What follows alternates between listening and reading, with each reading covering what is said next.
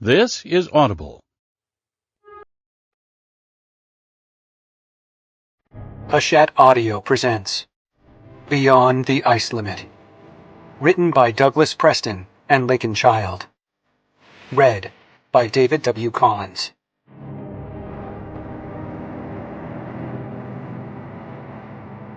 Dedication to Jamie Rabb.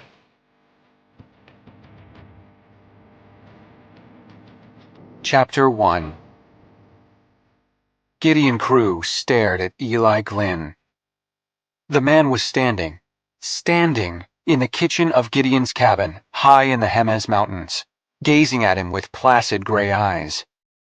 His all-terrain wheelchair, the wheelchair in which Glynn had always sat, virtually helpless since Gideon had first met him several months before, sat unused ever since he had, to Gideon's great astonishment, risen out of it minutes before. Glynn gestured toward the wheelchair. "Forgive this tiny bit of drama. I staged it, however, for an important reason, to show you that our mission to the Lost Island, despite certain regrettable aspects, was not in vain. Quite the opposite. I'm living proof of its success." A silence ensued. It stretched into a minute, 2 minutes. Finally, Gideon went to the stove, picked up the sauté pan containing the wild goose breast in a ginger and black truffle emulsion that he had just finished preparing with exquisite care, and dumped it into the garbage. Without a word, Glynn turned and walked, a little unsteadily, toward the cabin door, using a hiking pole as a brace. Manuel Garza, chief of operations at Glynn's firm, Effective Engineering Solutions, offered to help Glynn into the wheelchair, but Glynn waved this away. Gideon watched the two men leave the cabin, Garza guiding the empty wheelchair, the words Glynn had spoken a few minutes earlier reverberating in his mind. "That thing is growing again. We must destroy it. The time to act is now." Gideon grabbed his coat and followed. The helicopter that had brought the EES men to this remote site was still powered up, its rotors whistling, sending ripples of waves through the meadow grass. He followed Glynn inside the chopper and took a seat, buckling in and donning a headset. The chopper rose into the blue New Mexico sky and headed southeast. Gideon watched his cabin get smaller and smaller, until it was nothing more than a dot in a meadow, in a great bowl of mountains. Suddenly, he had a strange feeling he would never see it again. He turned to Glynn and spoke at last. "So you can walk again. And your bad eye, can you see with it now?" "Yes." Glynn raised his left hand, formerly a twisted claw, and flexed his fingers slowly. "Every day they get better, as does my ability to walk without aid. Thanks to the healing power of the plant we discovered on the island, I can now complete my life's work." Gideon didn't need to ask about the plant, nor did he need to ask about Glynn's life's work. He already knew the answers to both questions. "There is no time to waste. We have the money, we have the ship, and we have the equipment." Gideon nodded. "But before we take you back to EES headquarters, we have to make a little detour. There's something you must see. I regret to say it will not be pleasant." "What is it?" "I'd rather not say more." Gideon sat back, mildly irritated. Typical, inscrutable, enigmatic Glynn. He glanced at Garza and found the man to be as unreadable as his boss. "Can you at least tell me where we're going?" "Certainly. We're going to pick up the EES jet in Santa Fe and fly to San Jose. From there, we'll take a private car into the hills above Santa Cruz and pay a call on a gentleman who resides there." "Sounds mysterious." "I don't intend to be enigmatic." "Of course you do." A small smile. Very small. "You know me too well. But since you do, you also know everything I do is with a purpose." The chopper left the mountains behind. Gideon could see the shining ribbon of the Rio Grande crawling through White Rock Canyon below them, and beyond that, the hills of the Caja del Rio. The town of Santa Fe spread out to his left. As they proceeded over the southern end of town, the airport came into view. "Let's talk about your final project," said Gideon. "You mentioned an alien, a seed. You say it's threatening the Earth? That's all pretty vague. How about giving me the details, starting with why exactly you need my help?" "All in good time," said Glenn. "After our little excursion to Santa Cruz." Chapter 2. A Lincoln Navigator, driven by an elfin man in a green cap, met them at the San Jose airport. From there, they had driven south along Route 17 into redwood-clad hills. It was a beautiful drive through towering, haunted forests. Both Glynn and Garza stayed resolutely silent. Gideon sensed they were ill at ease. Deep in the redwoods, the car turned off the highway and began winding its way along a series of valleys, past small farms and ranches, isolated villages, shabby trailers and run-down cabins, through deep pockets of redwoods, meadows, and burbling creeks. The narrow, cracked asphalt road gave way to gravel. The evening was advancing and dark clouds tumbled in, casting a pall over the landscape. "I think we just passed the Bates Motel," said Gideon, with a nervous laugh. No one else seemed amused. He sensed a gathering atmosphere of tension in the car. The gravel road entered another redwood forest, and almost immediately they came to a large, wrought-iron gate, set into a high stone wall. A wooden sign, once elegantly painted and gilded, but now somewhat faded, read, "Dearborn Park." Below that, an ugly utilitarian placard had been bolted. "No trespassing. Violators will be prosecuted with the utmost rigor of the law." As they approached, the gate opened automatically. They passed through and halted at a small gatehouse. The driver in the green cap rolled down his window and spoke to a man who came out. He quickly waved them along. The road, winding through gloomy redwoods, rose ahead. It began to rain, fat drops spattering on the car windshield. Now the feeling in the car was one of oppression.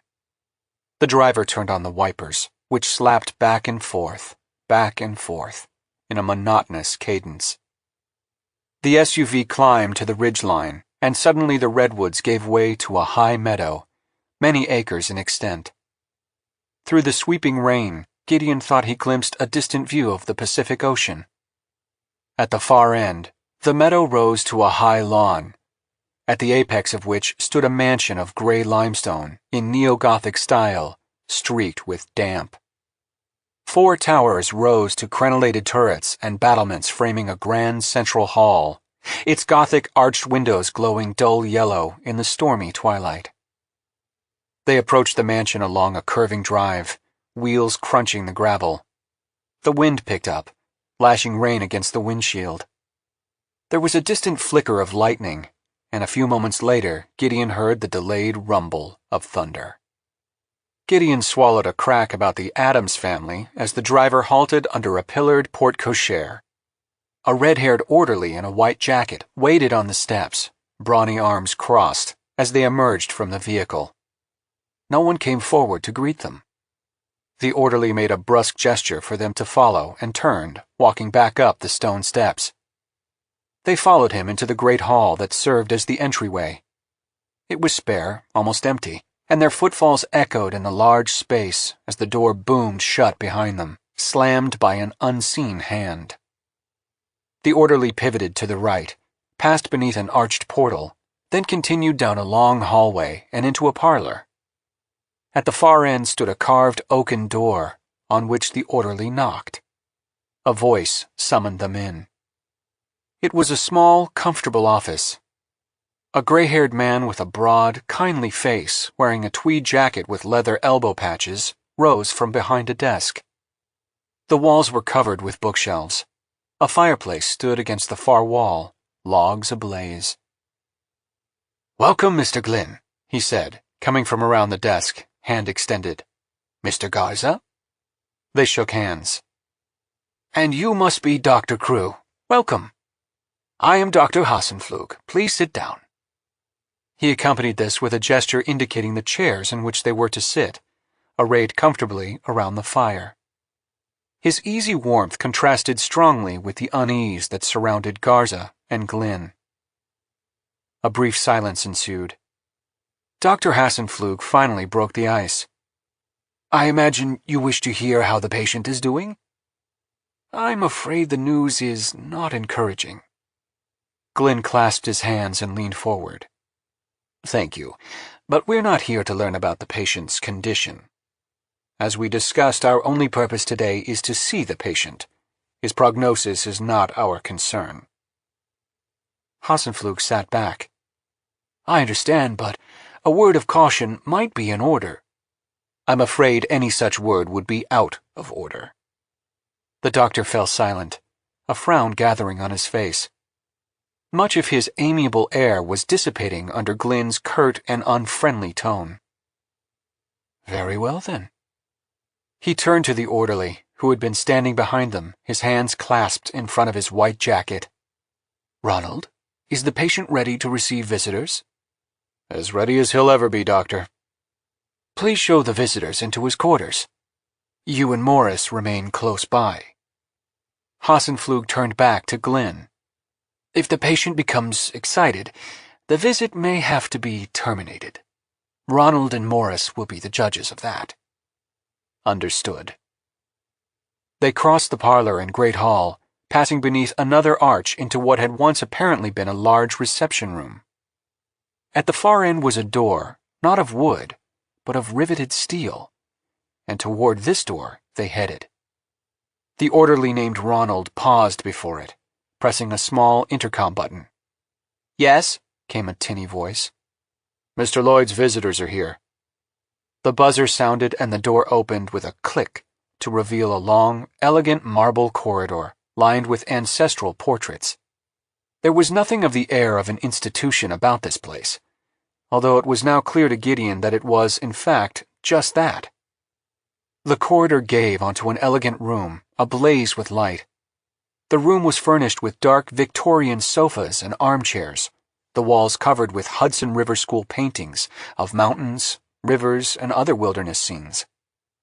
But what attracted Gideon's attention most strongly was the robust man, about 70 years old, with a shock of white hair, seated on one of the sofas.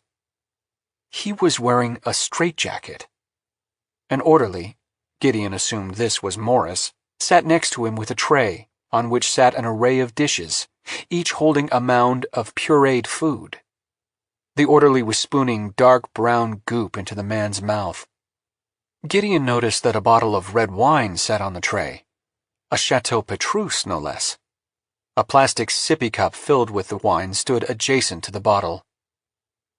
"Your visitors are here, Mr. Lloyd," Ronald announced. The man named Lloyd raised his massive, shaggy head, and two piercingly blue eyes widened at Glynn. Despite the straitjacket and the man's age, he still radiated strength and physical power. Slowly, the man stood up, staring at them and seeming to swell with a singular intensity, and now Gideon could see that his legs were cuffed and hobbled, rendering him unable to walk except in the tiniest of steps. He leaned over and spat out the brown stuff that the orderly had just put in his mouth. "Glynn." He ejaculated the name the same way he had the puree. "And Manuel Garza. What a pleasure." His tone indicated it was no pleasure at all. His voice was strange, quavering and deep, shot through with gravel. It was the voice of a madman. And now those concentrated blue eyes settled on Gideon. "And you've brought a friend?" "This is Dr. Gideon Crew, my associate," said Glynn. The air of tension had gone off the charts. Lloyd turned to the orderly. "A friend? How surprising." He turned back to Glynn. "I want to look at you. Up close." "I'm sorry, Mr. Lloyd," said Glynn, "but you have to remain where you are." "Then you come to me, if you have the guts." "I don't think that's advisable," Ronald began.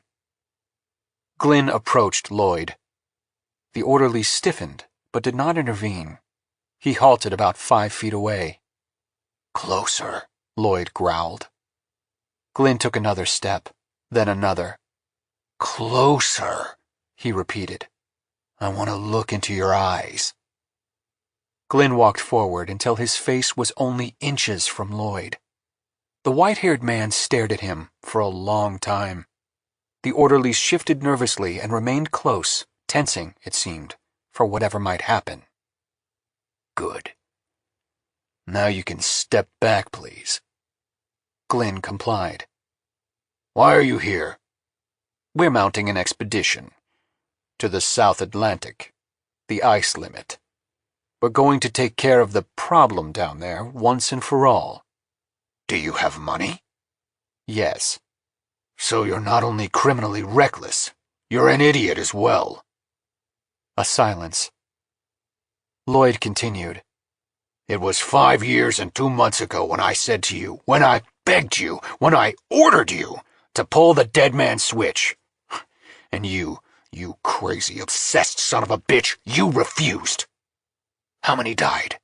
108. Not counting the poor bastards on the Almirante Ramirez. Blood on your hands, Glynn." Glynn spoke in a calm, neutral tone. "There's nothing you can accuse me of that I haven't done the same 100 times myself." "Cry me a river. You want agony? Look at me. For the love of God Almighty, I wish I'd gone down with the ship." "Is that why the straitjacket?" Glynn asked. "I'm as gentle as a kitten. They've got me in this to keep me alive, against my will. Free one hand and give me just 10 seconds and I'm a dead man. A free man. But no, they're keeping me alive and burning through my own money to do it. Look at my dinner. Filet mignon, potatoes au gratin with Gruyere, lightly grilled cavallini du Bruxelles, pureed, of course, so I won't attempt suicide by choking. And all washed down with a 2,000 petrus. Care to join me?" Glynn said nothing. "And now here you are." "Yes, here I am. Not to apologize, because I know no apology would be adequate or accepted." "You should have killed it when you had the chance. Now it's too late. You've done nothing while the alien has grown, swollen, and engorged itself." "Mr. Lloyd," said Morris, "remember your promise not to talk any more about aliens." "Glynn, did you hear that? I'm forbidden to talk about aliens. They've spent years trying to rid me of my psychotic talk of aliens." Glynn said nothing. "So, what's your plan?" said Lloyd, recovering himself. "We're going to destroy it." "Excuse me," said Morris, "but we're not to encourage the patient in his delusions." Glynn silenced him with an impatient gesture. "Destroy it! Brave talk! You can't. You'll fail just like you failed 5 years ago." A pause. "Is McFarlane going?" Now it was Glynn's turn to pause. "Dr. McFarlane has not done well in recent years, and it seemed imprudent." "Not done well! Not done well! Have you done well in recent years? Have I?" Lloyd cackled mirthlessly. "So, instead of Sam, you'll take others with you, including this poor sap, what's his name, Gideon? You'll send them to a hell of your own making, because you've no sense of your own bloody weakness. You figure everyone else out, but you're blind to your own arrogance and stupidity." He fell silent, breathing hard, the sweat coursing down his face. "Mr. Glynn," warned Ronald, "the patient is not allowed to become excited." Lloyd turned to him, suddenly calm, the voice of reason. "As you can see, Ronald, I'm not the least bit excited." The orderly shifted, uncertainly. "I'm not here to justify myself to you," said Glynn, quietly. "I deserve all of this and more, and I'm not here to ask you to excuse my actions." Then why are you here, you son of a bitch? Lloyd suddenly roared, spraying spittle and brown flecks of pureed filet mignon into Glenn's face. "That's enough," said Ronald. "Visit's over. You have to leave now." Glenn removed his handkerchief, carefully wiped his face clean, and spoke quietly. "I'm here to seek your approval." You might as well ask if the lamppost approves of the dog pissing on it. I disapprove. You're an idiot if you think you can still destroy what has grown down there. But you always were an arrogant, shit-eating grifter. You want my advice? "That's enough," said Ronald, moving in and taking Glenn by the arm, directing him toward the door. "Yes, I want your advice," Glenn said over his shoulder. As Gideon followed the orderly, who was gently but firmly escorting Glenn from the room, he heard Lloyd hiss out, "Let sleeping aliens lie." Chapter 3. Back at EES headquarters on Little West 12th Street, in the boardroom high above the old meatpacking district of New York City, Gideon took his place at the conference room table. There were only 3 of them, Garza, Glenn, and himself, and it was 3 o'clock in the morning. Glenn, having apparently dispensed with the need for sleep, seemed to expect his employees to do so as well. Gideon had begun to wonder if Glenn really had changed. He had never seen the man quite so driven, in his own quietly intense way. The meeting with Lloyd in the gigantic one-man mental hospital had evidently shaken him badly. The man serving them all coffee silently retreated, shutting the door behind him. The room was dim, the lights low. Glenn, seated at the head of the table, his hands clasped in front of him, allowed the silence to gather before speaking. He turned his 2 gray eyes on Gideon. "Well, what did you think of our visit to Palmer Lloyd?" "He freaked me out," said Gideon. "Do you know now why I wanted you to meet him?" "As you said, to seek his approval, get his blessing. After all, that thing down there cost him a lot of money, not to mention his sanity." "That's part of it. I also wanted to, as you put it, freak you out. To impress on you the gravity of our undertaking. You need to walk into this with your eyes open, because without you, we cannot succeed." "You really caused the deaths of 108 people?" "Yes." "Wasn't there an investigation? No charges were filed?" "There were certain, unusual circumstances touching on the relationship between Chile and the United States that encouraged both State Departments to make sure the investigation was not overly thorough." "I don't like the sound of that." Glenn turned to Garza. "Manuel, will you please give Gideon the necessary background?" Garza nodded, taking a large folder from his briefcase and laying it on the table. "You already know some of this. I'm going to start from the beginning anyway. If you have any questions, feel free to interrupt. 6 years ago, EES was approached by Palmer Lloyd for a peculiar assignment." "The same Palmer Lloyd I just saw in Dearborn Park?" "Yes. The billionaire was planning to build a natural history museum in the Hudson River Valley. He was collecting the rarest, finest, and biggest of everything. Money was no object. He had already snagged the biggest diamond, the largest T-Rex, a real Egyptian pyramid. Then he got a report that the largest meteorite in the world had been found. It lay on Isla Desolacion, an uninhabited island in the Cape Horn Islands at the very tip of South America. The islands belonged to Chile. Lloyd knew that Chile would never allow the meteorite to leave. He therefore hired EES and a meteorite hunter named Sam McFarlane to steal it." "Excuse me," said Glenn. "Steal isn't quite the right word. We did nothing illegal. We leased mineral rights to Isla Desolacion, which allowed us to remove iron in any form." "Steal may not be the most apt description," said Garza, "but it was a deception." At this rebuke, Glenn fell silent. Garza continued. "The meteorite was extremely heavy, 25,000 tons. It was a deep red color, very dense, and it had other, peculiar properties. So under the cover of this iron ore mining operation, we outfitted a ship, the Rollvag, sailed to the island, excavated the rock, and loaded it on board. Suffice to say, this was a challenging engineering project, but we succeeded. Quite brilliantly, in fact. And then we were caught.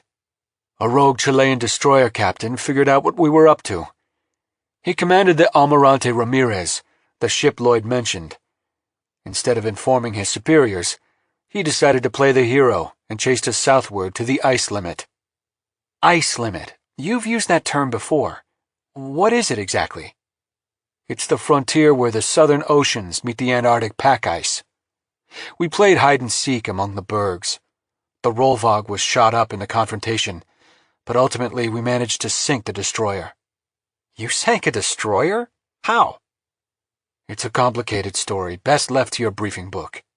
In any case, the Rollvag, carrying the 25,000-ton meteorite in its hold, had been badly damaged by the destroyer. The weather worsened. A point came where we had a choice, either jettison the rock or sink. How do you jettison a 25,000-ton rock? We'd installed a dead man switch for that purpose, just in case. Throw the switch, and the meteorite would be dropped through a door in the hull. Wouldn't that founder the ship? No. A large amount of water would come in before the door could slide shut, but the ship was fitted with pumps and self-sealing bulkheads that would have handled it. The crew and captain wanted to dump the rock. Garza seemed to hesitate, glancing at Glenn. Tell the full story, Manuel. Spare nothing. In the end, everyone wanted to dump the rock. Even Lloyd came around. But Eli alone had the code to the dead man's switch. He insisted the ship could ride it out. They begged, pleaded, threatened, and he refused. But Eli was wrong. The Rollvag sank. Garza glanced at Glenn again. Let me tell the rest, said Glenn quietly. Yes, I refused to pull the switch. I was wrong. The captain ordered an evacuation. Some got off, but many did not. The captain... He hesitated, temporarily losing his voice.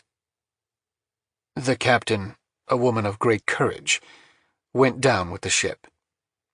Many others died in the lifeboats or froze to death on a nearby ice island before help arrived. And Lloyd? What happened to him? He was evacuated in the first lifeboat. Against his will, I might add. How did you survive? I was in the hold trying to secure the meteorite, but it finally broke out of its cradle and split the ship in half. There was an explosion. It seemed as if the meteorite, when it came into contact with salt water, reacted in an unusual way, generating a shock wave. I was thrown clear of the ship. I remember coming to on a raft of floating debris. I was badly injured. They found me a day later, close to death. Glenn lapsed into silence, toying with his cup of coffee. So now the thing's just lying on the seabed. Why all the worry, the talk of danger? And of aliens? Glenn pushed the coffee cup away. It was McFarlane, the meteorite hunter, who figured out what it really was. This was followed by a long silence. There's a respected theory in astronomy called panspermia, Glenn finally continued. It holds that life may have spread through the galaxy in bacteria or spores carried on meteorites or in clouds of dust. But that theory assumed microscopic life. Everyone missed the obvious idea that life might be spread by seeds. A gigantic seed would better survive the cold and intense radiation of outer space by its sheer size and resistance. It's the same reason why coconuts are so large, to survive long ocean voyages. The galaxy has many water-covered planets and moons in which such a seed might fall and then sprout. You're saying this meteorite was actually just such a seed, and when the Rollvag sank, it went to the bottom and was planted? Yes. 2 miles beneath the surface. And then it sprouted. Gideon shook his head. Incredible. If true. Oh, it's true. It sank roots and grew upward like a giant tree, rapidly. Seismic stations around the world noted a number of shallow quakes on the seafloor at the site. Several small tsunamis raked the coasts of South Georgia and the Falkland Islands. But it was all happening 2 miles deep, and the seismic signature of the quakes looked like the product of undersea volcanic eruptions. So did the mini-tsunamis. Since it was in an area far outside of any shipping lanes and posed no risk to anyone, the undersea volcano was generally disregarded. Even volcanologists ignored it, as it was simply too deep and too dangerous to study. And then it went quiescent. All of which explains why nobody figured out what was really going on, except me, of course, and Sam McFarlane, and Palmer Lloyd. He shifted in his chair. But over the past 5 years, we've developed a plan to deal with this problem. Manuel will summarize it for you. Garza looked at Gideon. We're going to kill it. But you said it had gone quiescent. Why go to the trouble and the expense, not to mention the danger? Because it's alien. It's huge. It's dangerous. Just because it's quiescent doesn't mean it will remain so. In fact, our models predict exactly the opposite. Think about it for a moment. What will happen if it blooms, or produces more seeds? What if these plants spread to cover the bottom of the oceans? What if they can also grow on land? No matter which way you look at it, this thing's a threat. It could destroy the Earth. So, how are you going to kill it? We have in our possession a plutonium core of about 30 kilograms, a neutron trigger device, fast and slow-shaped HE, high-speed transistors, everything needed to assemble a nuke. Where in the hell did you get that stuff?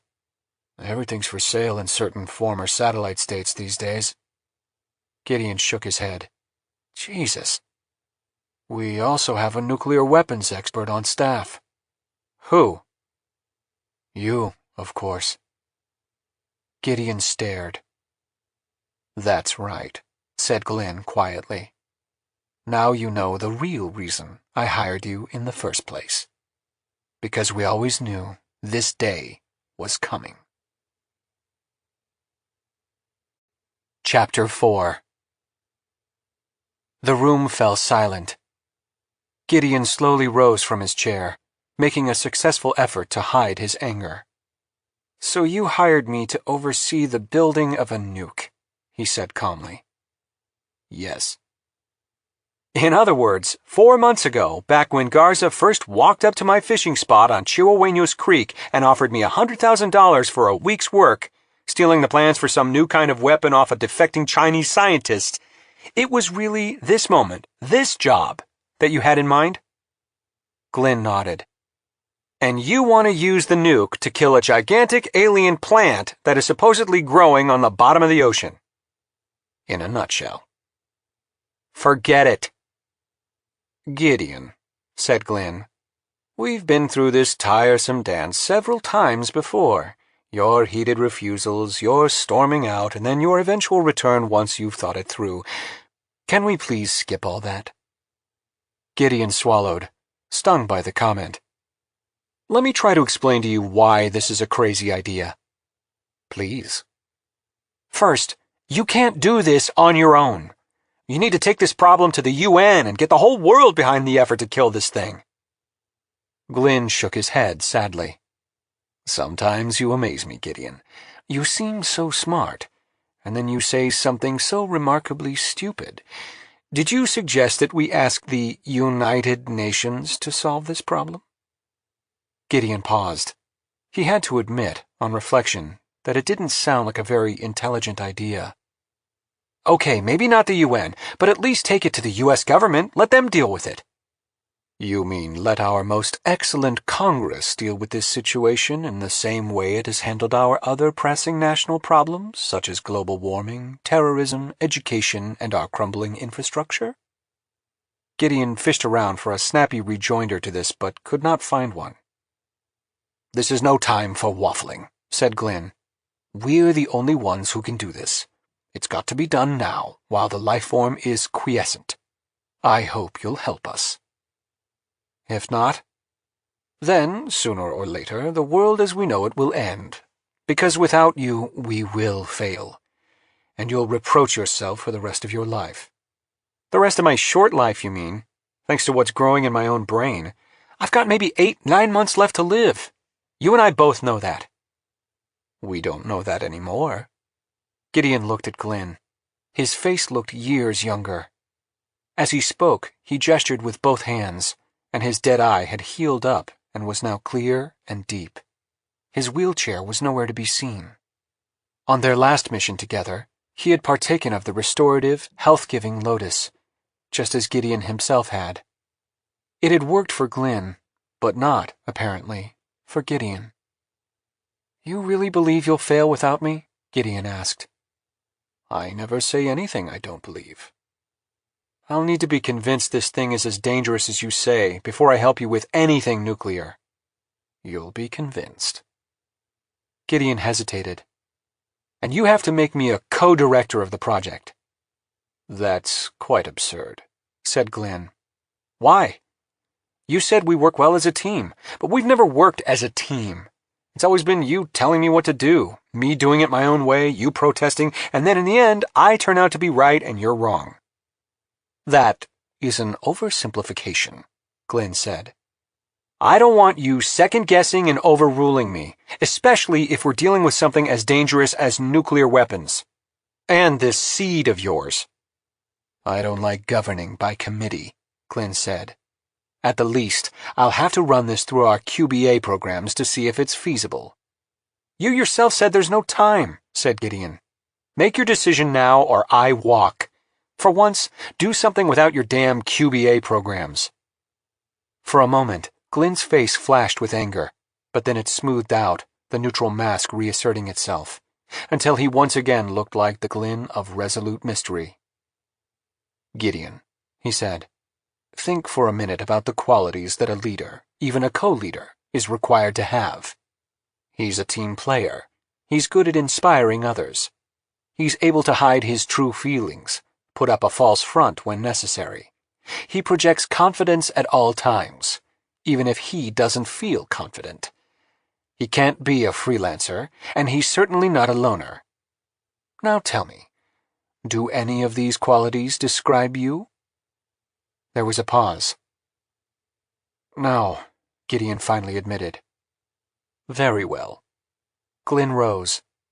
"Our first stop is the Woods Hole Oceanographic Institution, and then it's off to the South Atlantic, and beyond the ice limit."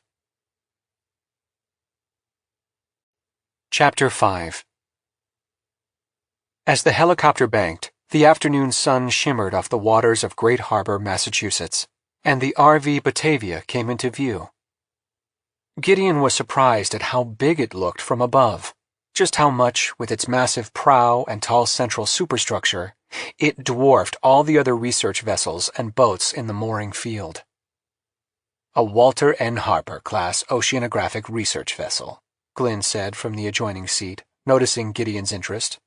320 feet in length, beam of 58 feet, 21-foot draft.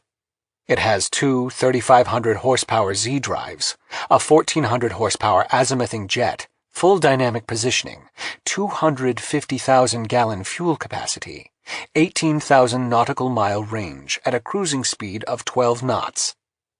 "You lost me with the part about the azimuthing jet." "All it means is that the jet drive can be rotated in any horizontal direction, so the ship doesn't need a rudder. It allows for very exact dynamic positioning, even in rough seas with winds and currents." "Dynamic positioning?" "Keeping the ship in one place. Gideon, surely you know all about boats after your recent adventure down in the Caribbean?" "I know I don't like them. I know I don't like being on the sea, and I'm quite content to remain ignorant of all things nautical." The helicopter finished its turn and began to descend toward the midships helipad. A deckhand with wands motioned them into place, and a moment later the door was opened and they hopped out. It was a brilliant fall afternoon, the sky a cold blue dome, the sun slanting across the deck. Gideon followed Manuel Garza and Glynn across the helipad. the EES director crouching a little stiffly against the backwash of the rotors. They went through a door into a waiting and staging room, sparely furnished. 3 people immediately stood up, 2 in uniform and 1 civilian. Outside, the chopper lifted off. "Gideon," said Glynn, "I'd like you to meet Captain Tully, master of the RV Batavia, and Chief Officer Leonard." The captain, a man of no more than 5 feet, stepped forward and shook Gideon's hand with gravity, his tight and humorless face breaking into a poor semblance of a smile. One brisk up-and-down motion, and then he stepped back. Chief Officer Leonard was worlds apart from Tully, a blonde Nordic woman in her early 50s who towered over the diminutive captain, full of warmth and fluid motion, with a hand as warm and as enveloping as an oven mitt. "And this is Alexandra Lispinard, who is in charge of our fleet of 4 DSVs. She'll be your driving instructor." Lispinard tossed her long, teak-colored hair and took his hand with a smile, giving it a slow shake. "Nice to meet you, Gideon," she said, her contralto voice in contrast to the formal silence of the others. "DSVs?" Gideon asked her, trying not to stare as he did so. She was about 35 and stunningly attractive, with a heart-shaped face and exotic, agate-colored eyes. "Deep submergence vehicles. A motorized bathyscaphe, really. A marvel of engineering." Gideon felt the pressure of Glynn's hand on his shoulder. "Ah, here's the doctor.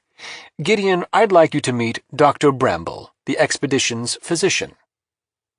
A wiry old man with a glossy pate, wearing a white lab coat, had appeared in the doorway. "Pleased, very pleased," he said in a wry Irish accent. He did not offer to shake hands. "Dr. Bramble," said Glynn, "was on the Rollvog when it went down. I'm sure when he has a chance, he'll tell you all about it." This unexpected statement was greeted by a short silence. The 2 ships' officers looked surprised and displeased. Gideon wondered if Bramble might be considered a kind of unlucky Jonah. "That isn't a fact I care to have bandied about," said Bramble shortly. "My apologies. In any case, Gideon, you've now met several of the most important people on board. Alex will take you down to hangar deck. I'm afraid I have another engagement." With no further talk, Lispinard turned away, and Gideon followed her through an open bulkhead door, down a circular metal staircase, and along a maze of cramped passageways, stairs, and hatches, until, quite suddenly, they came out into a vast, gleaming space. Along the sides stood several bays, some covered with dropcloths, but 4 of which were open. Inside 3 of these were small, identical rounded vessels, painted bright yellow with turquoise trim. They sported a variety of thick portholes, along with various extruding bulges and projections and a kind of robotic arm set into the bows. The stern wall of the hangar contained a large door, which had been rolled open, exposing the ship's fantail deck. A 4th vessel was visible there, under an A-frame crane. Lispinard began humming Yellow Submarine. "My sentiments exactly," said Gideon. "Very cute. $20 million worth of cute. That one under the crane is George. The other 3 are Ringo, John, and Paul." "Oh, no." She walked through the hangar, stepped up to George, and placed her hand on it, giving it a little pat of affection. It was surprisingly small, no more than 9 feet long and about 7 feet high. She turned to Gideon. "Inside there's a titanium personnel sphere, almost a sub within a sub, with a hatch at the top and 3 viewports. There's a panel of electronics, a seat, controls, video screens, and that's about it. Oh, and there's a receiving basket in front for the robot arm to place items in. If something should go wrong, there's an emergency release that jettisons the sphere and sends it to the surface. The rest of the DSV is taken up with ballast tanks, a mercury trim tank, cameras, strobes and lights, sonar, a bank of batteries, a stern propulsion motor, propellers, and a rudder. Simple." She shrugged. "Shakedown dive tomorrow." Gideon turned from George to her. "Great. Who's going?" She smiled. You and me? 0700. Wait, you and me? You think I'm going to drive one of those? I'm no Captain Nemo. They're designed to be driven by anyone. They're idiot-proof. Thank you very much. What I mean is, they have self-driving software, like a Google car, but controllable with a joystick. You just move the joystick indicating where you want to go, and the mini-sub's AI does the rest, making all the dozens of little adjustments necessary, avoiding obstacles, maneuvering through tight spaces, doing all the fine control without you even being aware of it. You can't crash it even if you try. Surely there are other people along for this joyride who have more experience with DSVs. There are. Antonella Sachs, for example, our exobiology chief. But she won't be joining the ship for some time yet. Besides, Glenn said there was a reason you should get comfortable with operating a DSV. Something to do with your role in the overall mission? He never mentioned I'd be driving a submarine. I don't like being on the water, let alone in it, and 2 miles down, for Christ's sakes. She peered at him with a half-smile. That's strange. I didn't take you for a wimp. I am a wimp. I am most definitely, without doubt, a lily-livered, spineless, cowardly, gutless poltroon. Poltroon. Nice word. But you're going down with me tomorrow. End of discussion. Gideon gave her a stare. God, he was sick of bossy women. But there was no point in arguing with her for the moment. He would take it up with Glenn. So, what else is there to see around here? There's the various labs. They're fantastic. You'll see them soon enough. Along with the mission control room, a library, galley, dining room, lounge and game room, and crew quarters. Not to mention the engine room, machine shop, commissary, sick bay, and all the other shipboard necessities. She checked her watch. But now, it's time for dinner. At 5 o'clock? When breakfast is at 0530, all the meal times are shifted. Breakfast at 5:30? This was another thing he'd take up with Glenn, this totally unnecessary nod to military discipline. I hope to God this isn't a dry ship. Not now. It will be once we arrive on target. We've quite a long journey ahead of us. How long? 9,000 nautical miles to the target site. It hadn't occurred to Gideon there would be a long preliminary voyage before they even reached their goal. Of course, if he'd given it even a moment's thought, he would have realized. What had Glenn said about the cruising speed of the ship? 12 knots, 12 nautical miles per hour, divided by 9,000 nautical miles. 32 days, said Alex. Gideon groaned. Chapter 6.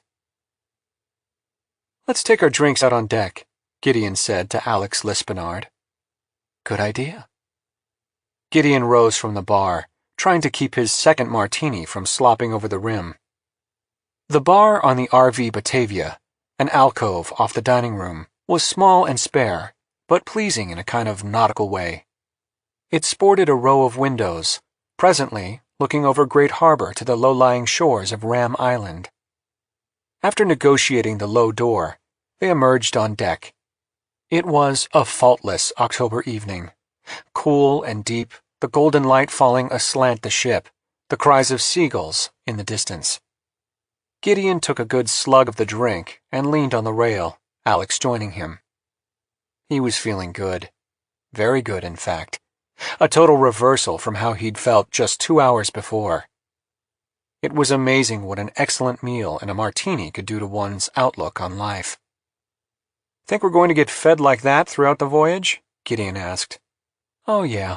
I've been on a lot of research vessels, and the food is always good. When you're months at sea, bad food means bad morale. And on a trip like this, food is the least of any expense, so you might as well stock the best. And in Vince Brancacci, we have one of the finest chefs afloat. You mean that guy I saw in the white smock with the laugh of a hyena and the build of a sumo wrestler? That's the one. Gideon took another slug and glanced at Alex, leaning on the rail, the breeze stirring her glossy brown hair, her upturned nose and agate eyes aimed at the blue sea horizon, her breasts just pressing into the rail. He averted his eyes. As attractive as she was, there was no way, none, that he was going to get involved in a romance on a long voyage to the antipodes of the world. She turned toward him. So, what's your history? You haven't been briefed? The opposite of briefed. Beyond asking me to familiarize you with the DSVs, Glenn was totally mysterious. I got the sense he wanted me to find everything out for myself. Gideon was relieved. This meant she knew nothing about his medical situation. Where to begin? I started my professional career stealing art, then I got a job designing nuclear bombs. She laughed. Naturally. It's true. I work at Los Alamos, designing the high-explosive lenses used to implode the cores. I was part of the stockpile stewardship program, running computer simulations and tweaking those lenses to make sure the bombs would still go off after years of rotting in some nuclear vault somewhere. I'm, on extended leave at present. Wait, you're not kidding? Gideon shook his head. His drink was disappointingly empty. He thought of going back for a third, but a little voice in his head told him that would not be a good idea. So you actually design nukes? More or less. That's why I'm on this voyage, in fact. What do nuclear bombs have to do with this voyage? Gideon stared at her. She really hadn't been briefed. He quickly backtracked. It's just that I'm an engineer with a knowledge of explosives, that's all. And you weren't kidding about the art thief business, either? No. One question. Why? I was poor. I needed money. And more important, I loved the pieces I stole, and I only stole from historical societies and museums that weren't taking care of their collections. Stuff that nobody saw, anyway. And I suppose that made it morally okay. This irritated Gideon. No, it didn't, and I'm not excusing myself. Just don't expect me to grovel in guilt and self-reproach. A silence. He really might need that third drink now. Or maybe it was time to change the subject. I also worked as a magician. Prestidigitator, to be precise. You were a magician? So was I. Gideon stood up from the rail. He had heard this many times before. Somebody who learned a few card tricks and then bestowed on themselves the hallowed title of magician. So you can pull a coin from behind someone's ear? Alex frowned and said nothing. Gideon leaned back on the railing, realizing he'd offended her. I was a professional, he explained. I went on stage, got paid well, I even developed some original tricks. Worked with live animals, rabbits, and the like.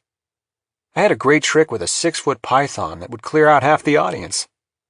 He fiddled with his empty glass. And I still keep my hand in picking pockets for fun, that sort of thing. It's like playing the violin. You have to keep practicing or your skills go to hell. I see. Turns out magical tricks and art thievery are, in fact, related fields. I imagine they would be. Gideon had an idea, a really good idea. This would be amusing. He leaned toward her. I'm going back in for another. Can I bring you one? 2's my limit, but you go ahead. Bring me a glass of water, if you don't mind. As he departed, he brushed against her, casually, using the distracting touch to lift the wallet out of her open purse. Tucking it into his pocket with his own wallet, he went back inside and returned to the bar.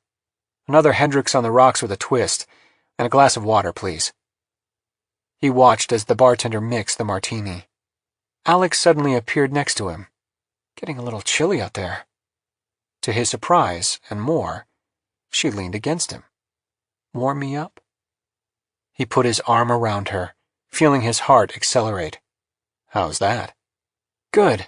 That's fine. I'm warm now, thanks. She shrugged off his light embrace. Vaguely disappointed, he picked up his drink while she took her water, clumsily, spilling a little on herself. Drat. She took a napkin and brushed the water off her blouse. He sipped.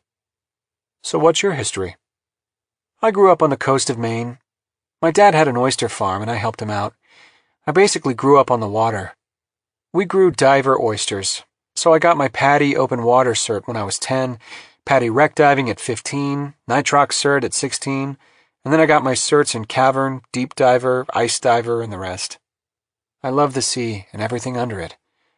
Majored in marine biology at USC, went on to get my PhD. In what? The benthic life of the Calypso Deep. That's the deepest part of the Hellenic Trench, 17,000 feet. Where is it exactly? The Mediterranean, west of the Peloponnesian Peninsula. I spent a lot of time on the RV Atlantis over there. Dove down on the Alvin. That was the first real DSV, actually. Cruising off Greece. Nice way to get a PhD. I never feel more at home than when I'm on a ship. Funny, because I never feel less at home. The sea makes me sick. Give me the high mountains of the west and a stream full of cutthroat trout any day. You get seasick, I get altitude sickness. Too bad, said Gideon. There goes my marriage proposal. The joke fell flat, and Alex sipped her water in the awkward silence that followed. And the magic thing? Do you still do that? Gideon quickly asked. She waved her hand. I could never compete with you. It was just a little thing I did to amuse myself and my friends. I'd be happy to teach you a few basics. She raised her eyes to him. That would be wonderful. Maybe we should go back to my quarters, if I can locate them, that is. I actually packed a few magic tricks. I'm sure with a little help you'd pick them up quickly. Let's go. I'll show you the way to crew quarters. He finished his drink, pretended to slap his jeans. Oops, forgot my wallet. Would you mind picking up the tab? I'll get the next one. He watched with a smile of anticipation as she delved into her purse for her wallet, knowing that she'd find it missing. To his vast surprise, she pulled it out and placed it on the bar. Wait, that's your wallet? Of course. She took out a 20 and paid the tab. Gideon reached for his pocket and found her wallet was gone. His wallet was gone as well. Oh shit, he said automatically. I think I may have dropped something out on the deck. He rose from his stool and immediately fell flat on his face. Stupefied, he looked at his feet, only to find that his shoelaces had been tied together. He glanced up to see Alex laughing hilariously, holding his wallet in her hand, along with his wristwatch. So Gideon, she said between gusts of laughter, about those basics? Chapter 7. Gideon flushed from embarrassment. God, he felt like an idiot. He untied his shoes while Alex stood over him, not bothering to conceal her triumph. He stood up and dusted himself off. His embarrassment began to turn to something else as she handed him the wallet and wristwatch. You're not angry? She asked, recovering her composure. He looked at her standing there, face aglow, agate eyes twinkling, long glossy hair in unruly coils over her tan shoulders, breasts still heaving from the recent hilarity. Here she'd humiliated him, and what was his reaction? Overwhelming desire. He averted his eyes and swallowed. I guess I deserved it. He glanced at the bartender, but he was inscrutable, as if he'd seen nothing. You still want me to show you the crew quarters? She asked. Sure. She turned and strode out of the bar and through the dining room while he followed. They navigated another maze of corridors and stairs, through a bulkhead hatch, and into a long, narrow corridor with rooms on one side. She stopped at a door and opened it. The scientists have private rooms. This is mine. He followed her in. It was surprisingly spacious, with a queen-size bed, 2 portholes, built-in dresser, writing table with a laptop computer, mirror, walls painted cream white. Here's the bath. She threw open another door to reveal a small bathroom, with a 3rd porthole. Very nice, he said. Quite the room for a scientist. She turned. I'm not just a mini subdriver. I'm the mission's head oceanographer, as I'm sure you know. I've been with EES for 5 years now. Actually, I didn't know. I haven't really been briefed either. How come I've never met you before? You must know Glyn's mania for compartmentalization. And your position vis-a-vis Garza? He's an engineer. I'm a scientist. EES doesn't have a normal corporate structure, as I'm sure you've realized. Things change from mission to mission. He nodded, watching her move around the room, smoothly and gracefully. She had a swimmer's body, lithe and athletic. He had sworn, absolutely sworn, that he would not get into another romantic entanglement. Given the medical death sentence hanging over his head, it wasn't fair, either to him or to the woman. But that was theoretical. She was real. "What's your room number?" she asked. 214. That's at the end of the hall. Let's check it out. She headed out the door, and he followed. They went down the hall to the door marked 214. He took out the magnetic keycard he'd been given when being processed earlier in the day, waved it at the lock, and the door clicked. He pushed it open and switched on the light, to be greeted by a luxurious, spacious cabin with a row of portholes, a king-size bed, a sitting area with a sofa and 2 chairs. The floor was covered in thick cream-colored pile, the lighting soft and indirect. His luggage had already been placed in one corner, neatly arranged. "Wow," said Alex, stepping inside. "And what's your position in EES to merit all this?" "I don't know. Slacker-in-chief?" He followed her in and watched as she took a turn around the room, her hands stroking the quilted bed covers, adjusting the lights. She opened the door to the bathroom. A tub, no less. Making herself quite at home, she next explored the sitting area, where there was a kitchen nook with a microwave oven, coffee machine, and small fridge. She opened the fridge. And look! Veuve Clicquot! She took out a split of champagne and waved it at him. "Great! Let's open it and celebrate." She put it back, shut the fridge door firmly. "Two's my limit, remember? And you're already over yours. I need you clear-headed for tomorrow's dive. And besides, I don't drink champagne in strange men's rooms." "Me? A strange man? Art thief, nuke designer, magician? Very strange. We'll enjoy it tomorrow evening then. You and me. We'll be wiped out after our shakedown dive." She glanced at her watch. "In fact, I better be getting back to my quarters. I got a lot of work to do before bedtime." He walked up to her and put his hand on her shoulder as she turned to go. What was he doing? He knew that third drink was a mistake, but he wasn't going to stop now. He felt his whole body aching with longing. She paused at his touch, and he leaned toward her. But then she deftly ducked out from under his hand and stepped aside. "None of that, mister. Not on a ship. You know better." "I wish I did know better." "Breakfast at 05:30, remember. Then we go to the DSV hangar and prep. See you then." And she was gone. He sat down on the bed with a sigh. He also had a ton of work to do. Files and documents to review, a computer to set up and get networked into the ship's system. And he couldn't go to Glynn and argue himself out of the dive, not after 3 martinis, smelling like a drunk. He stretched out on the bed, hands behind his head. Alex's faint perfume remained in the air, and he inhaled it, feeling another surge of longing. What was wrong with him? He should be pissed off at the way she'd humiliated him, but instead it seemed to be having an altogether different effect. Alex, he decided, was right about one thing. He had better get himself under control, or this was going to be a very long voyage indeed.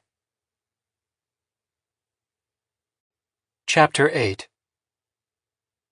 A big autumn sun rose over the distant Nobska lighthouse and Vineyard Sound, casting gold across the water as they came out on deck early the next morning. A stiff breeze blew in from the east, kicking up whitecaps across the harbor and the Sound beyond. The A-frame crane had moved 2 DSVs out of the hangar deck and onto the fantail. To Gideon, they looked stubby, even cartoonish, almost too small to fit a human inside, let alone everything else.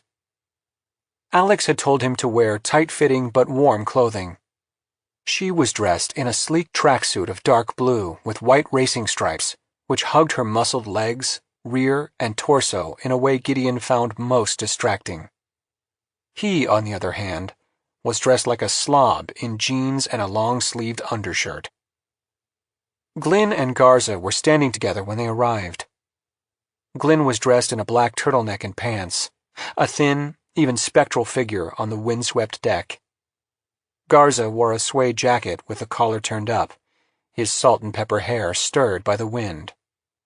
"Right on time," said Glynn, approvingly, coming over with an outstretched hand and giving Gideon a shake. Not exactly firm, but with no more clutching awkwardly at claw-like fingers. "Are you ready to go deep, Gideon? I wish you'd told me I was going to be piloting a yellow submarine." "To what end? It only would have worried you. These DSVs are idiot-proof." "So Alex tells me." "She's an excellent instructor. You'll do fine." "But I thought my job was to be your expert on nuclear explosives. Surely you could have hired an extra sub-driver." Instead of answering, Glynn patted him on the shoulder in a way that Gideon found patronizing. Gideon glanced at Garza for an explanation, but the engineer was, as usual, silent and unreadable. "You'll be driving George, and I'll be in Ringo," Alex told him.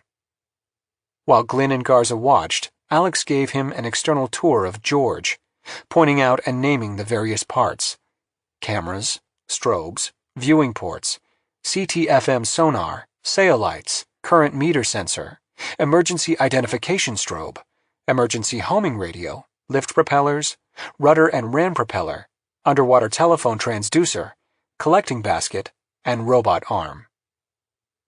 "The ladder goes up to the sail hatch," she explained. "It's pretty simple. Just climb up and lower yourself inside using the 2 grab bars. The personnel sphere is 5 feet in diameter. I'll get into Ringo and we'll communicate through radio, do a dry run on deck, and then get lowered into the water." "Should I climb up now?"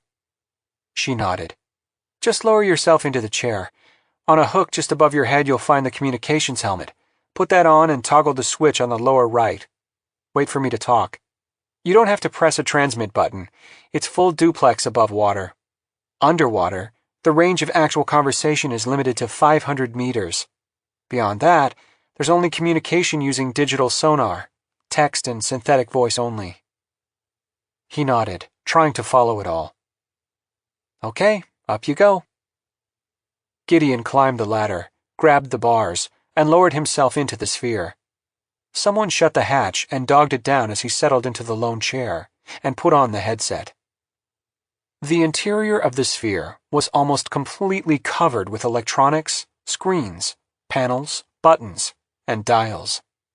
The forward viewport was directly in front of his face, and there were left and right viewports as well as a downward-looking port. A small console to his right contained a keypad, a joystick, and a few emergency buttons in little cages that could be flipped up. Everything was illuminated dimly in reddish light. A moment later, Alex's voice came in. "Gideon, you read?" "Loud and clear." "I'm going to go through every console and screen, from left to right." For the next 60 minutes, she proceeded to describe everything in the sphere in excruciating detail, until Gideon despaired of remembering it all. At last she concluded with the joystick panel. "This is really all you need to know," she said. "The joystick works like any normal joystick: forward, back, port, and starboard. The more you push it in any one direction, the faster the sub will go. But it's always on fine autopilot control, which means it will correct any mistakes you make.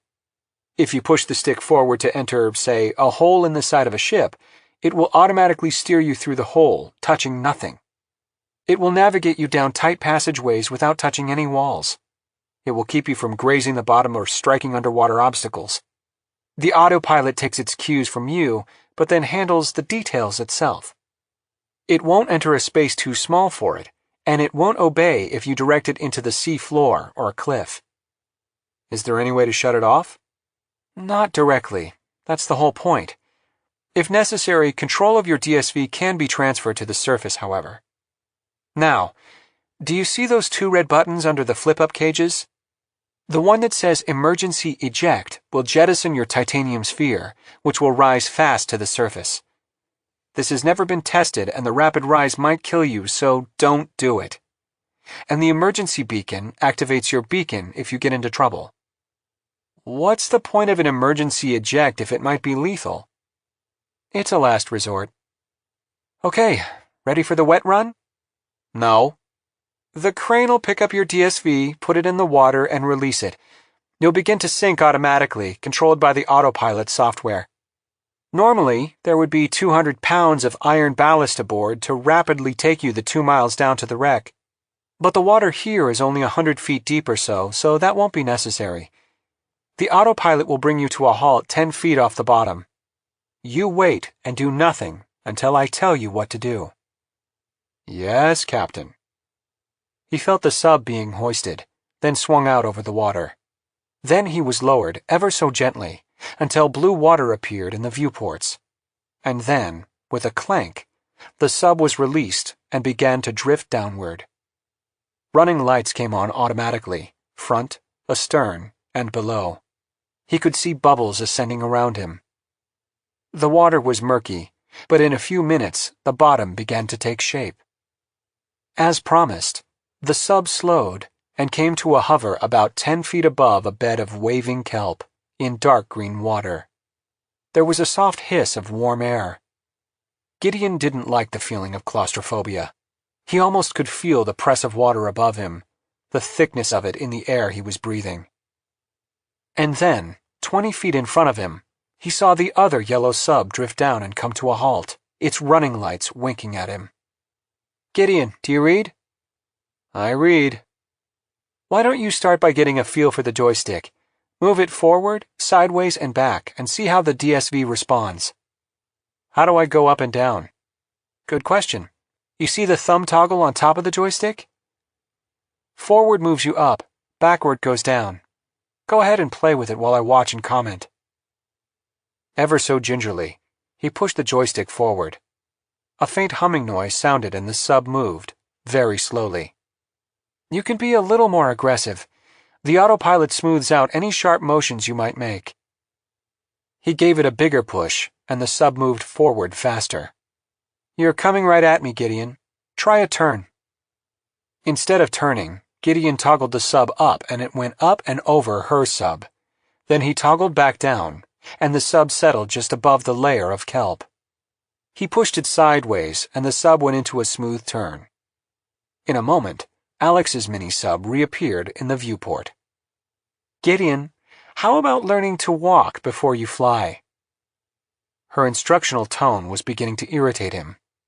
He accelerated toward her, then toggled up again, but this time his coordination was off, and the sub went almost vertical, climbing sharply toward the surface. Toggle down. He pushed the toggle down, but accidentally pushed the joystick forward as well. The problem, he began to realize, was that the sub's response wasn't as instantaneous as a car's. Water gave everything a sluggish, delayed effect. And now he was heading straight for the bottom.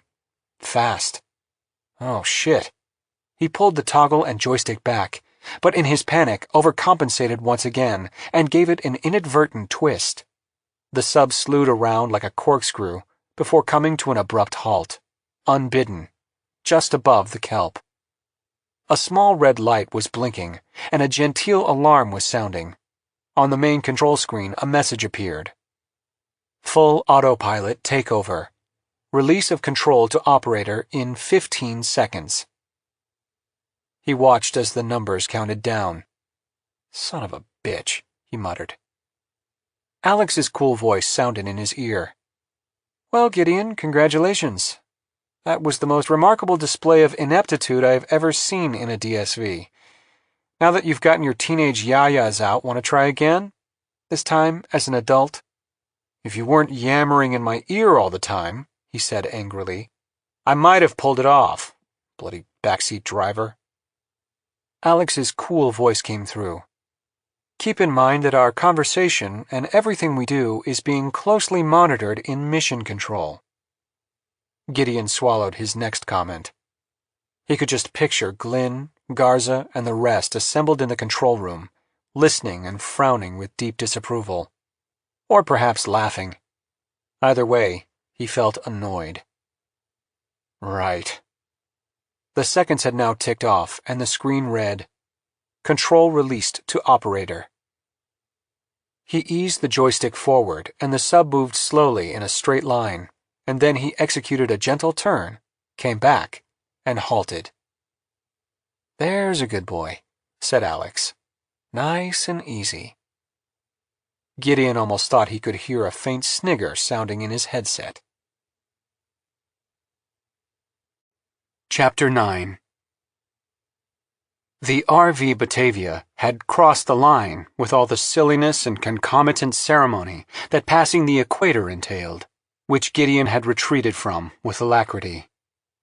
For the past 15 days, since leaving Woods Hole, life on board the Batavia had been dull. Seasickness alternating with bored overeating, reading, watching Game of Thrones in the ship's theater, playing backgammon with Alex, where he was now about 100 games behind, and trying not to drink too many cocktails in the evening. Although by now he had met numerous scientists and many of the ship's other major players, Natalie-dressed ship's chief engineer Frederick Monkton, Eduardo Betances, dour and formidable chief of security, and warrant officer George Lund, who seemed intimidated by everything and everybody. He had made few friends on board.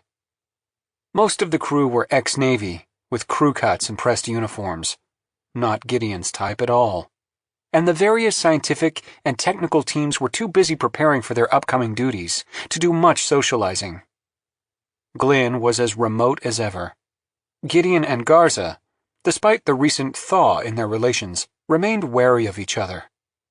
The only one he really liked far too much, was Alex, but she had made it clear that while she, too, enjoyed his company, shipboard romance was out of the question.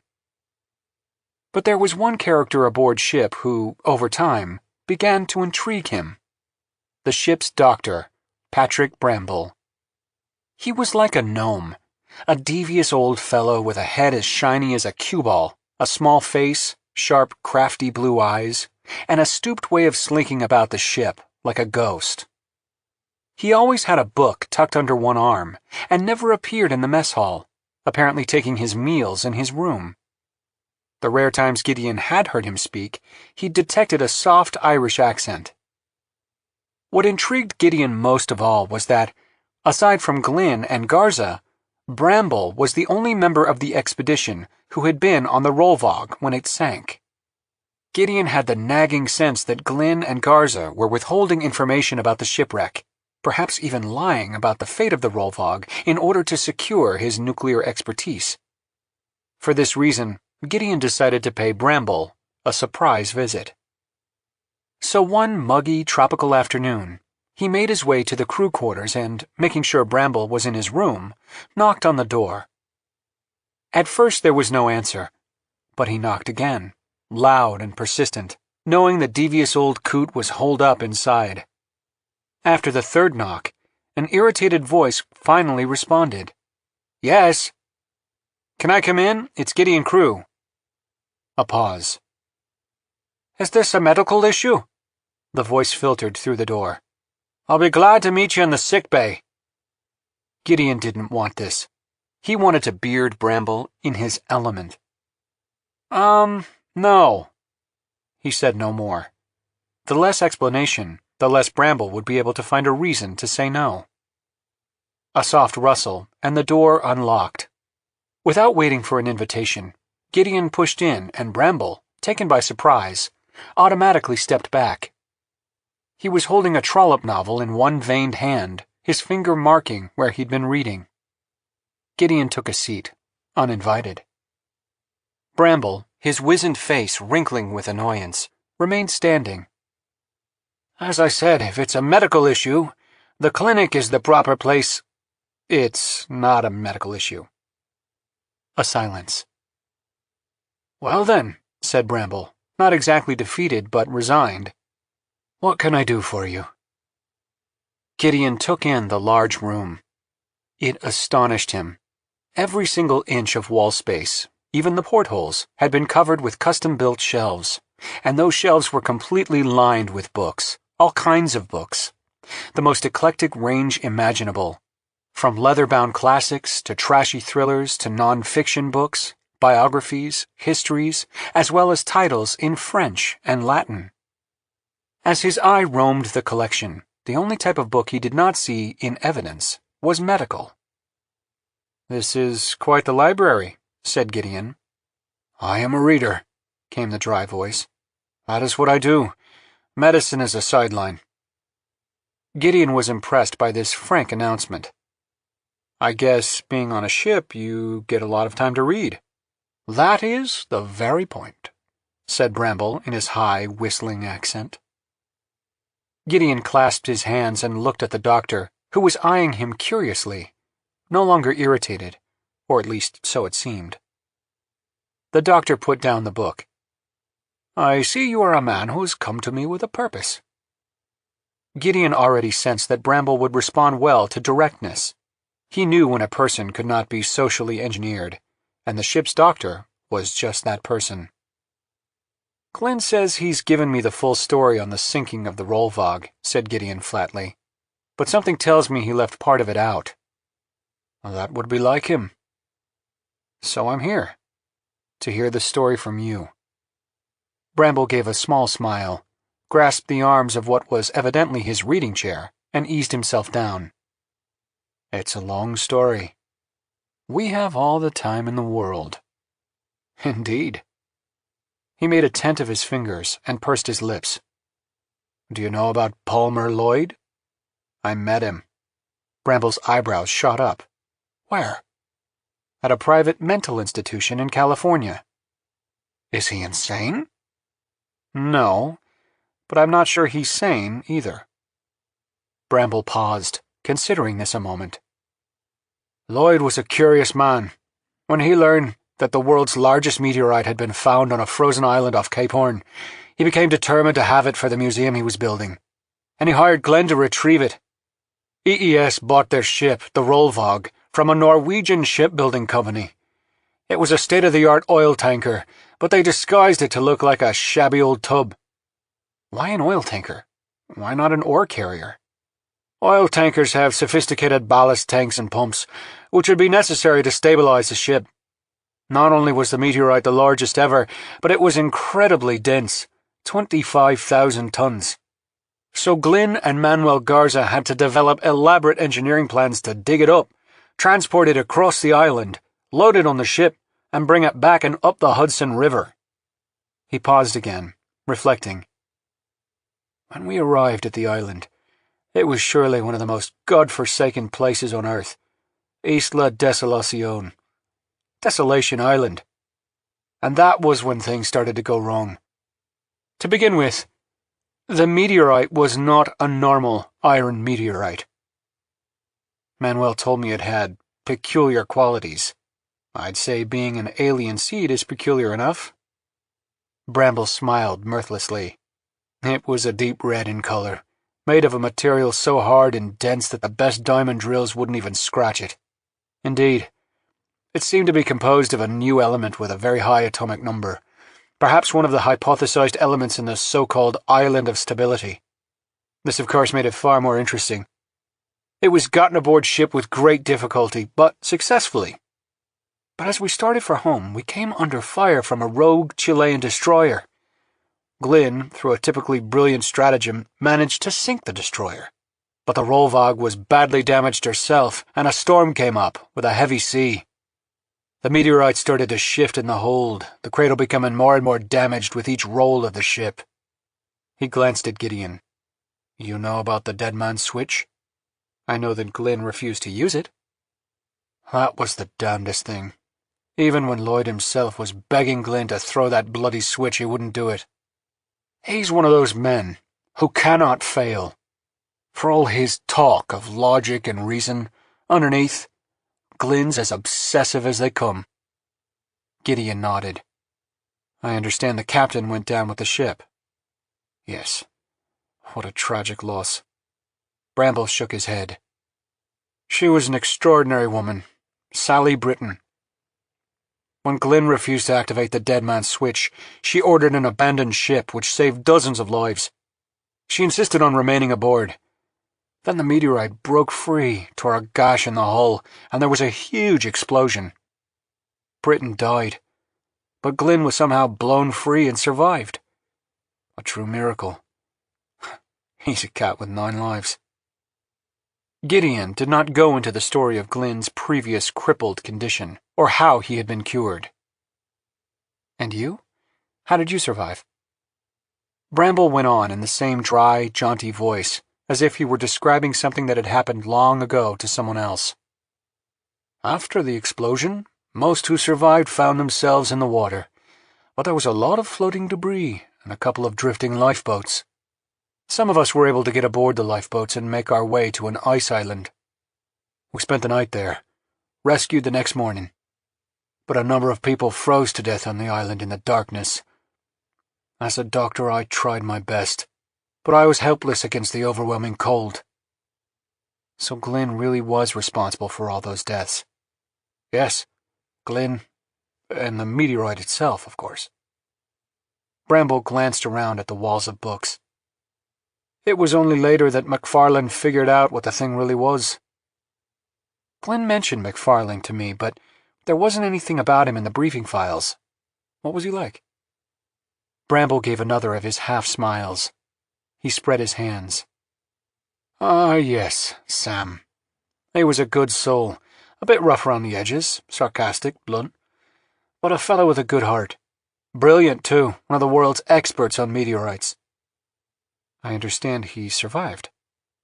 Survived, yes, but scarred. Bitter, angry, haunted, or so I've heard. And you? You're not scarred by what happened? I have my books. I don't live in the actual world. I am imperturbable. Gideon looked at Bramble. I have to ask, given all you know about Glynn and his limitations, and all the horror you went through, why did you agree to return for this expedition? Bramble laid a veined hand on the book. Plain old curiosity. This is our first encounter with an alien life form, even if it's just a big mindless plant. I couldn't say no to the chance to be part of that discovery. And, he patted the book, in the meantime, I can read to my heart's content. And with that, he smiled, rose, and offered his hand. Chapter 10. As they approached the ice limit, drifting icebergs began appearing in the Southern Ocean, and Gideon found their deep blue color and sculptural beauty to create one of the most amazing sights he had ever witnessed.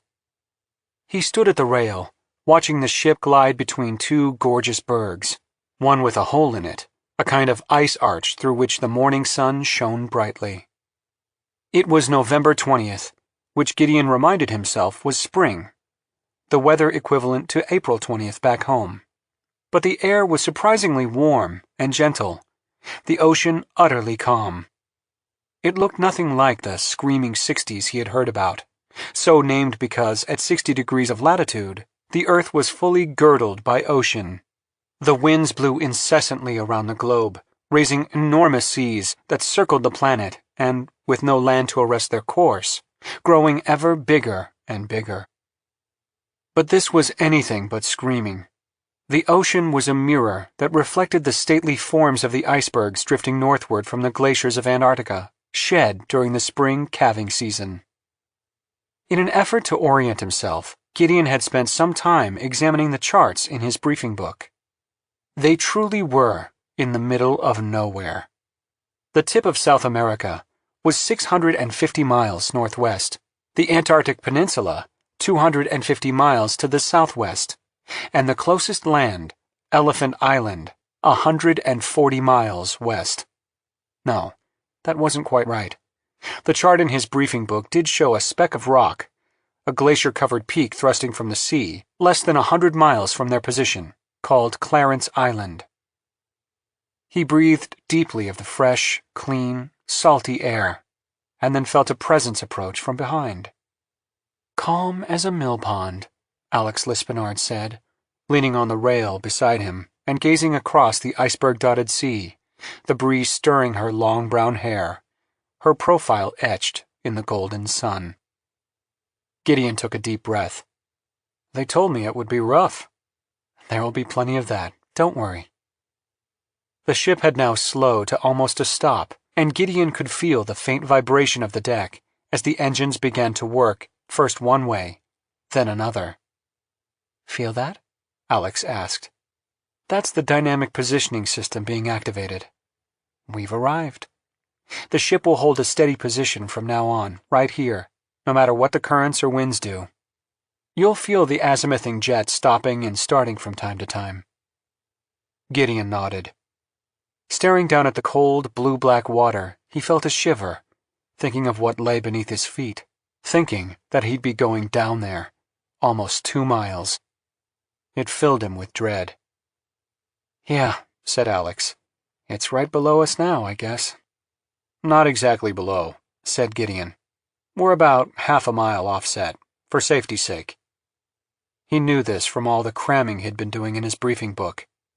He had also dined a few times at the captain's table, where Glynn and Garza also frequently sat, and he had picked up a lot of information about the project that way as well. But he still felt uninformed, and it annoyed him. He checked his watch. "Walk you down to the briefing?" he asked. "Sure." He felt her body moving next to his as they descended the companionway to Mission Control, the electronic nerve center of the ship. They were early, but Glynn was already waiting on the briefing platform, flipping through a sheaf of papers. During the voyage south, the man had continued to heal, almost miraculously, before Gideon's very eyes. Far from the once crippled figure in a wheelchair, now he no longer needed even a cane to support himself. Glynn motioned for Gideon to join him on the platform. Reluctantly disengaging himself from Alex's warm grasp, he stepped up. "What is it?" he murmured. "I might need some assistance in this briefing from the EES slacker-in-chief," Glynn replied. "How do you know about that?" Gideon demanded. But Glynn's only reply was a wintry smile. The seating area in the center of the room began to fill with the more senior members of the ship's crew and scientific personnel. It was an impressive space, oval in shape, crammed with high technology. The walls were covered with giant LCD screens, most of which were now dark. These screens could supposedly display feeds from a host of underwater cameras, deep submersible vehicles, ROVs, satellite downlinks, shipboard radar and sonar, GPS, and chart plotters.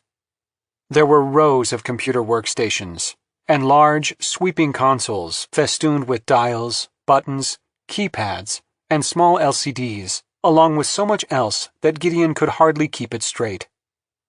Mission Control looked like it came straight out of a science fiction movie. The meeting hour arrived, and a hush fell over the murmuring group. Looking out, Gideon recognized many faces. Captain Tully, as colorless, respectable, and duty-bound as they came, sitting in the front wearing an impeccably pressed uniform, and next to him, Chief Officer Leonard. Gideon had come to like her quite a bit. She reminded him of a Nordic goddess, a giant blonde, but with a down-to-earth personality, someone who, when off-duty, appreciated dirty jokes and seemed to have an endless store of them. She had a low, resonant laugh that was truly infectious and a subversive, bad girl attitude. At the same time, she had a distinct Jekyll and Hyde personality, becoming scarily professional when on duty, and projecting an almost supernatural level of competence. Directly behind the captain and chief officer sat the ship's chief engineer, Moncton, and the security chief, Eduardo Betances. And then, sitting in the back behind a scattering of scientists and technicians, was Prothero. He had forgotten Prothero's first name because nobody used it, especially Prothero himself. The man slouched in his chair in his usual faded t-shirt and jeans, Keds propped up on the chair in front, face partially hidden under an unruly mop of black, curly hair. A tall, pretty Asian woman sat next to him. Prothero's pale, moon-like face and receding chin with a silly tuft of hair seemed to float in the dim light of the instrumentation, his large eyes and lips glistening with excessive moisture. In every way, Gideon found Prothero to be an off-putting dude. Normally, Gideon was attracted to nonconformists, but Prothero had met his friendly overtures with complaints about his birth, the ship's lack of computing power, the lousy speed of the satellite internet connection, and a host of other grievances, almost as if Gideon were the responsible party. Prothero was the expedition's sonar specialist, said to have the largest collection of recorded cetacean communications and songs in existence. He was rumored to be deciphering their language. He never, however, spoke of this to anyone, at least not so far as Gideon knew. Glynn cleared his throat. "Greetings," he said in a cool voice. "Ladies and gentlemen, we have arrived on the target area.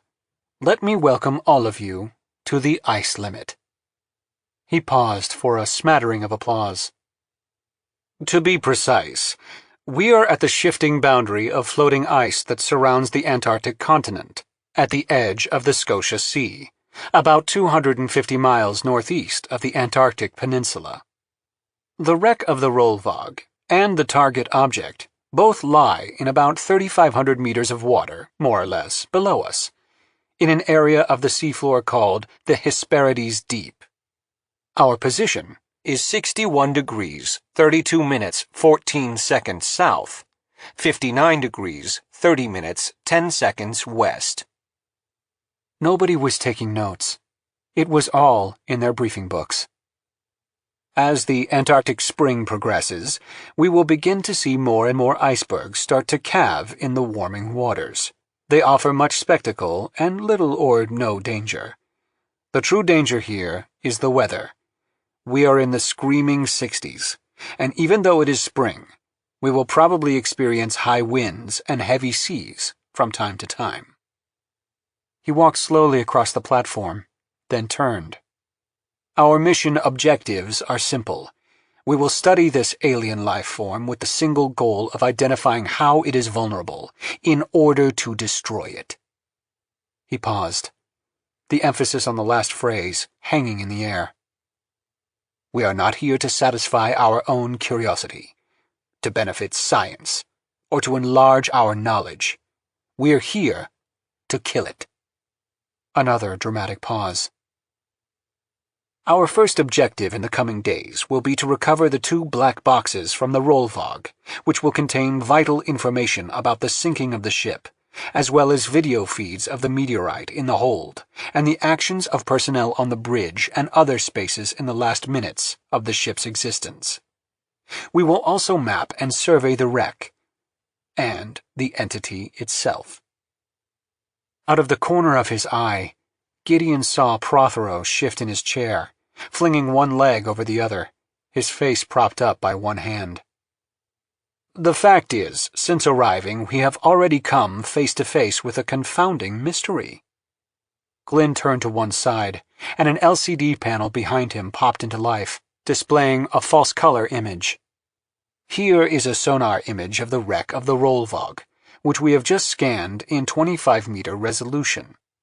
It's rough, but you can see the ship is in 2 pieces on the sea floor, about 50 yards from each other. Tomorrow, we will undertake an initial survey dive in a DSV." He turned. "Now, here is another sonar image of the area, 200 yards to the south." Another image appeared on the LCD panel. This one was odd, blurry, a vague, almost fog-like swirl of colors. "This is a sonar image of the life form that we believe has grown from the so-called meteorite seed dropped on the sea floor." A silence. "But there's nothing there," said a technician. "That," said Glynn, "is the problem. There's nothing there. Not even the seafloor is visible. The sonar signal is simply vanishing as if into a black hole, and what small return we're getting is stochastic and constantly shifting. Is something wrong with the sonar system? Said the technician. Prothero sat up, his abrasive voice loud in the room. No, there isn't. As I've said repeatedly, I've checked and triple-checked it. Well, Alex joined in, it seems to me the likeliest explanation is equipment malfunction. Hey, there's no equipment malfunction, came the querulous reply. It's all working perfectly. I'm tired of being blamed for this. Any idea, then, what's happening? Alex asked politely. Listening, Gideon's dislike of Prothero went through the roof. How would I know? Maybe there's a vent spewing clouds of suspended particulate matter, like clay, into the water. Maybe there's a small erupting undersea volcano. I'm sick of these questions. Gideon spoke up. No need to get your knickers in a twist, Prothero. Alex is asking legitimate questions. Prothero laughed loudly. Ooh, the White Knight comes to rescue the damsel in distress. Gideon, feeling the blood rush to his face, was about to respond when Manuel Garza interjected. No one is blaming anyone. We've got an enigma on our hands, which tomorrow's recon mission will solve. So let's focus on that and keep the discussion civil. Prothero gave an audible snort and went back into his slouch. Regarding the recon, Glenn went on, we're going to keep it simple. One DSV will go down to photograph the target object, along with doing a quick photographic and sonar survey of the wreck, so we can get a better idea of its position on the seafloor. Extracting those black boxes will be critical. He paused. We'll be doing this recon tomorrow. It took us a month to get down here, and there's no point in wasting any time. Alex Lispinard, as DSV chief, will assign the mission. Any questions? There were none. That's all. Thank you very much. As the room was emptying, Glenn laid a restraining hand on Gideon's arm, indicating he should stay. When everyone had left, including Garza, he leaned over. Give Prothero a wide berth. Gideon felt a swell of irritation. He had no business attacking Alex like that. He's a jerk, and I called him out on it. And you were humiliated. You'll never win a nasty exchange with him. His IQ is 40% higher than yours. Gideon laughed. Really? You've got all our IQs memorized? Of course. Now about the recon. As I said, Alex will be assigning the mission, and she'll want to do it herself. Your job is to convince her to let you do it. If necessary, I'll order her to let you. Me? What the hell do I know about driving those DSVs? This is a bit too important for a honeymoon dive, don't you think? A baby could drive those DSVs. But here's why I want you.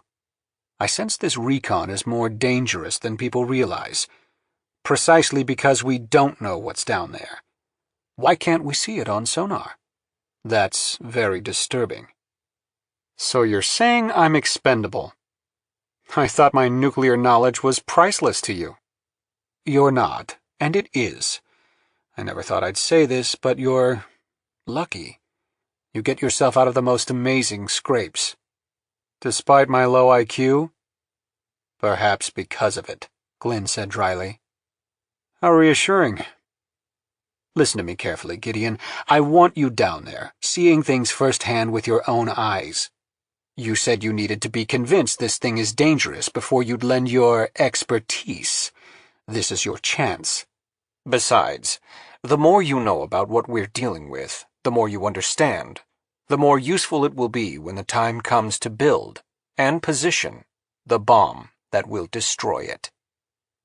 And with that, he nodded his dismissal. Chapter 11. They told him the descent would take 40 minutes, if all went well. Gideon, strapped into the DSV known as Ringo, fought back a growing sense of unease and claustrophobia as the submersible was lowered into the water. He'd had a right good argument with Alex when he'd asked her to assign the recon to him instead of herself. Nothing had worked. Wheedling, cajoling, demanding, even telling her to fuck off. In the end, though, he hadn't needed to go to Glynn. She'd taken the matter to him herself, and Glynn had endorsed Gideon's request. The whole incident had left her furiously angry, and that pained Gideon, especially since he wasn't exactly thrilled to be the volunteer guinea pig. The surface of the ocean was visible through the forward viewport, rippled by the breeze, but otherwise calm. He could feel the faint swing of the DSV as it entered the water. In a moment, the submersible was under, with glistening bubbles swirling around the viewport, and then he was staring into the infinite, sun-speared depths. He took a deep breath. He tried to take his mind off the fact that he was going down into the blackness beyond, almost 2 miles deep. "Ringo, do you read?" "Loud and clear." Gideon's mission control contact was Garza, who, although he wasn't exactly the warmest human being, was one of the most competent. For that, Gideon was grateful. "We're going to hold you at a depth of 20 feet while we go through the in-sea checklist. You ready?" "So far, so good." While the DSV hung in the water, still on its cables, Garza ran through a checklist, telling Gideon to flick one switch, read a second dial, turn on this pump and turn off that one, while he confirmed that all systems were go. Finally, Garza said, "Ringo, ready to release in 1 minute." The procedure, Gideon knew from the topside briefing, was to release the DSV into the water, where it would sink straight to the bottom, drawn down by its iron ballast. At the bottom, the weights would be jettisoned, giving the DSV neutral buoyancy.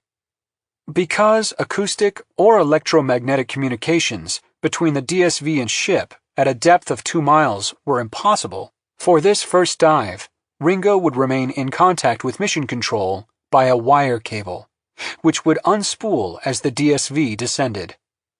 If the cable broke, apparently this was a common occurrence, the autopilot would automatically take over and bring Ringo back to the surface. The cable would carry all of the DSV's operations, video, and sonar data to mission control, so that if anything started to go wrong, they would know it in real time. "Release in 10 seconds. Gideon listened as Garza's voice counted down in his headphones. Then he heard a muffled thunk and felt himself begin to sink. He could see small particles in the water drifting upward past the viewports at a steadily increasing rate. The surrounding sea began to darken, from light blue to a deep indigo. "All systems green," came Garza's neutral, reassuring voice, every 2 minutes. Now the viewports had faded into black. Occasionally something, a bit of particulate matter, would flash through the DSV's running lights, moving upward as the vehicle sank. "Take a deep breath, Gideon. Your vitals are starting to rise." He realized he was breathing fast and shallow, and he could feel his heart racing. They were monitoring his vital signs, of course, and he knew this incipient panic would not look good. He made a supreme effort to regulate his breathing, calm himself down, telling himself this was far less dangerous than crossing 7th Avenue at rush hour. "Better," said Garza. Gideon checked the clock. Jesus, it had only been 7 minutes. 33 more to go. One screen showed a continuous sonar image of the seafloor below, and he focused on it to distract himself. The image gradually grew clearer. 2 brighter images began to resolve themselves, representing the 2 pieces of the roll log on the sea floor. To the west of the wreck, he could see the strange, ever-shifting, pixelated cloud of sonar return that cloaked the place where the meteorite had landed. 20 minutes. He glanced around, refamiliarizing himself with the controls, then checked the depth gauge, continuously reeling off his depth. 2,000 meters, 2010, 2020. The sonar image of the wreck continued to sharpen, but the sonar cloud to its west was, if anything, getting bigger and blurrier. 30 minutes. He was almost there. "Slowing descent to 50 meters per minute," said Garza. Gideon felt the change. Or perhaps it was his imagination? Now he could see the Rollvog in detail on the sonar screen. It lay on the seafloor, torn in half, with a debris field scattered around it. Both pieces of the ship, each one impossibly huge, were lying on their sides, at an angle of perhaps 120 degrees. Other than that, the seafloor extended flat in all directions, except for an area about 100 meters in diameter at the spot where the meteorite was estimated to have landed, which was still just a blurry, shifting cloud of pixels. Random sonar return. The wreck grew until it filled the sonar screen, and still kept growing. He could see the DSV was aiming for a spot on the seafloor, perhaps 50 meters from the ship's stern. "Slowing descent to 20 meters per minute," said Garza. "Gideon, Ringo's light should have a reach of about 100 meters. You'll be able to see the Rollvog invisible light through the downward viewport at any moment now." "Roger." Gideon kept his eye fixed on the viewport. "The autopilot will bring you to rest on the seafloor," said Garza. "Then the DSV will automatically blow the ballast tanks to achieve neutral buoyancy, and the autopilot will bring you up 10 meters. Hopefully the action won't throw up too much silt, but if it does, you're down current from the ship and you will remain stationary until the silt clears away." "Understood." So far Gideon had done nothing but monitor the screens. Gazing through the viewport, he could now see the details of the bottom approaching, faint in the DSV's lights. It was smooth mud with a few scattered depressions and some unrecognizable pieces of debris. The wreck itself was still out of view. The DSV settled down ever so slowly, the bottom coming up to meet him. The muck of the bottom obscured the view out the lower port, and he shifted his gaze to the left and right viewports. To his right, with a start, he realized he could see the dim form of the Rollvog's stern, with two gigantic, mangled screws affixed to what looked like pods. The crumpled hull, split along riveted seams, extended on into the blackness. "Ready to blow tanks," came Garza's voice through the communications wire. "Roger." Now he felt a series of jolts, and a cloud of silt rose up to obscure his view. The DSV ascended briefly, then became stationary again. The viewports remained completely obscured by silt, which was reflecting the headlights back into the DSV, making it bright inside. "We're waiting for the silt to drift down current," said Garza. Within 2 minutes, the silt had cleared away. He was, as Garza promised, about 30 feet off the bottom. Now he could see the Rollvog in more detail, still faint and at the edge of the spotlight's penetration. Strangely, there was no sign of any deep-sea life, no fish or sea creatures around, and nothing on the ocean floor save scattered bits and pieces of debris. "Ringo, the DSV is yours. Begin recon." "Roger that." Gideon's briefing had been very specific. To pass over the length of the wreck at a height of 20 meters, from stern to bow, then make a second, sideways pass. The DSV was pre-programmed to do a complete photographic, sonar, and magnetic survey. All he had to do was pilot it, making sure to steer clear of any snags. Not that it mattered, since Ringo's autopilot would avoid them anyway. Then, in Phase 2 of the recon, he was to make his way toward the site of the meteorite and see what the sonar cloud was all about, whether it was a cloud of silt, seafloor venting, or something else. Gingerly moving the joystick, Gideon turned the DSV to face the ship's stern, then pushed it forward. With a smooth motion, the DSV hummed along at a slow pace. He maneuvered the mini-sub to a higher altitude above the sea floor. Gradually, the stern came into sharper view, each of its two giant screws larger than his entire vessel. He increased altitude, the DSV responding with the brief delay he was now used to. He made continuous adjustments to keep the path steady and even. "Proceed to the predetermined waypoint," said Garza. A chart plotter on the main screen showed the waypoint in X, Y, and Z axes, and it took only the merest nudging for the submersible to reach it, at which point he came to a halt. Commence survey. Again, the DSV needed almost no help from Gideon, who only had to push the joystick slightly for the craft to follow the predetermined survey line, smoothly and expertly. The whole thing was pre-programmed, and Gideon began to feel that his presence was more or less optional. As he cruised about 50 feet above the wreck, Gideon became even more impressed by its enormous size. They had told him it was bigger than the Empire State Building, and now he was experiencing just how true that was. It went on and on, the warped hull sliding past. He passed the superstructure, then the bridge lying on its side, crushed and scattered about the seafloor in great wrinkled heaps, with all kinds of cables draped about. One bridge wing stuck up from the hull, its windows shattered. Odd, thought Gideon, that there were no signs of life around the wreck, no fish moving in and out, no plant growth. The entire place seemed dead. But that would be explained, perhaps, by the great depth and lack of light. He reached the spot where the hull had split, the great riveted plates of the ship ripped apart, the petaled pieces of metal warped outward. Clearly, an explosion inside the hold had torn the ship in half, and in the space between the two halves of the ship lay a huge, rotten pile of debris, a gigantic tangle of split timbers and metal struts, which he assumed must be the remains of the cradle for the meteorite. Suddenly, he had a jolt.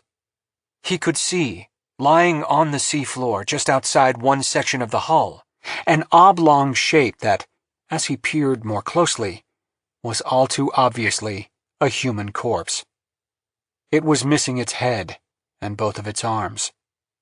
And as he continued scanning the slowly passing view, he saw another folded shape nearby that, too, was a body.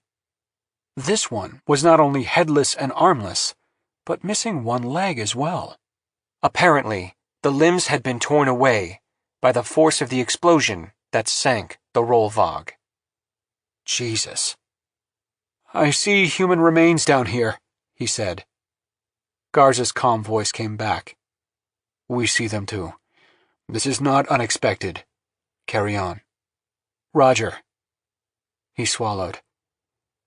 Why hadn't he thought of that before? And why hadn't they mentioned this in the briefing? Other than the violence done to them by the explosion, both corpses seemed remarkably well preserved, which, he figured, must be due to the great depth. Now he could see the blunt bow approaching. Nearing waypoint 2, said Garza. As he passed the bow, the water suddenly became dark again, the sea floor almost too far away for the headlights to reach. Reaching waypoint 2. Once again the DSV came to a smooth hover. We're going to make a second pass, Garza said, to the north and offset from the ship along its deck side. Proceed to waypoint 3.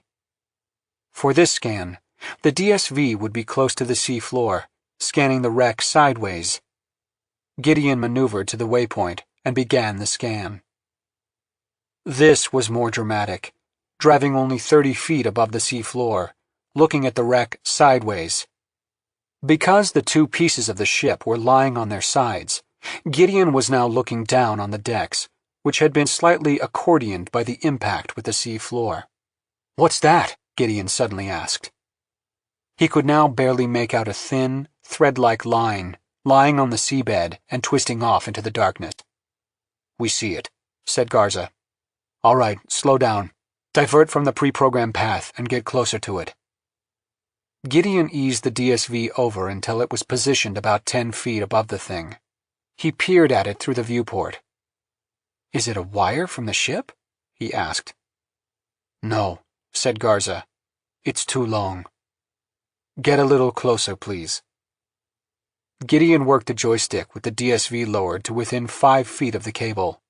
It was smooth, featureless, and pencil-thin, and the same gray color as the sea floor it was lying on. Now that he was closer to the bottom, he could see other similar cables lying on the sea floor, some partially buried, some appearing and disappearing in the muck, all snaking off in one vague direction into darkness. "Did you notice they're all heading in the direction of the meteorite?" said Gideon. "I'd like to follow these." A brief silence. "We don't advise that," said Garza. "Finish up the survey. We can examine it later." "My survey of the Rollvog is complete. Since I have to go that way anyway, I'd really like to follow these." More silence. No doubt they were conferring topside, out of his hearing. "Very well," said Garza. "Go slow and do not, I repeat, do not enter any cloud of silt, if there is one, or approach any venting structures. Stay well away from anything that looks unusual or unnatural." "Roger." Gideon turned Ringo and began following the narrow snake-like cables lying on the sea floor. For some reason, they gave him the creeps. And then, through the forward viewport, Gideon could see a large, indistinct, looming form start to take shape. "Do you see that?" "Yes," said Garza in a clipped tone. "And we're losing you in the sonar cloud." "But the water is totally clear." "We see what you see." Gideon instinctually slowed the DSV to a crawl. His sonar screen dissolved into a wash of noise. However, the submersible's headlights now picked up the form ahead, outlining it with clarity. "Oh my God," he murmured. Looming ahead out of the darkness was a gigantic, tree-like thing. A grotesque, ribbed growth rising from the seabed, with a fissured, bark-like surface. It towered so far above him that the top of it disappeared into blackness, out of the range of his lights. It went on and on and on. "Go no farther," said Garza, but Gideon had already stopped the DSV. There was silence topside. Gideon stared. The loose bundles of cable he'd followed ran along the seabed until they reached the vast growth, combining together and running into its base like a root. Gideon could see a vast number of other similar appendages converging in from other directions as well, going into the base of the structure. "Holy shit," Gideon said. Garza spoke again, his voice uncharacteristically tense. "Time to return to the surface." "I'm going closer." Gideon eased the joystick forward. "No, you're not." A message popped up on the DSV control screen. Control transferred to surface. The craft stopped responding to the joystick. He heard a clang as the iron ballast was released, and the sub began to rise. "Hey!" "Sorry," said Garza. "We're bringing you up." But now, Gideon was rendered speechless as the submersible rose and the enormous size of the thing became fully revealed. He was rising at an angle, away from the tree, and just when its central trunk started to divide into what appeared to be clusters of branches, the thing disappeared into the murk, out of range of his lights. 39 minutes to surface, came Garza's tight voice. As blackness reasserted itself around the viewports of the DSV, Gideon could only imagine the consternation now taking place in mission control. Chapter 12. Glynn called a meeting for 1 o'clock, barely giving Gideon enough time to change out of his sweaty clothes and shower. When he arrived in mission control, it was already packed. It seemed that everyone who was anyone on board ship was there. Every chair was taken, and in the back it was standing room only. Garza was seated on stage with Glynn. As Gideon entered, Glynn beckoned to him, and he joined them. To his surprise, a scattering of applause greeted his arrival on stage, which became general. He quickly sat down, embarrassed. Wasting no time, Glynn gestured for a wireless mic and spoke into it. "This debriefing is called to order." At the sound of his cool, neutral voice, an instant silence fell. "Most of you have already heard about this morning's recon dive by Dr. Crew.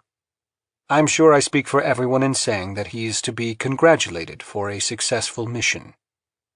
Another round of applause. Gideon noticed Lispinard, sitting in the front row. He expected to see anger and disapproval on her face. Instead, he saw an expression he didn't quite understand. "The purpose of this meeting," Glenn went on, "is to briefly review footage and data from that recon, and then open the floor to ideas, analysis, and discussion. Finally, we will address the next steps to be taken." He gestured to the tech in the AV booth, and the main screen came to life. The assembled company watched in silence as an edited version of Gideon's reconnaissance played on the screen, with the communications dialogue included. At the end of the reel came a series of magnified stills of the huge thing he discovered, and the tendrils that snaked away from it. "And now," said Glynn as the footage ended, "I'll share with you a few additional images. The first are sonar readings of the organism, collected on the recon.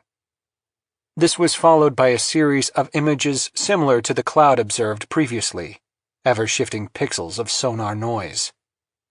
And here are some sonar readings from the creature. It generates sonar. In other words, it makes a low, continuous noise, in the 2 Hz range, far below that of human hearing. Here is a computer-generated image of its sonar fields." The images showed an eerie, glowing, blurred outline of the thing, with streamers coming off it. He continued with some additional images in various modes, and then paused, looking around the room. "Very well. I'm going to open the floor to anyone who has anything to say, or any questions to ask. This free-flowing discussion will last 30 minutes, so be succinct." A bunch of hands went up. Glynn pointed to the back. "Prothero?" Why, Gideon thought, call on him first? He was likely to hijack the discussion. Prothero rose. "Okay, it's pretty obvious to me what's going on with the sonar." He looked around. "Nothing wrong with the equipment, by the way. That baobab's got a surface that looks like bark. You saw that? So I took a close look at it under magnification, and right away I noticed that it has a remarkable mathematical quality. It scatters sonar almost perfectly. In other words, the baobab's invisible to sonar. And I can also tell you why."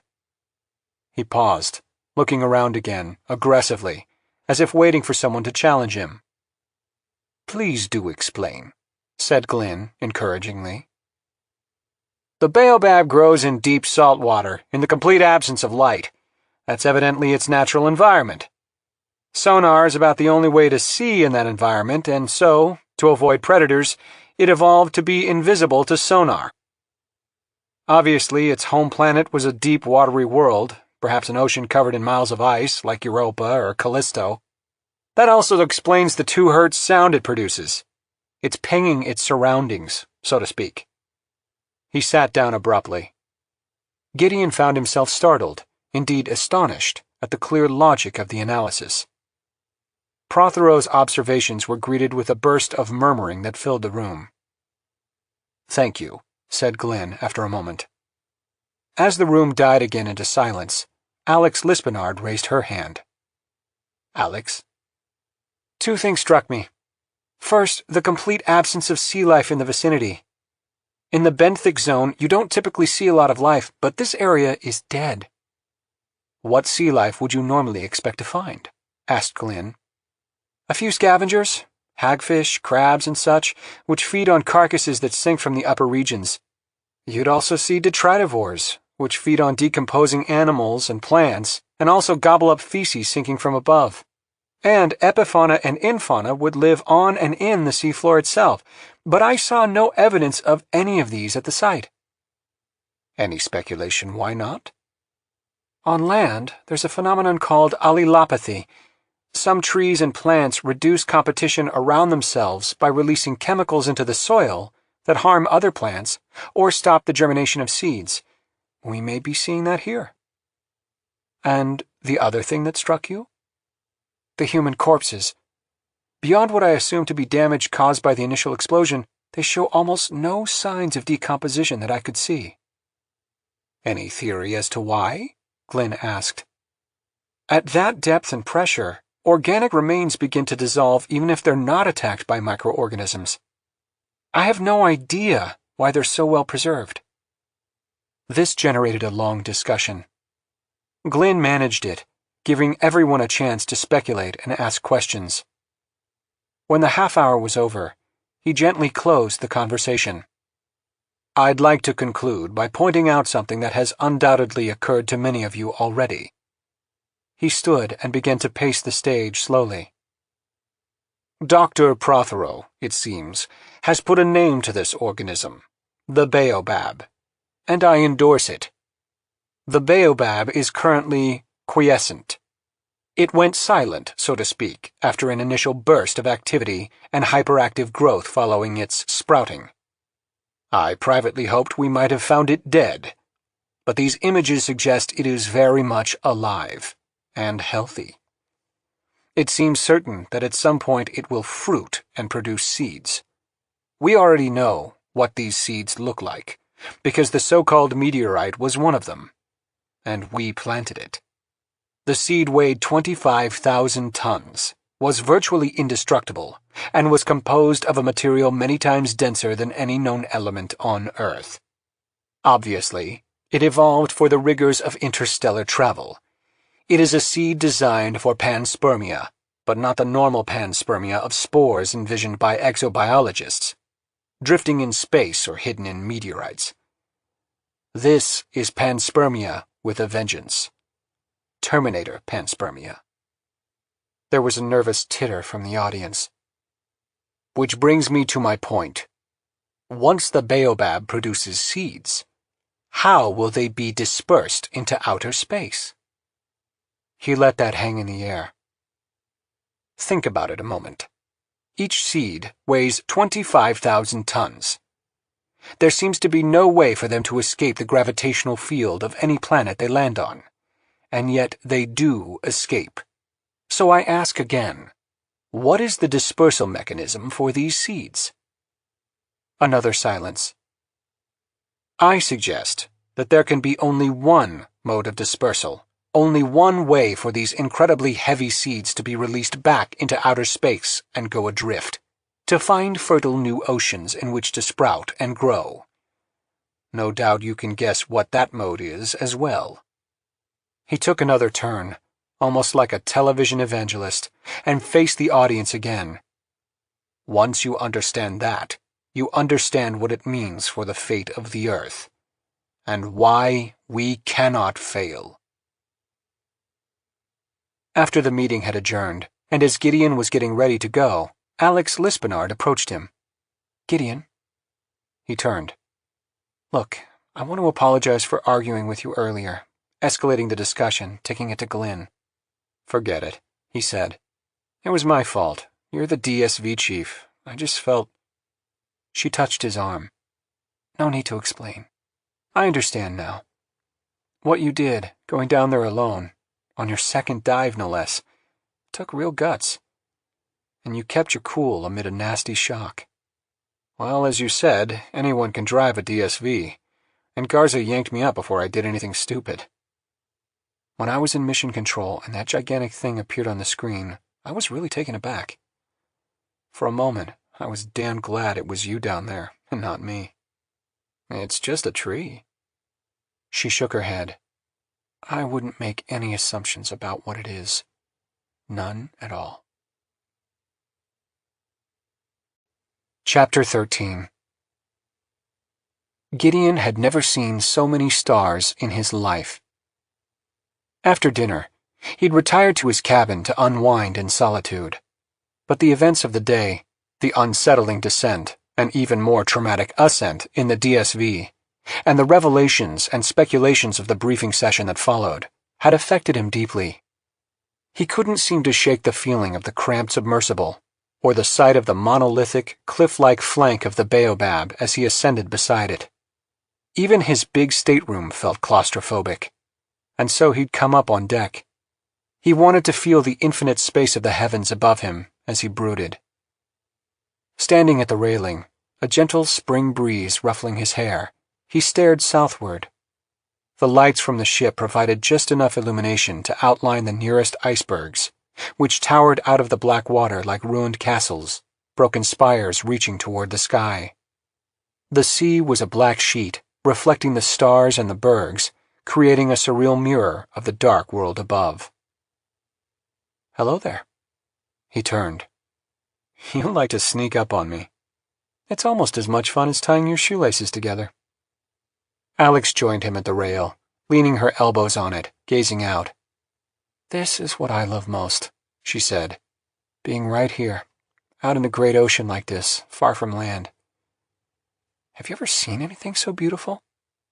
"I admit, it's magical. But I still prefer the mountains." He could just catch the scent of her freshly washed hair, and he felt the same hopeless attraction wash over him. Part of him wished there were no Alex Lispenard on board to torment his dreams and disturb his peace of mind, but mostly he was glad of her presence and friendship, even if she did beat him relentlessly in backgammon. "That observation you made about the bodies not decomposing was really disturbing. At that depth and pressure, salt water is like a mild acid. It goes to work on organic remains right away. You may recall that no human remains were found with the Titanic, not even bones. While most of that was done by scavengers and tube worms, the seawater and pressure sure helped it along. I can see why the baobab thing might excrete chemicals that kill off the surrounding microbial life, but how would it stop the action of pressure and salt? That's the mystery." Silence fell. They remained at the railing. Alex was so close to him, her arm was brushing his. She had turned her head toward him, and he in turn swiveled to look at her. Their faces were very close. He resisted the impulse to lean in and kiss her. Instead, she kissed him. Her lips were soft and warm. The kiss lingered for a long, slow moment, and then her lips parted, and their tongues touched. He reached up and stroked her hair, pulling her toward him in a deep, long embrace. She withdrew, smiling. Gideon was so out of breath he couldn't speak. He leaned in to kiss her again, but she stopped him with her finger. "Not where we might be seen." Right. He wondered where this was going, why she'd changed her mind about shipboard romances. He knew this was probably not a good idea for either of them, but at the moment he really, truly didn't care. "We haven't done any magic tricks together," she said in a low voice. "I'm not sure I can teach you anything." "Oh, I don't know. There are always new tricks." She paused. "Do you still have that bottle of Veuve Clicquot?" "I've been saving it." She took his arm. "Let's go enjoy it." He looked at her a long time. He couldn't believe this was happening. "All right." They walked back into the Batavia's interior, arm in arm. It was almost midnight, and most of the ship, except for the bridge and the night watch, had gone to bed. Down through the corridors and passageways they walked, and into his stateroom. To his relief, they met nobody along the way. He closed the door behind them with his foot. Silently they came together and kissed again. She began unbuttoning his shirt, slowly, and he did the same with her blouse. He resisted the impulse to tear off all her clothes. She pulled the shirt over his head and ran her fingernails lightly along his chest. I like this." He tossed her blouse aside, unhooked her bra, and released her breasts, cupping them in his hands. He lightly ran his fingers around her nipples, feeling them stiffen at his touch. He could hear her breath quicken. Her hand crept down his stomach and slid under his belt buckle. "Want to teach me some magic?" "Yes," was all he could manage to say. They made love slow, deep, and hard. Afterward, he lay collapsed on top of her, kissing her lazily. Then he propped himself up, looking down at her lips, her nose, her hair disheveled over the pillow, her eyes looking into his. "We forgot the champagne," she said. "It's still there, waiting for us." They looked at each other for a long time. What about your, rule about no romance on board ship? Gideon asked at last. Oh well, she shrugged. I just couldn't stop myself. You mean this isn't just a moment of weakness, never to be repeated? I've been thinking about doing this for 32 days, she said. I'm afraid I'm hooked. There's no going back now. For 32 days? I had no idea. Come on, all those backgammon games? All the time we spent together? You men just don't have a clue, do you?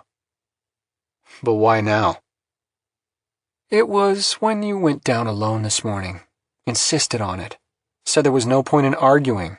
Told me to fuck off. It sure made me mad, but oddly enough, it also made you irresistible. I didn't expect you to be so forceful, knowing how afraid you are of the deep. He shook his head. It was Eli's idea, to be honest.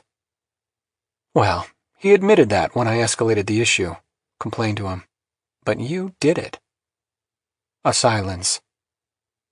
So, is this for real? I hope so. Are we going to hide it? She laughed. On board ship? Impossible.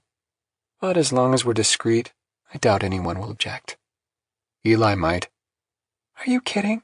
With all his psychological profiling, I imagine he expected this. Maybe he even engineered it to happen, which is why he suggested you lead the recon. He's the world's most skillful manipulator. But in this case, it was a good manipulation. Speaking of manipulation, he looked down at her naked body, still unable to believe what had just happened, how suddenly his fortunes had changed. Uh-oh, she said. Is something happening down there again? So soon? Chapter 14.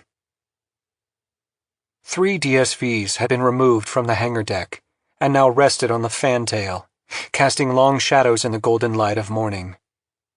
Gideon arrived a few minutes before the scheduled briefing, cup of coffee in hand, pleasantly exhausted by the long night of lovemaking.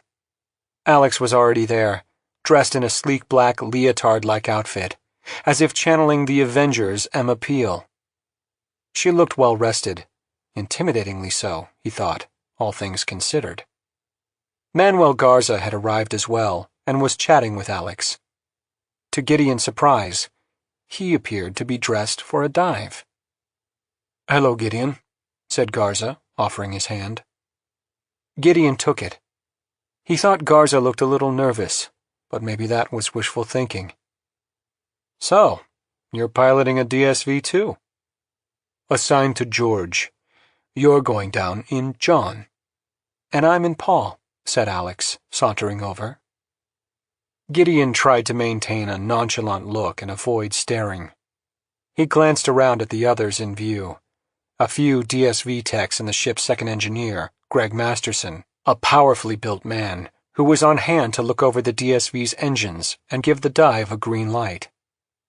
Did they know? But there weren't any knowing glances, just an air of professional gravity.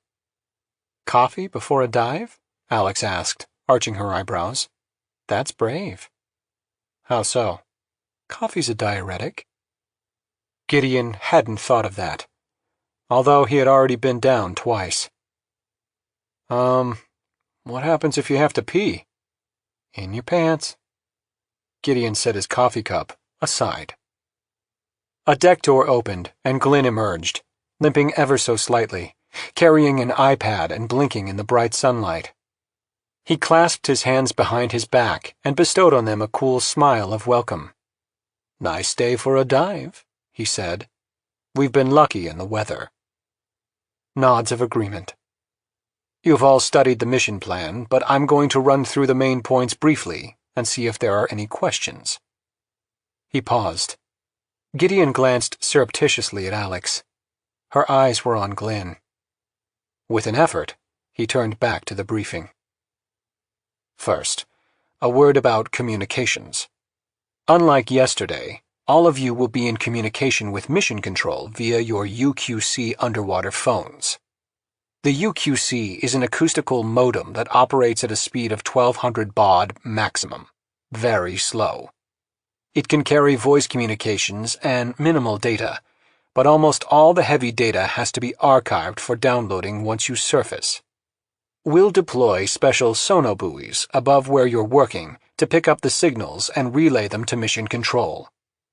But, because of the minuscule throughput, there will be a time delay before we'll actually be able to view them on the surface. Also, because these are acoustical signals, they're easily blocked. Gideon, when you're inside the Rollvog, your communications will be temporarily cut off, not just from mission control, but from the other DSVs. Gideon nodded. The two black boxes are vital. One contains all data and communications to and from the ship's bridge.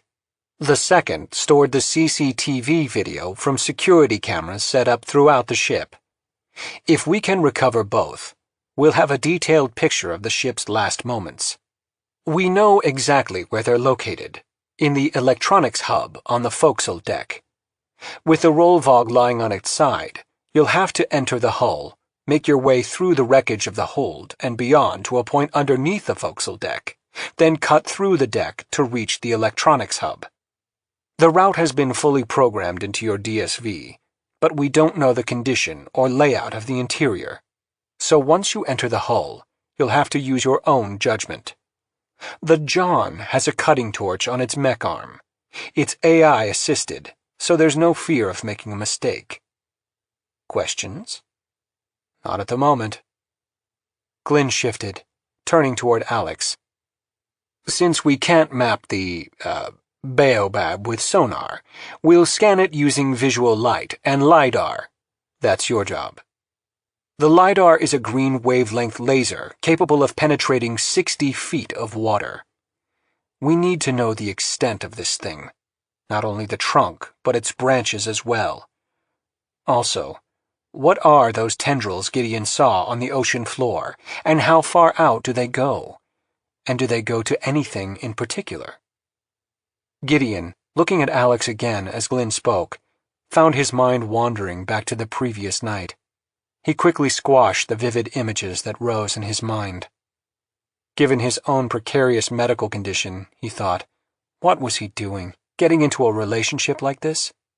Following the awful events that had transpired during their time on the lost island in the Caribbean, Glynn had healed amazingly well, and Gideon still held out some hope he might also be cured of his condition. Or was that just wishful thinking? As of yet, there was no evidence that anything had medically changed, no evidence that he might have any longer than 9 months left to live. Was he becoming an old softy?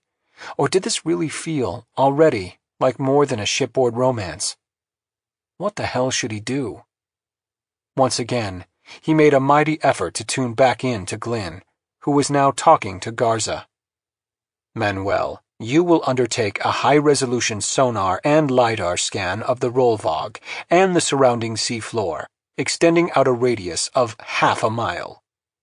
I also want to do a 5-mile transect, starting at the Baobab and going out, to see how far the dead zone extends. Glynn looked at the three in turn. Finally, all 3 DSVs today are equipped with science baskets. If you see something interesting, notify Mission Control.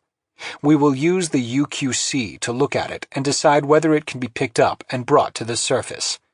If so, you'll use your mechanical arms to place it in the science basket. The operation of the arm is simple and it, too, is AI-assisted, so previous experience is not required. He ran through a few more details, then finished with a simple, "Let's mount up." Gideon climbed his submersible's ladder up to the sail hatch. He stood there a moment, looking at the other two, watching as Alex gave him a smile and a wave, then lowered herself gracefully through the hatch. A moment later, he grasped the bar and stepped into his own hatch, climbing down the miniature ladder into the personnel sphere. Unlike the previous day, he felt calm and confident. 10 minutes later, Gideon once again found himself staring through the forward viewport at a swirl of silver bubbles, as John was lowered into the water. He heard the clank as the DSV was released, and watched through the viewports as he drifted down into the infinite, darkening blue. Chapter 15. Out of his right and left viewports, Gideon could see the yellow gleam of lights from his two companion DSVs, drifting down at approximately the same rate. He could hear the faint hiss of the air tanks and CO2 scrubbers. During the 40-minute trip to the bottom, he eventually lost them in the blackness. After a long, boring ride, he picked up their lights again as they slowed, nearing the bottom. His first waypoint was a spot 50 meters from the split hull of the Rollvog, at an altitude of 30 feet off the ocean floor. The autopilot gently brought him to the waypoint, the sub coming to rest. Gideon looked about, rotating the sub and peering into the gloom. He could see, a few hundred yards to his left, the blurry cluster of lights from Alex's DSV, Paul, also hovering 30 feet above the seabed. Through the forward viewport, he saw a similar cluster of lights from George. Following protocol, he made contact using the UQC. "John, at waypoint 1, calling Paul." "Paul here, I read you, at waypoint 2. "John, calling George." "George here, I read you, at waypoint 3. These names, Gideon thought, were starting to feel a little silly.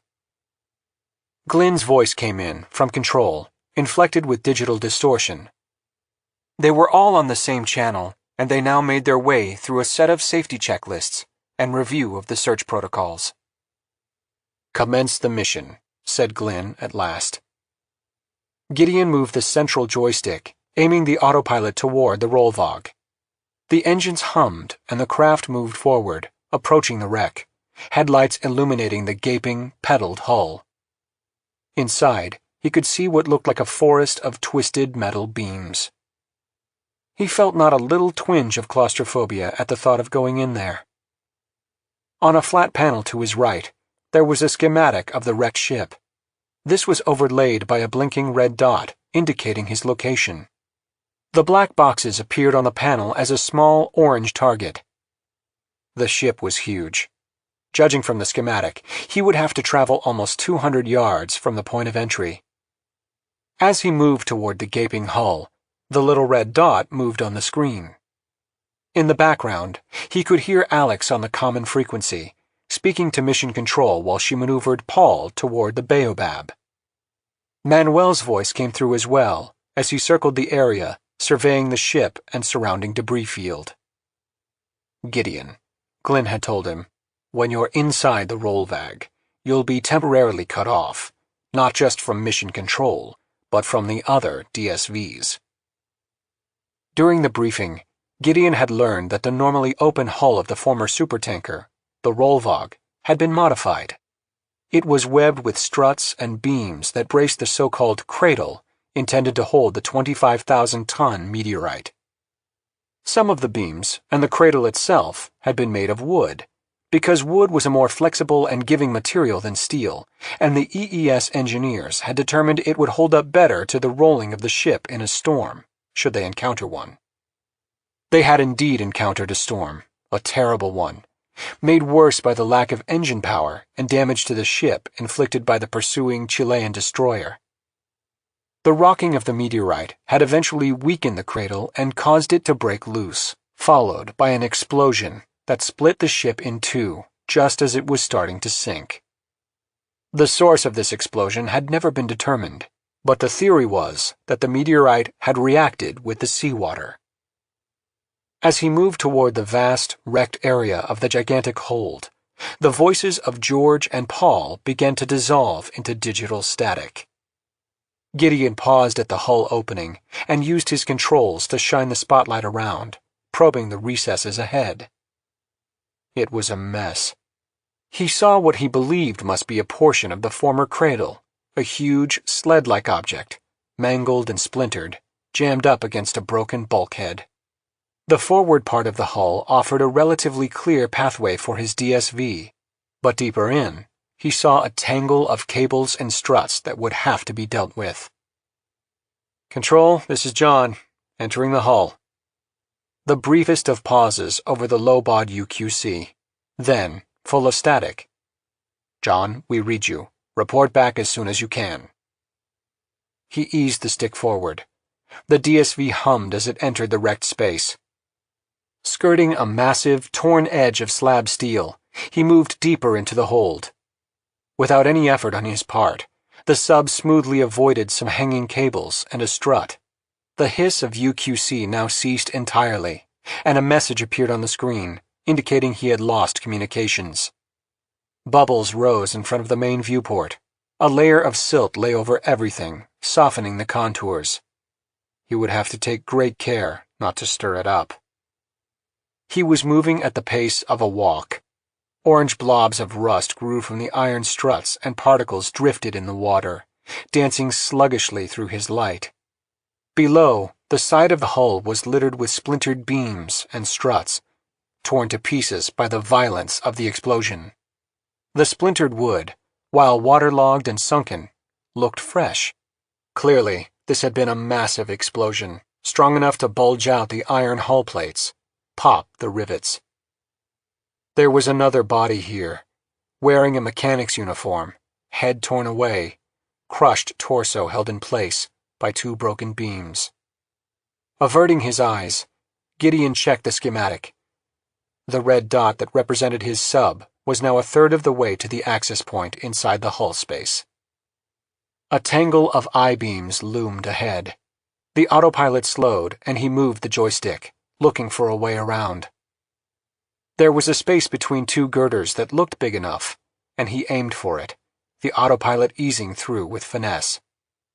But it was beginning to feel as if he were in a shattered forest after a battle, the girders like warped, broken trees. He probed this way and that through the maze-like jungle, each time finding a hole just wide enough to get through. As he penetrated deeper into the wreck, it grew increasingly difficult to shake off the feeling of claustrophobia. The radio silence didn't help. Gideon began to feel very much alone. Or was he? Because, strange as it seemed, he was also aware of a sense of being watched, followed. He dismissed this as best he could. It was the sort of anxiety that occurred when walking in a dark forest at night, he told himself, and it dated back to the early days when humans were, in fact, hunted. And hadn't he compared this environment to a forest, albeit a wrecked one? And now, quite suddenly, he reached a point through which there seemed no way to pass. He maneuvered forward, slowly, until he was blocked. He turned one way, then another, and then another. There seemed no passage forward. Hovering in place like this, his engine stirred up the silt. He could no longer tell from which direction he'd come. Jesus, what was I thinking? Agreeing to pilot my way through hundreds of yards of wreckage miles below the surface? No way do I have the experience to do this. And now I've gotten myself trapped. And can't call for help. He started to panic, then quickly forced himself to calm down. The autopilot would, of course, know the way out. But to go farther, he'd have to do some cutting. Doing his best to breathe slowly and deeply, he centered his attention on the beam blocking his way and raised the robotic arm, activating the underwater acetylene torch. It had its own set of controls and, to his relief, was surprisingly easy to use, the arm seeming to know exactly what he wanted it to do. Another example of a quasi-AI automatic control. The torch popped to life, sending up a stream of bubbles and a white pinpoint flare. He maneuvered it toward the beam and began cutting, careful to make the cut slanted so the beam would fall away from him. But the AI software of the arm already knew that. In a few minutes, with a muffled snap, the beam toppled away and he was able to proceed. He continued maneuvering, this time to the left, and paused to cut through another beam. Now his spotlight shone on the bulkhead of the forecastle deck. Because the ship was lying on its side, the deck was a vertical wall of steel, which made it much easier to deal with. His screen schematic showed him exactly where he was supposed to cut in order to reach the electronics hub where the two black boxes, actually orange in color, were stored. A second flat panel contained a diagram of the hub's interior, indicating the exact location of the boxes. They should be easy to get at, as they were supposedly designed for ready access in a wrecked ship at depth. He maneuvered the DSV to align it with the pre-programmed cutting lines, and then, with a mere touch of the controls, the arm flared once again into life. The protocol called for cutting the access opening in 5 stages, removing 5 smaller plates of steel, each cut designed so that the plates would drop away and not present a further obstacle. Practically by rote, the mech arm cut the plates with unerring precision, and one by one they fell away.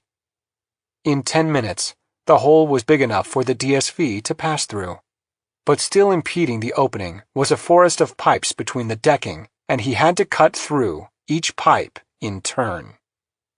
They, too, fell away cleanly. Gideon positioned the sub and probed the space ahead with the spotlight before entering. It was an utter mess.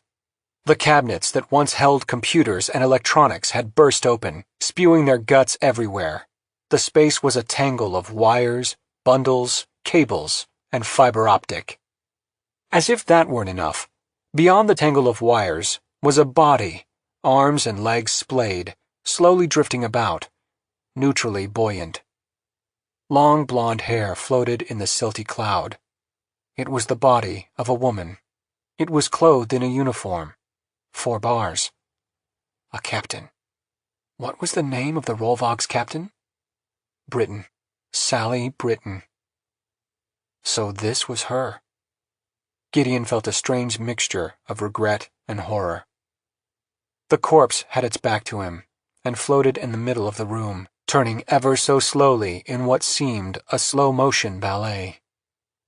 Behind the corpse, on the far wall, were 2 bright orange cubes, each about 18 inches square, affixed to the wall with easily removable bolts, and with nothing nearby to impede access. Except the floating body. Gideon eased forward, extending the robotic arm. He lit the torch and cut his way through the cables. In a few minutes, he had cleared a path and eased into it, approaching the corpse. With the arm extended, he gently touched its torso, attempting to nudge it to a far corner. The push was uneven and caused the body to rotate more, turning to face him as it drifted away, arms outstretched, as if yearning to be rescued. Gideon stared in fascinated horror. The face was perfectly preserved, the blue eyes flashing in the intensity of the headlights, the mouth partly open, just a bit of pink tongue visible, the blonde hair swirling into a coil of gold. A woman of about 40, attractive, even in death. Perhaps harder than he intended, he pushed the joystick forward, and the DSV surged past the body. Reaching the orange boxes, he used the arm to pull the emergency bolts and put each box into the science basket in turn, securing them with tie-downs designed for the purpose. Now to get the hell out. Twisting the joystick, the sub made a 180, and once again the body came into view, drifting toward him as if to block his way. Son of a bitch, Gideon muttered, maneuvering around it and heading for the hole he'd cut in the bulkhead. A few keystrokes on the control board, and the sub's autopilot was retracing its route, with no input from him, and doing it perfectly.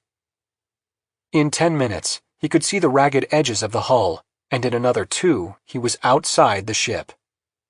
He found himself taking deep gulps of air, as if emerging from a cave. The vice-like feeling of claustrophobia ebbed, and he mopped his brow, trying to get his heart rate back to normal. The UQC crackled back into life, the voices of Control and the other 2 subs resuming. Thank God. He radioed up. Control, this is John. Mission accomplished. Black boxes retrieved. Very good, came Glenn's voice. Proceed to Waypoint 1 and commence transmitting your data and the video feeds. You are the first to complete your mission, so hold tight at the waypoint until all 3 of you are ready to ascend together.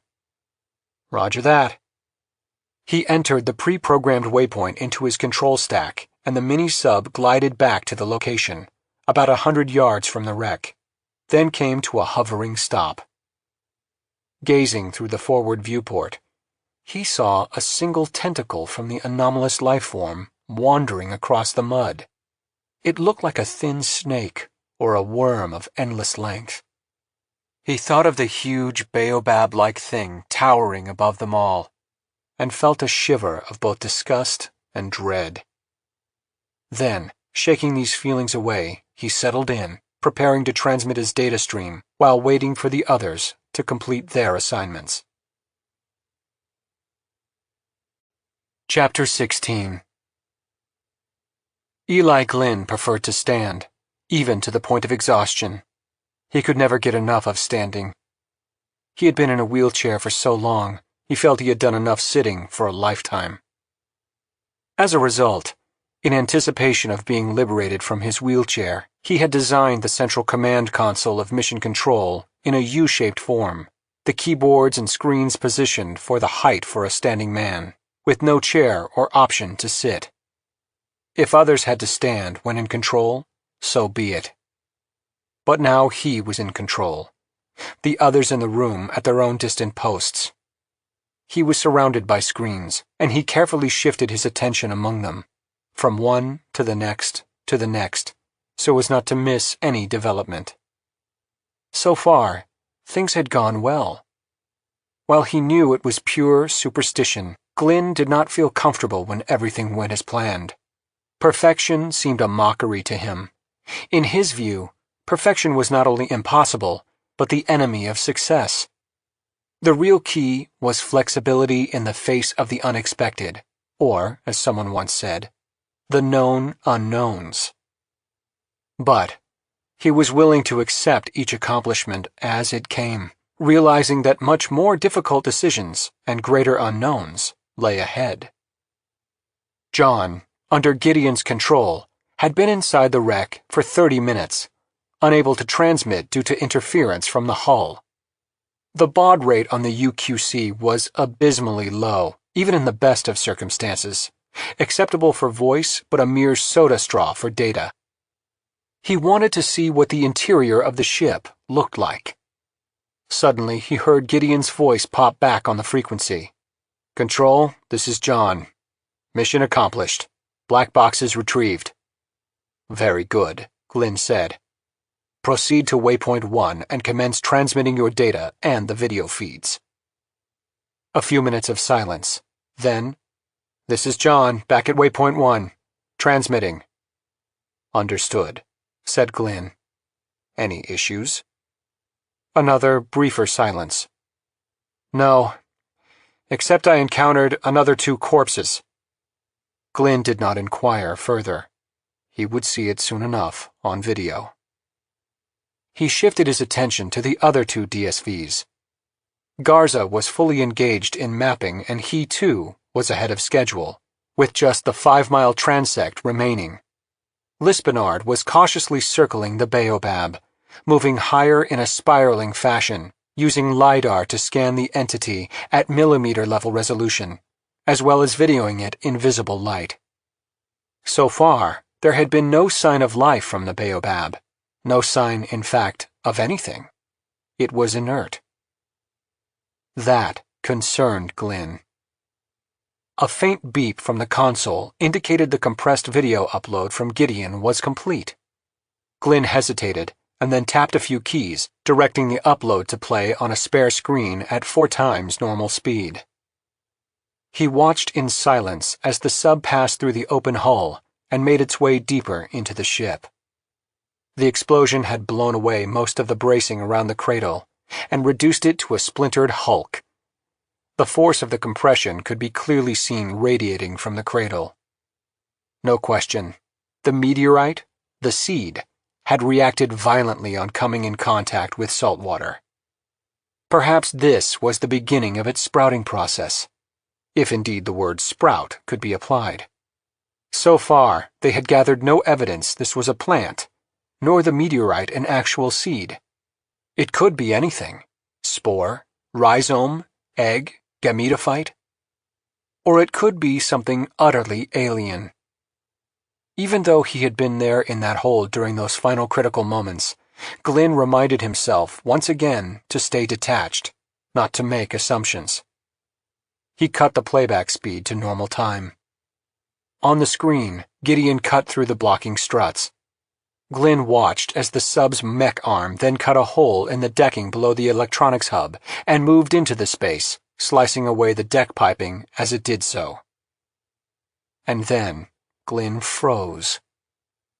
There was one of the corpses Gideon had mentioned. In uniform. 4 bars on the sleeves. The captain. He felt a sudden, strange buzzing in his head. The body, its back turned, blonde hair floating, was slowly rotating, turning its face toward him. Glynn experienced a momentary cessation of thought, and then, despite all his carefully constructed defenses, his deliberate blocking out of certain memories for so long, the pain came rushing in, along with the sick horror of her death, a death for which he was responsible. Here it was, his guilt, in the very flesh, come back to haunt him. A single decision had done this. The most inexplicable decision of his life, a decision he believed at the time was founded on logic, but which, in retrospect, was the product of emotion, fear, and panic. A decision that had forever stripped him of certitude and self-confidence. And it was a decision that led to the death of the only woman he had ever loved. He could not breathe as he watched the body turn toward him, the hair forming a golden halo. He did not want to see the face, which he knew even now would be a sight to haunt him forever. But he was paralyzed. He could not turn away. The face came slowly into view, profile first, then full on, like a moon rotating on its axis. Lips pink, skin as pure as marble, the small nose dusted with freckles. But worst of all were the eyes, those staring blue eyes, coming around to drill into him, accusatory.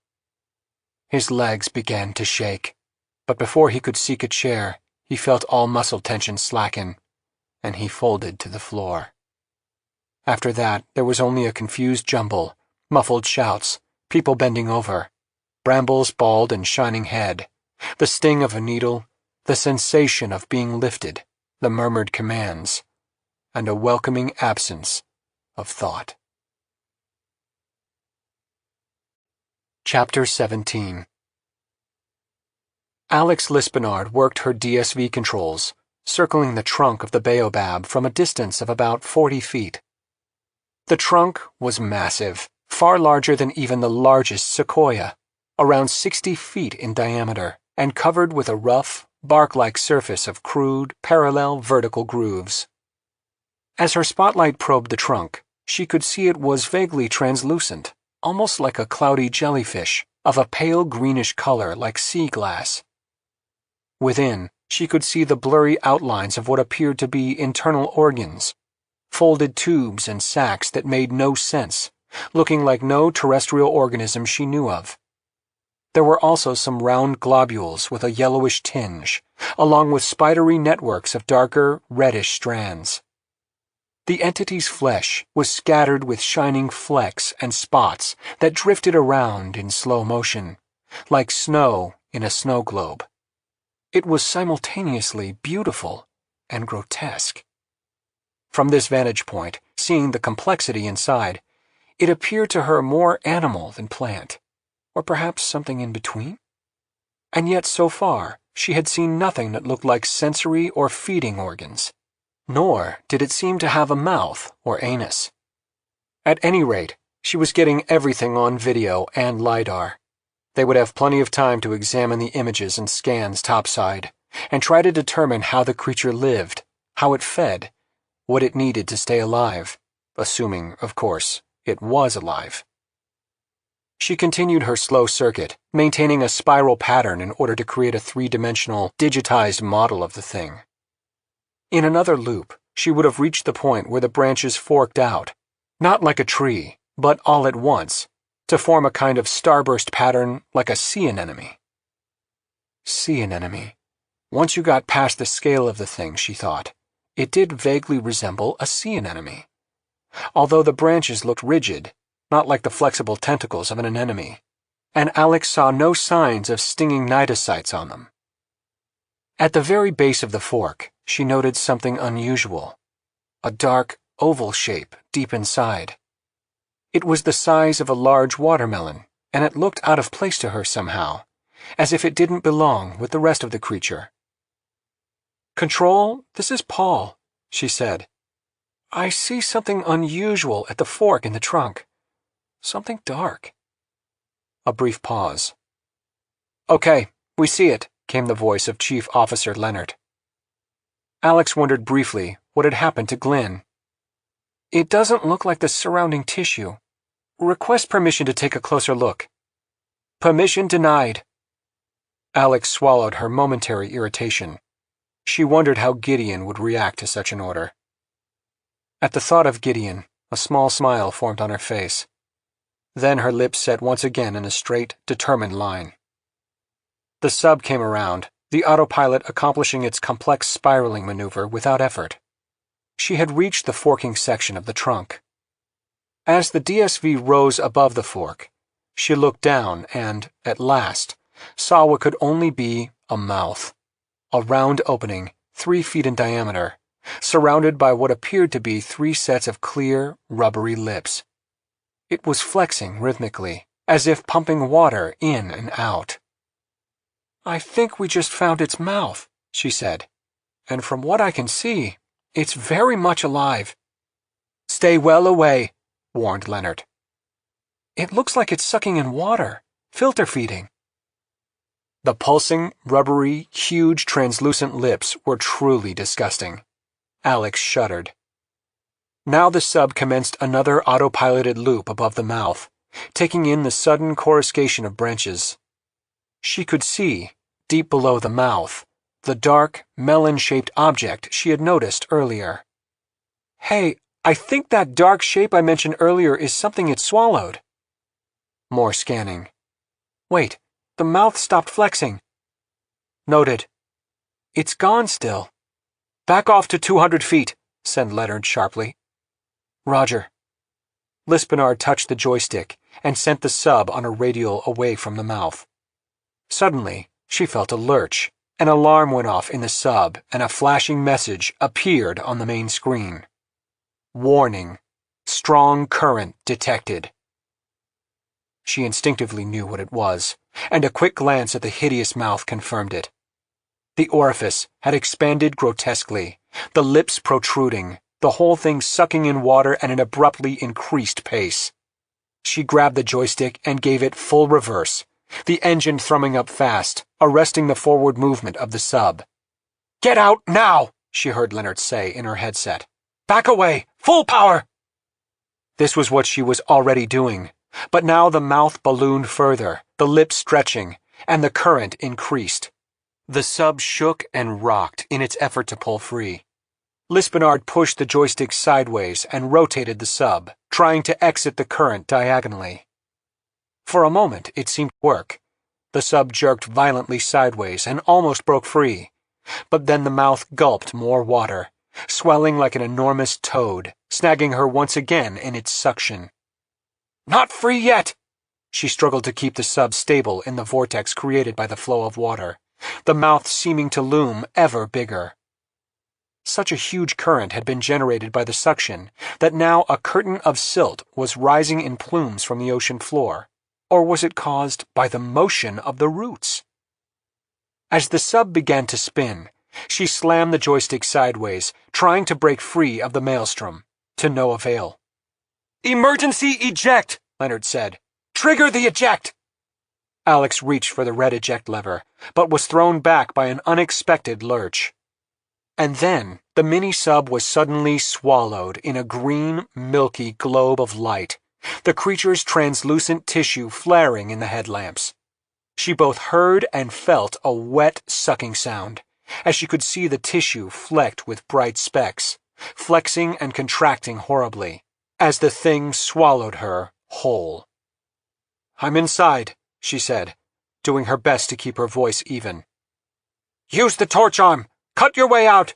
was the last message she heard before the UQC ceased working, the acoustic connection crackling out into digital hiss. She activated the arm and tried to extend it, but the pressure of the thing's internal tissue blocked any movement. She tried a second time, pushing the joystick all the way forward, but now multiple alarms were going off, warning messages flashing everywhere. Screw this. She activated the acetylene torch, the flame flaring into life. The effect was instantaneous. A sudden, jerking reaction, along with a low, booming groan. And then she managed to pull the emergency eject, designed to jettison the titanium personnel sphere from the subhousing, inflate the ballast tanks, and send it screaming to the surface. Chapter 18. Gideon throttled his DSV to its max as he sped toward the scene of the disaster. He had heard the exchange over the UQC and watched in horror as the lights of Alex's sub winked out as it was apparently swallowed. But they were not gone entirely. There was a ghastly, greenish glow now from inside the creature, and as he approached, he could even see the dark, blurry outline of the sub. The titanium sphere, he knew, was incredibly strong, resistant to pressure down to a depth of 3 miles. She would be safe inside it. She could cut her way out of the baobab with the torch or, perhaps, irritate the creature enough to regurgitate her. "Gideon," came Leonard's voice. "What are you doing?" He didn't bother to answer, keeping himself focused, cursing the slowness of the sub's propulsion. "Your orders are to remain at the waypoint." "The hell with orders." As he closed in, he could now make out sounds, not digitally through the UQC, but through the water itself, picked up by his sub's exterior hydrophone and broadcast into the interior. He turned up the gain. "There's nothing you can do. Stop now." A sloppy, wet groaning sound filled his capsule, along with a rapid clicking, overlain by some kind of low rumble. "Stay back, Gideon. That's a direct order." Ignoring this, he dropped down, coming in low, only 10 feet above the sea floor. If he approached the creature from below, the mouth wouldn't be able to reach him. He'd cut into its trunk with his torch, chop the whole damn thing down if that's what was necessary. But even as he descended, he saw, inside the monster, the sudden bright spark of Alex's own acetylene torch lighting up, and, in reaction, the upper trunk of the creature flexing abruptly. The lights of her sub winked out, and there was a muffled, popping sound. A huge, roiling belch of air bubbles was expelled from the creature's mouth. She'd hit the eject. The creature writhed horribly, but the sub didn't emerge, didn't break free. More air erupted. "No!" Gideon cried. Now the trunk was warping toward him, bulging grotesquely like a puff adder. "Gideon!" came Leonard's voice. "What you're doing is suicide! Get the hell away from it!" He lit his torch, waving it at the creature as he motored forward. A tiny voice in his head told him that this was crazy, David coming at Goliath, but he pushed it aside. Through the forward viewport, he saw one of the strangely thin tentacles of the creature whipping sinuously across the ocean floor. He had to do something now. He pushed the joystick down, reached the root, halted, and extended his torch, slashing at it, the heat making it pop and sizzle like seared meat. The tentacle coiled frantically, causing silt to cloud the water. He slashed again, each movement riling up more silt and engulfing him in hazy darkness. An all-too-familiar message popped on the screen. Control transferred to surface. He felt the joystick stop responding. "No!" he cried. "We're getting you out of there." And now the sub started to rise. The silt cleared and Gideon, in a last, spontaneous move, grabbed a long, floating section of root that he'd chopped free with a mechanical arm and stuffed it into the science basket next to the black boxes. And then a voice came through the hydrophone. It was Alex's voice, calm, pleasant, remote as the stars. "Let me touch your face." Chapter 19. The seedily dressed man wheeled his cheap roller bag down Santa Fe's West San Francisco Street. He passed a Starbucks and hesitated, craving a venti macchiato, or even a single shot of espresso, but realized he didn't have the money. Turning down Galisteo Street, he stopped at a shopfront with a sign identifying it as Professor Exotica. It sported a window stuffed with bizarre and fantastical rocks, minerals, gems, and fossils. There was a cave bear skull mounted, a dinosaur egg, a mummified crocodile, a spectacular azurite geode, a 4-inch tourmaline, and a large, sectioned meteorite with its etched face displaying a riot of Widmanstatten lines. The man paused at the window. He hadn't called ahead to make an appointment, but the proprietor, a guy named Joe Culp, was almost always there. Besides, an appointment hadn't seemed like a good idea.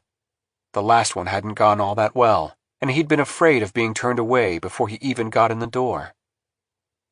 He collapsed the handle of the roller bag, then picked it up. Jesus, it was heavy. Maybe 80, 90 pounds. But that weight was what was going to buy his dinner and a place to spend the night. He pushed through the door, bells tinkling, and lugged the bag down the staircase into the basement shop, crammed floor to ceiling with natural wonders. Hey, Sam McFarlane! Joe Culp came around from behind the counter, arms spread wide, and gave the man a big embrace.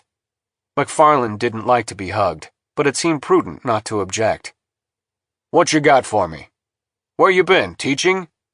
I was teaching. Didn't work out, so I headed to Russia. Whereabouts? Primorye. At this, he saw Culp's face take on a faint look of disappointment. He glanced at the suitcase. These are cicotealine specimens? Yeah. All of them? Trust me, these are good ones. The best. Shrapnel, thumbprints, oriented, all unique. One with a hole in it. Let's take a look, said Culp with what McFarlane sensed was slightly forced, artificial cheer. McFarlane unzipped the roller bag to reveal a row of shoeboxes of sorted specimens, each labeled with a Sharpie. Let's take a look at the ones with remoglyphs, said Culp. McFarlane pulled out a box and laid it on the counter. He opened it up. Inside, he had wrapped the specimens in paper towels. He sorted through them and picked out a few of the biggest, then unwrapped them. Culp brought out a velvet-colored board and placed it on the counter to keep the meteorites from scratching the glass. How about that? Said McFarlane, laying his best specimen on the velvet. Thumbprints on one side, fusion crust, totally unique. Culp grunted and picked it up, examining it. How'd you get these? There's a lot of guys in Primorye with metal detectors that go out there, sweep the area. There's still tons of shit out there. Culp turned the piece around in his hand and finally put it down. What else? You don't like it? It's not that I don't like it. It's just that we specialize in unique stuff. Well, there are pieces like it selling on eBay.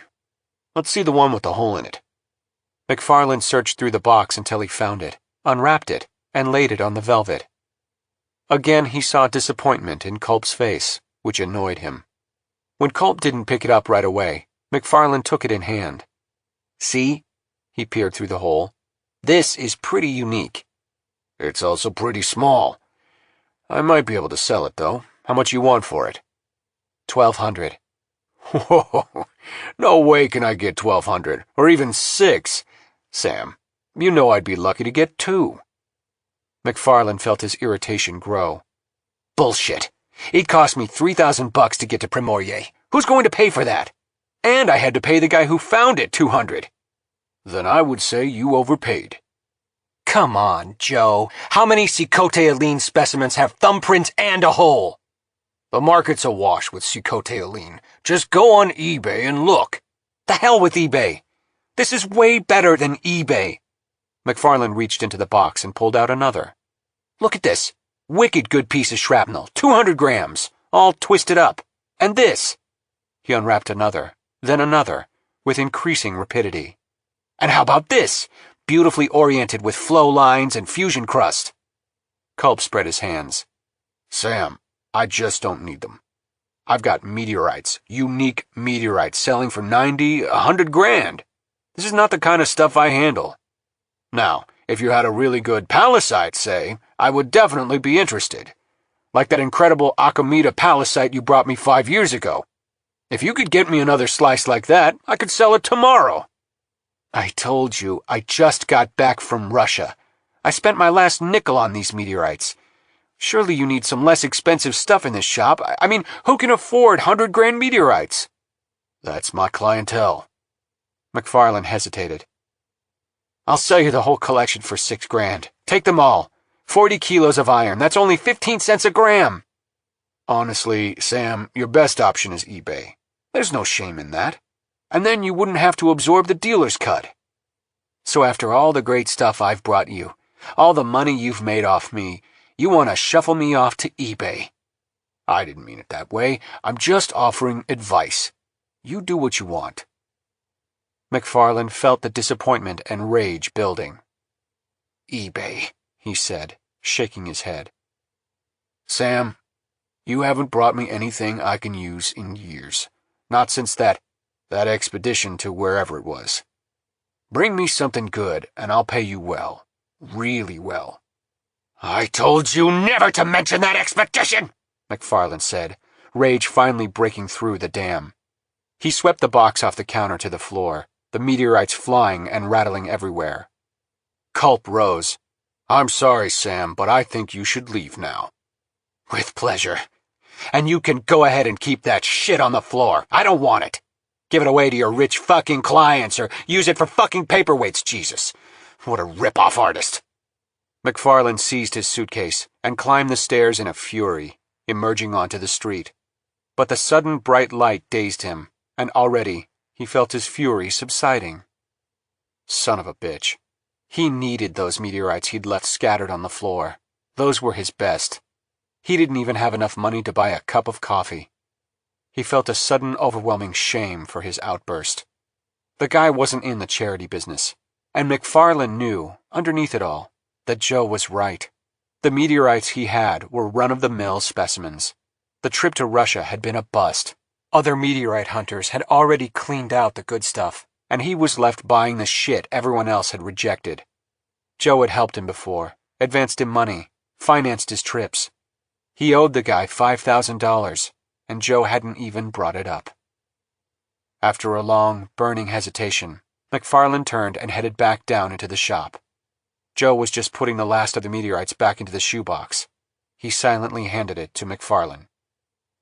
Joe, I'm really sorry. I don't know what got into me.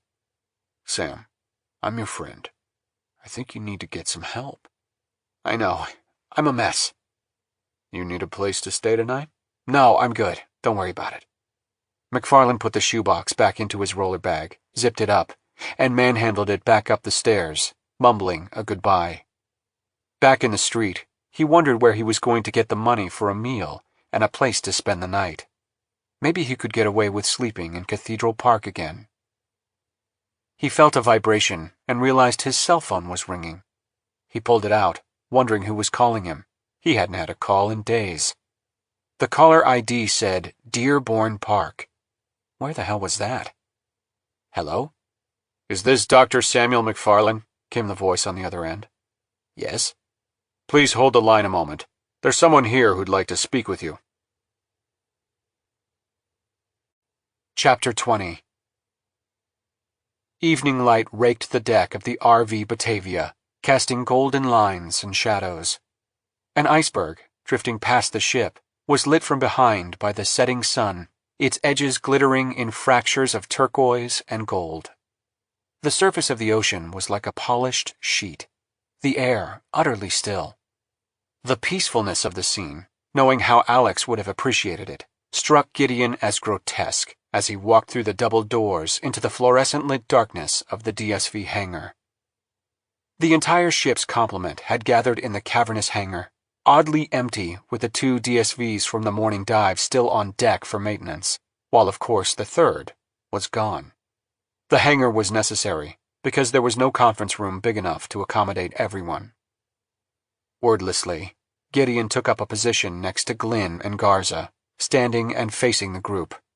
The silence was absolute, but the atmosphere was anything but calm. The air was electric with tension. Gideon was numb with shock, unable to process what had happened on an emotional level, although, intellectually, it was all too horribly clear. He scanned the sea of faces, looking angrily for Leonard, who had overridden his attempted rescue of Alex. The chief officer was standing with Captain Tully, chief of security Betances, and a clump of other senior officers, staring carefully at nothing. He knew she had done the right thing. His actions were impulsive, self-destructive, but he nevertheless felt impotent rage mingling with the grief. Beside him, Glynn stood motionless, more of a cipher than ever. According to the scuttlebutt among the officers, he had apparently had a breakdown in mission control upon seeing the video of Captain Britain. He had been below in sick bay when the accident occurred, but he'd quickly recovered and now looked normal, or rather, normal for him, with his face having resumed its mask-like detachment. He was dressed in khaki pants and a beige short-sleeved shirt, his gray eyes looking out from underneath a smooth, seemingly untroubled brow. Gideon glanced at his watch. 5 p.m. sharp. As usual, Glynn began the meeting on the very second, stepping forward. "I want to apologize for my temporary incapacitation," he said, his voice cool. This was met with an intense silence. "More important, I am terribly, terribly sorry about what happened to Alex Lispenard. I know you all liked and respected her, and that you all share my grief. It is a tragedy for this ship and for this mission. But right now, the best way we can honor her memory is by pushing ahead with our work." Another silence. "Her death was not in vain. We successfully retrieved the black boxes from the Rollvog. The boxes were hardened against many kinds of potential damage, including explosion and extreme water pressure. Unfortunately, it appears that at the moment of sinking, something caused a massive EMP, an electromagnetic pulse, to course through the ship. The boxes were electromagnetically shielded, but that EMP blew through the shielding and the storage media was compromised. The data is salvageable, at least most of it, but it will be a delicate, painstaking process. Hank Nishimura is handling data recovery." Nishimura, a tall, thin, and alarmingly young-looking fellow, wearing a white lab coat over a loud Hawaiian shirt, gave a little nod. "I'll now turn the floor over to Dr. Garza, who will provide a post-mortem on the loss of Paul." Garza stepped forward, his dark face furrowed with controlled emotion. "I won't sugarcoat things. This is tough for all of us. We're going to show you the footage we were able to recover from Alex Lispenard's DSV, which wasn't much.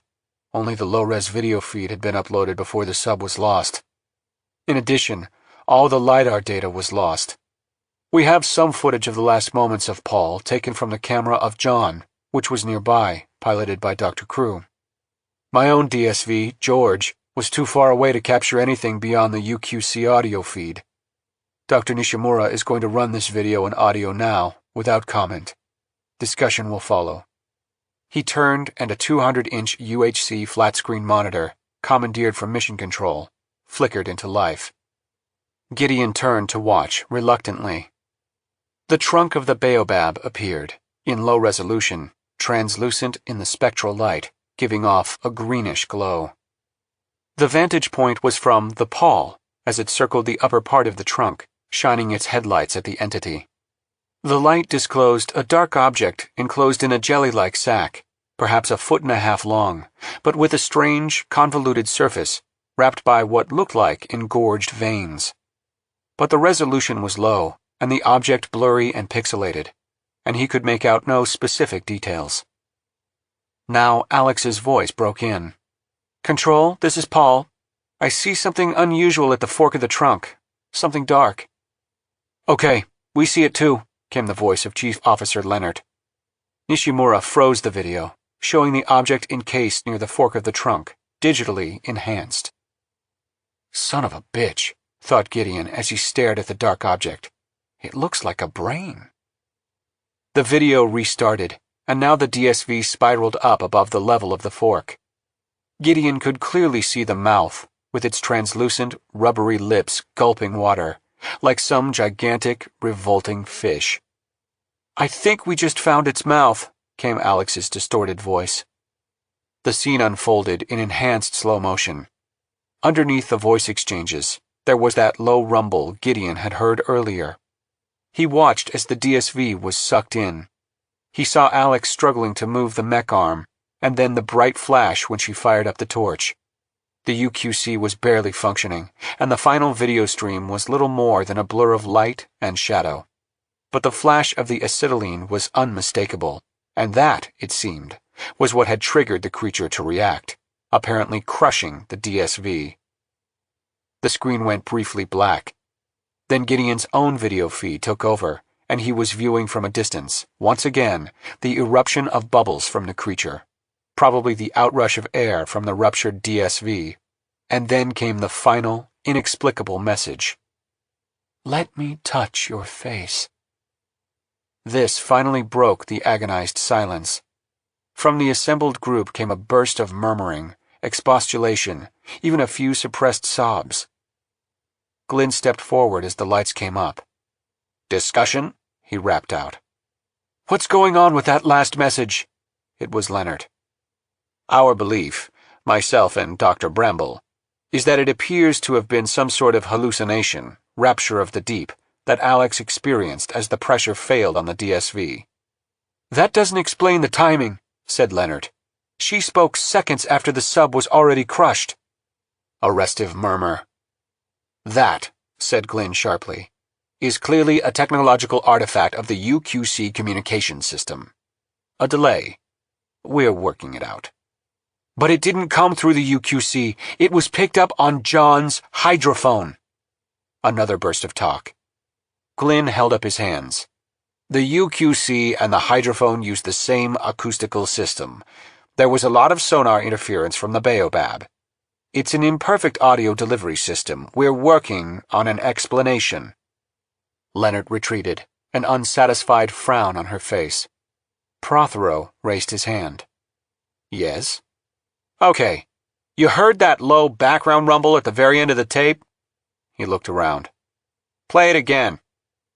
Glynn ran it through again. "I helped Nishimura enhance the video, and as soon as I heard that, I knew what it was."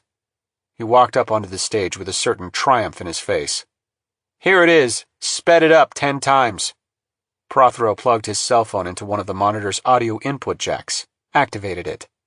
An eerie, loon-like sound came from the speakers, half moaning, half singing. Prothero let it play for about 15 seconds, then switched it off. "Classic.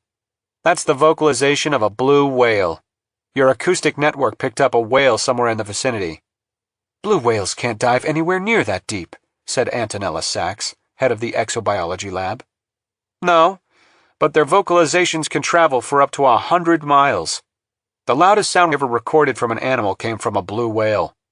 There must have been a pod of them traveling somewhere above, which John's hydrophone picked up by accident. Very cool. I'll do a triangulation and find out where those whales were when this was picked up. Great blues are not common this far south. This could be important." He left the stage, looking around as if for approbation. "Further discussion?" said Glynn. Gideon raised his hand and spoke. "That dark oblong thing inside the creature. Anyone else think it looks like a brain?" Many murmurings of agreement. "If so," he went on, "then killing this son of a bitch might have just gotten a lot simpler." This observation was greeted with general assent. The discussion went on until, as it began to veer into ever more speculative territory, Glynn stepped forward and cut it off. "All right," he told the assembled crew. "Thank you. Now I'm going to dole out some assignments. The exobiology team under Antonella Sachs will examine the root-like piece Dr. Crew brought back. Dr. Sachs, your team will also attempt an analysis of the organism's internal systems. In particular, I'm interested to learn whether the creature has a brain and nervous system, and especially if that dark thing is, in fact, its brain." "Prothero?" I want you to try synchronizing the hydrophone and UQC audio streams. As for the stray whale sound, I'm not sure it's worth spending time on." Prothero shrugged. "Dr. Nishimura should be able to provide us with data from the black boxes in a day or two, and that will give us a lot more to work with." And the team reporting to Manuel Garza— "Just a moment." A beefy man in coveralls stood up. It was the ship's second engineer, the man named Masterson. "What I'm not hearing is how we're going to protect ourselves. That thing just crushed a titanium sphere engineered to withstand 14,000 psi. It was Garza who responded. "We believe we're safe here on the surface. The top of the baobab is still almost 2 miles below us. That's a lot of water." "Pure assumption." There were murmurs of assent. "Admit it, we're in over our heads," Masterson went on. "That thing down there is a lot more dangerous than you told us. I suggest we move the mothership a safe distance away from here, like 10, 15 miles, just in case." "That would fatally impede our research," said Glenn. "Yeah, but that son of a bitch has already fatally impeded one of us." Glenn let a moment pass before responding. "Alex Lispinard's death is a shock and a tragedy. We learned something about the creature and its capabilities in the hardest way possible, but," he cast his eyes around, "we must take risks if we're going to terminate this thing." "There are legitimate risks, and then there's foolhardiness," said Masterson, to more murmurings. "I'd put that last mission in the foolhardy category. You sent 3 subs down there, one of them circling less than 50 feet from the creature. Not smart. I think we'd better back off, or maybe even rethink the whole expedition." "We're in uncharted territory," Glenn said, with an edge to his voice now. "We don't have the luxury of playing it safe. We must have information." He paused, casting his gray eyes over the assembled group. "You were fully briefed on our situation. All of you understood that we would be completely isolated here. There can be no evacuation and no rescue. The one helicopter we have, an A-Star, has a range of 360 nautical miles. The nearest heliport is Grytviken on South Georgia Island, 600 nautical miles distant.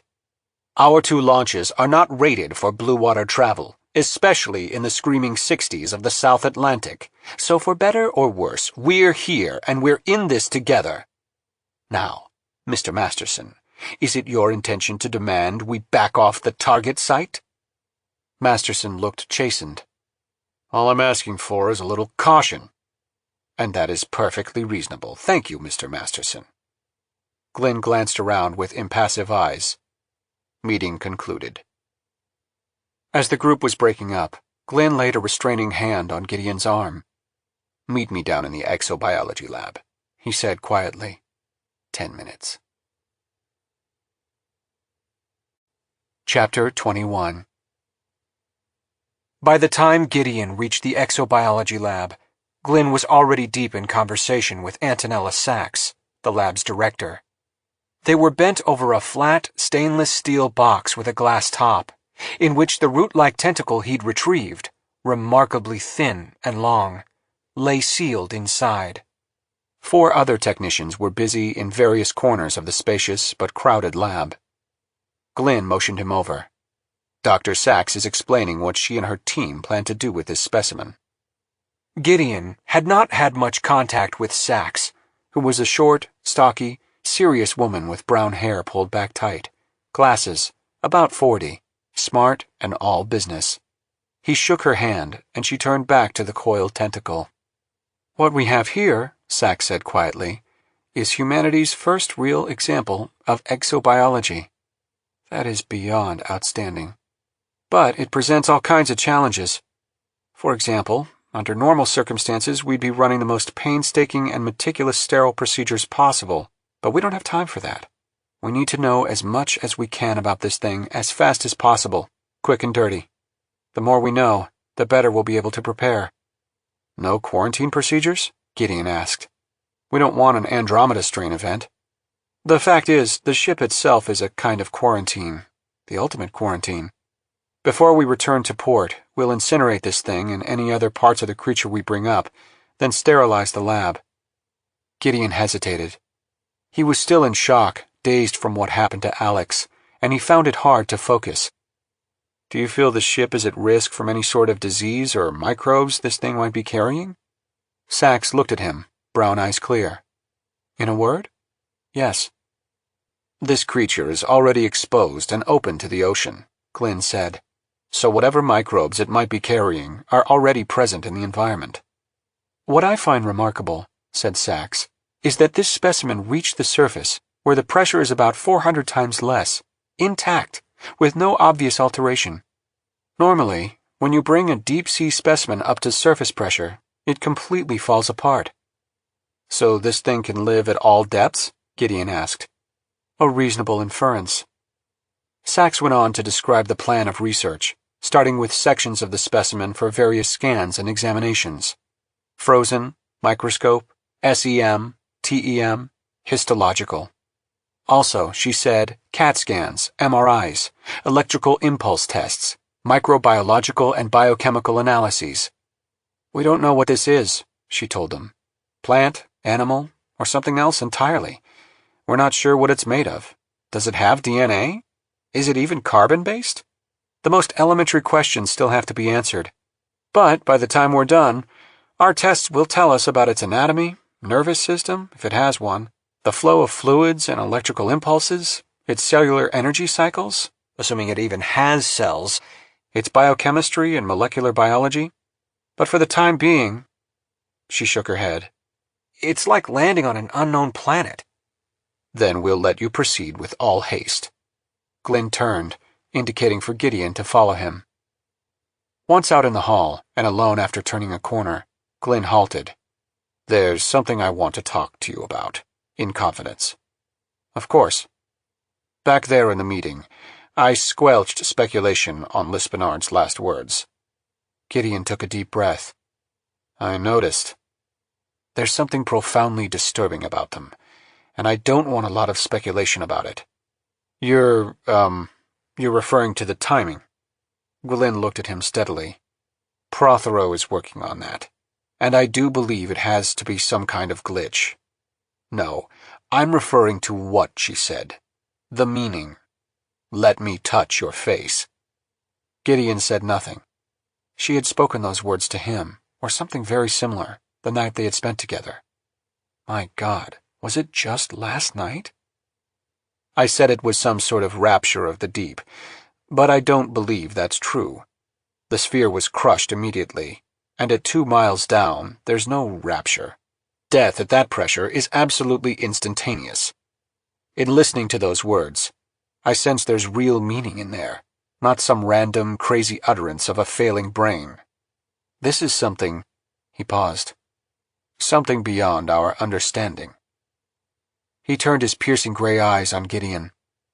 This is a line of inquiry that you and I will pursue, quietly, just the two of us.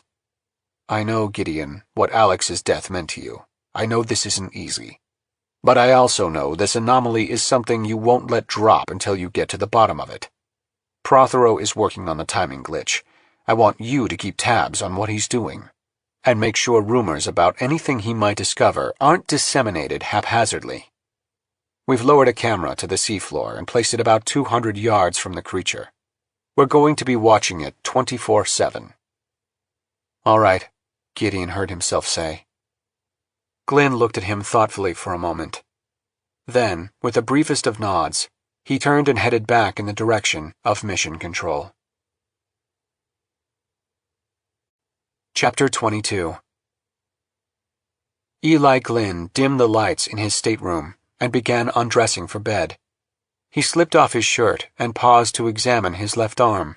It was the one most injured during the sinking of the Rollvog. The limb had taken the brunt of the explosion. Despite the low light, he could still see smooth, shiny areas that had once been knotted burn scars, along with rills and ridges of wounds and shrapnel cuts. He flexed his arm, and the muscles rose under the skin, their power slowly returning, helped along by his daily workouts. The bones in his arm had fractured into dozens of pieces, which the doctors had to reassemble like jigsaw pieces, screwing everything back together with plates and rods. Most of the metal had now been removed, A few fresh scars attested to that. He raised his hand and stared at it. It amazed him how that awful claw, which he'd thought he would never use again, was now almost normal. He held it up and moved his fingers. He'd never be a concert pianist, but at least he could now dine at table like a human being instead of an animal, spilling his food and barely able to dab his own lips with a napkin.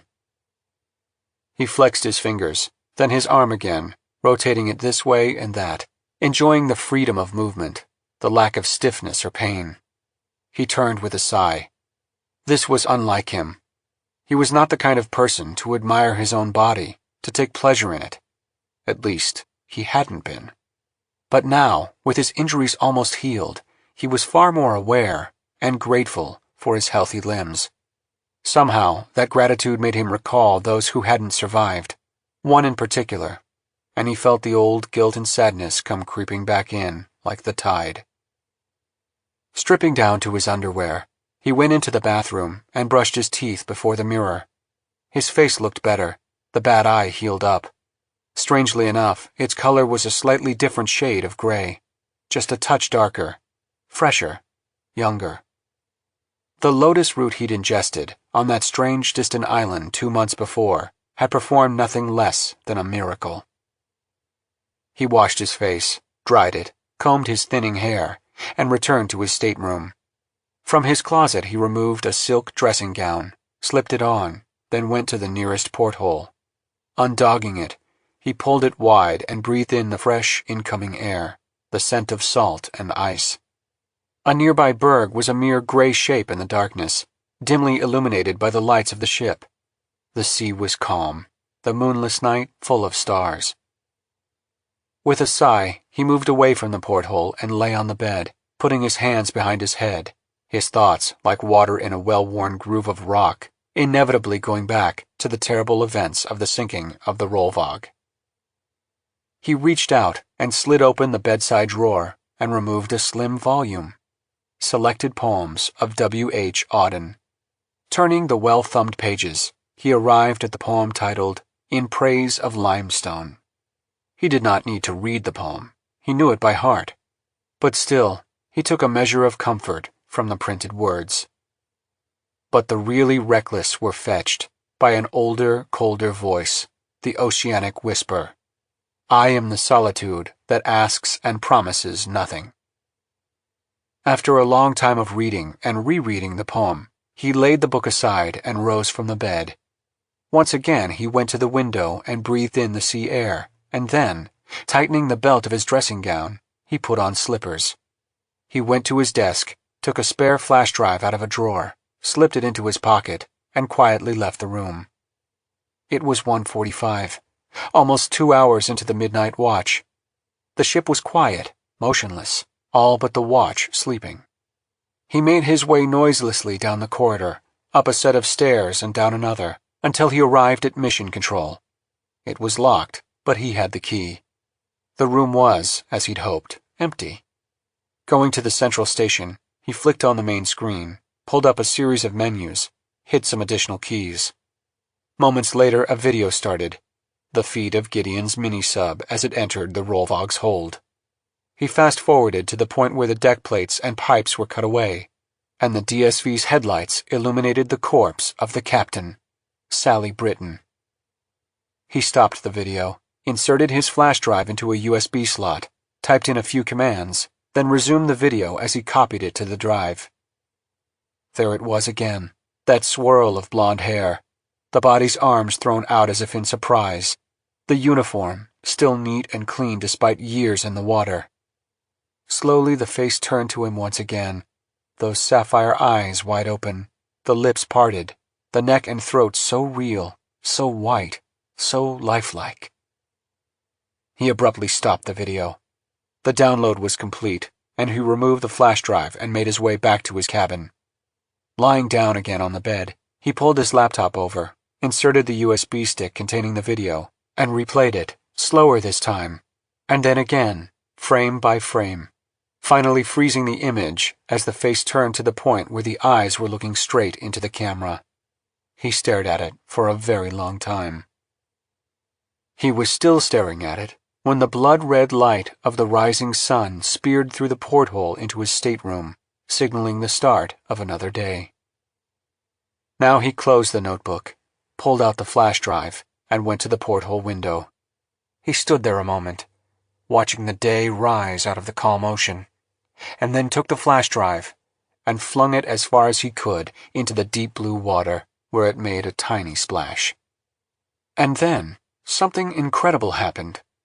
One of the many seagulls hanging around the ship swooped down and grabbed it from the water before it could sink and flew away with it, growing smaller and smaller until it vanished into the brilliant orange sky.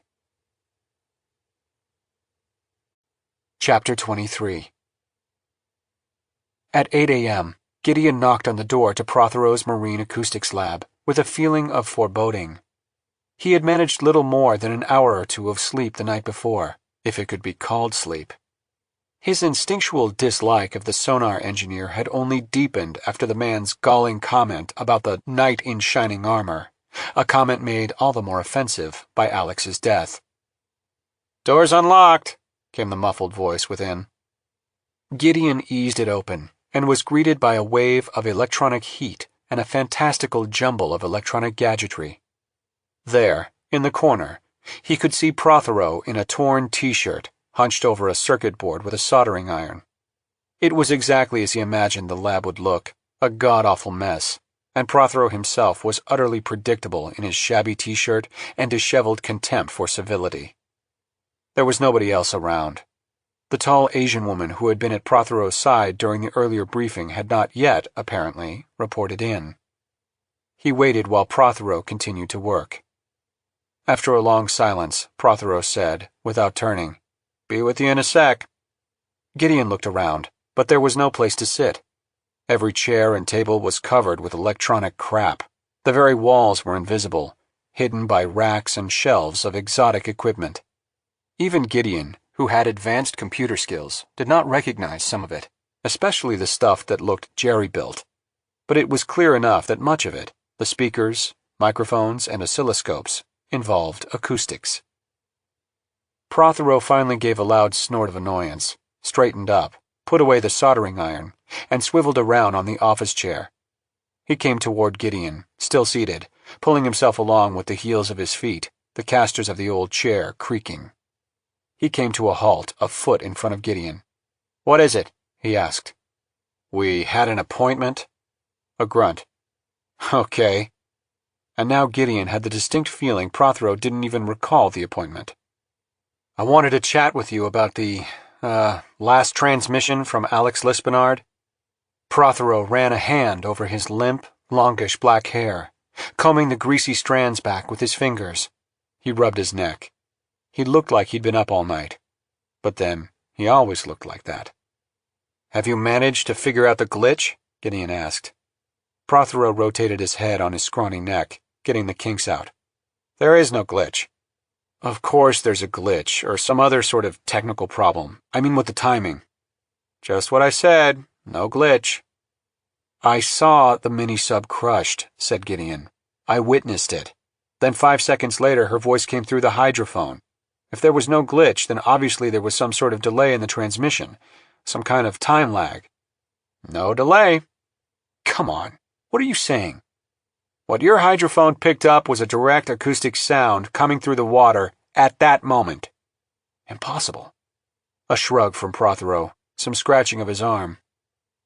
"So you're saying a dead person spoke?" Gideon pressed on. "All I'm saying is, there was no glitch." "Jesus Christ, of course there was a glitch!"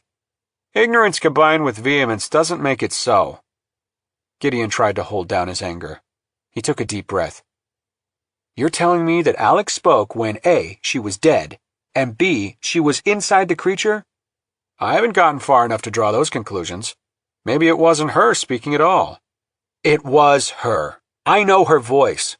Who else could it have been?" Another maddening shrug. "Besides, a person can't speak underwater anyway.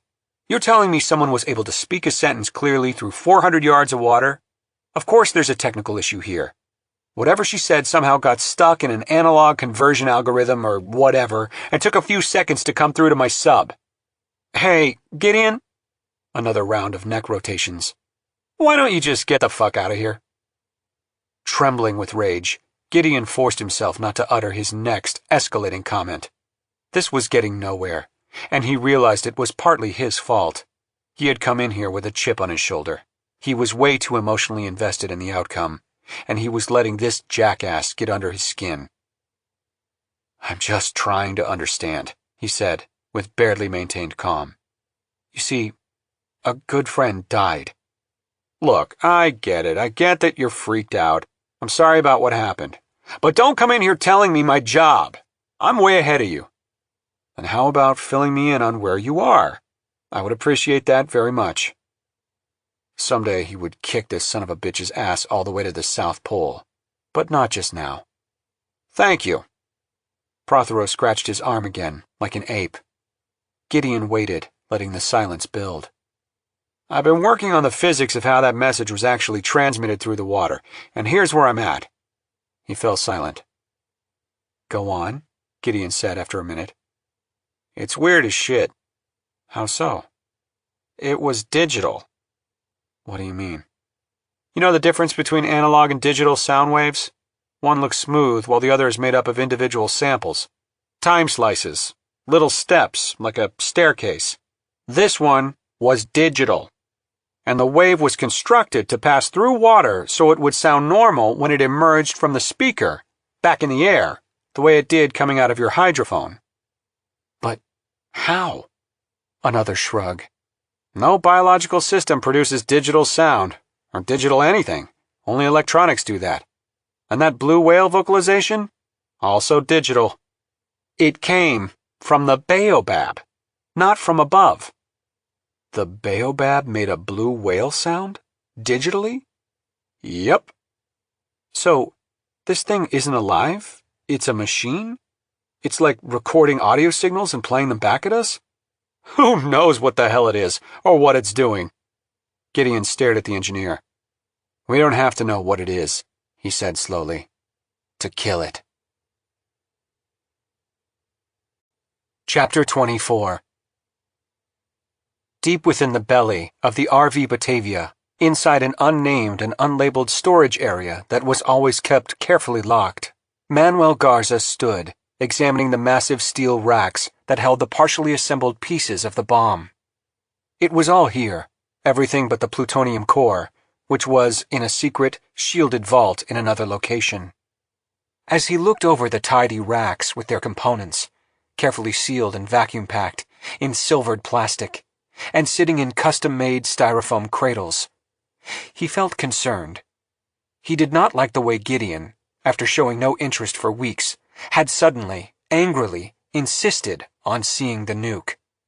It struck him as primeval, the vengeful warrior seeking comfort in the presence of his weapons. Since the death of Lispinard, he knew the atmosphere on the ship had changed. It had become grim and purposeful.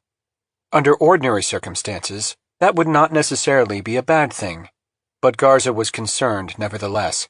He was deeply suspicious of vengeance as a motive, and he did not believe that the life form they were going to kill should be thought of as an enemy any more than, say, a grizzly bear or a virus should. The hungry bear did what it did, the virus did what it did, and this thing did what it did too. There was no intelligence about it, he was sure, just instinct. The turning of a key, the undogging of the hatch, and then Glynn was in the room, Gideon at his side. "Here it is," said Garza. "It's all sealed up. Nothing much to see." He watched as Gideon silently moved past him, staring at the bomb. He reached out and touched the plastic. "This looks pretty small for a nuke," he said after a moment. "It's an efficient one," said Glynn. "Originally the payload for an R-7 Semyorka ICBM. Soviet era." "Of course." "How did you get it?" "We already told you all you need to know about that." "The yield?" "About 100 kilotons. Weight? 140 kilograms. "How big is the plutonium pit?" 20 kilograms. Oval." He watched Gideon run his hand along the plastic. "What type of trigger?" "It's got a polonium-210 initiator." "Jesus." I can't believe you were able to get all this. Makes me worried about where the rest of those old Soviet bombs are ending up. There is much to worry about, but that's a problem for another day and someone else. Gideon withdrew his hand. Was it expensive? Extremely. And how has it been modified for underwater use? The obvious engineering challenge, said Glynn, was dealing with water pressure. We plan to put it inside a small titanium sphere and send it down in an ROV, operated remotely. We have an ROV specifically designed for that task, in fact, standing by in the hangar. I see. And how will the weapon be deployed? That, Gideon, is your department. You're the expert on modeling nuclear explosions. No one's ever detonated a bomb 2 miles deep, in water pressure 400 times that of the surface. We want to make sure it's maximally destructive. Gideon looked from Glynn to Garza and back again. You're talking about a massive computational problem. Yes. And we have the computing power on board to do it. A Q machine. Gideon said, the explosion has to wipe that thing out completely, leaving nothing that could take root and grow again. So we need to know where it's most vulnerable, where its vital organs are, how its tissue might respond to the bomb's effects. It wouldn't do any good to blow it apart if all the pieces just drifted to the seafloor and rerouted themselves. You clearly understand the problem, said Glynn. It might be as simple as killing the brain. On the other hand, it might be as complex as atomizing the entire baobab. Gideon turned to Garza. I want to start assembling this as soon as possible. Hold on, said Garza. We've got a long way to go before we're ready to nuke this thing. We need to put the son of a bitch together and have it ready to go at a moment's notice. We've no idea what that thing's going to do. As soon as we start opening these packages, Garza replied, we'll be dealing with high explosives, fragile computer components, and a hunk of deadly plutonium. And having an armable nuclear weapon on board the ship for an extended period is dangerous as hell. What's dangerous as hell is sitting here with a useless nuke, unable to defend ourselves if that thing figures out what we're up to and decides to take us out. That thing isn't going to figure out anything, said Garza. It's not an intelligent life form. Probably a plant or some kind of giant anemone. Garza felt exasperated. This was Gideon letting his emotions take over, letting his thirst for vengeance drive his thinking. We've no idea what kind of intelligence this thing has, said Gideon. If that dark thing I saw is its brain, it's pretty damned big. Bigger than yours, he added dryly. Having a live nuke on board the ship, said Garza, is insane. What if a storm comes up? What if a component fails? What if the device is jarred or struck by lightning? He turned to Glynn. Gideon wants to assemble it, Glynn said, not arm it. And don't forget the failsafe. That should allay your concerns. What failsafe? Asked Gideon. The three of us, and only the three of us, will have the code to arm the nuke and start the detonation sequence. But as a precaution, we also have a code to abort it, should we jointly or singly determine that using the device is an unsound idea. That's neither here nor there, Garza said. We're not on a military base. We're on a ship full of civilians. The security here is porous. As Engineer-in-Chief, I strongly recommend against assembling the nuke until just before we need to use it. A long silence, and then Glynn told him quietly, arrange for delivery of the plutonium core. Garza was startled. This was so very unlike Glynn. As he was about to object, Glynn's radio crackled. Glynn listened for a moment, then turned to them. Lispinard's DSV seems to have reappeared. It's in the clear, on the seabed, outside the creature. Gideon quickly swiveled away from the weapon. What condition is it in? Sonar seems to indicate smaller, denser. Crushed, said Garza, just as we thought. I'm going down to get it, said Gideon immediately. Garza expected a protest from Glynn, but instead he saw the man nod. Manuel, he said, let's prep John for another dive. What is it between these two? Garza asked himself, shaking his head, as he left for the hangar deck. Chapter 25. Once again, Gideon found himself trying to control his breathing and stave off feelings of claustrophobia as he sank into infinite black nothingness. 40 minutes later, the bottom came into sight in his lower viewport. A gray expanse of abyssal mud, scattered here and there with twisted pieces of debris, looking like a surreal landscape by Yves Tanguy. His target landing waypoint was south of the shipwreck, 1,000 yards from the baobab. John settled into a hover 50 feet above the seafloor. This time, the sub was wired to the surface. Mission control was packed, he knew, and at least a dozen eyes were monitoring his every move. A slender steel cable for lifting the crushed DSV was attached to his mech arm, unspooling from the crane on the Batavia, and he had to be careful to move in such a way as to prevent the wire and the cable from tangling. "At waypoint 0, he said. "Roger," came the voice of Garza, who was manning the control hub. "Proceed to waypoint 1. Gideon moved forward, the low hum of the propellers reverberating through the sub. The crushed remains of Paul, at the position of waypoint 3, were sitting on the seafloor about 50 feet from the trunk of the creature. 50 feet. Given yesterday's tragic, catastrophic events, that seemed way, way too close for comfort. Gideon headed for waypoint 1. Reaching it, he moved the joystick and the autopilot made a sharp course change, heading immediately for waypoint 2, where it would make another sharp change. The idea was that making a zigzag approach to the creature might confuse it. Gideon thought the plan was counterproductive and did nothing but increase the time he would be on the bottom, but he had been overruled by Glynn. Halfway to waypoint 2, his beams began to illuminate the baobab, and at the same moment he heard a rapid buzzing noise, rising and falling in cadence, come through the hydrophone and the hull of the sub. "What the hell is that?" he spoke into the mic. "It appears you're being painted with sonar," said Garza. "Higher frequency than the usual 2 hertz. Son of a bitch." Gideon could hear consternation over the channel. "Hold on," said Garza. "Do not approach further. We need to take stock." "No more delays," said Gideon. "I can see Paul now. I'm going in." More rapid discussion in the background. "Okay," said Garza. "Move as fast as possible and then get out of there." "My sentiments exactly." The buzzing of the sonar sped up, slowed down, rose and fell in register. It sounded like a swarm of angry hornets, and it gave Gideon the creeps. As he approached, his headlights fully illuminated the ruined DSV. It sat on the ooze of the bottom as if it had been placed there, a compact, neatly crumpled ball of metal with things embedded in it. It lay atop a veritable maze of the thin, tendril-like roots that extended away from the baobab in every direction.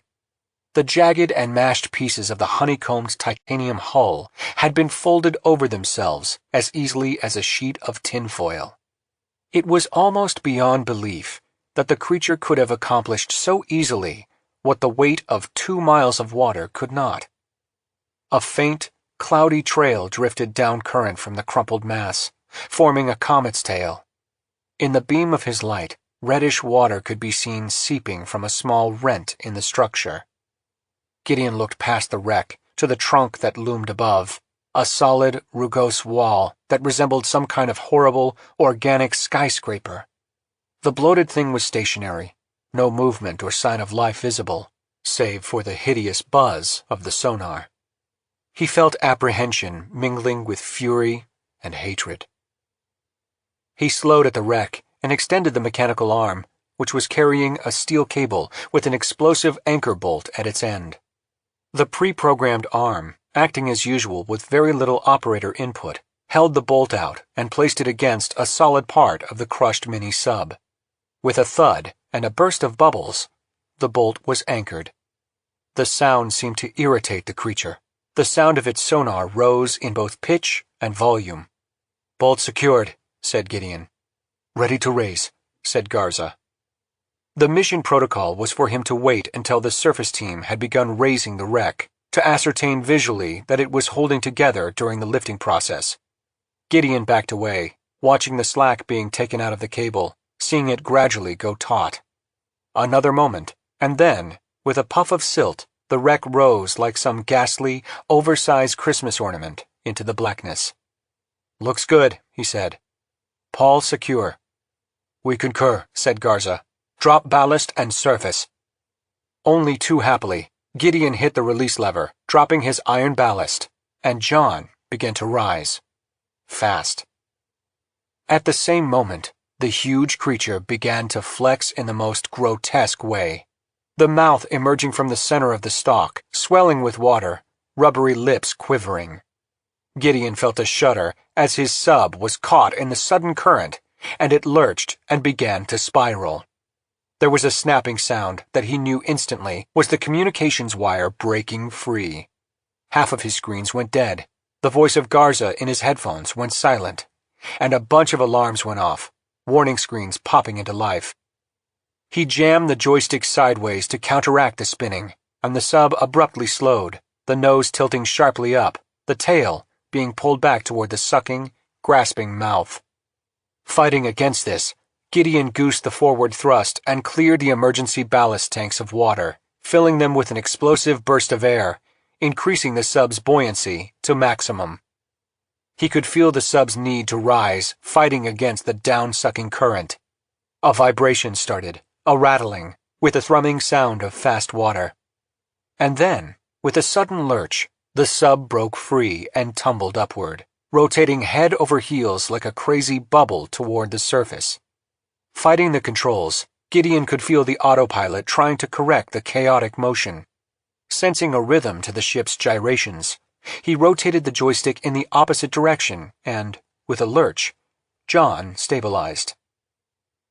By the time his heart rate had returned to a semblance of normality, blue light was appearing in the viewports, and, a moment later, the sub broke the surface. Through the left viewport, Gideon could see the clean, white profile of the Batavia. As soon as he was above water, Garza's voice came from his headset radio. "Gideon! Gideon! Do you read?" "Loud and clear." "Are you all right?" "Shaken up, but fine. We're getting you out of the water." Without his input, the mini-sub headed across the smooth water toward the mothership, half a mile away. Chapter 26. Manuel Garza entered the forensic lab filled with a sense of foreboding. Half a dozen metal chairs had been set up before a large, flat panel, a movie theater in miniature, all ready for a most macabre showing. Garza had lived through the sinking of the Rollvog. They say that with time, memory of even the worst experiences begins to fade, and this, in fact, was what had happened with him. He wasn't sure if this was an unhealthy form of repression or merely a self-protective psychological reaction. All he knew was he had spent years avoiding thinking about that terrible night, pushing away any and all thoughts of it, to the point where, he told himself, he hardly remembered what had happened. He had no interest in remembering. Maybe some people dealt with PTSD by going over the events in their mind again and again. Not him. His way of dealing with it was to repress the shit out of those memories, squash them, pretend they never happened. And now here he was, about to be spoon-fed all those carefully banished memories, one at a time. "Dr. Garza, welcome," said Hank Nishimura, a little too brightly. Garza silently took the proffered seat. He knew full well his reputation aboard ship was of someone rude, aloof, and taciturn. He had the same reputation at the EES home office. It had bothered him at first, but when he realized he wasn't able, or willing, to change, he decided the better route was not to care. The mission at hand was all that mattered. Screw the rest. He was early, and as he waited, First Officer Leonard came in, followed by Antonella Sachs, the exobiologist. Nobody spoke. Finally, Glynn arrived. Nobody else had been invited. Not Gideon, not Bramble. Garza looked at Glynn curiously. What they were about to see was, without doubt, going to put the EES director in a very bad light. Bad wasn't even the word. It would pretty much draw back the curtain on Glynn at his most obsessed and homicidally negligent moment. If these tapes ever made it out into the world, it was quite possible Glynn would spend the rest of his life in prison. And yet Glynn was wearing his usual mask, his face neutral, ambiguously pleasant, vaguely intelligent, the face of an accountant, perhaps, or a mid-level manager at a consumer goods company. Glynn sat down. And now Garza could see just how nervous Nishimura was. He was the only one who had seen the tape so far, and what he had seen must not have been very nice. "Dr. Glynn, would you care to say a few words by way of introduction?" asked Nishimura, hopefully. Glynn waved his hand. "Play the tapes." Yes, okay." Nishimura's eyes darted around, the rictus of an inappropriate smile on his face. What Dr. Glynn asked me to do, was to create a composite video of the Rollvog's last moments, in strict chronology, highlighting the defining events. The video starts about an hour before the sinking and continues to the point where the ship broke up and the recording systems went dead. He clasped his hands, took a breath. "We were able to recover most of the data. There were 2 cams on the bridge, 2 in the hold, and several others scattered about the ship. Sometimes the quality of the image is degraded, and often the audio is hard to understand unless it was an electronic communication. There are some difficult moments in here. Obviously, all this is confidential to this room. That's why, at Dr. Glynn's orders, the audience has been kept small. No discussion of this is to take place beyond our circle. Correct, Dr. Glynn?" "Correct." An uncomfortable pause. "Dr. Glynn, are you sure you don't want to say any words about what we are to view?" Another dismissive wave of the hand. Nishimura swallowed. "All right, then. I'm going to roll it with no further comment. You'll note I've inserted a running timestamp in the lower right corner of the frame." The lights in the room went down. The screen came up black, and the timestamp began running. 19 hours, 3 minutes, 44 seconds. Then the video began. A scene materialized. It was the bridge of a ship, the Rollvog. The point of view was from above and to the side, showing the helm, the master's position, the officer of the watch. The light was gray, a stormy twilight. The bridge was dark, as was normal, with only the red glow of the electronics and several low-lit screens displaying radar and chart plotters. Garza recognized Captain Britton at the master station, the figure next to her, Eli Glynn. The first officer, a man named Howell, stood beside the helmsman, whose back was at present turned to the camera.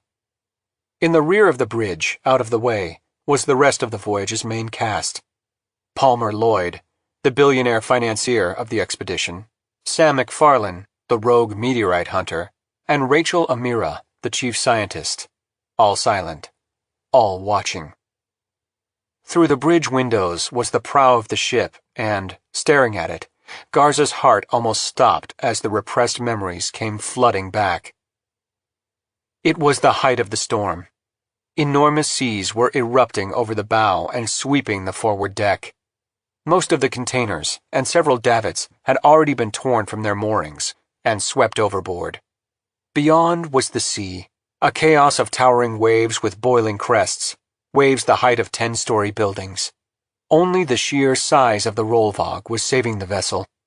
If there was any talk on the bridge, it was completely drowned out by the roaring thunder of the sea. Each person was focused on his or her task, fixated on trying to keep the great tanker under control. As the ship rose on each wave, the winds climbed to a gibbering wail. At the peak of the waves, the entire superstructure shook, the camera image trembling, as if the winds were attempting to rip the top off the ship. Then, as the ship sank into the trough, there would be a shudder, the howling of the wind dying off as it fell into the canyon of water, and then it would begin to roll, slowly, achingly. The view through the bridge windows would go down, down into the looming wall of dark water, webbed by foam, and then, with agonizing slowness, it would heave up again, the view raising past the dirty water to a dirtier sky with no terminus. Staring, remembering, Garza tried to control a sense of unexpected, overwhelming panic. It was all he could do to maintain his composure. Now, Captain Britton was speaking with Glynn, gesticulating. Glynn was on a handheld radio. It's Garza, he was saying. I can't hear him over the storm. Britton turned to First Officer Howell. Patch him through. Suddenly Garza heard his own electronic voice, calling from the hold. Eli, we're losing the primary crosspieces.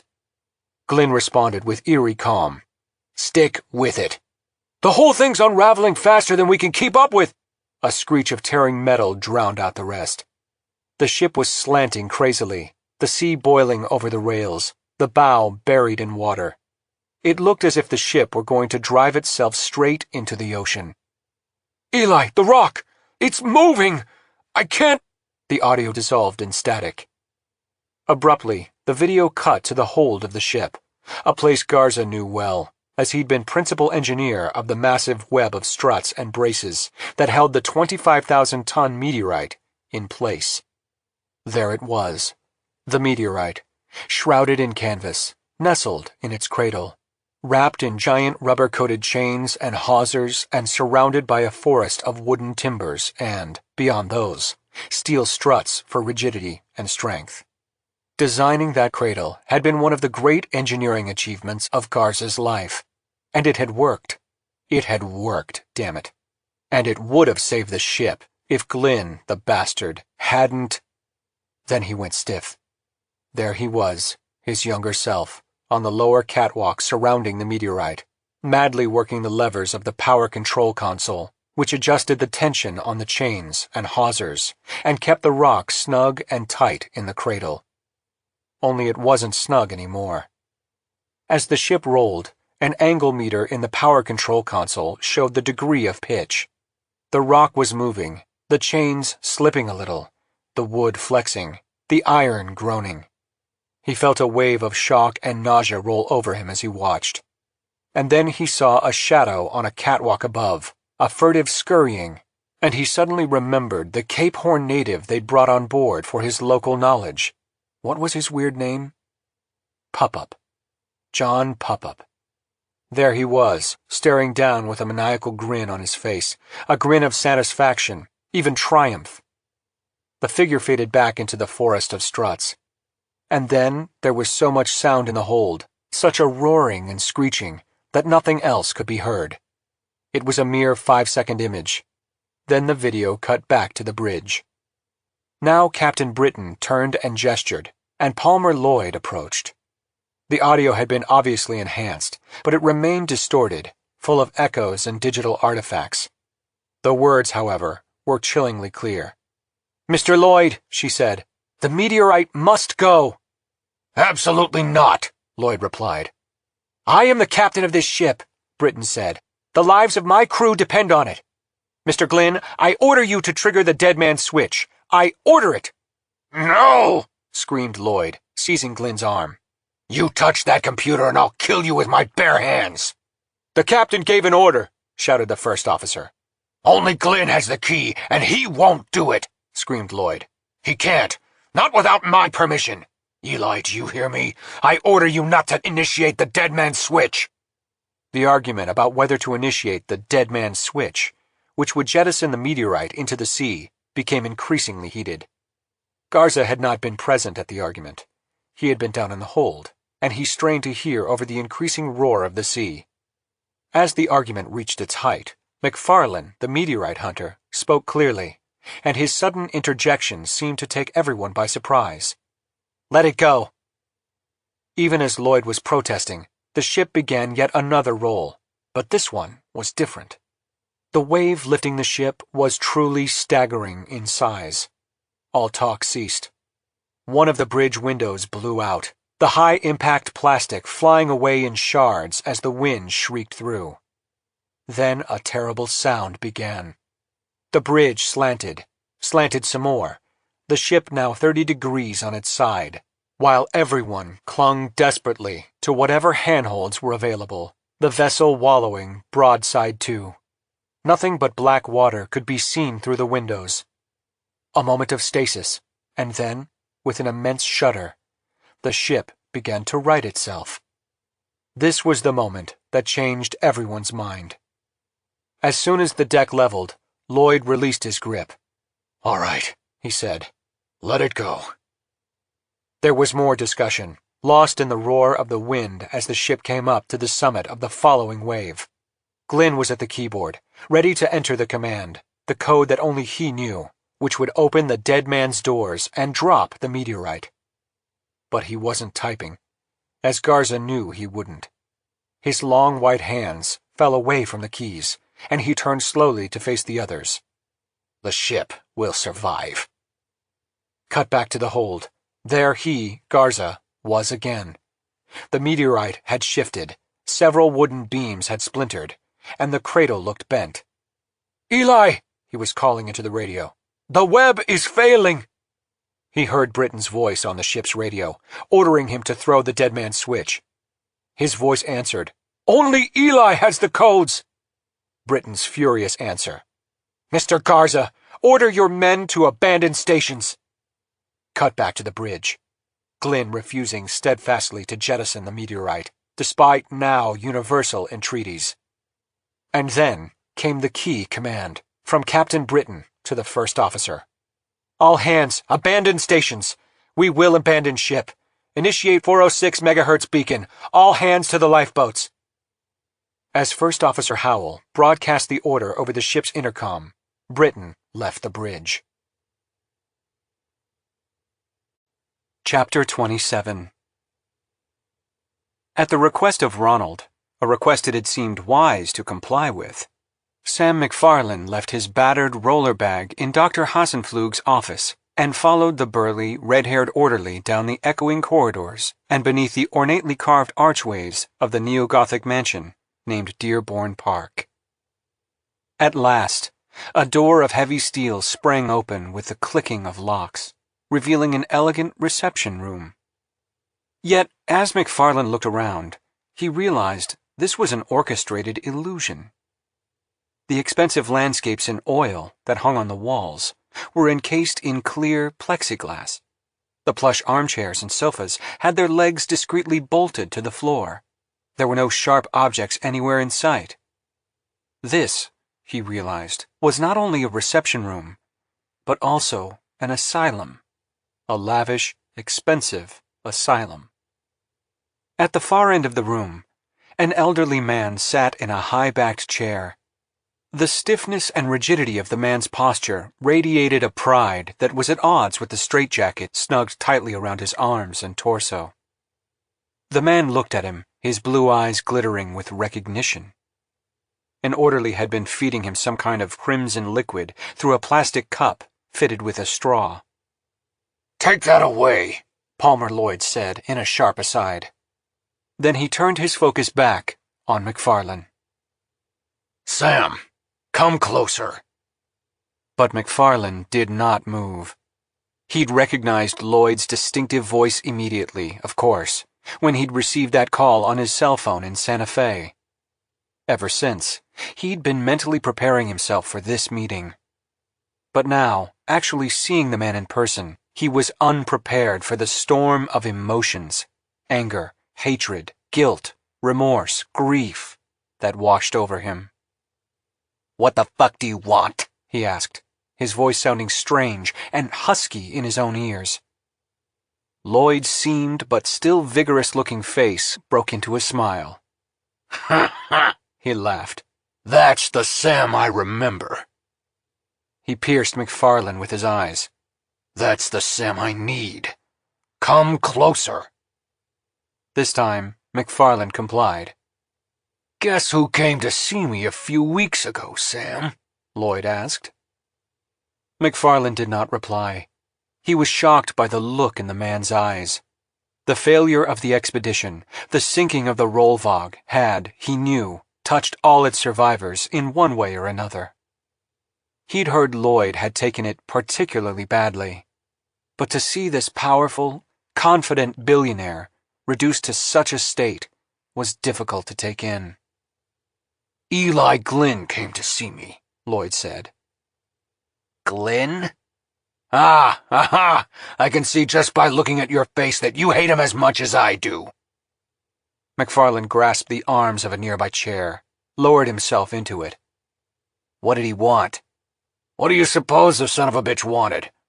What we all want." Lloyd glanced at the two orderlies, then leaned in and lowered his voice. To kill that thing. McFarlane went rigid. For the past 5 years, as he drifted from one place to another, unable to hold a job, disdainful of attachments, restless, aimless, yet never for 1 minute at peace, he'd been haunted by their shared past. He knew that thing Lloyd was referring to. It had never been far from his mind. Looking intently at McFarlane's expression, Lloyd nodded. We both hate the man, don't we, Sam? It was his fault, all his fault. Not just his, McFarlane said. Yours, too. Lloyd sat back up in his chair. Mine? He gave a harsh laugh. Ho ho, I suppose you're blaming me for roping you into the expedition in the first place, for ruining your life? His voice rose tremulously. As I recall, your life was ruined already. Have you forgotten the Tornasuk meteorite? I gave you a chance for redemption. It was Glynn, not I, who took that chance away, and you know it. The orderly named Ronald, standing near the door, stirred. Don't excite the patient, he warned. Immediately Lloyd became calm again.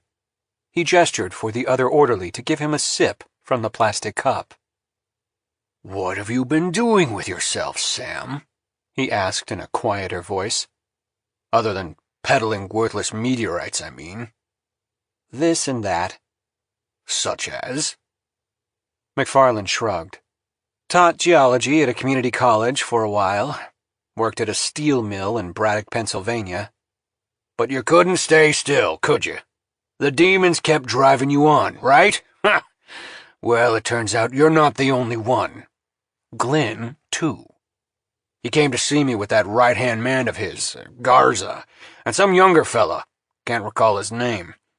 Seems he's been haunted by that thing we planted in the South Atlantic all this time, too. Lloyd leaned in again.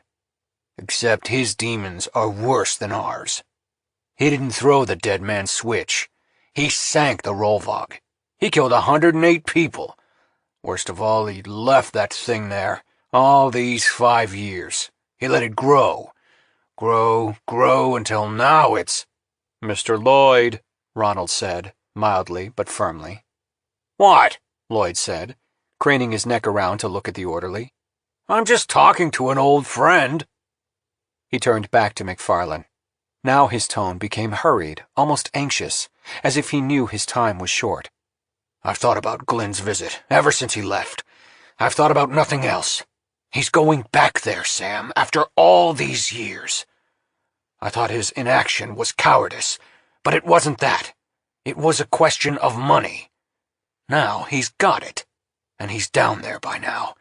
God only knows what's going on there this very minute. He made a gesture from beneath the straitjacket, as if desirous of grasping McFarlane's hand. The chains on his legs clinked as he shifted in his chair. But I know what's going to happen. If you have any brains, you know too. He's going to fail. Again. He's born to failure. He seeks it out.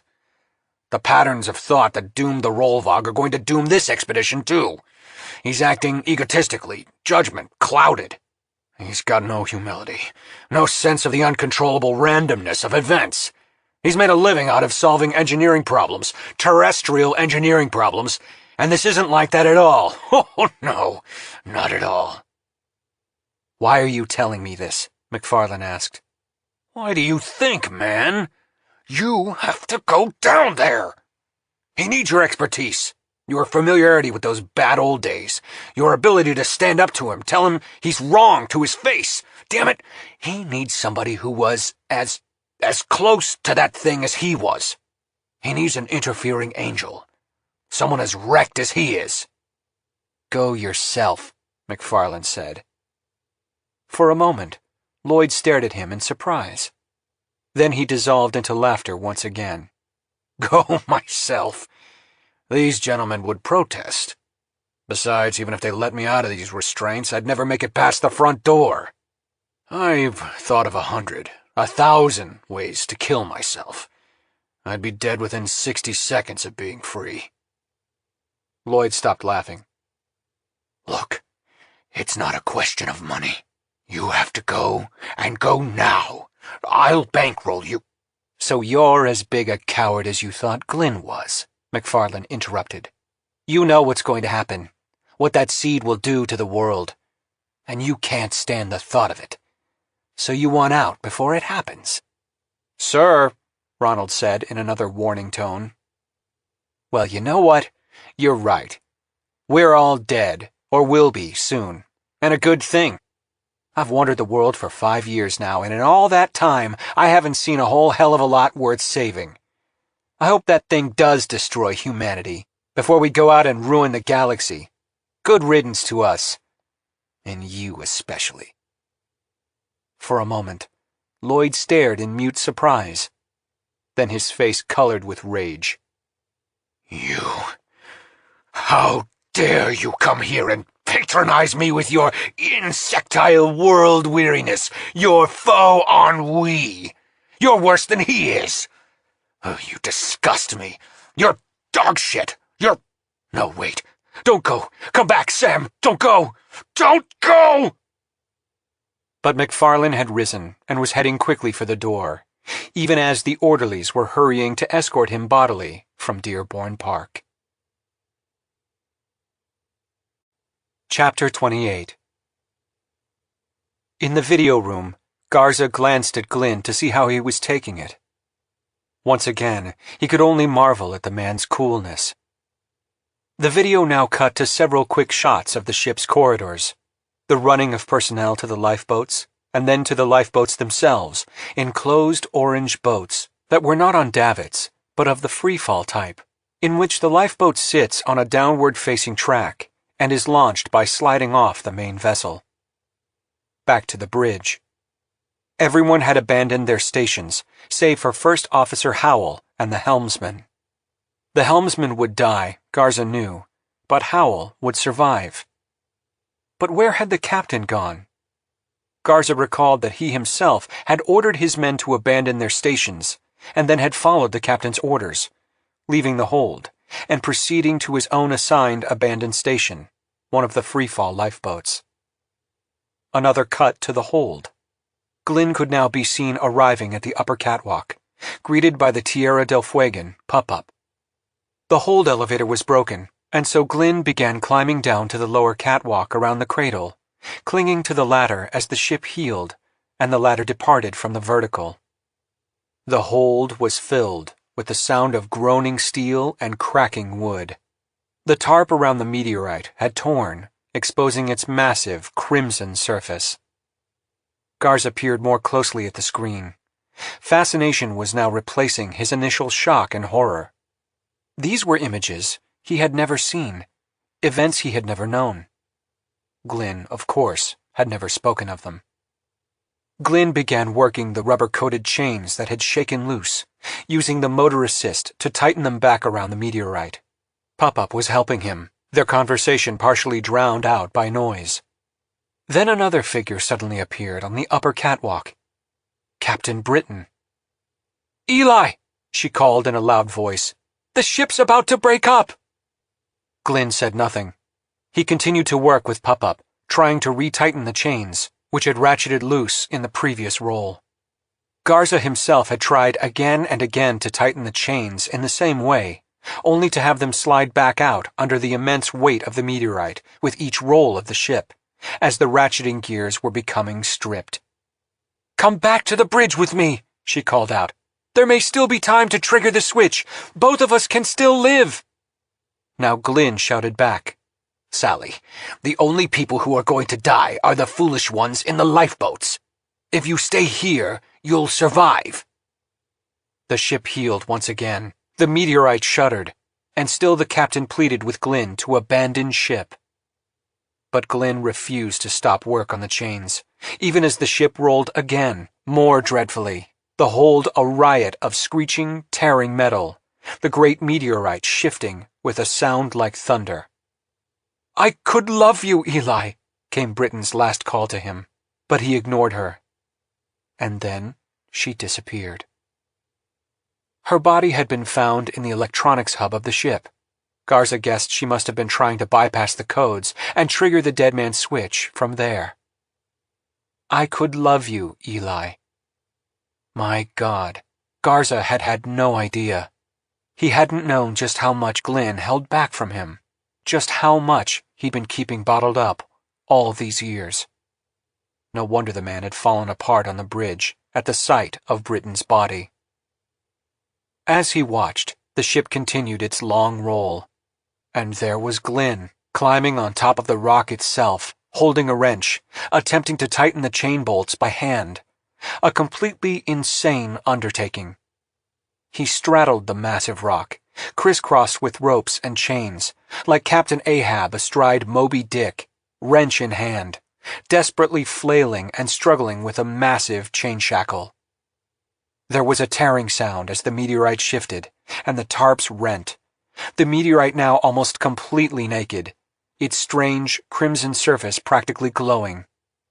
Hull rivets began popping, and still the ship yawed on its side, more and more steeply. There was an almost bestial sound of rending metal, a shower of sparks, a ratcheting of chains, and the web unraveled. The meteorite rolled out of its cradle, almost leisurely, Glynn atop it. The rock impacted the web of struts and beams, splintering wood and pushing steel aside like butter, descending slowly, but inevitably, in the inexorable pull of gravity. The ship was now canted almost on its side. The hull began to unzip, and the sea came roaring in, white with fury. As Garza watched, the meteorite came in contact with the seawater. At this point, Nishimura had slowed the video. It now progressed frame by single frame. As the water hit the surface of the meteorite, it seemed to froth or boil, and the meteorite's skin appeared to split apart and contract, exposing a glassy interior. It reminded Garza of a chrysalis splitting to release a butterfly. Now the video slowed even more, one frame every second. The boiling of the water around the meteorite intensified, and the red skin of the rock peeled away explosively as the translucent insides appeared to swell. The water rushing into the hold frothed around it. A rippling flash of white light erupted from the interior of the meteorite. Glynn disappeared. And then the video froze. That, said Nishimura, is the last frame before the feed went dark. I've enhanced it as much as possible. The image showed the interior of the meteorite, filled with light. And there, suspended in the middle, was the brown, ropey, engorged, melon-shaped thing resembling a brain that they had seen encased in the trunk of the baobab. After lingering on this final image, the monitor went dark and the lights came up. After a moment, Glynn rose and, at last, faced the others. Garza was bathed in sweat, profoundly shaken by what he had seen. Reliving the nightmare had been bad enough, but witnessing the unexpected profession of love on the part of Britton and the callous rejection by Glynn, it was too much. Glynn was standing before them, silently. A strange expression was on his face. For a moment, Garza worried he would collapse again. A single shudder passed through his frame. And then the moment, whatever it was, passed. His look became as cool, as detached, as unreadable as always. He cleared his throat. Dr. Nishimura and Dr. Sachs are analyzing that final image, but it appears that on contact with salt water, the object, which as we now know was not a meteorite, underwent an explosive sprouting or hatching event. He glanced around. We hope these last few seconds of footage will provide some insight into the creature's life cycle and vulnerabilities. In particular, whether that object inside the creature, visible in the final frame, is in fact its brain. Glynn looked around. Are there any questions? Total silence. People were too shaken up to ask questions now, although they would surely have some later. Having seen what happened, Garza marveled that Glynn had survived at all. The explosion, evidently tamped by water, had blown him free with just enough force to propel him beyond the sinking ship, but not enough to kill him. Many others hadn't been so lucky, and some, like Britain, had refused to abandon ship. "If anyone has any insights or theories," said Glynn, "please bring them privately to me. Recall that the details of what you have just seen should be kept confidential, for obvious reasons. And now, good morning."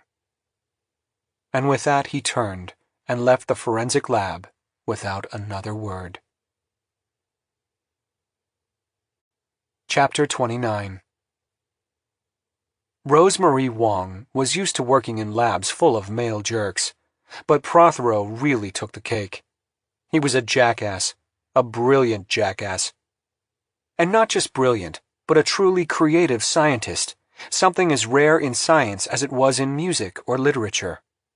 He was someone who habitually thought outside the box, whose mind made startling connections across entire categories, who cleaved mundane reality to find the gem within, and whose acidic skepticism ate away at even the most universally accepted truths. Many of his intellectual leaps were crazy, but once in a while they were not. When she had started working with him 2 years ago, he had just gone through a string of lab assistants, one after the other, nobody lasting more than a few months. Wong had decided that, come hell or high water, she was going to get along with this prize ass because she believed he was a great scientist who, someday, was bound to go somewhere unusual, somewhere important. And when that day came, she would be there with him. In this, she had been spectacularly correct. This secret mission to the South Atlantic was giving Wong a chance to do science beyond her wildest dreams. Just to be part of humanity's first encounter with an alien life form was mind-blowing. If it meant she had to put up with world-class asininity, juvenile crudeness, and preteen temper tantrums on a daily basis, that was the price to pay.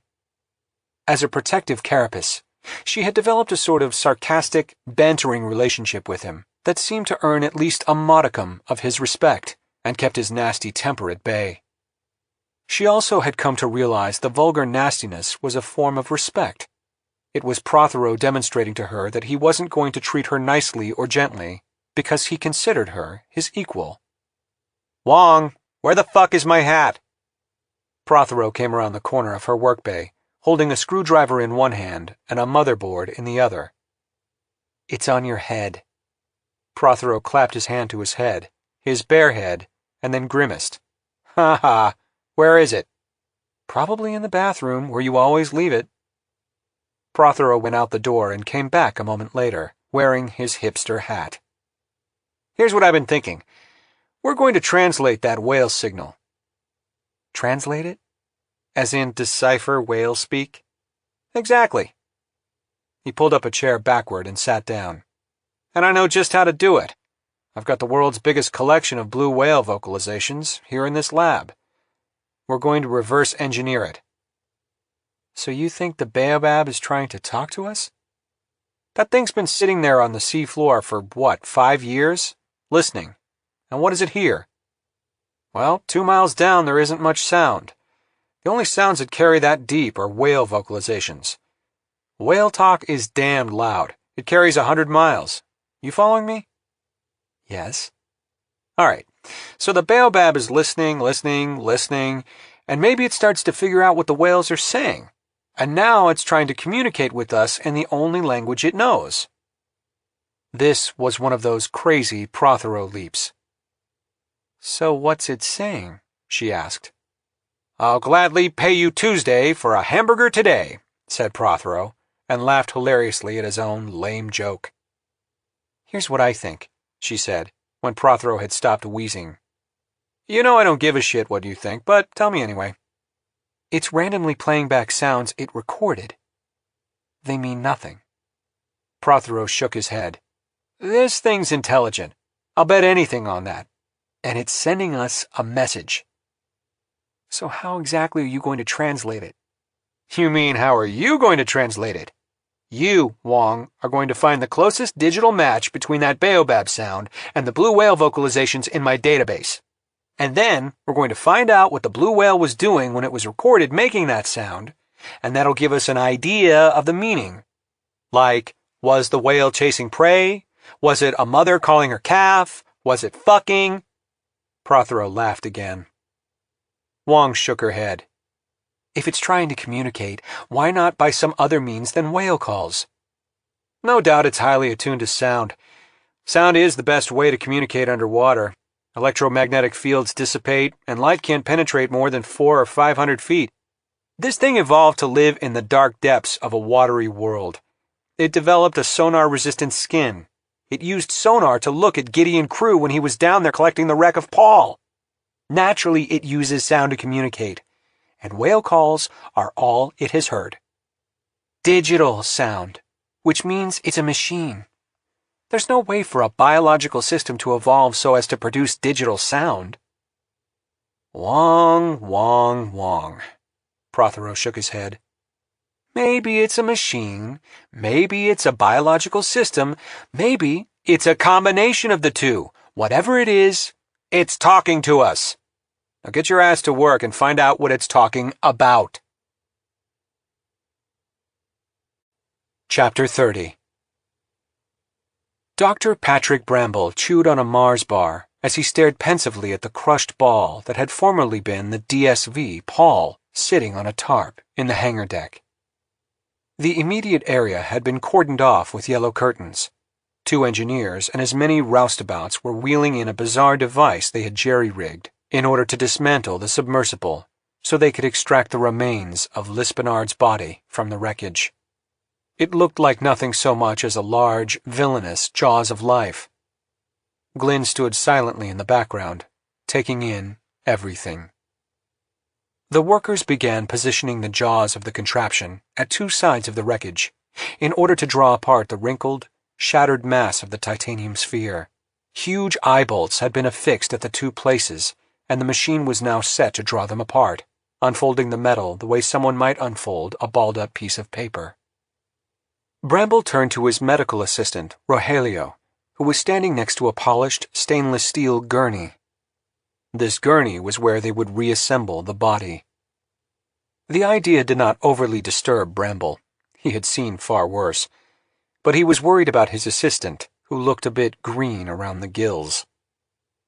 We must recover every, piece, no matter how small, Bramble told the workers.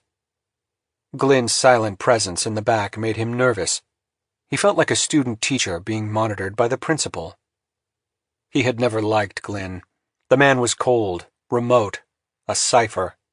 Never mind the fact he was largely responsible for what had happened to the Rollvog. The assistant nodded weakly. The jaws were affixed to each eye bolt, and a deep hum started up as the machine began to spread them apart. With a creaking, cracking noise, the crumpled ball began to separate along its fracture zones, and water began draining from within it. "Halt!" Bramble called. Immediately, the machine stopped. Rogelio rolled the gurney in close and, with large, rubber-tipped tweezers, Bramble and his assistant began picking out mashed pieces of flesh and pulverized bone, mingled with bits of clothing, and laid them all out on the gurney in turn. After a few moments, he turned to the assistant. "Rogelio, how are you doing?" "Hanging in there," Rogelio said in a strangled voice. "Good man." It took at least 10 minutes to remove every little bit from the fissure in the wrinkled titanium, and then they backed off and signaled the engineers to continue. The procedure went on for hours, prying first one piece of metal apart, then another, and another, in between stopping to pick out the remains, sometimes with the help of a portable magnifier on wheels with built-in illumination. At least it was a cool day, the good weather holding. The temperature inside the hangar was about 60 degrees. Not bad, Bramble mused, for the preservation of handling of human remains. And a large proportion of the remains were of workable size, which was also a good thing. He'd feared the corpse might have been little more than tomato paste. Slowly, the body began to take shape on the gurney, in a grotesquely altered state. Bramble and his assistant had been able to identify virtually all of the pieces by a combination of their position in the wreck, the bone fragments, and the clothing present. By chance, they had started working from the feet upward. Bramble knew that recovering the head and skull would be the last and most difficult part. As he worked, Bramble was mightily impressed by the immense forces that must have been applied to the submersible, especially the titanium sphere, to crush it so violently. In some areas, the pressure had been so intense and so sudden that it appeared to have softened or even melted the metal. It was disagreeable work, and Rogelio bore up relatively well under it, not losing his lunch as Bramble had feared. The two roustabouts operating the machinery and the two engineers were another story, turning their backs, looking away whenever possible, averting their eyes assiduously to avoid seeing the remains, to the point where Bramble had to speak to them sharply to keep their eyes on the job. Glynn, on the other hand, was just the opposite, watching the entire procedure in silence, face expressionless. He could have been observing a golf match. Nobody spoke except the fellows operating the jaws, and then only to communicate tersely about the equipment. Now they separated the personnel sphere, laying the pieces out in jigsaw position on a large tarp, spread precisely for that purpose. As they pried apart the last two large pieces, the upper torso, neck, and crushed head became visible. Bramble glanced at Rogelio and was dismayed to see the man had gone pale. The two roustabouts were not even bothering to cover up their horror and disgust. An engineer turned away, retching. Only Glynn seemed unmoved. "All right, let's keep going," said Bramble, moving in with a pair of rubber-tipped forceps and picking up the jaw, teeth, and skin still adhering. He laid it all on the gurney. Another piece followed, then another. The face itself had survived almost entirely whole, flattened without being mashed to a pulp. Rogelio worked on the opposite side of the gurney while a great silence collected in the hangar. As they continued, Bramble found himself becoming disturbed by something. It wasn't the gruesomeness. It was an odd feeling that something was not quite right. But he said nothing. He didn't want to seem like a crank, or worse, cause a panic. As they neared the end of the dismantling process, the titanium sphere laid in neatly arranged and numbered pieces on the spread tarp, along with mashed equipment from inside the sphere. Everything had been thoroughly picked over by Bramble and Rogelio, and all the remains were laid out on the gurney. Bramble, bending over them, putting body pieces into place like a puzzle, felt a presence behind him. It was Glynn. "Have you recovered all the remains?" he murmured. Bramble did not answer right away. He wondered just how to phrase it. Finally, he said, "We'll know when we weigh the remains if a substantial portion is missing. Of course, we'll have to factor in the loss of blood and the infusion into the tissues of a certain amount of salt water." He swallowed. "Of course." One of the roustabouts, having recovered somewhat, asked, "Why the hell did the creature crush up the DSV like this? Was it defense?" "It happened right after Lispenard switched on her acetylene torch," said Glynn. "So I would say yes, it felt pain and reacted." Bramble said nothing. "I think it was fear," said the roustabout. "The thing was afraid." Another silence. Then Glynn turned to Bramble. "Doctor, you don't agree?" Blast Glynn, he thought. If it was a purely defensive action, why would the thing swallow it in the first place? Part of that very defensive reaction. But Lispenard was trying to escape, not attack. It sucked her in. It wasn't afraid. "What are you suggesting?" said Glynn. "You asked for it." "Think about what the DSV looked like when the thing expelled it," said Bramble, "all crushed up in a bowl like that." "Meaning?" Bramble drew in an irritated breath. "As a child, I used to roam the Killarney National Forest with my brother Simon. May he rest in peace. 2 would-be naturalists collecting wee skeletons of mice and shrews, and we knew the best place to get them, near owl nests. May I ask where this recollection is going? It's a pellet, Bramble said flatly. A what? A pellet. Like an owl pellet. Good God, man, need I be more plain? He waved a hand at the remains, metal and organic both. It's a shite. Chapter 31. The nuclear weapon had been broken down in a most ingenious way, Gideon thought, so as to form 6 easily assembled pieces. 5 of them were on racks, sealed and ready to go. The 6th, the gold-plated plutonium pit, had been housed elsewhere and would have to be loaded last, using special equipment. The room was deep in the bowels of the ship, the close air smelling faintly of diesel fuel. Gideon gazed at the deadly pieces and considered the situation. The main body of the nuke was like 2 halves of a giant beach ball, already sporting slow and fast high-explosive lenses. The initiator was in a separate package, smaller than a golf ball, and sealed in heavy lead foil. The detonators were in the 4th package, attached to wires, ready to be inserted into the brass chimney sleeves. The 5th package contained the small computer into which the detonator wires would be plugged and would, ultimately, send out the detonation signal. Garza would soon be delivering, at Glynn's orders, the final package containing the plutonium. Once he'd done that, the assembly sequence was simple, and then the bomb would be ready for arming. The racks had been specially engineered to allow a single person, using computer-controlled mechanical assists and a sealing winch, to assemble the bomb in about an hour. Testing would take another hour. Gideon was amazed at the elegant, beautifully simple engineering work Garza had done. As long as you knew what you were doing, it was almost as simple as putting together a set of shelves from IKEA. Stuff like this didn't exactly grow on trees. He wondered once again just how much EES had spent in order to procure it. The actual arming of the bomb wouldn't happen until just before it was to be used. It would be armed with a code, nicknamed ARM, to be entered into the computer by keypad. Only Glynn, Gideon, and Garza knew the code. The countdown to detonation could then be started with a simple key press on that same keypad, or by a remote-located computer in mission control.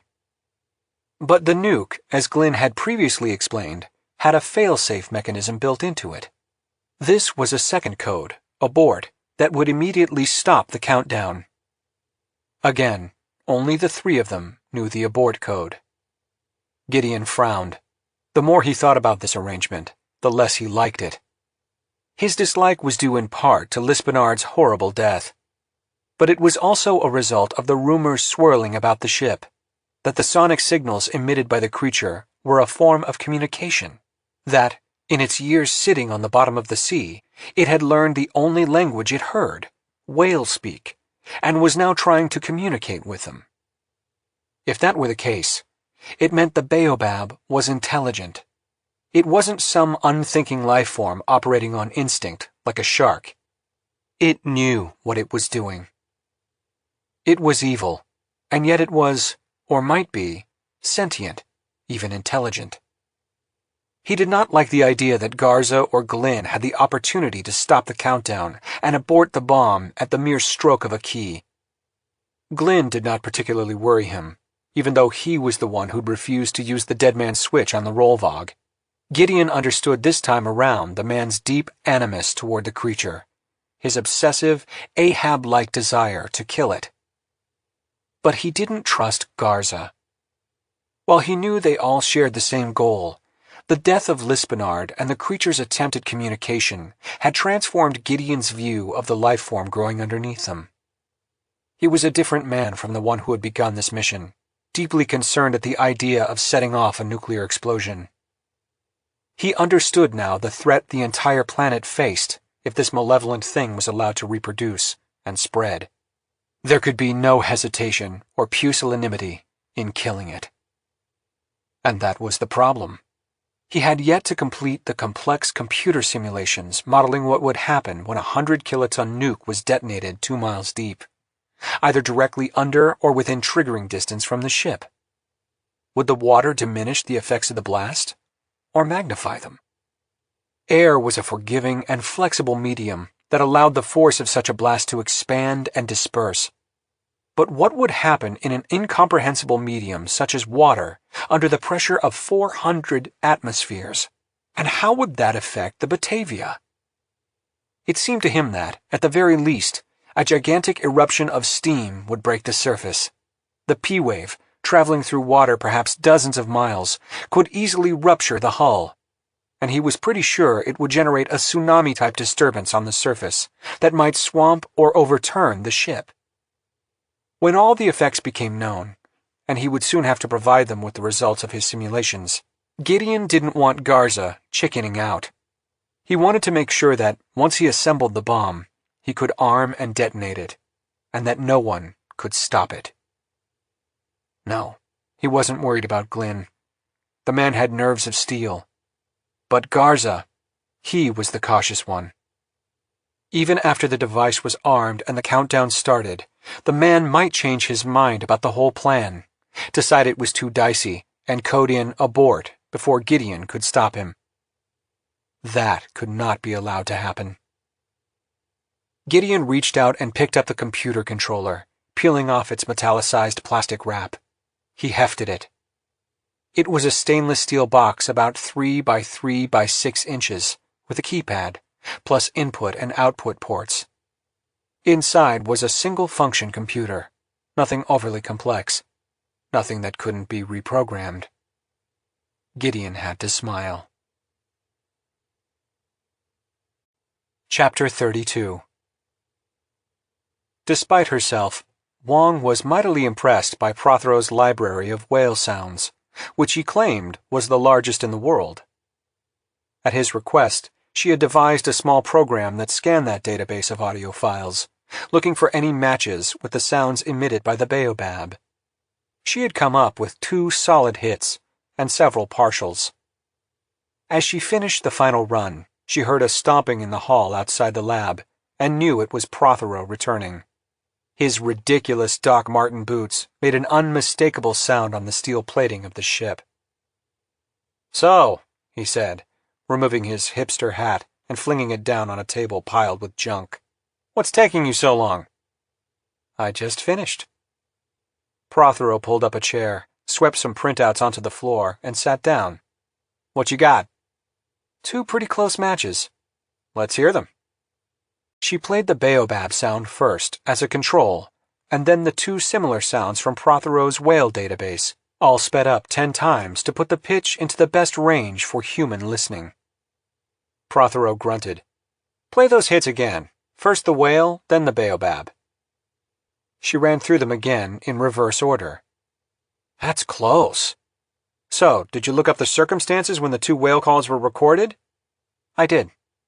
The first recording was made by a Greenpeace vessel a few years ago, about 500 miles south of Tasmania. It had been shadowing a Japanese whaler. This was the sound the whale made as it was dying, after being hit by 2 Penthrite grenade-armed harpoons by the Japanese. Fucking barbarians. And the other one? That was recorded by a Woods Hole oceanographic vessel from a blue whale stranded and dying on a sandbar on Sable Island, off the coast of Nova Scotia. Some kind of virus had interfered with its internal navigation, apparently, and it beached itself. It died not long after. Both dying sounds. Prothero was silent for a long time, his brow furrowed. Finally he stirred, picked his nose. "What do you think?" "I still think the creature was merely repeating, parrot-like, a whale sound it had heard." Prothero made a face. "Just tell me what you think it means. I mean, to the whales that made the sound. We'll deal with the baobab later." "My first thoughts were that it might have been a cry for help, or maybe a growl of warning or fear, or the equivalent of a whale death scream." "Did you find any other matches?" "Only partials. Some matched the first part of the baobab sound, some matched the second." "Play those." She played a few of them. Notice how all these whale utterances tend to fall into one of two categories? Two words. Some sound like one word, some like the other. Prothero scratched himself. So tell me under what circumstances those partials were made, starting with the first. What was going on when it was recorded? That sound was made by a pod of 3 blue whales, all together, when one was attacked by a gang of orcas. The blue whales managed to drive off the killer whales through ramming and blows of their tail flukes. They made those sounds as they were doing it. Another grunt from Prothero. Wong reached toward her equipment. Let me replay the other similar sounds. Prothero waved his hand. You don't have to. I already know what they mean. You do? Yeah, said Prothero.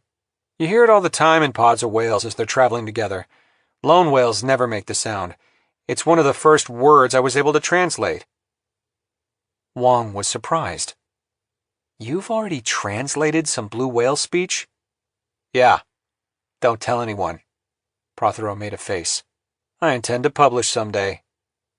So what does it mean? That sound is the whale referring to itself. It means me or I. Wow. So what do you think the initial sound means? It's a verb. That much I'm sure of. Whales have verbs? Sure they do. All they do is move. Everything to a whale is movement or activity. I think the entire blue whale language is made up of verb-like sounds. Okay. This did not sound very scientific to Wong, but she was in no mood to argue with Prothero. It's a verb, and it's used by whales that are dying or whales that are trying to drive off attacking orcas. I think it's pretty obvious what it means. He gave her a superior smirk. You don't get it? No.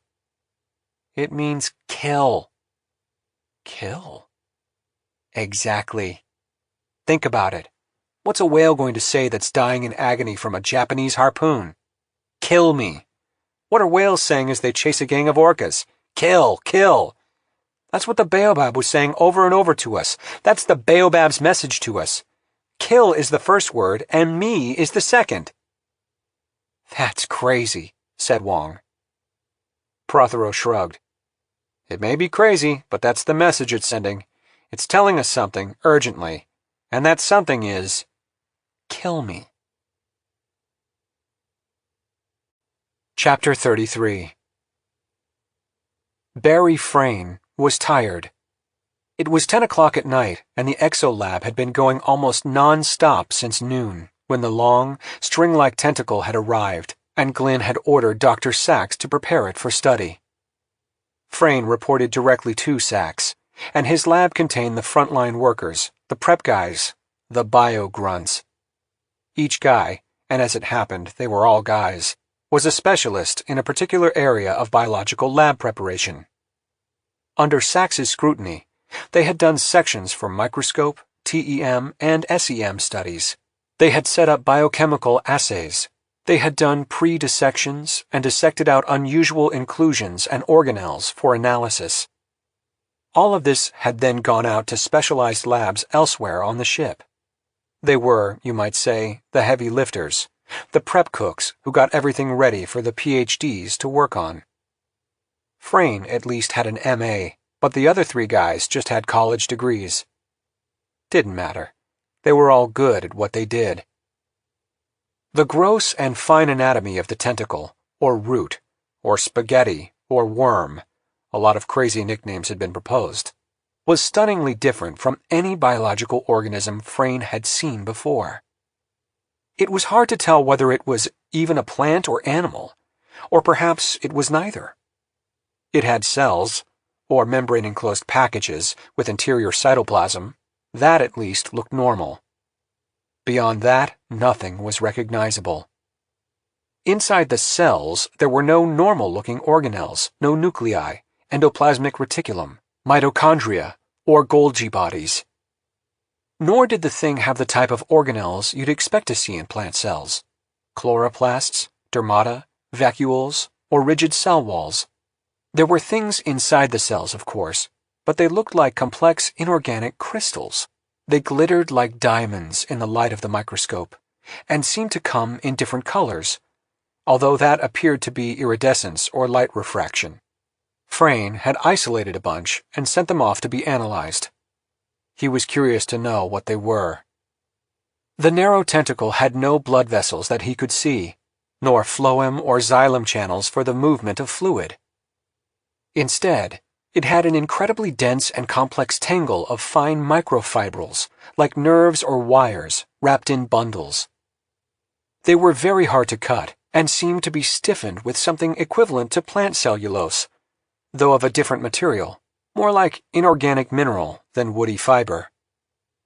But what was strangest of all was that, when you really got down to it, there was nothing in the tentacle that actually looked like living tissue. It looked, instead, like an incredibly finely built machine. Sachs had been in and out, supervising the work. He knew she'd seen the same things he had. She must have. But she'd kept her thoughts to herself. Now, he finished up on the microtome, placed it on a slide, sealed it, labeled it, and slotted it into the holder. It was the last one, and they were almost through, as long as Sachs didn't come back with yet another last-minute request. "Hey, Barry, take a look at this." Frayne looked up and walked over to where one of his coworkers, Waingro, was standing over the main length of tentacle, getting ready to slide it back into cold storage. The thing lay coiled like a thin rope in its shallow tray. "What's up?" "Look at that. It's shorter." "Of course it's shorter. We've been cutting off sections." "No," said Waingro. "I mean before the last break we took. I could swear it was longer." While they were talking, Reese, another lab assistant, came over and stared down. Frayne turned to him. "What do you think? Is it shorter?" Reese nodded. "Yep." You think someone swiped a piece?" Frayne asked. He was alarmed. They had locked the lab when they left for their last break, but they hadn't locked up the tentacle. They weren't working in sterile conditions. That would have been an unacceptable impediment to the speed being demanded of them.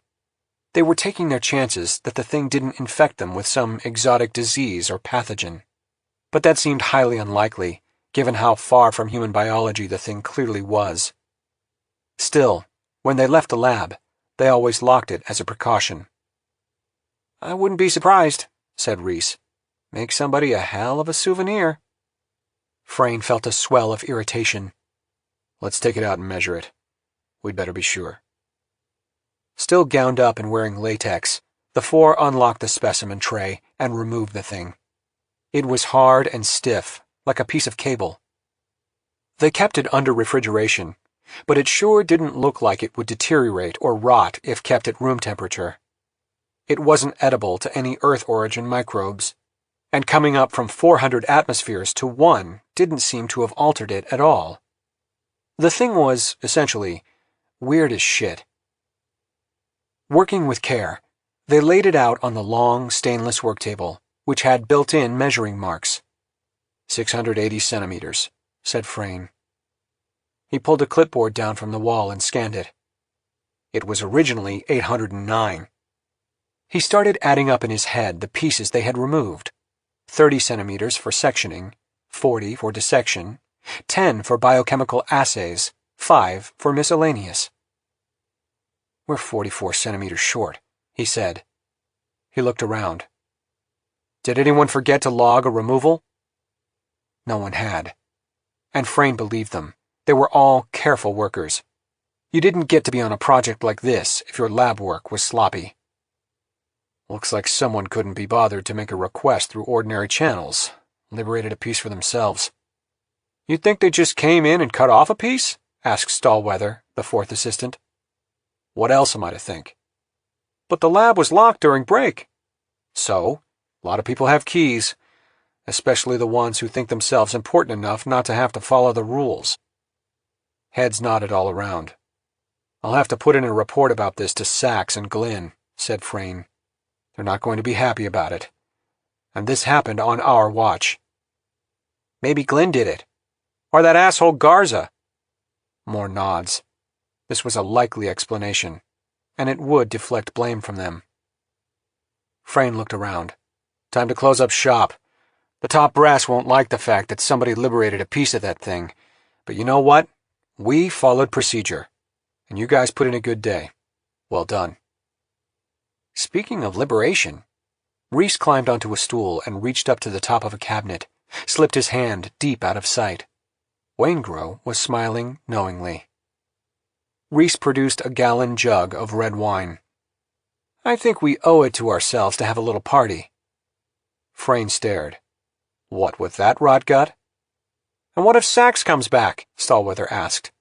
Now that we're at the work site, it's ixnay on the drinking. Come on, the speakeasy is open for business. Sax isn't coming back, not tonight.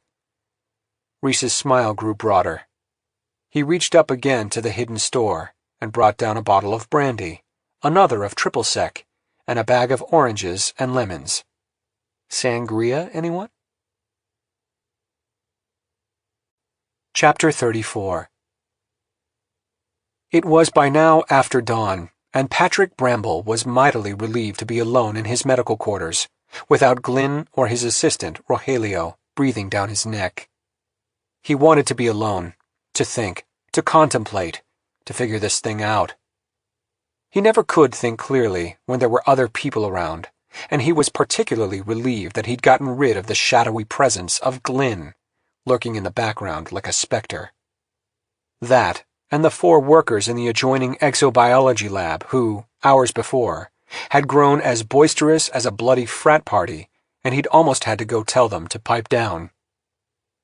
In the silence, he got back to work. In front of him, arranged with precision on the gurney, were the remains of Alexandra Lispinard. It was a singularly gruesome sight, much of it looking like coarse-ground hamburger mingled with mashed bits of flesh, shot through with shreds of clothing, strands of hair, and fragments of bone. Having arranged and rearranged just about every piece over the course of the last several hours, he had become thoroughly numbed, and now gazed upon the scene not with horror, but with scientific detachment. The problem, he mused, was simple. If the crushed DSV was indeed a pellet, a shite, then the creature had to have absorbed some nourishment from it, the same way an owl ate a rodent whole, digested its flesh, and expelled the bones and fur. Nothing else made sense. The DSV seemed intact, nothing missing or dissolved, and besides, it was hard to imagine the creature eating metal, glass, or plastic. It seemed much more likely it had digested or absorbed some of Lispinard. He wondered exactly what that might be. It could have been her blood. Naturally, the body was completely drained of blood, all 5 liters of it. But he remembered from the video of the recovery of Paul that there had been a faint cloud of blood trailing away from the crushed DSV when it was first discovered. So the creature probably hadn't absorbed the blood. It had washed away. What he needed to do was weigh the body and see how much, if any, was missing. That could help determine what had been absorbed. He called up Lispinard's chart on his computer and noted that her weight had been 58.8 kilograms. With the blood gone, that would lighten the remains by 5 kilograms, for a total weight of 53.8 kg. The amount of wet clothing embedded in the remains, he calculated, was about 1 kg. The gurney came with a built-in scale. He unlocked its weighing latch, activated the keypad, and waited while the digital screen ran through the kilograms. It stopped at 53.3 kg. So the body was missing about 1.5 kilograms of weight. Some of that might be pieces they'd missed, or other liquids, such as lymph or bile, that had dispersed into the ocean. But some, if not most, of that liquid would have been replaced by salt water. Bramble was pretty sure he'd gotten every last piece of her. They'd been fanatical about it, and the pieces had sort of clung together in a stringing way, one leading to the next. What part of the human body weighed 1.5 kilograms? The answer came to him immediately. The brain. Bramble exhaled loudly in chagrin at his stupidity. Here he had carefully assembled the face and skull on the gurney, ears, nose, lips, hair, the works. But he'd forgotten about the brain. Where was it? He bent over the gurney, but there was no trace of it. Could they have overlooked it when extracting the body from Paul? No, impossible.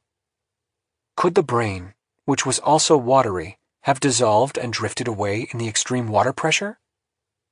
The feeling he'd had when they'd taken apart Paul back on the hangar deck, the feeling that something wasn't quite right, came back again now, full force. He picked up a pair of rubber tweezers and leaned over the assembled cranium, turning over the largest pieces of skull. The inside of the cranium was totally clean, licked clean, one might even say. Even the dura membranes normally found inside the cranium were gone completely, and those were tough. He pulled the tray of surgical tools close and carefully dissected the first two cervical vertebrae, C1 and C2. They had survived the crushing fairly intact. He quickly located the main anatomical points, the dens of axis and the transverse ligament of axis. With the utmost care, he rotated C1 and teased apart the partially crushed mess to expose the vertebral foramen.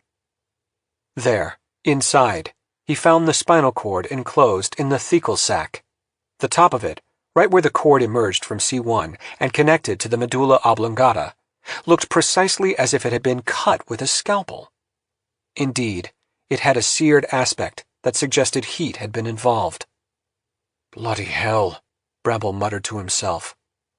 He was utterly discomposed. Had the creature eaten the brain? But no, that didn't seem likely, given such a clean-cut removal. Rather, the bastard had, with almost surgical precision, taken the brain. Bramble backed away from the gurney, a feeling in the pit of his stomach that was not good. He took a few deep, shuddering breaths. And then, recovering himself, he did a quick bioassay of the brainstem. Then he pulled off his gloves, hung up his apron, washed his hands, straightened his lab coat, and went off to look for Glynn. Chapter 35. Gideon Crew stood with Glynn and Manuel Garza at the foredeck rail. They were speaking in low tones. Their conversation was about the nature of the baobab, but as usual, it seemed to wander into wild speculations and crazy theories. It frustrated Gideon that, even now, they had so little hard evidence on the thing. They didn't know even the basics. Was it a machine or a life form, or some bizarre combination of the two? Was it intelligent, or just a dumb plant? This lack of information was becoming a serious problem on board ship, because the resulting vacuum was being filled with rumor and speculation. At least the remarkable weather was still holding, the ocean as calm as a mill pond.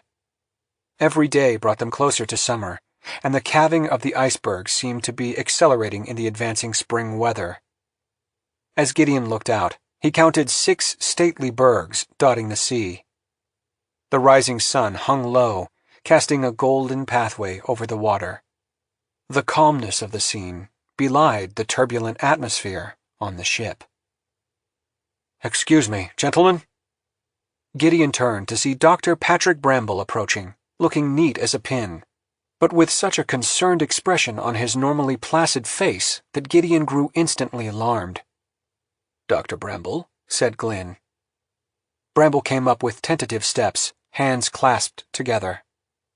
"I've completed the autopsy," he said. "Of Lispenard," he added unnecessarily. Gideon felt a tightness in his chest. He had viciously suppressed all thoughts of Alex, which otherwise seemed to erupt regularly out of nowhere and stagger his peace of mind. But this he had to hear. He waited. "Well?" Glynn asked when Bramble didn't go on. "The brain is missing," said Bramble. "What do you mean, missing?" "Absolutely missing. Not a trace of it. Not a trace." The words came tumbling out, his Irish brogue heavier than usual. "It appears to have been removed at the brainstem, severed as if with a scalpel, and with evidence of the application of searing heat. I did a quick section of bioassay and found that the proteins at the site of the removal had denatured. Proof of heat." Gideon stared at him. Removed? Not crushed? Bramble ran a hand across his bald head. It appears the brain was removed before the skull was crushed. Otherwise, there would have been traces of it on the inside of the skull, neural matter forced into the fractures. But no, there's no trace of grey or white matter anywhere in the remains, not even microscopic traces. The baobab seems to have... well... His face collapsed into confusion. Eaten it? Garza completed the sentence. Listening, Gideon heard himself tense up. That's what I thought at first. But if it was going to be absorbed as nourishment, why remove it intact? And I have no doubt it was removed. What happened to it after that, I don't have a clue. Eaten, absorbed, whatever. Scanned? Gideon heard himself ask. Garza turned sharply. What do you mean by that? Her brain was removed intact, Gideon said. Why? Maybe the creature wanted to interrogate it, download its contents. That would be a good reason to take the brain out undamaged. Improbable, said Garza, to say the least. Think about Alex's final message. Let me touch your face. She was in contact with something. She spoke. Or, at least, her brain did. If your theory is true, said Garza, how did she speak? She had no mouth. Her body was crushed. Gideon winced inwardly. Don't remind me. He tried to stay focused, to think through the problem logically. Her brain, removed intact, spoke through the creature. Let me touch your face. Her brain was in contact with something, but her brain was confused, disoriented. I mean, it had just been removed from her body. Garza's face displayed broad irritation. He shook his head. Good God, if this isn't pure science fiction. There was a long silence. Glynn, as usual, took everything in while displaying an impassive face. Maybe Garza's right, Gideon thought. Maybe it is science fiction.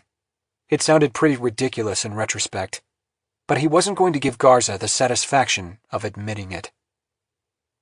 And there's another little thing, Bramble said after a moment. Glynn raised his eyebrows.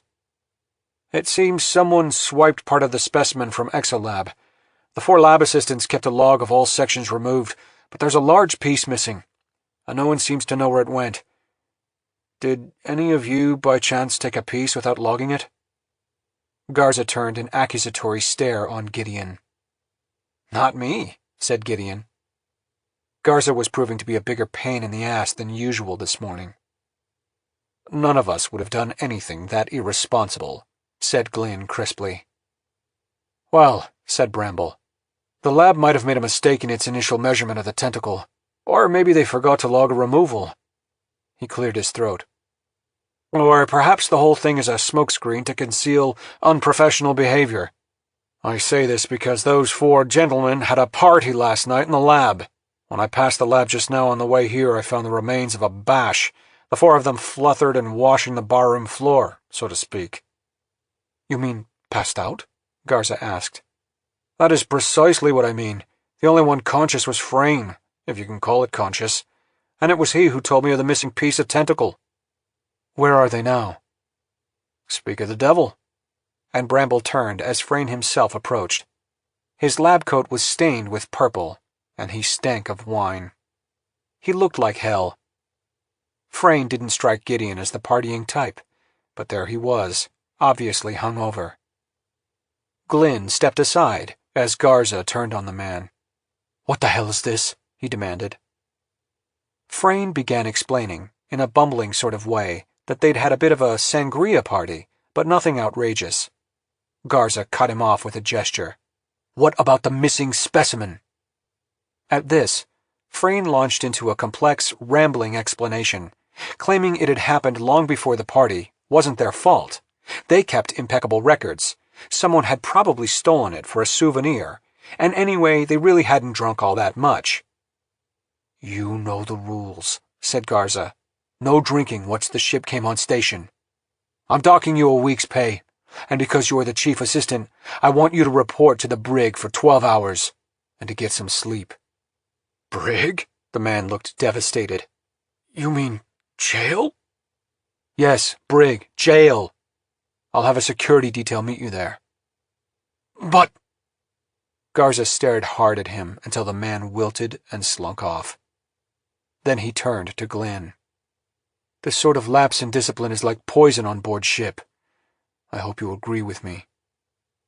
A faint incline of the head indicated Glynn's agreement.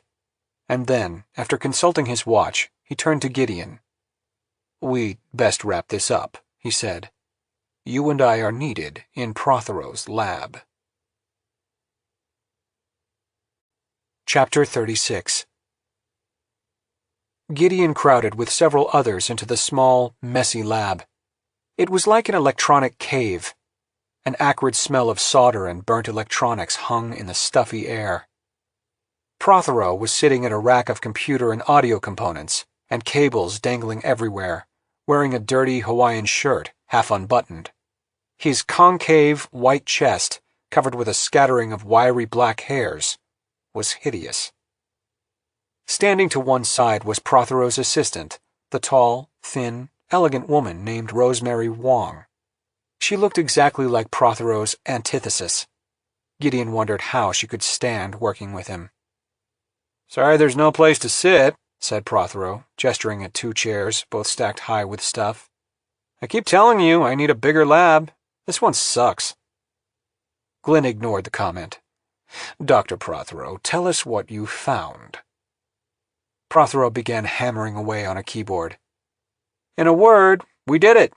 We translated the message from the baobab. Hey, Wong, play the tape. She keyed up a tape, and moments later the song of a blue whale came through, followed by the sound that had been generated by the baobab. Prothero talked at length about the nature of blue whale language. Gideon felt himself getting increasingly vexed. So what does it mean? He finally interrupted. I want to warn you, the message is kind of strange. Prothero rolled his eyes dramatically. The thing said, he hesitated, kill me, kill me. How sure are you of this hypothesis? Asked Glynn. I'm pretty damn sure, if you'd let me explain. And explain Prothero did, again at length, playing the tape one more time, and then playing other recorded blue whale sounds, elucidating in self-congratulatory tones how they'd broken down the sounds, deduced the meanings, verified their findings. Gideon, despite his skepticism, found himself impressed, but not convinced. When Prothero was finished, he asked, So why would the creature be begging us to kill it, especially after destroying one of our DSVs? Prothero shrugged. That's for you guys to figure out. How do you know it's not just mimicking blue whale sounds it heard? Blue whale speech travels 100 miles or more in water, so this thing's been hearing all sorts of blue whale vocalizations. Why would it repeat just this one? No, my friend, it's communicating with us. The my friend part especially grated on Gideon. If this is a communication, it makes no sense. Maybe it's confused, said Prothero, shrugging. Maybe it's like the guy who goes to France and makes an ass of himself trying to speak the language, he brayed loudly. We're dealing with an alien life form, said Glynn. Possibly an alien intelligence. It doesn't surprise me we wouldn't understand its first attempt to communicate. Gideon shook his head, then glanced at Wong. She was keeping her cards close. What do you think, Rosemary? Wong gave a little cough. I think Gideon may be right. It may just be playing back sounds, like a parrot. Gideon felt gratified. His opinion of Wong and her intelligence rose still further. Well, if science were a democracy, I'd guess I'd be wrong then, said Prothero, adding, But it ain't, and I'm right. And he laughed again, raucously. At that moment, the warrant officer, Mr. Lund, appeared at the door. Dr. Glynn? I was not to be disturbed. We've got an emergency. The baobab. It's starting to become active. Chapter 37. By the time Glynn and Gideon arrived in the control center, it was a hive of activity. Glynn took his position at the central command console and Gideon stood to his right, at the secondary console. Chief Officer Leonard came up smartly, carrying an iPad. "Brief me," Glynn said quietly. "Very well. About 20 minutes ago, the surface sonobuoys began to register some unusual sounds coming from below. They were very similar to the types of P waves that come from small tremblers on the ocean floor, around 1.5 to 2 on the Richter scale.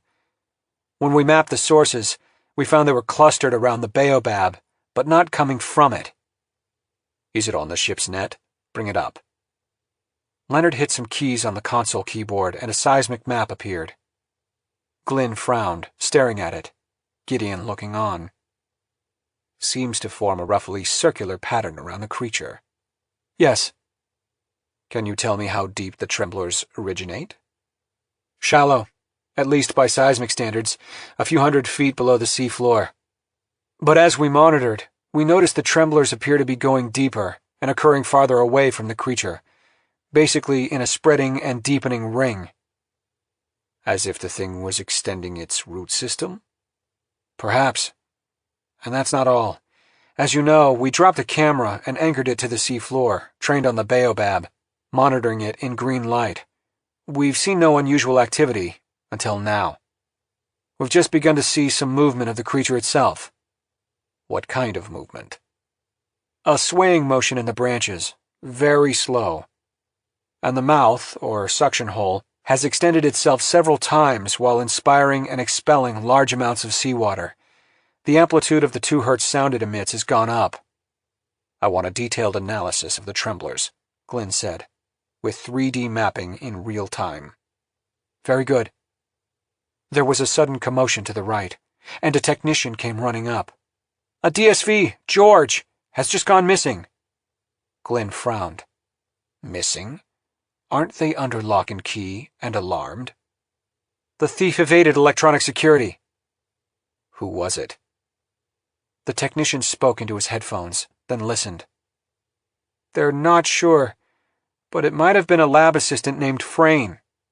"Frayne?" Gideon asked. "Isn't he in the brig?" The man listened for another moment. "He never arrived at the brig. They've had a detail looking for him, but it seems he managed to sneak down to the DSV hangar. They're reviewing security video now. Yeah, it's definitely him." "Was he still drunk?" "They don't seem to have information on that. Wait. They're saying he smelled of liquor." "How did Frayne get the DSV in the water?" Gideon asked. "It takes a crew to launch." "He seems to have had help. We're still figuring that one out. Again, they're reviewing the tapes, trying to determine exactly what happened." "Where's he taking the DSV?" "Straight down, it seems. Fast. No response on any frequencies." "Prepare John right away," Glynn said. Then he turned to Gideon. "Get over to the hangar deck. You're going down after him." Chapter 38. 20 minutes later, Gideon was in the water, watching once again through the forward viewport as the DSV sank into blue darkness. They hadn't gone through the usual safety checklist, but John had been used so recently that they assumed, correctly Gideon hoped, that one was unnecessary. It was unbelievable. Frayne, drunk and joyriding a $10 million mini-sub. If it was indeed joyriding. But what else it might be, Gideon couldn't even hazard a guess. Revenge? Some crazy suicide mission to kill the creature?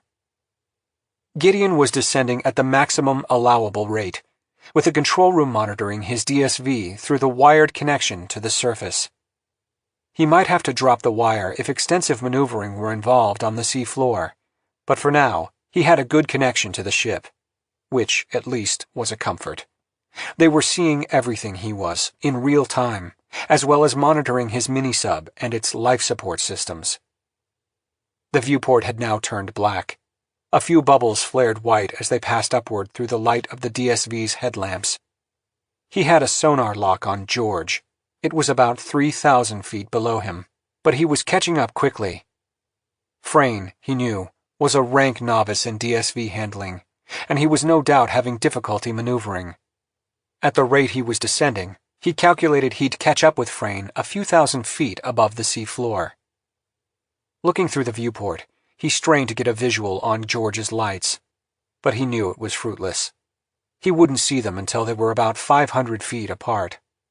What the hell he was going to do when he caught up with Frayne was still being discussed in Mission Control. If he wasn't able to persuade him to turn around and return to the Batavia, there were various options, but all of them were difficult and dangerous. The technicians above were trying to prioritize and work them out, step by step. There was no manual on this one. The interior of the sub felt particularly claustrophobic. He hadn't had time to psychologically prepare himself for the descent, hadn't even had time to change his clothes. He had dressed for the cool morning air of the south, and he was now hot and sweaty, his shirt itching around his collar. He watched as the meters ticked off on the depth gauge. He was 600 meters from the bottom. Any moment, and George should come into sight. And there it was, a blurry blob of light directly below him. "Got a visual fix," he reported. "Keep descending." Glenn's voice crackled through his headset. "Try to match his rate and come up beside him." "Copy." The blob began to resolve itself into a wavering cluster of lights. Gideon increased his descent rate slightly into the red, impatient to catch up before they reached the bottom. God only knew what Frayne was planning to do, and he wanted to stop him well before they came within the purview of the creature. Now, the outlines of George began to materialize. "Hail him," said Glenn. Gideon turned up the gain on the UQC. "George, this is John. Acknowledge." Nothing. He repeated the call. Still no response. He was catching up fast, and now he paused to slow his own descent, to position his sub to ensure it was not directly above George, but safely to one side. "Frayne, do you read?" No answer. "Hey, Barry, it's Gideon Crew. Can you hear me?" Silence. "Look, Barry, can we please talk? What's going on?" Now, he was only about 30 meters above George.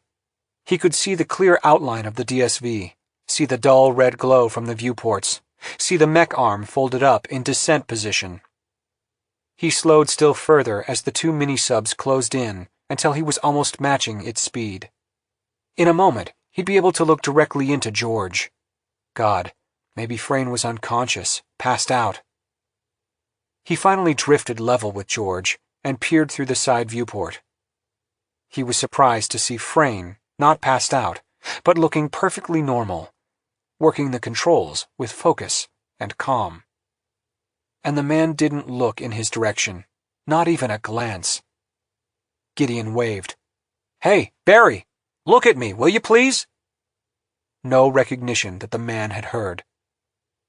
Gideon glanced at the depth monitor. They were closing in on the bottom. If he didn't stop soon, the AI would kick in and slow him down. So would the AI of George. Neither submersible would be allowed to slam into the sea floor. "Frayne, can you hear me?" No response. Gideon switched to a private frequency to speak with Mission Control. "Can he hear me?" he asked. "He certainly can. And he can hear us, too. We know his UQC is on and at full gain." "It's as if he's a robot." "We can see that." "Can't you transfer control to the surface and just bring his DSV back up like you did to me?" "He's got the override sequence," Glenn told him. "We don't know how. Nobody is supposed to have it but me, Garza, and the maintenance technicians." "Jesus, what a balls up." Gideon shook his head. They hadn't even given the sequence to him. He'd take that up with Glenn later. "Okay," said Glenn. "Listen closely. If he won't respond, the technicians here say there's a way for you to disable George." A schematic image of George flashed on his screen. Glenn's voice went on, cool and even. "We want you to use your science arm for a simple procedure. His DSV has 6 thrusters. Insert the end of the arm into each thruster, wrecking the blades. They say you'll only need to disable 3 to leave George DIW. Then we can attach a tow cable and haul it up." There's no other way besides wrecking the thrusters? Everything else that's vulnerable is protected by the outer hull. What we're suggesting is simple and foolproof.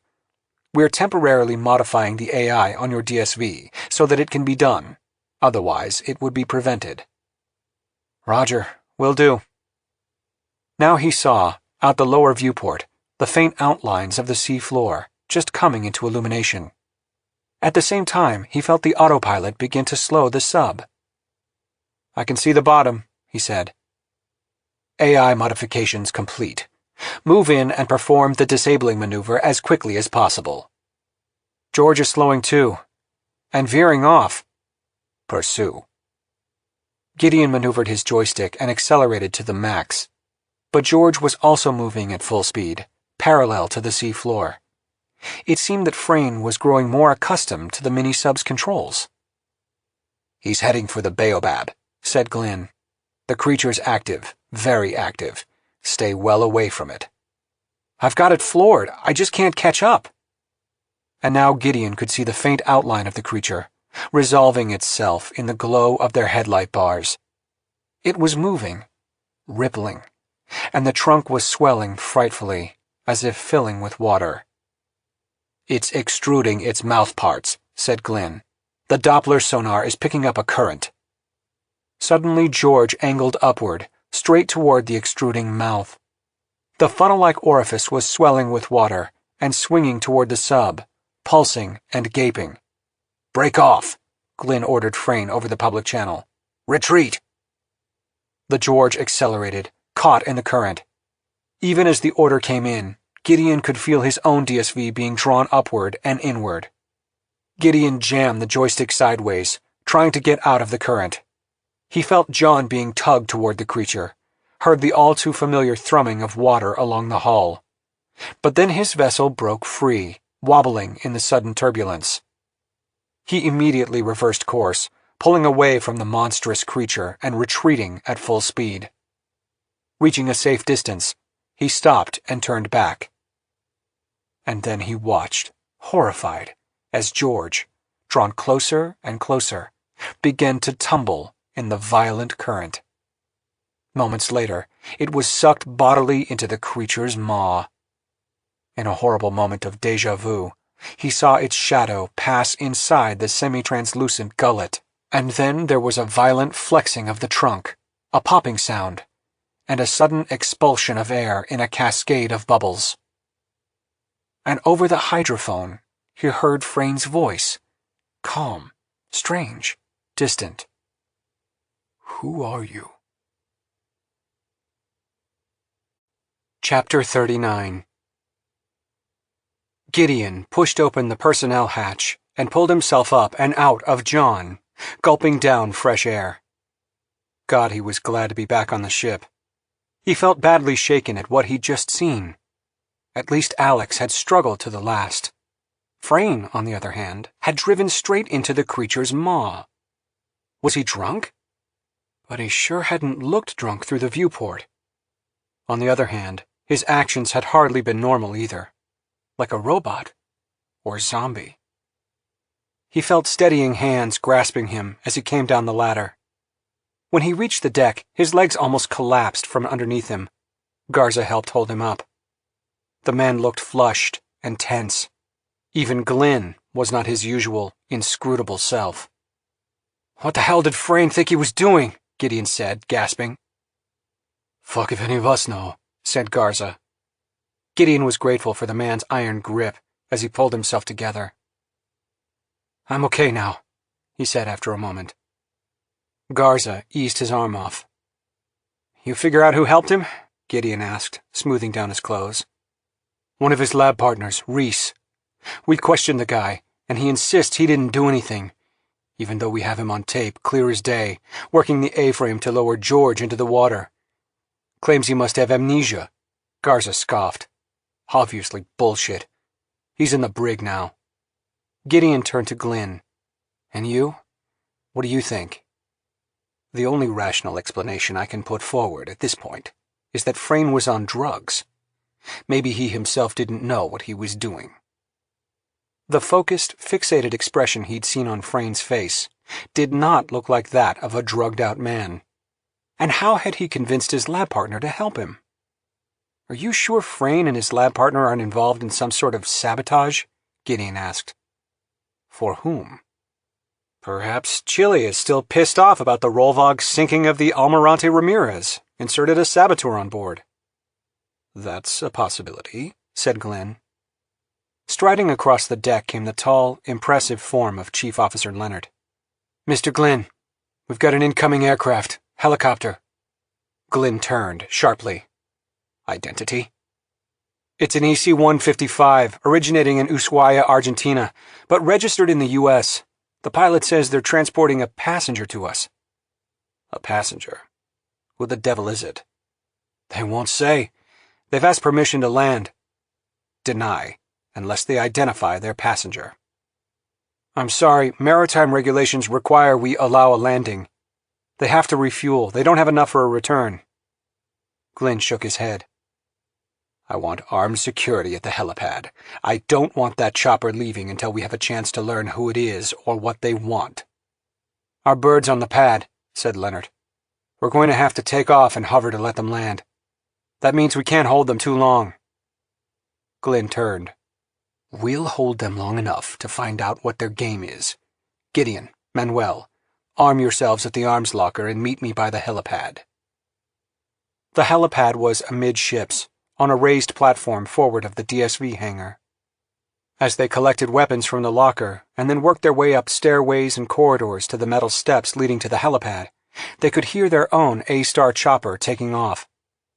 Standing in the hatchway, Gideon watched as it cleared the pad and moved off into a holding pattern to the south.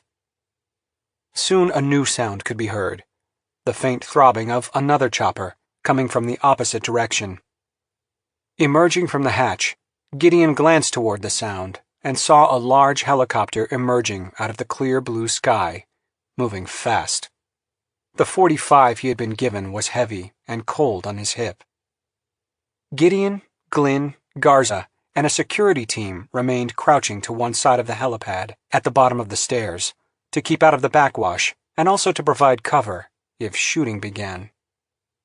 As the chopper thundered in and began to descend above them, Gideon raised his head, squinting through the powerful rotor wash to watch the landing. The roar subsided. Glenn was already shouting orders to his headset. "Security, move in and cover the chopper. I want answers before we refuel and allow them to depart." 3 security men, guns drawn, scrambled toward the cockpit. Glenn rose. "Come with me," he said. They mounted the stairs and crouched on either side of the chopper. Meanwhile, the rear cabin door opened. A scuffed and worn leather bag was thrown out, and then a single man emerged. He was lean to the point of gauntness, face lined and weathered to the texture of brown leather, his blue eyes glittering with suspicion and antagonism.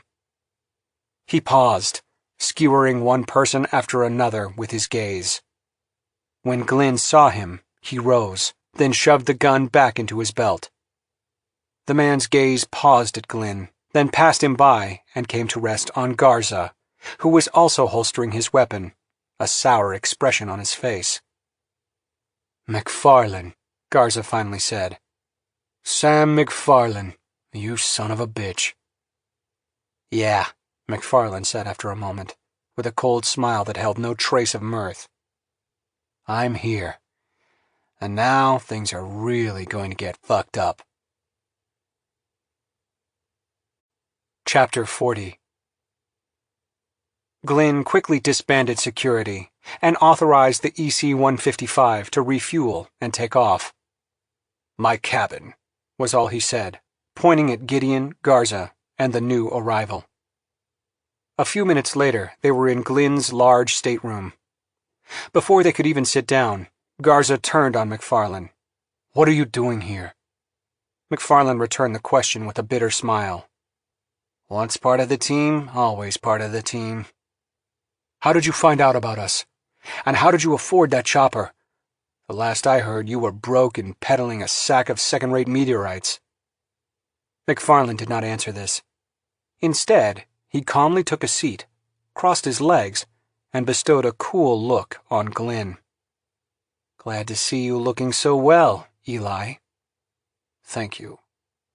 Garza refused to sit. "I want to know how you found out." "I've had a long journey," McFarland replied. "It took me 48 hours of travel to get here. Do you think a cup of coffee might be managed? 2 creams, 2 sugars.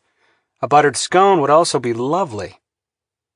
This request he directed, in a supercilious tone pitched for maximum offensiveness, at Garza. Gideon stared at the man. Was this really Sam McFarland, the meteorite hunter he'd heard so much about? But of course, it had to be. He recognized the face from the video footage they'd rescued from the Rollvog. And yet the man looked different now. Very different. Glynn picked up his radio, murmured into it, and set it down again. "All taken care of. Now, Sam, please tell us how you heard about our effort, and what you're doing here." "Palmer Lloyd hired me." This was greeted with shocked silence. "Oh, this is classic," said Garza. "A defective hired by a madman." Glynn held up a staying hand. "Go on." "A few days ago, I got a call from Lloyd. He invited me to visit him in that posh asylum of his, gave me plane fare." He shook his head. What an experience that was. "But I'll tell you one thing. The man isn't mad. He's as sane as anyone. He asked, begged me to come down here." "For what purpose?" Garza demanded. "To save you all from yourselves." "And how do you intend to do that?" Glynn asked mildly. "He said that you, Eli, were once again acting the egotist, that your judgment was clouded, and that you thought you had everything in hand when in fact just the opposite was true. He said you were setting yourself up to fail again, and that you were going to take down a bunch of innocents with you, just like last time." "Did he say anything else?" "He said you were a man born to failure, that you instinctively seek it out." "I see," said Glynn. Throughout this recitation, his expression had not changed. "And how are you going to bring about our salvation?" "My job is to stop the stupid, to warn you when you're about to fuck up. Lloyd tasked me with being your interfering angel." "How long are we going to listen to this horse shit?" said Garza. "You can interfere all you want, from the brig." Gideon listened, with no intention of opening his mouth and getting drawn into the argument. To him, this seemed like the last thing they needed. Yet another variable in the equation. This McFarland might be an entertaining son of a bitch, but he promised to be a disruptive presence.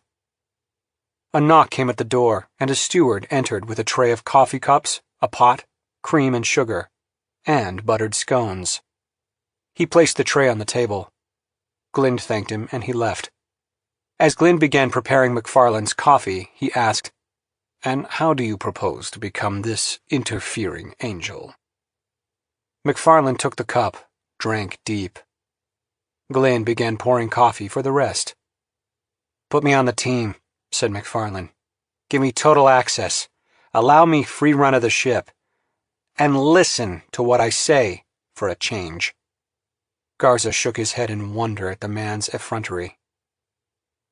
"Agreed," said Glynn. Garza looked over sharply. "What?" "Gideon, I'm going to put you in charge of briefing Dr. McFarland." Glynn turned. "Manuel, let's put aside history and look to the future. And Sam, you would do well to change your tone, which is immature and unbecoming." Garza stared. "You're really going to let this joker join the team, after all that's happened? What's his role?" "Dr. McFarland," Glynn said, "is going to be our very own Cassandra." Chapter 41. Later that afternoon, with the utmost care, wearing a radiation suit with an air supply, Gideon manipulated a small, overhead crane to maneuver the 2 assembled hemispheres of the nuclear device closer together.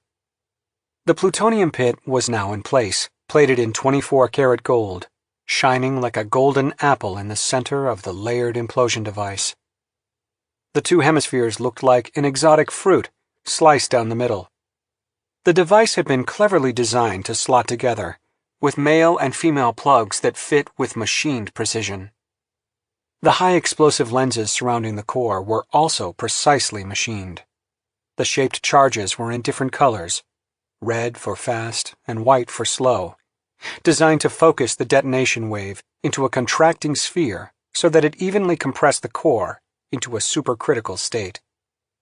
The HMX explosive material gave off a faint chemical smell, a funky, plastic-like scent that brought back memories of his years working on the stockpile stewardship program at the Los Alamos National Lab.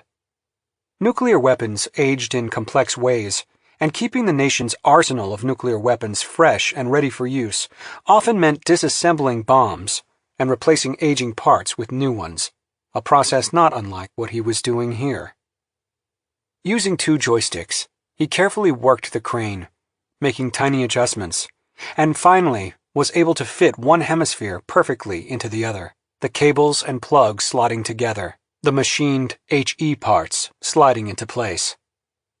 He ran a quick electrical check and confirmed that all the electrical contacts had been made and were operating properly. A double flange ran all the way around the stainless steel outer shell, the holes lined up. He began inserting bolts through the holes cut into the flange and tightening them down. He became aware of a presence behind him, and he straightened and turned. It was the new arrival, Sam McFarlane. Gideon felt a swell of annoyance at the interruption, and about how the man had crept up behind him. He had already spent an hour briefing him. What more did he want? "This is a restricted area," said Gideon. McFarlane shrugged. "You should be wearing a monkey suit." "Not necessary." Gideon stared. This was a really unwelcome visit. He should have locked the door. And then he remembered that he had. McFarlane must have procured a key. The HE is mildly toxic, and plutonium and polonium, in case you didn't know, are poisonous in addition to being radioactive. "That concerns me not at all." "Well, then, is there something I can help you with?" he said, not trying to keep the annoyance out of his voice. "I'm making the rounds, trying to figure out how you plan to kill the thing. And you're in charge of briefing me, remember?" He looked around. "So here it is, the heart of the matter, the nuke." Gideon nodded. "What are the specs?" "It's an implosion device, plutonium, of course." He wondered how much McFarlane knew about nuclear device engineering. "What's the yield?" "About 100 kilotons." "Nobody's ever detonated a nuclear device 2 miles underwater. Have you calculated just how that depth will affect the explosion?" Gideon was a bit startled that the man had put his finger on the trickiest and most uncertain part of the whole operation. "It's a complex computer simulation. The water pressure appears to enhance the shockwave effects, but damp down the blast effects. It will completely kill the radiation, however. Water stops neutrons." "And how will you deliver it?" Gideon hesitated. Some things were confidential, even on board the ship. "Glenn gave me complete access to everything," said McFarlane. "We've got a special ROV under wraps in the hangar. It'll deliver the weapon." "And your calculations show the nuke will destroy the thing?" "The blast effects will destroy the trunk and branches. The shockwave emanating from the detonation is essentially a P-wave so strong it will destroy even the creature's cellular structures, turn them, in effect, to mush. That's where the 400-atmosphere water pressure really comes in handy." "And what lies below the seafloor? Will it kill that too?" "The pressure wave will propagate into the ground and destroy the root structure." "How far will it propagate, exactly?" This was where the simulation began to break down, even pushing the limits of the onboard supercomputer. But he wasn't going to tell McFarlane that. "Well, it seems likely it'll sterilize the ground within a mile radius, to a depth of at least 600 feet. 600 feet? McFarlane's eyebrows rose. And just how extensive is the root system of the creature? We're not sure. There's always been an assumption that if we kill the structure above the seabed, we'll kill the whole creature. Isn't that a risky assumption? We think not. We can clearly see what we believe is the creature's brain inside the top of the trunk. What if it has other brains underground? Gideon took a deep breath. Listen, Sam. May I call you Sam? Of course. We can speculate all day. I've got a lot of work to do here. Maybe you should take these questions up with Glynn. He found McFarlane looking at him rather intensely. I'm taking them up with you. Why? Because I have no respect for either Glynn or Garza. I saw how both of them operated during the last hours of the Rolvog's existence. Glynn is a neurotic obsessive. Manuel is a superb engineer with no imagination whatsoever, which makes him doubly dangerous. Talent married to convention. I see. If you want my opinion. He paused, looking at Gideon. Do you? Gideon was tempted to say he didn't, but decided the better course was to hear him out. Sure. Your nuke's not going to work. It's going to kill the structure above the seafloor, sure, but I'll bet the main body of the creature is underground. It's too well engineered to be that vulnerable. You won't get it all. The nuke's not powerful enough. So, if not a nuke, what? Gideon asked, with no little exasperation. Before you make that decision, you need more information. Such as? Many years ago, when I was just getting started as a freelance meteorite hunter, I got a temporary job as a roughneck near Odessa, Texas. I was part of a team prospecting for oil. You know how they look for oil? They set an array of small explosive devices on the surface of the ground, along with seismic sensors. They detonate the explosives, which sends a pulse of seismic waves through the ground, which are then picked up by the sensors. A computer can process the information and draw a picture of what's underground, the layers of rock, the fault lines, the discontinuities, and, of course, the hidden pools of petroleum. Are you suggesting we do that here? Absolutely. You need to map what's underground. You need to be sure you're going to get it all. Gideon looked at McFarlane. The man was leaning toward him, his pale blue eyes glittering in a way that made Gideon uneasy, breathing a little too hard. He was rail-thin and dressed in such a slovenly fashion he might have been a homeless person. And yet, despite everything, despite what he knew about the man and his history, Gideon recognized the suggestion was a good one, a very good one. We could do that. I sensed you were a person who would listen. He extended his hand, took Gideon's, and shook it. I'll design the array. You set up the explosives and seismic sensors. We'll work together. Partners. Not partners. Collaborators. Chapter 42. 2 decks higher, in the Marine Acoustics Lab, Wong and Prothero were monitoring an acoustic device that techs in the control center had lowered to within half a mile of the creature. Wong had on a pair of earphones and a headset in which she could hear Prothero's nasal voice. I'm ready to start broadcasting the "Who are you?" blue whale vocalization, he said. It's the sound 2 blue whales make when approaching each other from a distance. The whale hello, you could say. Let's see how the baobab responds. Are you set? Set. It's going to sound different from what we've been hearing so far. Those sounds were sped up 10 times for clarity. The real vocalizations are in the 10 to 39 hertz range. A human can't hear below 20 hertz, so it'll sound really low, almost like a stutter. And you probably won't catch it all. I understand. I'm going to broadcast for a minute and give it a 5-minute rest. Prothero fiddled with some dials. Broadcasting. It sounded to Wong like a series of extremely low groans and stutters. It went on for a minute, then fell into silence. Wong listened for a response. 5 minutes went by. Nothing. I'm going to try it again, said Prothero, upping the amplitude. He broadcast the whale greeting again. When it ended, there was a silence of about a minute. And then Wong heard another deep sound, very different. A long, drawn-out groan, followed by a stutter that faded over time into silence. A second sound followed, also long and low. She felt her heart accelerate. This was as unexpected as it was incredible. The thing had responded. They were communicating with an alien intelligence. Furthermore, she could hear that the baobab was not simply repeating back what they had just played. Rather, this was a new communication. "You hear that?" said Prothero, his voice so excited it was squeaking like a teenager's. "Motherfucker! It's talking to us! There goes your theory that it's just mindlessly playing back shit." "I concede the point," Wong said. She wondered briefly what would happen if she told Prothero what she really thought of him. No, they could wait until later, when they were back in home port, maybe. "Okay, I'm going to repeat, 'Who are you?'" The blue whale vocalization sounded, and the response came back, more rapidly this time. "Did you get it on tape?" Prothero asked eagerly.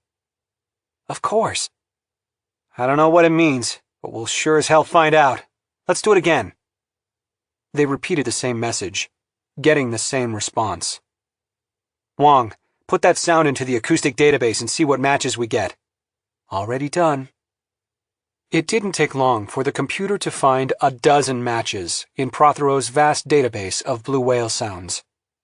Once again, she looked up the circumstances under which the sounds had been recorded and forwarded the results to Prothero's workstation.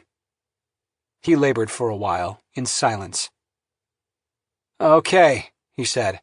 "I've sort of got a translation." The baobab's response was 3 distinct sounds. The first one seems to have something to do with time. It's really drawn out, though. I figure that means long time. More typing. Prothero was muttering to himself, a number of G's and crows and fucking A's that she heard, unwillingly, broadcast through the headset. "Okay," he said again. The second vocalization involves distance. It, too, is abnormally drawn out, so it probably means something like long distance, or more like far away. That's it. We asked it, "Who are you?" and it answered, "Long time, far away." Wong felt a strange sensation, like ice, creeping down her neck. This was, without any doubt, a stunning moment. Then there's this third one. It sounds like the warning sound whales make upon encountering a fishing net or a trawl line. He paused. Net. I'm not 100% sure about that one. And it doesn't seem to fit the other two, but... Prothero grew animated. "You realize what we've done?" he crowed, as if the magnitude of it had just burst over him. "We're the first human beings to actually communicate with an alien intelligence! Holy fuck! It's telling us it came a long distance over an extended period of time, just like the Star Wars opening crawl, a long time ago in a galaxy far, far away." The cold feeling spread. Wong had no idea why she suddenly felt this way, but it seemed to her that buried in the message was something unutterably lost and lonely. Long ago, far away. That didn't feel like a message. It was more like a cry for help. And then how did that other word fit in? Net. Her thoughts were interrupted by Prothero. "Let's keep going. Let's see what else we can ask it, and get answers to." But there was nothing. They broadcast sounds for another hour, but there was no reply. It was as if the entity, for whatever reason, had gone abruptly silent.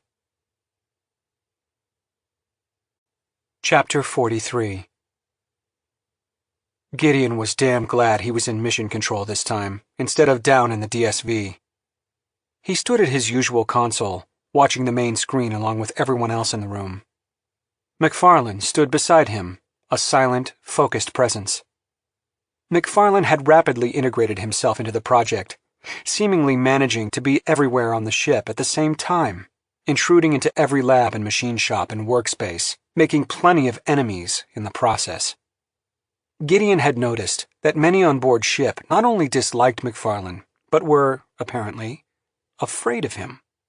He was like a man who had gone through fire, been burned to the bone, and survived, leaving behind a scorched, skeletonized intensity, a being who followed none of the usual pleasantries and mannerisms that normally governed human interaction. A man who stated the truth as he saw it, in a way so stripped of social niceties that it was raw and offensive. Only Prothero seemed amused, even charmed, by his off-putting manner. They watched as the remotely controlled Ringo hovered along the seafloor, a quarter-mile from the Baobab, lying a line of charges and seismic sensors. The Baobab itself seemed to have gone somewhat quiescent as soon as the DSV arrived. "The thing's like a cat," said McFarlane, who had taken on the task of overseeing the operation without being challenged. "Gone still, waiting for the bird to hop a little closer." Again, Gideon was surprised at the insight, which was not so far away from the lines along which he'd been thinking.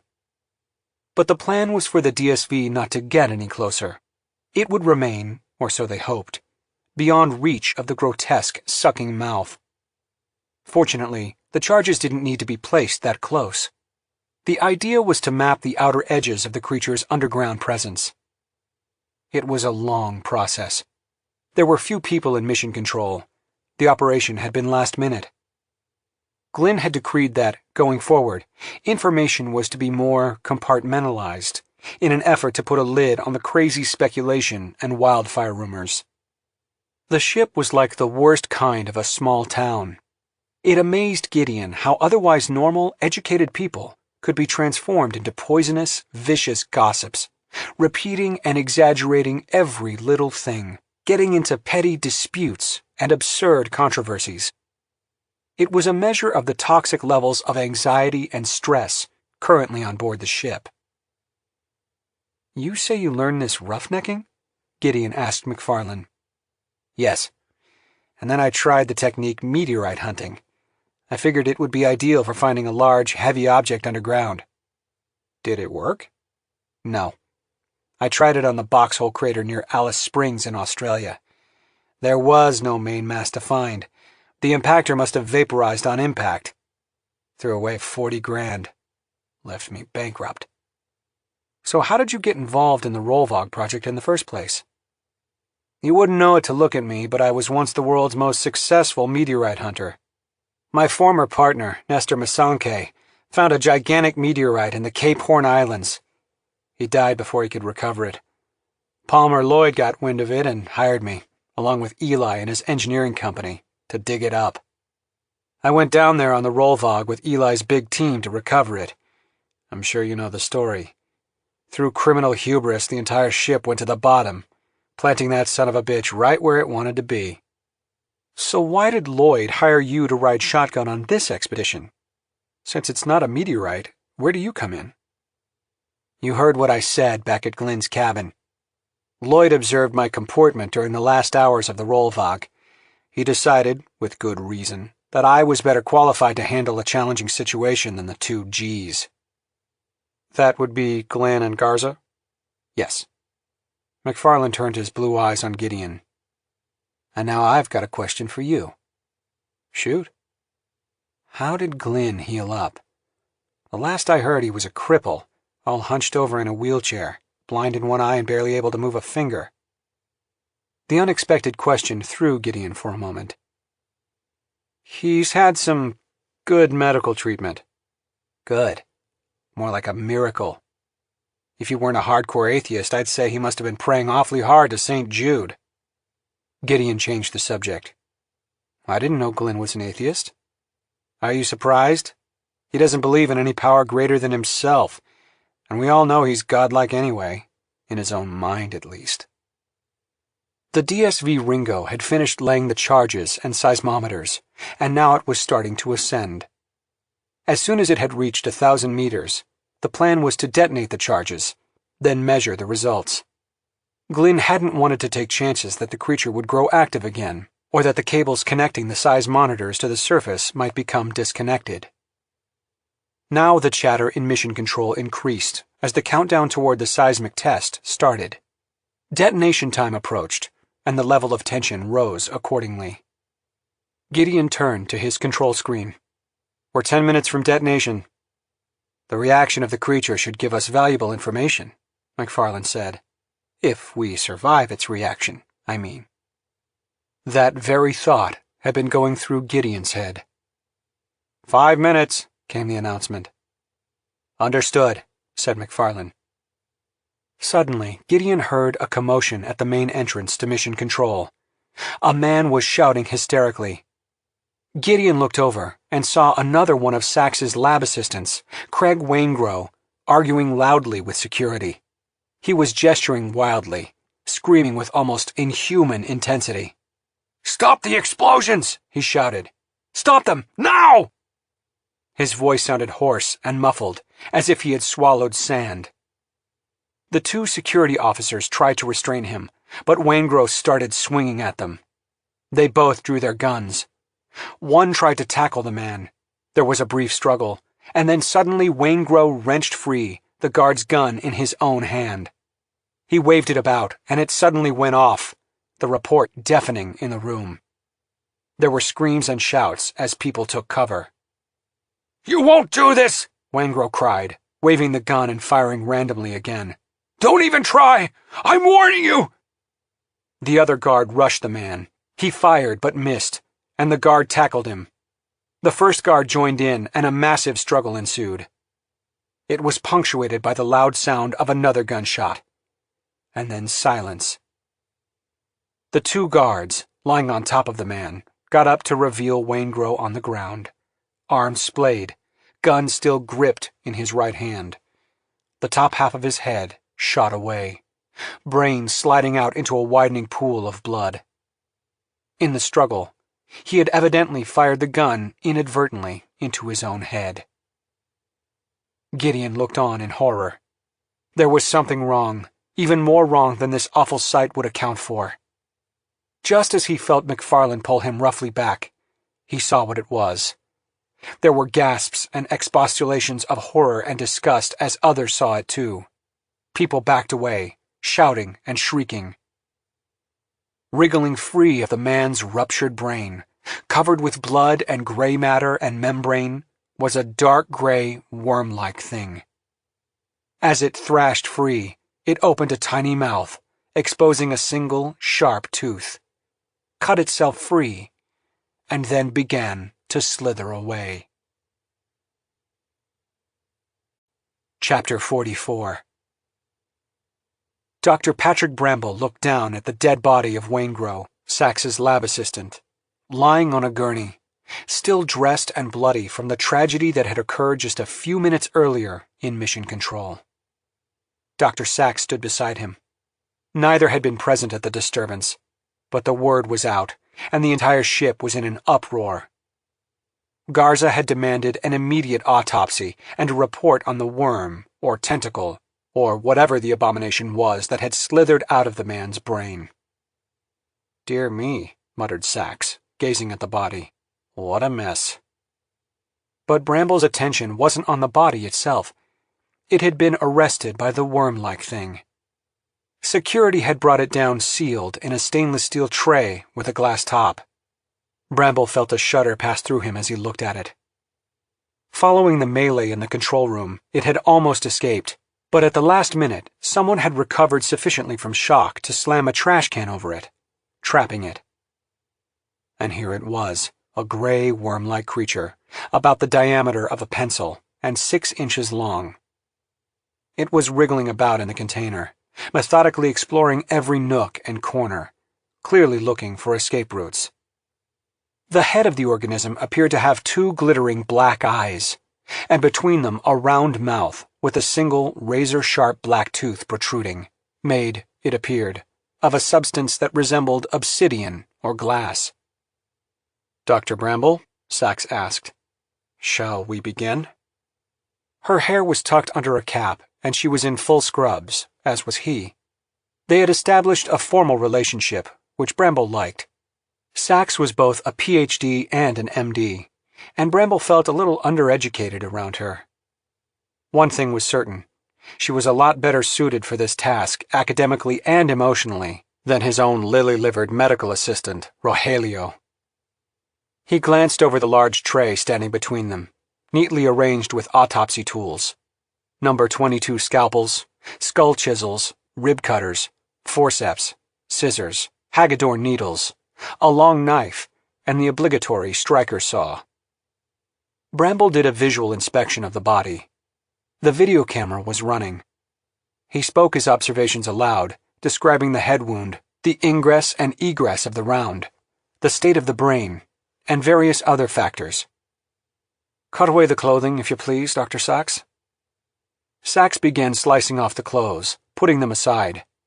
Except for the mess that had been made of the head, the body was clean and in good shape. Bramble adjusted the overhead operating light. "There's something odd here," Sachs said, "with the nose." Bramble took an otoscope, switched it on, and looked inside the nasal cavity. "What's this? It's some kind of injury." He handed the otoscope to Sachs. She took a look.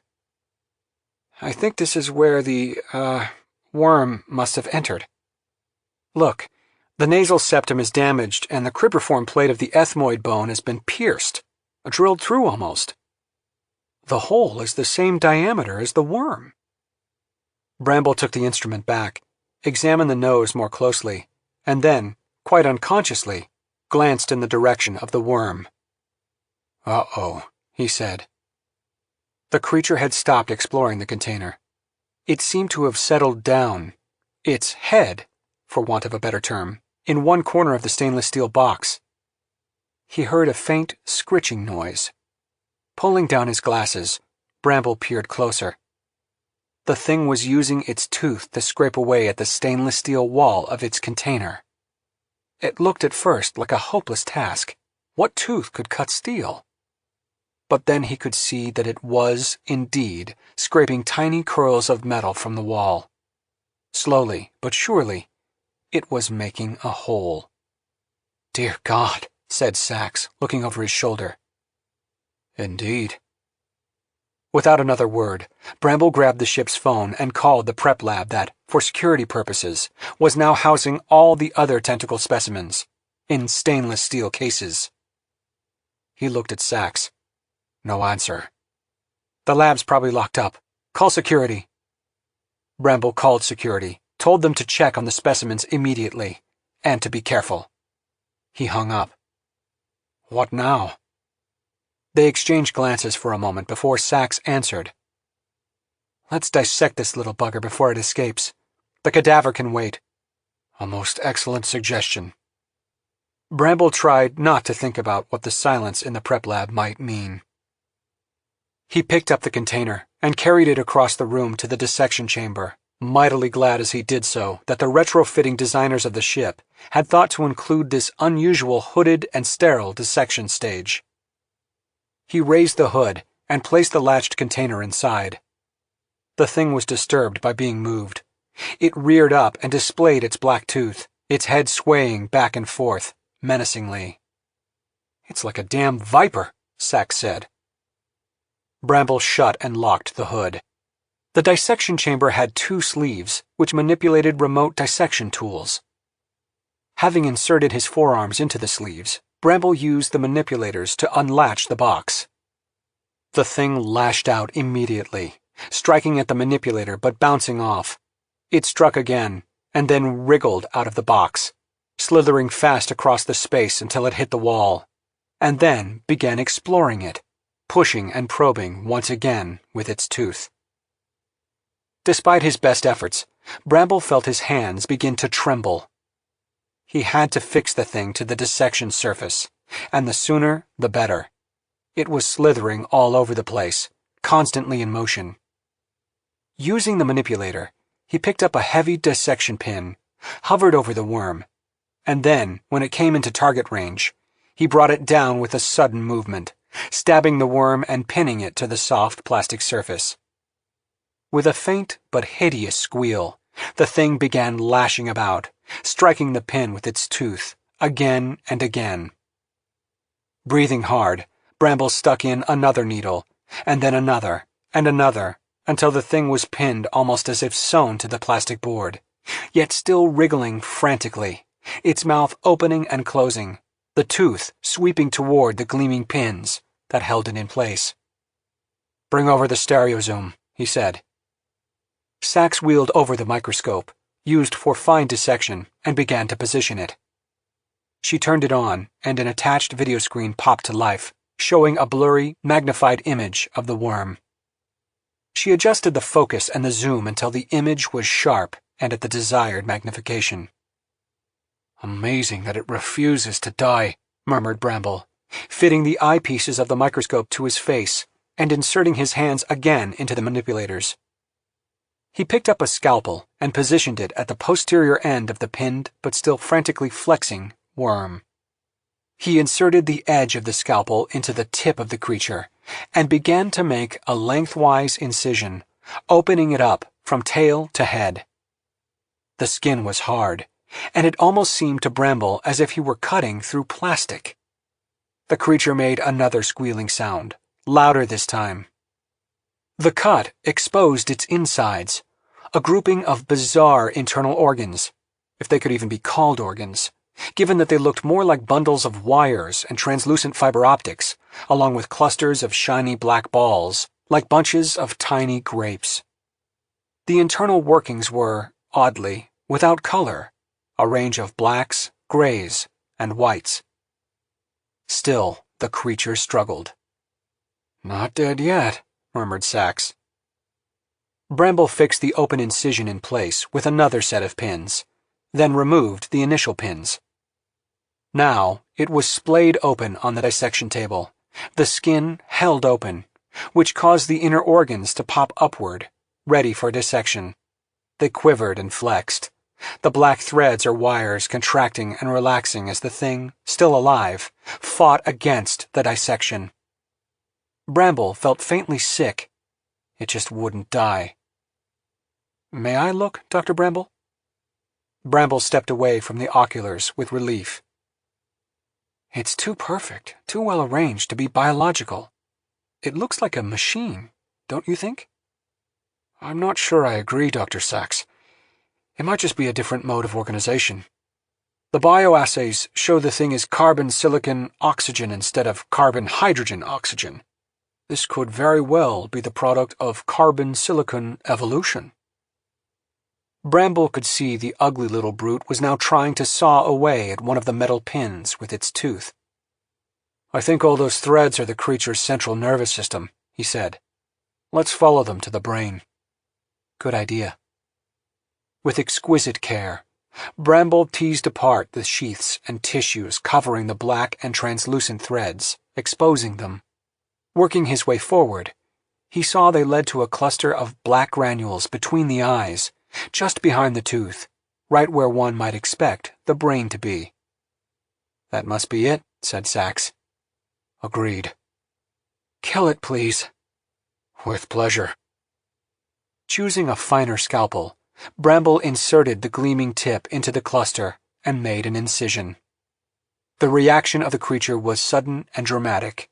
It made a sound like a high-pitched moan. Bramble hesitated. "Keep going, for God's sake." He continued the incision, opening up the brain-like organ. Through the stereo zoom, many complex structures could be seen. The creature gave one last piercing whistle, vibrated violently, then suddenly went still. "Dead," said Sachs. "Finally." "Let's hope so."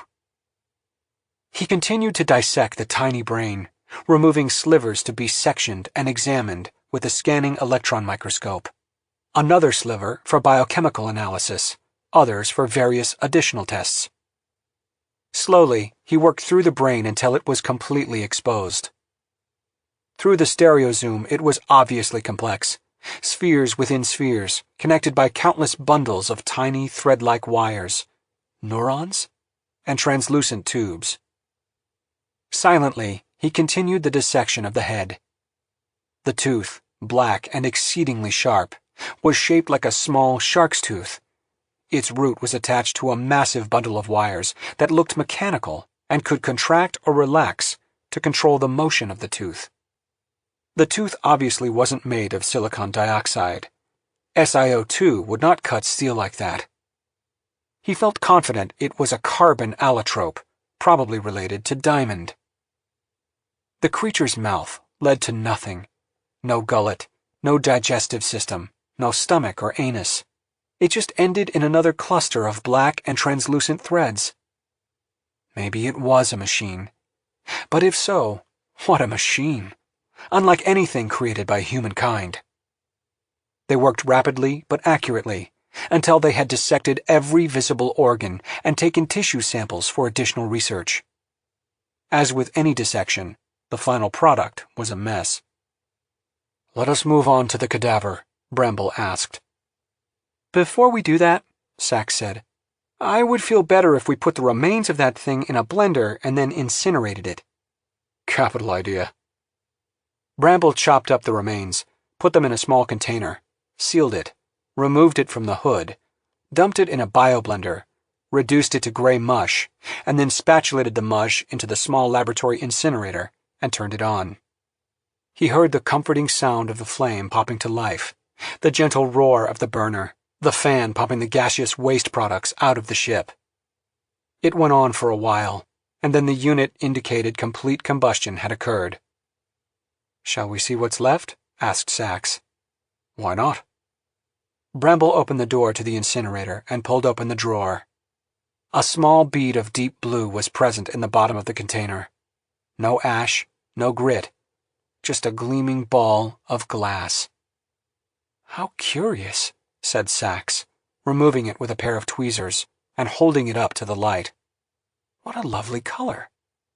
She put it in a test tube and sealed it, labeling it for future analysis. She turned. "Dr. Bramble, I believe a cadaver awaits." "Yes, indeed." As they turned back to the body on the gurney, the ship's emergency public address system alarm went off, red lights flashing, a siren sounding. And then a voice sounded over the PA. Bramble was startled. This was the first time the emergency system had been employed. "Attention, all personnel! Attention, all personnel! The specimens brought back on board from the organism appear to have escaped the prep lab. They may have calved into a number of smaller entities resembling small snakes, each with a single tooth. They are to be considered aggressive and extremely dangerous. All personnel are expected to remain on high alert. If you see such an organism, alert security and keep your distance.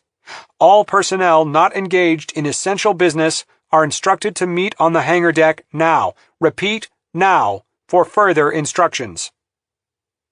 Without a word, Bramble picked up the long knife and began to make the Y incision from the xiphoid process to the pubic bone. "As far as I'm concerned, we're engaged in essential business." As if in response, the ship's phone rang. Sachs picked it up. "It's Garza. He wants us on the hangar deck. Glynn is requesting a brief." Bramble laid down the long knife with regret. For now, at least, there would be no retreat into the comfort of the familiar. Chapter 45. Gideon joined Glynn and a few other mission leaders at the far end of the DSV hangar. Glynn, who was in urgent conversation with Dr. Bramble and Antonella Sachs, gave him a distracted nod. The golden orb of the sun had set into the ocean, leaving an orange glow across the horizon. The deck lights had just been turned on, and were bathing the hangar in a ghastly yellow sodium vapor light. The hangar deck was a crowded and restless scene, some people talking in tense murmurs, others in loud expostulations. As Gideon looked over the crowd, he was shocked at the depth of anxiety, if not terror, he saw on many of the faces. Glynn stepped forward. Gideon hoped he could work his calming magic, but given this crowd, he was doubtful. Glynn held up his hands, and a hush fell. "As you all know, the specimen we brought on board, what we had assumed to be a long root or tendril, has vanished from the prep lab. We know that small, worm-like appendages, calved off from the main specimen, have managed to parasitize at least 3 people so far, and probably 4, all assigned to the exobiology lab. Craig Waingro, the lab assistant who accidentally shot himself in a struggle in mission control, had a parasitic worm in his brain. CT scans have shown that the other 2 exolab assistants, Reese and Stallweather, are also infected, harboring worms in their brains. They are now anesthetized, restrained, and locked in the brig. At this, the restless murmur of the crowd swelled in volume. "Please, I have much more to tell you." A half-silence returned. "It also seems likely Mr. Frayne, the lead lab assistant, was also infected, which, we believe, explains why he stole the DSV. Dr. Bramble and Dr. Sachs have just completed a dissection of one of the worms, and we have more information and a tentative hypothesis to share with you." Another swell of chatter. A few shouted challenges. "Please," said Garza, stepping forward. "Keep quiet and let Dr. Glynn speak." The so-called worms have a single tooth. This consists of a diamond-like compound that can, it seems, work a hole in steel or pretty much any substance. We must assume that they are now dispersed throughout the ship. From what little we know, the worms appear to attack people when they sleep. They anesthetize the victim and enter the brain. This anesthetized period lasts perhaps 2 hours and, based again on the evidence, appears to take the form of an unwakeable sleep. "How do you know all of this?" someone shouted. "We don't know it. This is a working hypothesis, based on eyewitness testimony, inference, and deduction." "We need to get the hell out of here." Gideon looked in the speaker's direction. It was Masterson, the second engineer who had riled up the post-mortem meeting held in the wake of Alex Lispinard's death. "That clearly won't solve the immediate problem," Glynn said calmly. "Now, let me finish. The more you know about the situation, the better for everyone concerned. It appears that a person, once parasitized by the worm, becomes, for want of a better description, placed in the baobab's thrall. Somehow enlisted to do its bidding, so to speak. This may be the reason Frayne stole the DSV, helped by Reese, and intentionally drove it straight into the creature's maw. And this is also why Waingro tried to interrupt the seismic charges we placed on the seabed. The baobab must have believed them a threat and taken steps to stop us." "That's bull," someone said. Glynn raised his hands. "The phenomenon is not unknown in Earth biology, even in humans. Toxoplasma gondii is a parasite that lives in a cat's gut. It spreads to mice via cat droppings, invades their brains, and causes mice to lose their fear of cats, and thus get eaten. That is how the parasite spreads. People infected with toxo also become more reckless, get in more car accidents, seem to lose their sense of prudence. The worms seem to operate in a similar fashion. The parasitized person wakes up, goes about his business, unaware of what is in his brain or that he's been infected. But while he seems completely normal, he will go to any lengths to achieve his goal of trying to unite with the baobab, as Frayne did, or to protect it, as Waingro tried to do." "Why?" someone shouted. "We believe it may be for feeding purposes. It seems to have a specialized diet."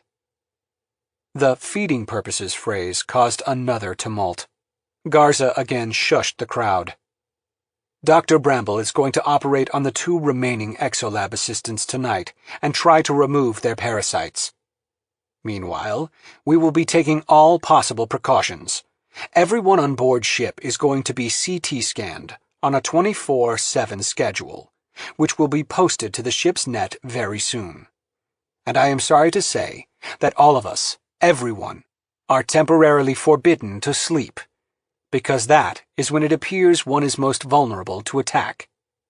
Sickbay will dispense phenethylamine to anyone who asks for it. Security, under the leadership of Manuel Garza, will be undergoing an intensive sweep of the ship, which we hope will find the missing worms." At this, the tumult became general. Garza stepped forward, crying out for people to simmer down, but the tide of anger rolled over him. The no-sleep order, in particular, seemed to spark both apprehension and anger. Suddenly Bramble, who had been waiting in the wings, stepped forward. The startling appearance of the man, and the universal respect in which he was held aboard ship, caused a temporary lull. "My friends," he said in his Irish brogue, It's quite simple. The worm enters through the nose, and it works its way through the nasal bones into the brain. Remember that until he is given instructions by the baobab, or until he believes it to be threatened, a parasitized person will act completely normal. The only way to tell if someone is infected, short of a CT scan, is by witnessing a 2-hour period of unwakeable sleep, or by sudden and unexpected behavioral changes. We must all be vigilant. This little speech was met with rapt silence. Glynn, taking tactical advantage, forcefully filled the silence. We've told you all this for 2 reasons. First, to tamp down rumor and wild talk. Second, to alert you to the dangers and challenges currently facing us. Despite all this, indeed because of it, the program of killing the baobab must go on full speed ahead. Everyone, back to business. Chapter 46. The blood on the floor of Mission Control hadn't been cleaned up. Many of the maintenance employees had been assigned to the team sweeping the ship on worm detail. Gideon made a careful detour of it. Normally the lights were kept low in the room because of the many monitors, but now they were turned up to dazzling brilliance. A 2-woman security team, wearing gloves and face protection, was moving along a wall of equipment with pencil lights, a toolbox, and dental mirrors. They were unscrewing panels, searching the guts behind, then screwing it back and moving to the next one. "At the rate they're going," said Sam McFarlane, appearing at his side, "it'll take months to sweep the ship." Gideon shook his head. "Let's just get this done." They joined Garza at the Central Command console. McFarlane, once again taking charge of the operation, ran a series of checks, first on the explosive array along the sea floor, then on the seismic sensors. The central screen showed a view of the creature itself, taken from the green light video cameras that had earlier been placed on the sea floor. The thing appeared quiescent, like a giant, semi-translucent and sickly green tree.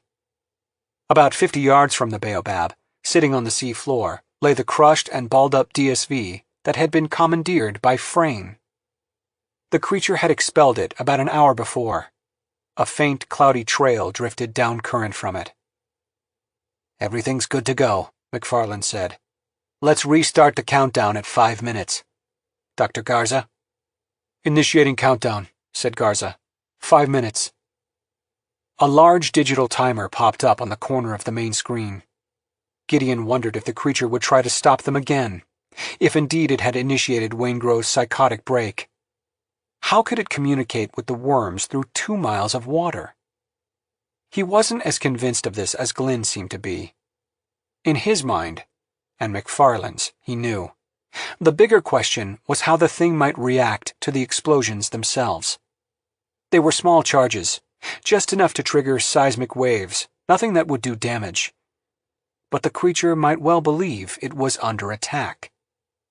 4 minutes, said Garza. Very well, replied McFarlane. Garza and McFarlane had settled down into a kind of Cold War detente. They cooperated. In fact, they cooperated well, but on a professional level only. Gideon felt his heart rate accelerate. It seemed unlikely the creature could do anything to them directly.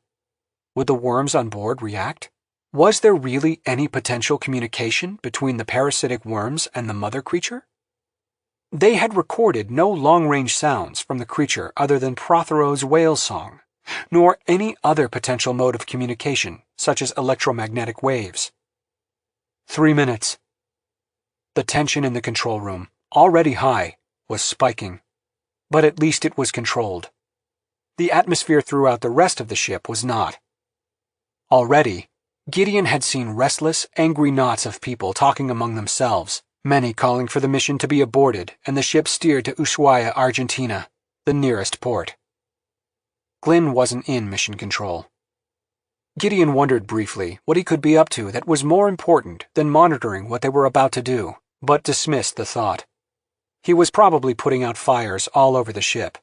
The man had a unique ability to calm people down and project a feeling of unshakable competence and success. Gideon knew it was a mask, one of many Glynn put on. 2 minutes. Gideon transferred his attention to the screen of the baobab. It sat there, swollen, ominous, the branches swaying almost imperceptibly. George, the crushed DSV, remained in place on the seabed, unmoving. 1 minute. Arming, McFarland said. His thin hand unlatched and lifted the cage covering a red button on the console. All systems go. Now Garza began to count down by voice. 10, 9, 8. Gideon waited, staring at the screen. Fire in the hole, said McFarland. On the monitor, Gideon saw a dozen silt clouds erupt from the seafloor in a geometric array around the baobab. A moment later, the muffled sound was picked up by the sonobuoys on the surface, sound traveling faster in water than in air. The baobab reacted violently, the branches abruptly whipping and snapping about as if searching for an invader, the mouth extruding and opening, apparently sucking in vast amounts of seawater. The trunk swelled grotesquely, to the point that it became almost spherical, looking as though it might burst. At the same time, the creature's coloration underwent a swift, rippling change, turning from light green to an angry red, mottled with darker spots of purple. And then an immense boom rocked the ship, a thunderous blast like a small earthquake that threw Gideon to the floor. The lights flickered, and the ship shuddered strongly for a moment. There were some scattered screams. A shower of sparks spit out of a nearby console, and the sound of falling glass echoed from shattered monitors. Gideon rose to his knees, but was thrown back to the deck again by another massive, booming noise. The lights flickered, and this time went out, along with all the monitors, plunging mission control, which had no windows, into darkness. A second later, the emergency lights came on, along with a series of alarms, including the fire alarm siren. A third, thundering vibration struck the ship, weaker this time. Gideon rose to his feet, pulling himself up by a console. The monitors were still out, the dim emergency lighting barely adequate to illuminate the space. McFarland struggled up beside him, both of them bracing for the next attack. Nothing happened. Others were now getting up around them. Smoke was pouring out of a nearby console, and Gideon grabbed one of the ubiquitous fire extinguishers strapped to the walls and gave it a blast, extinguishing the embryonic fire.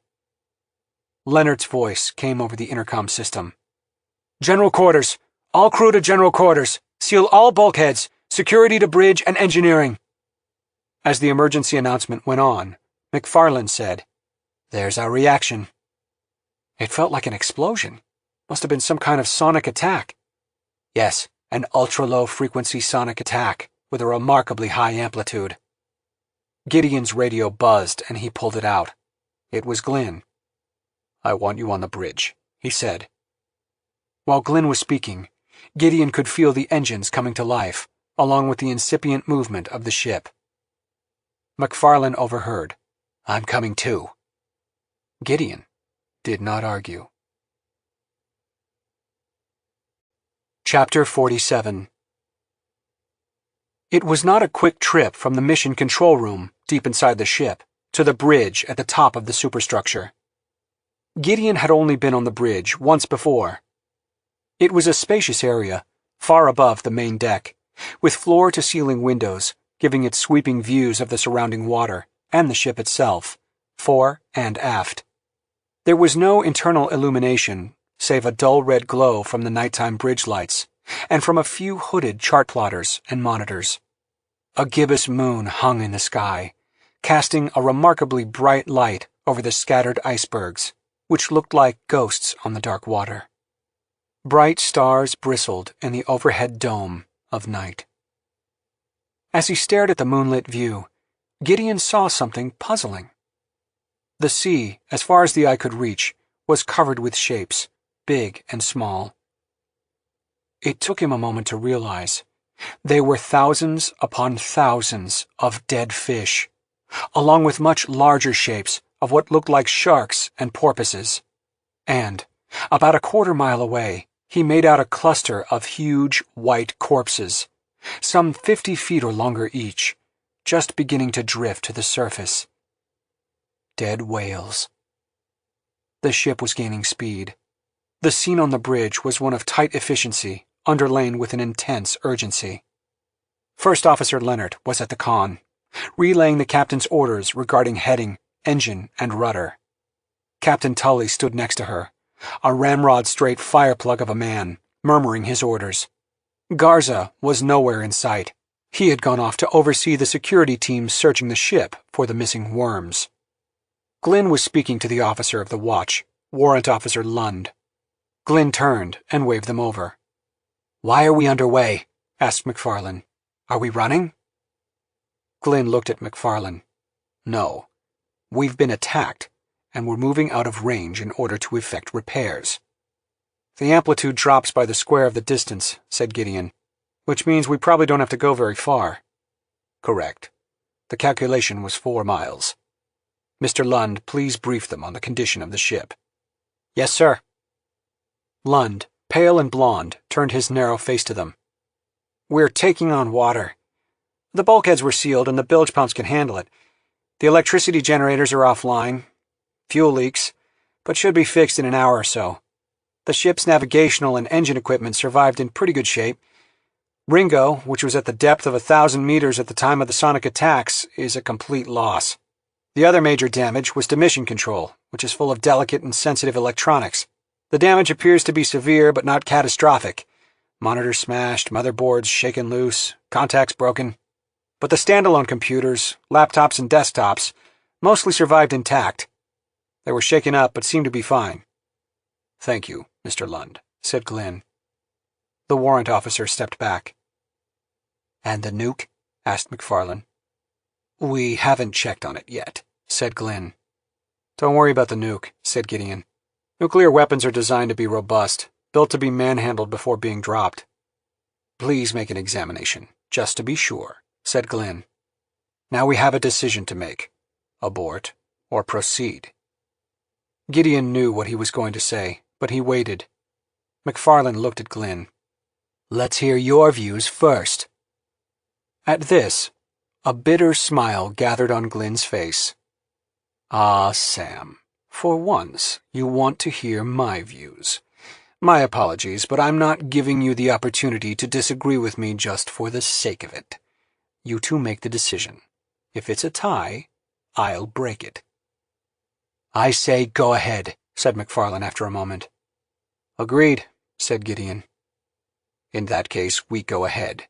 We'll repair the ship and head back to the target area, with the goal of deploying the nuke as soon as possible." "Is there anything that can be done to protect the ship from a future attack like that?" asked the captain, who had overheard the conversation. "I have an engineer working on it," Glynn told him. "He thinks we can lower a set of metal sheets into the water to act as baffles. It won't block the sonic attack, but it may mitigate it. We have only a day, though." The captain nodded. "The weather." "Exactly. A serious storm is approaching that will preclude any progress for at least a week. Whatever we do, it must be done in the next 24 hours. And in any case—" He paused a moment. "If we can't isolate and kill the missing worms, we're fighting a losing battle. Besides, the ship's complement can't go indefinitely without sleep." He looked at Gideon and McFarlane. "In other words, we can't afford to waste any more time with analysis. Let's go full speed ahead and take that thing out with the nuke." Chapter 48. "My drinking days are past," said McFarlane in answer to Gideon's invitation. It was 1 a.m., and McFarlane, in his usual brusque way, had invited himself into Gideon's cabin to discuss the seismic results, which Gideon had recently downloaded into his laptop. The results couldn't have been worse, and were a bad shock to Gideon. McFarlane, Cassandra that he was, had been correct in his pessimistic speculation. Like the icebergs that surrounded them, almost 90% of the creature was below the seabed. He heard a brief commotion in the hall, voices raised in argument. The entire ship was awake, and a few were already becoming strung out on amphetamines. Gideon felt the bulge in his own shirt pocket. A bottle of the pills sickbay had been liberally passing out. He hadn't taken any, and didn't intend to unless it became absolutely necessary. The truth was, he had no desire to sleep, and probably couldn't have even if he wanted to. The sweep of the ship, now being led personally by Garza, was still underway, although half the search parties had been pulled off to help with repairs. Not a single worm had been found, but in the interim, someone had sabotaged the CT scanner, destroyed it completely. The same had happened to the X-ray machine. Clearly, more people had been parasitized and were apparently doing the bidding of the mother creature. But how was the thing giving instructions? There was no way for it to communicate to the worms in the brains of the infected. Was there? The very low-frequency sound it emitted was fully damped down before reaching the ship. How did it even know what to do? Sabotaging the CT and X-ray machines required not only intelligence, but a sophisticated understanding of human technology. How was it possible? And this thought was what led to a sudden revelation. It was a crazy, perhaps even insane idea, but it was the only thing that fit all the facts and explained everything, even the mysterious "kill me" plea. Gideon would have to think hard about voicing his idea, because it seemed so outlandish. He glanced at the lean, weathered figure of McFarlane, bent over the laptop. He had rapidly come to respect, and in some ways depend on, the man's judgment, even if the way he expressed himself was frequently offensive. He would test his idea on McFarlane first. "Look at this," McFarlane said. "That cluster there." He turned the laptop screen toward Gideon, which displayed a picture of the area underground surrounding the creature. "I've been using software to enhance it." Gideon saw what looked like a grouping of ovoid objects, connected by thick cables. "It's deep, over 1,000 feet below the seafloor. You know what I think? I think those are developing seeds. Or eggs." Gideon stared. "Look closely at the structure. There's a hard shell around them, forming a covering, and then a liquid medium surrounds a round nucleus, a sort of yolk-like suspension." "How large are these? What's the scale?" McFarlane did some typing, and a scale bar appeared. "Each one is about 3 feet in diameter along the long axis, 2 feet along the shorter axis. The nucleus inside is about 9 inches by 6. The size and shape of a human brain." A long silence. He found McFarlane looking at him, curiously. "Note," said Gideon, "that there appear to be 6 of them." "Noted. What are you getting at?" McFarlane asked. "We've lost 2 people to the creature, Lispinard and Frayne. We also found 3 headless corpses in and around the wreck of the Rollvog." Gideon saw the light of dawning understanding in McFarlane's eyes. "Go on," the meteorite hunter said quietly. "Note also that Lispinard videoed what appeared to be a brain-like organ in the trunk of the creature. But that brain is much larger, about 15 inches in diameter." A long silence. "And?" "I have a theory." "Let's hear it." "The baobab is a parasite, of course, but it's parasitism of a kind unknown on Earth. It takes the brains of other organisms. Why? 2 reasons. First, because it has none of its own, so it parasitizes the brain of another organism, which provides it with the intelligence it requires." McFarlane listened intently. "Now for the second reason. Dr. Bramble said Alex Lispinard's brain was missing when the thing voided the remains of her DSV. Not just missing, but carefully removed. The same thing may well have happened to Frayne before his DSV was excreted. And as I said, we found 3 corpses from the Rollvog that were all missing their heads. But the Rollvog is a damned huge wreck. Who's to say there wasn't a 4th headless body somewhere inside that we haven't seen?" 2 + 3 + 1, said McFarlane. "Precisely," That cluster of 6 objects, 1,000 feet below the seabed, are developing into seeds. But I think that, at their core, they contain human brains. 6 new creatures, each with its own intelligent brain. The 15-inch brain inside the trunk of the creature, on the other hand, is the one it brought with it from outside the solar system. An alien brain. Exactly. Kill me, kill me. That was the alien brain speaking directly to us. That was not the baobab speaking. The alien brain wants to die, desperately. Can you imagine what it would be like to have your brain removed and incorporated into another life form, used as a slaved processor or computer, and kept alive against its will for millions of years? Kept nourished, functioning, and sane? Think about the 4 things Prothero has so far translated from blue whale speech. Kill me. Long time. Far away. And perhaps, most telling of all, net. It explains the final words of both Alex and Frayne, words that suggest a sudden, surprising meeting of some kind. A meeting between the human brain and the alien brain. And it explains how the worms work. All they do is put a goal into their human's brain, a simple little goal.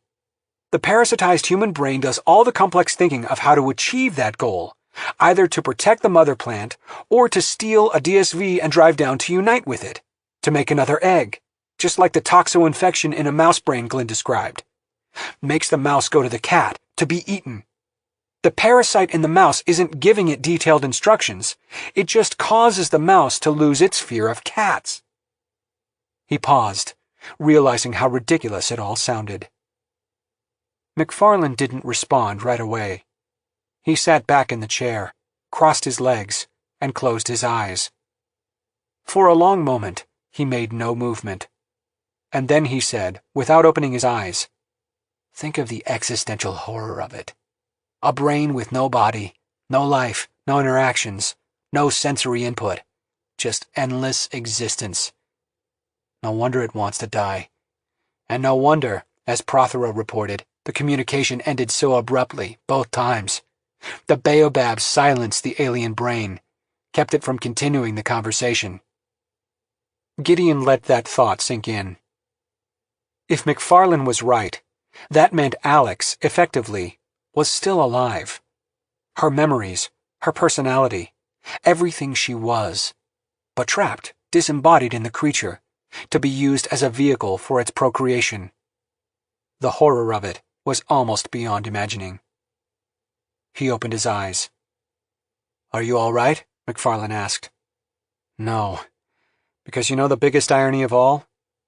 That thing had harvested 4 brains from the Rollvog, probably when it first sank, yet it remained quiescent. Now it has 2 more, and it's suddenly growing active. I think by coming down here, we provided it with just enough additional brains for it to move to the next stage of development. Instead of killing it, we've helped it to propagate." "Maybe so." McFarlane waved his hand. "But you know what? I think you've just figured out how to kill it. By destroying all 7 of those brains." Chapter 49. Patrick Bramble had done 6 months of a general surgery residency, which was how he discovered that he was not cut out to be a surgeon. He was not a team player, which had made for bad OR etiquette, and he did not enjoy working with his hands like a mechanic. And now here he was, performing emergency brain surgery. The patient, the exobiology lab assistant named Reese, lay anesthetized on the operating table, under bright lights. His head had been shaved, and the surgery area cleaned and scrubbed with betadine. Reese's cranium had been placed in a 3-pin Mayfield skull clamp, which held it rigidly in place, a testament to EES thoroughness that such a device happened to be in the surgical cabinets on board. He had already gone through a stressful procedure, guided in real time by a neurosurgeon in Australia via Skype, in which he had fixed a lumbar drain in the patient's lower back to remove some cerebrospinal fluid. This, the Australian neurosurgeon explained, was to loosen the brain and make it easier to operate on. Standing at his side and assisting was Dr. Sachs. This was little comfort. Sachs was, indeed, an MD, but she had gone on to get a PhD and had never practiced medicine, let alone surgery. She was, if anything, more nervous than he was. As for his own assistant, Rogelio, after Glenn's crew-wide announcement about the parasitic worms, the man had locked himself in his stateroom, refusing to come out under any circumstances.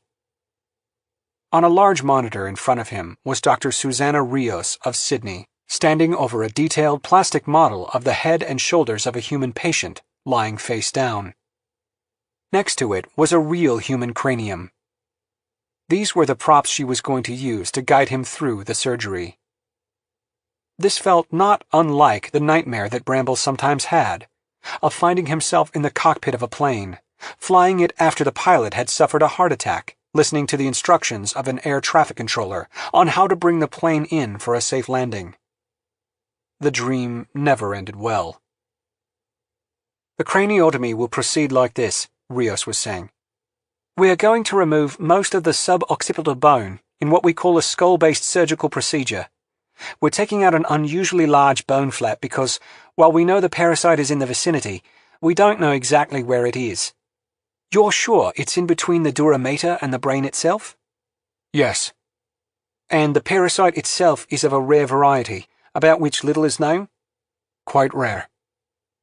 Very well. I'm going to draw a line on this model, where you'll make the initial incision.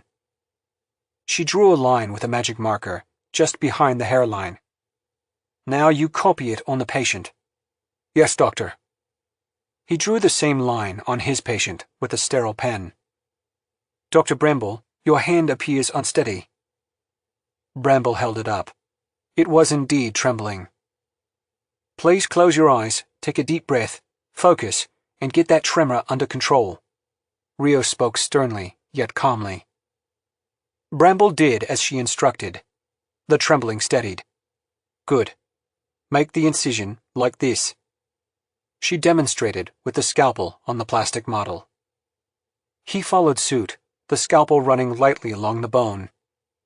Guided by the Australian surgeon, Sachs followed the incision with electrical cauterizing tweezers, zapping any bleeders. In between, she used a sponge to keep the area wiped clear of blood. Now the skin and muscles are to be lifted off the bone and folded back like this. Clip the edges of the incision with clamps and let the weight of the clamps hang down to keep the incision open. She demonstrated with the plastic pieces of the model. Bramble followed suit. Very good. Now, you're going to make 4 small burr holes in the skull with the perforator drill, like this. She drew 4 black dots on the real skull model and demonstrated. Bramble watched as, ever so gently and deftly, she cut a small hole in the cranium with the drill. Go slow. The perforator must be held perpendicular to the bone. Do not stop or pull back until the drill stops itself, which it will automatically before it penetrates all the way through the bone. Ready? Bramble nodded. Sweat was running into his eyes, threatening to blind him. Dr. Sachs, please mop my brow, he murmured. He drew 4 black dots on the cranium, as indicated. He started the air-powered drill, which came up to speed with a soft whine. Then, taking another deep breath, he hovered over the bone with it. Do not use downward pressure, Rio said. He lowered the drill until it bit into the skull with a high-pitched rasp. He immediately smelled the bone and blood atomized by the device, even through his surgical mask. Slow. Easy. That's it. The drill stopped. Pull out and do the next hole. Your assistant needs to be ready with a little bit of saline in there to cool it. Bramble eased off and raised the drill, following her directions. In a few minutes he was done with the 4 holes. The perforator, Rio said, leaves a very thin layer of bone at the bottom of each burr hole. It has to be taken out, like this. She demonstrated with a funny-looking tool. Bramble did not have the tool. Use a small forceps instead, Rio said. He used the small forceps to remove the wafer-thin pieces of bone. He could now see the whitish, bluish-gray membrane, the dura, peeping through the holes. Good. Now, you're going to cut from hole to hole using the craniotome. You will cut along the lines while your assistant uses the suction tube to draw up the saline solution, and also gently push down the dura, keeping it away from the saw tip. She should be dribbling the saline into the cutting edge to keep it lubricated and cool. Once again, she demonstrated. Ready? Both of you? Bramble nodded. Turn on the craniotome. Go slow and steady. There's no hurrying anything in brain surgery. He turned on the saw and it whispered up at a high pitch, like a mosquito. He began to cut along the line. Again, that smell came. As he eased it along the line, Dr. Rios talked him through the procedure, gently correcting him as he went. It took a long time, but was finally done. He expelled air. Sachs mopped his brow again. Take a moment to rest. Bramble closed his eyes, tried to think of something calming, and came up with Hamlet. He began quoting his favorite lines from Hamlet to himself. That worked well. He opened his eyes. Now you need to remove the bone piece with a pair of spurtles. Rios cleared her throat. May I see your hands? Bramble held up his hands. They were steady. All right. Use the spurtles to remove the bone flap, but do it slowly and with the utmost care. He took the spurtle set and, with infinite care, removed the oval piece of bone. Put it aside in the prepared sterile container and... Suddenly Rios stopped. Oh my God! Bramble could see, under the translucent dura membrane, a section of the worm. It was about a quarter-inch thick and was coiled like a snake. It was moving slowly, with a continuous motion. What in the world is that? Rios asked. It's the parasite. That's like no parasite I've ever seen, and I've been doing neurosurgery for 20 years. As I told you, it's rare. Right. Okay. Now Rios was the one trying to collect herself. Bramble took a deep breath. He wanted to get this over with. Dr. Rios, shall we continue? Yes, of course. Let's see. Next, wash the dura gently with saline and remove any bone tips. She demonstrated on her model with the suction tube and saline. Sachs did it. Now we're going to put in 2 traction sutures with 4/0 silk. What's a traction suture? It's a suture that forms an open loop of silk you can stick your finger through and use to lift something up.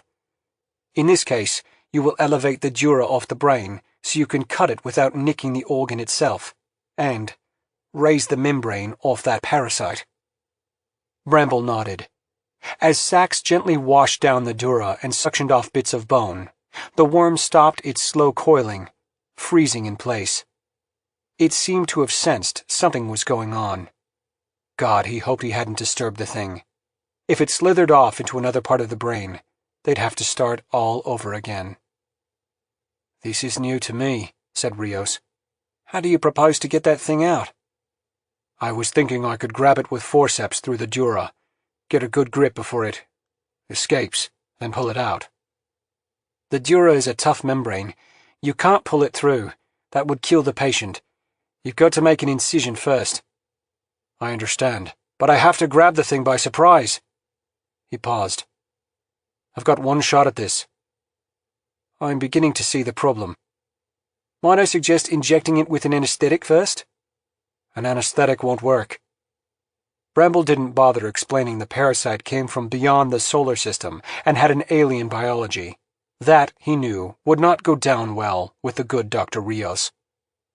He cast his eye over the tray of tools, looking for one that would work. There were numerous sets of forceps, including several large ones with teeth. So tell me what you think I can do to get that thing out fast, he said. This is outside my area of competence, Rios said. Shouldn't you consult with someone who's got experience removing these types of parasites? There is no one. Just tell me how to do it, please. Well, the simplest way would be to start with those 2 traction sutures I mentioned, and use them to pull or lift the dura away from the parasite. Then you make an incision, grasp the parasite with forceps, and remove it. Bramble looked at the worm. It had stopped moving, but it didn't seem alarmed. It looked almost as if it was waiting. All right, show me what to do on your model.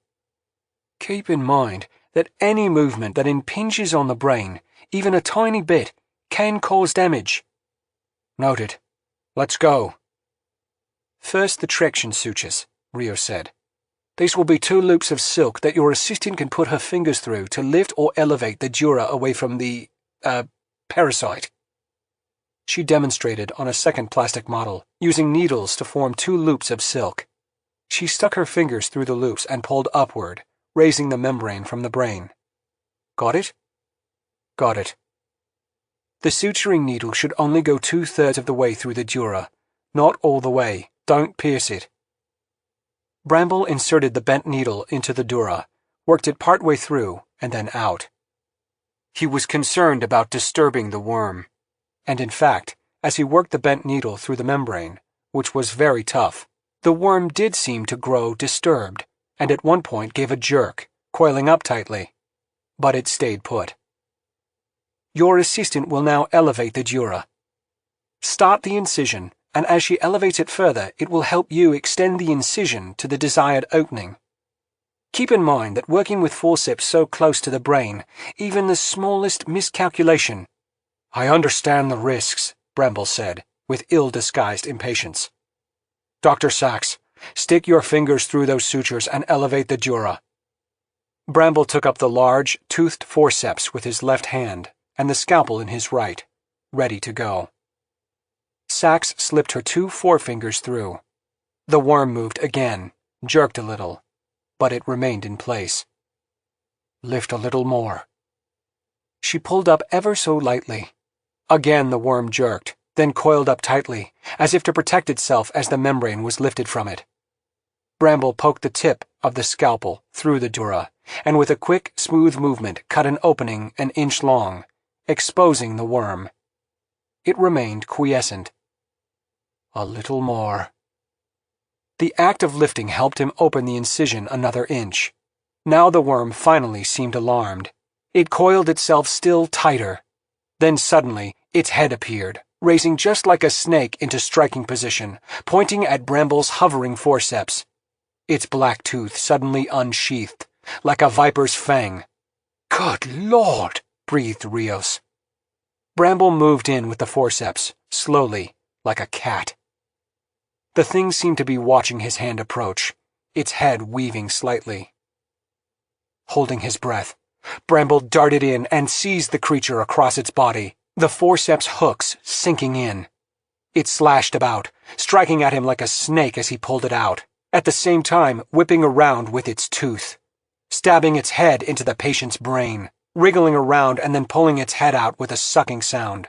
Blood gushed out. Jesus! Cried Rios. Now it went after Bramble, the head whipping back around again, the black tooth sinking into Bramble's hand. He gave a yell, but didn't let go, the thing thrashing and stabbing, striking him again and again. Son of a bitch! He cried, throwing it into a container previously prepared for it. Sachs slammed the lid. A frantic skittering and high-pitched squealing filled the room. Ignoring his own slashed hand, Bramble turned back to the patient. Blood was welling out of the hole the worm had made, flowing down the sides of the head. The life support alarms began to beep on the monitoring equipment. The EKG was going crazy, and then, even as he stared, it flatlined, and the respiration fell to 0. Reese died before his eyes, his blood running over the operating table and streaming to the floor. Doctor, you're bleeding, said Sachs, grasping his forearm and pressing sterile pads on the cuts. He turned on her. Throw that devil in the blender! She obeyed.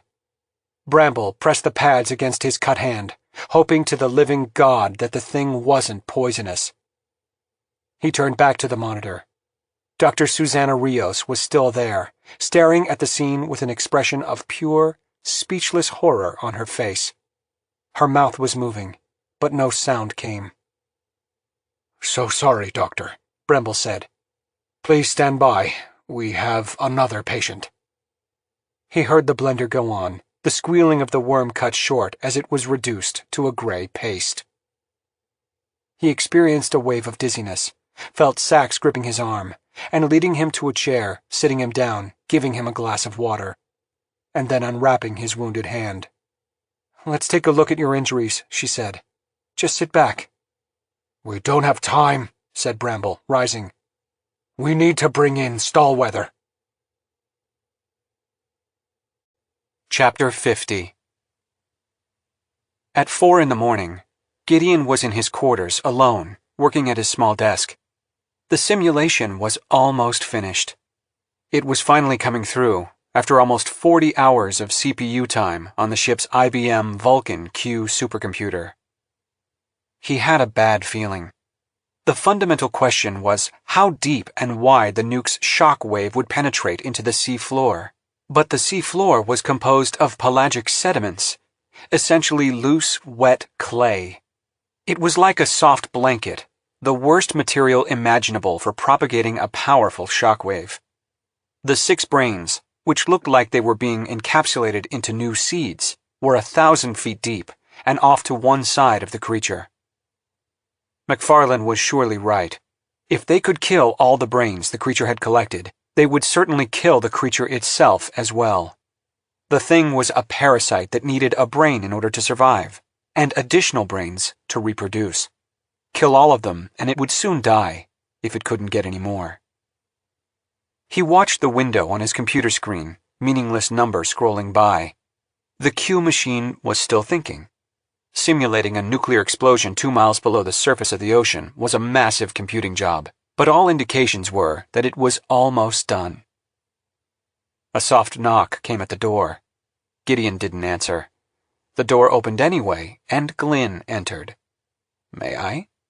"You're already in." Glynn came in and eased himself onto the bed, iPad in hand. His face looked drawn, but otherwise he appeared fine, not tired and certainly not half-crazed, like so many others on board.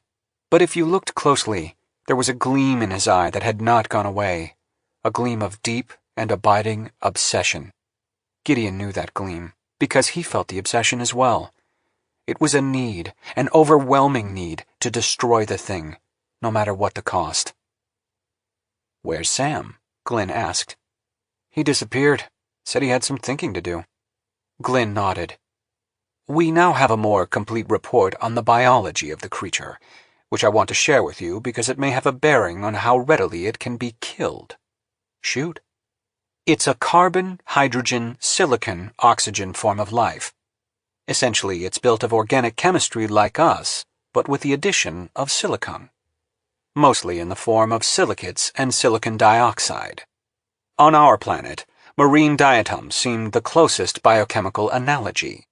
They extract silicon from water and build their bodies out of silicates. Some plant species also incorporate silicates. I don't really give a shit. I just want it dead." Glynn went on, as if he hadn't heard. "And much of the carbon appears to be in pure form, in exotic allotropes, nanofibers, nanotubes, nanobuds, nanofoam, fullerenes, graphite, and diamond. It has silicon dioxide fiber optic wires that transmit digital signals using light.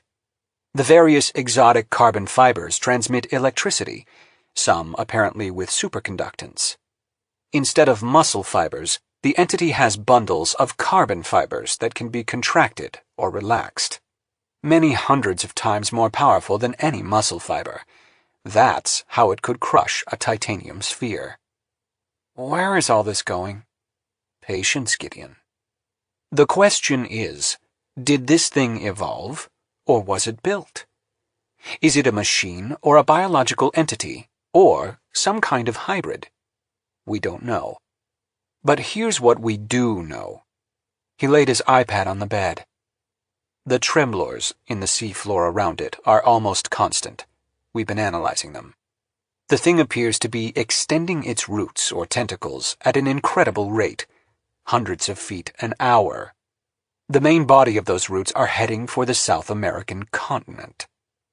"Good God." Glynn paused, shifting on the bed. We are out of time. The creature is growing too rapidly, the roots growing outward at a geometric pace. And now it looks like nodes are beginning to develop on those roots. In other words, it's getting ready to push up new baobabs, like mushrooms after a rain, to collect more brains, more seeds, which gives us an idea, an educated guess, about the creature's endgame. Tell me about it. In short order, a network of baobabs will circle the globe, forming, in effect, a giant fist around it. Once that happens, the fist will flex, popping the surface off the Earth like a giant tomato and breaking up the planet in the process, thus ejecting the seeds into space to find other worlds to parasitize. Each seed will contain its own parasitized brain. How did you figure this out? Think about it. I've hinted at this before. Breaking up the planet is the only way for it to liberate those gigantic seeds. Gideon glanced at the window on his monitor. The numbers were still flashing by. The situation on board this ship is becoming untenable, Glenn said. We're losing control. The Q machine's quantitative behavioral analysis indicates we have only about 12 hours left before discipline breaks down entirely, and we have either a mutiny or chaos on board ship. So your QBA is what's been slowing down my simulation. My apologies, but understanding the human factor is crucial. Gideon nodded. Despite all our precautions, other personnel have been parasitized by the worms. We know this because of the widespread sabotage. Not just the CT scanner and the X-ray machine, but the ship's surveillance cams as well. The whole system is down, and the vessel's intercom isn't working everywhere. All this is slowing down our efforts to find the worms and identify the saboteurs. Again, I'm wondering where this is going. We must deploy the nuke now. And I mean now, within 12 hours. Gideon glanced over at his workstation. I need the numbers first. If the nuke won't kill those underground eggs, there's no point in setting it off. And when do you expect the numbers? Any moment. Doesn't the computer tell you how long the calculation will take? It's not a calculation. It's a simulation. A much vaster scale of complexity. Glenn rose. Forget the simulation. We've got the weapon. Let's use it. He looked at his watch. I want the nuke armed and loaded in the ROV in a matter of hours. He turned. Can you do it? As Glenn stared at him, Gideon became aware, once again, of the obsession they both shared. Fuck yes, he said, almost surprising himself. Glenn nodded. Good. And then he left. Just as the door shut, as if on cue, Gideon's monitor chimed. The window was blinking red. The simulation was complete. Gideon rushed to the computer and, not even bothering to sit, began furiously calling up the numbers from the queue. The file came in slowly. It was fat, but in a minute it had loaded, numerical simulations made visual. A schematic picture appeared, and a slow-motion video began playing, simulating the detonation of the nuke, the expanding shockwave, the massive cavitation caused by the blast, the transitioning of seawater into steam, the effect of it on the baobab, and the impact of the leading edge of the shockwave with the sea floor and its propagation beneath. In a minute it was over. Still standing, Gideon now sought to sit down, placing an arm on the swivel desk chair.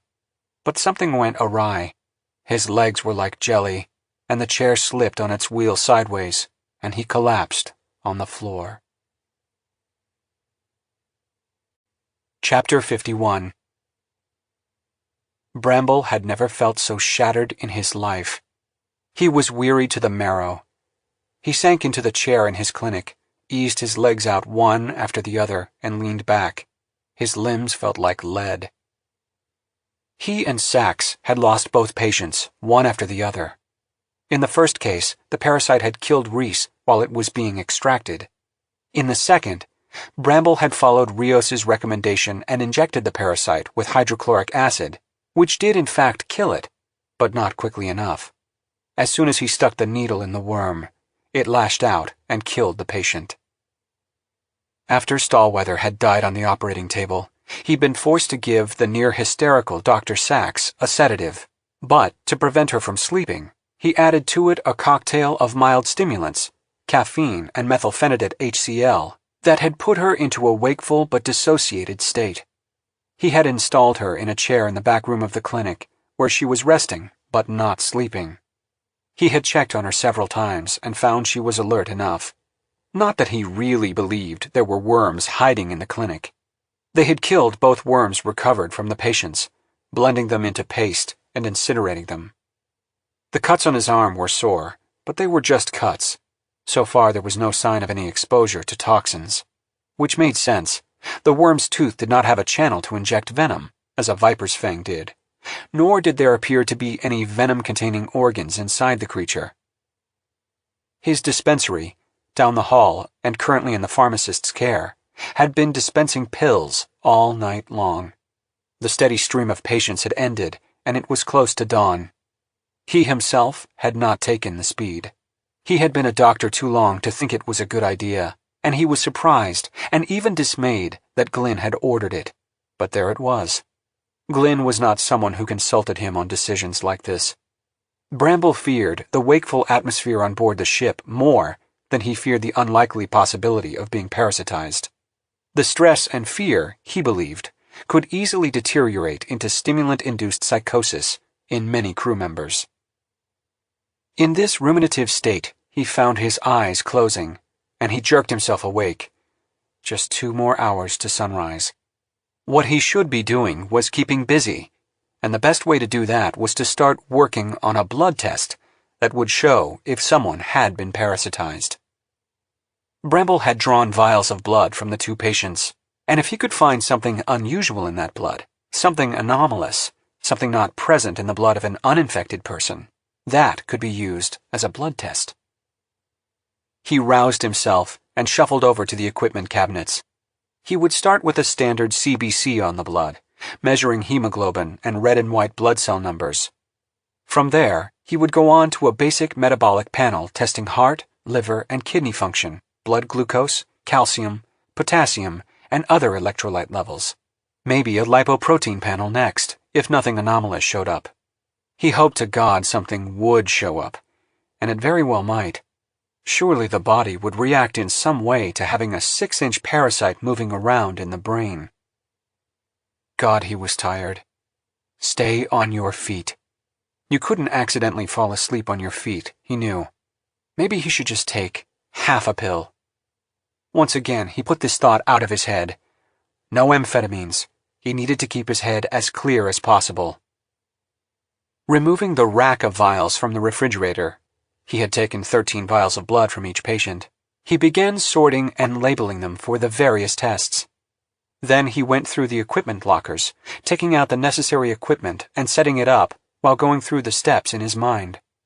As a doctor, he normally sent tests like this off to a lab, but back in medical school at RCSI, he had learned how to do them himself. On top of that, he had the internet, and surely somewhere there he would find the lab protocols. He jacked his laptop into the ship's network and went online. Yes, there it all was, in exacting detail. He would start with a simple blood smear test. He took a drop of blood from one of the vials and spread it on a gridded slide, stained it, and covered it. He put the slide under the microscope and, pencil in hand, began counting the number, size, and shape of red blood cells, white blood cells, and platelets per grid, jotting down the figures. But he was so tired, he was having trouble focusing. He blinked again, and adjusted the focus on the stage. God, his eyes were so shot from the failed operations, he couldn't see through the eyepieces. And it had to be admitted, he wasn't as young as he once was, less able to stand up to the grueling hours he had once endured as a resident. He blinked again, then took some eye drops out of the medicine cabinet and applied them to his eyes. Once again he gazed through the eyepieces, but it was like trying to see underwater. Bloody hell. What he needed was a 10-minute break with his eyes shut. His judgment was growing affected. He needed to be sharp in order to continue the tests. He glanced at the chair. Could he close his eyes without dropping off to sleep? But a quick 10-minute nap hardly seemed dangerous and, in fact, might work wonders. The idea that there were worms lurking somewhere in the room, waiting for him to go to sleep, was absurd. There would be no danger in just a 10-minute nap, and it would do him, and the work he had to do, a world of good. The ship was huge, and the clinic was small, and had watertight bulkhead doors all around, which could be dogged shut. He went to the main door into the clinic, eased it shut, and dogged it. He shut the door to the inner lab as well. Then he took his cell phone out of his pocket, set the alarm to ring in 10 minutes, and placed it on the counter, starting the timer as he did so. God, he could hardly wait. He eased himself into the chair, leaned back, and closed his eyes. What a glorious feeling it was. A dream woke him. A nightmare. With a muffled cry, he jerked awake, feeling a sudden stinging pain, a horrible rasping vibration inside his head. His mind, confused and frightened, took a moment to clamber up out of darkness into the real world. His hands flew to his face, and he felt something, and he fell out of the chair to the ground. Good God in heaven, there was something on him. It was like a wriggling cable, hard and cold as steel. It was on his face, and inside his nose, digging into his nose. With a second muffled cry, he managed to grasp the tail end of it and tried to pull it out. He could feel the thing's incredibly strong muscles rippling in his frantic grasp as he tugged, but it wouldn't come free. It had fixed itself inside and was working its way deeper, rasping and digging into his nasal cavity. He rolled about on the floor, hanging on to the thing's tail with maniacal intensity, trying to keep it from going deeper, but it was too well anchored, working its way in despite his every painful effort to pull it out. Suddenly he felt, deep inside his head, a snapping of bone, like a finger poked through an eggshell, and then everything changed. The terror vanished, and he felt a wonderful, spreading sensation of peace and contentment, and a blessed feeling of sleep stole over him. Beautiful, serene sleep. Dr. Antonella Sachs stood in the doorway of the inner lab, rubbing her eyes and trying to focus. She had heard something, a cry perhaps, although she wasn't sure, but nothing was awry. Dr. Bramble lay on the floor, sleeping. His hands were folded on his chest, and an expression of contentment lay across his face. She leaned over to wake him up, gave him a little shake. "Dr. Bramble?" No response. The poor man had been going 36 hours straight and was out like a light. He had locked the door, and she noticed his cell phone on the lab table counting down the seconds. She picked it up. He had set it for a 10-minute nap and had 2 more minutes to go. The poor, tired man. 10 minutes seemed like nothing. Seeing him asleep so peacefully made her feel the lure of sleep herself. The shot Bramble had given her seemed to be wearing off, or at least it was no longer able to counteract the tidal wave of fatigue that pressed at her mind. She was aware that her rationality was still somewhat affected by the shot, that she wasn't thinking as clearly as she normally did. But who could be expected to after the ordeal they had just gone through? God knew the doctor needed a longer rest, and so did she. What risk would there be in a half-hour nap? That would be a lot more effective than 10 minutes. The door to the clinic was securely dogged, and surely Glynn's no-sleep edict did not apply to herself and Bramble, who needed to be as sharp as possible if they were going to be effective. She reset the phone alarm to go off in 30 minutes, and then eased herself into a lab chair and sat back, placing her feet up on the table, closing her eyes, and falling almost immediately into a delicious sleep. Chapter 52. Gideon left his cabin and headed for Mission Control, where he knew he would find Glynn. As he walked down the corridor, he heard, as he passed through crew quarters, voices raised in querulous complaint. A man came careening down the hall, smelling of alcohol, bumped into him, gave him an elaborate bow, and staggered on.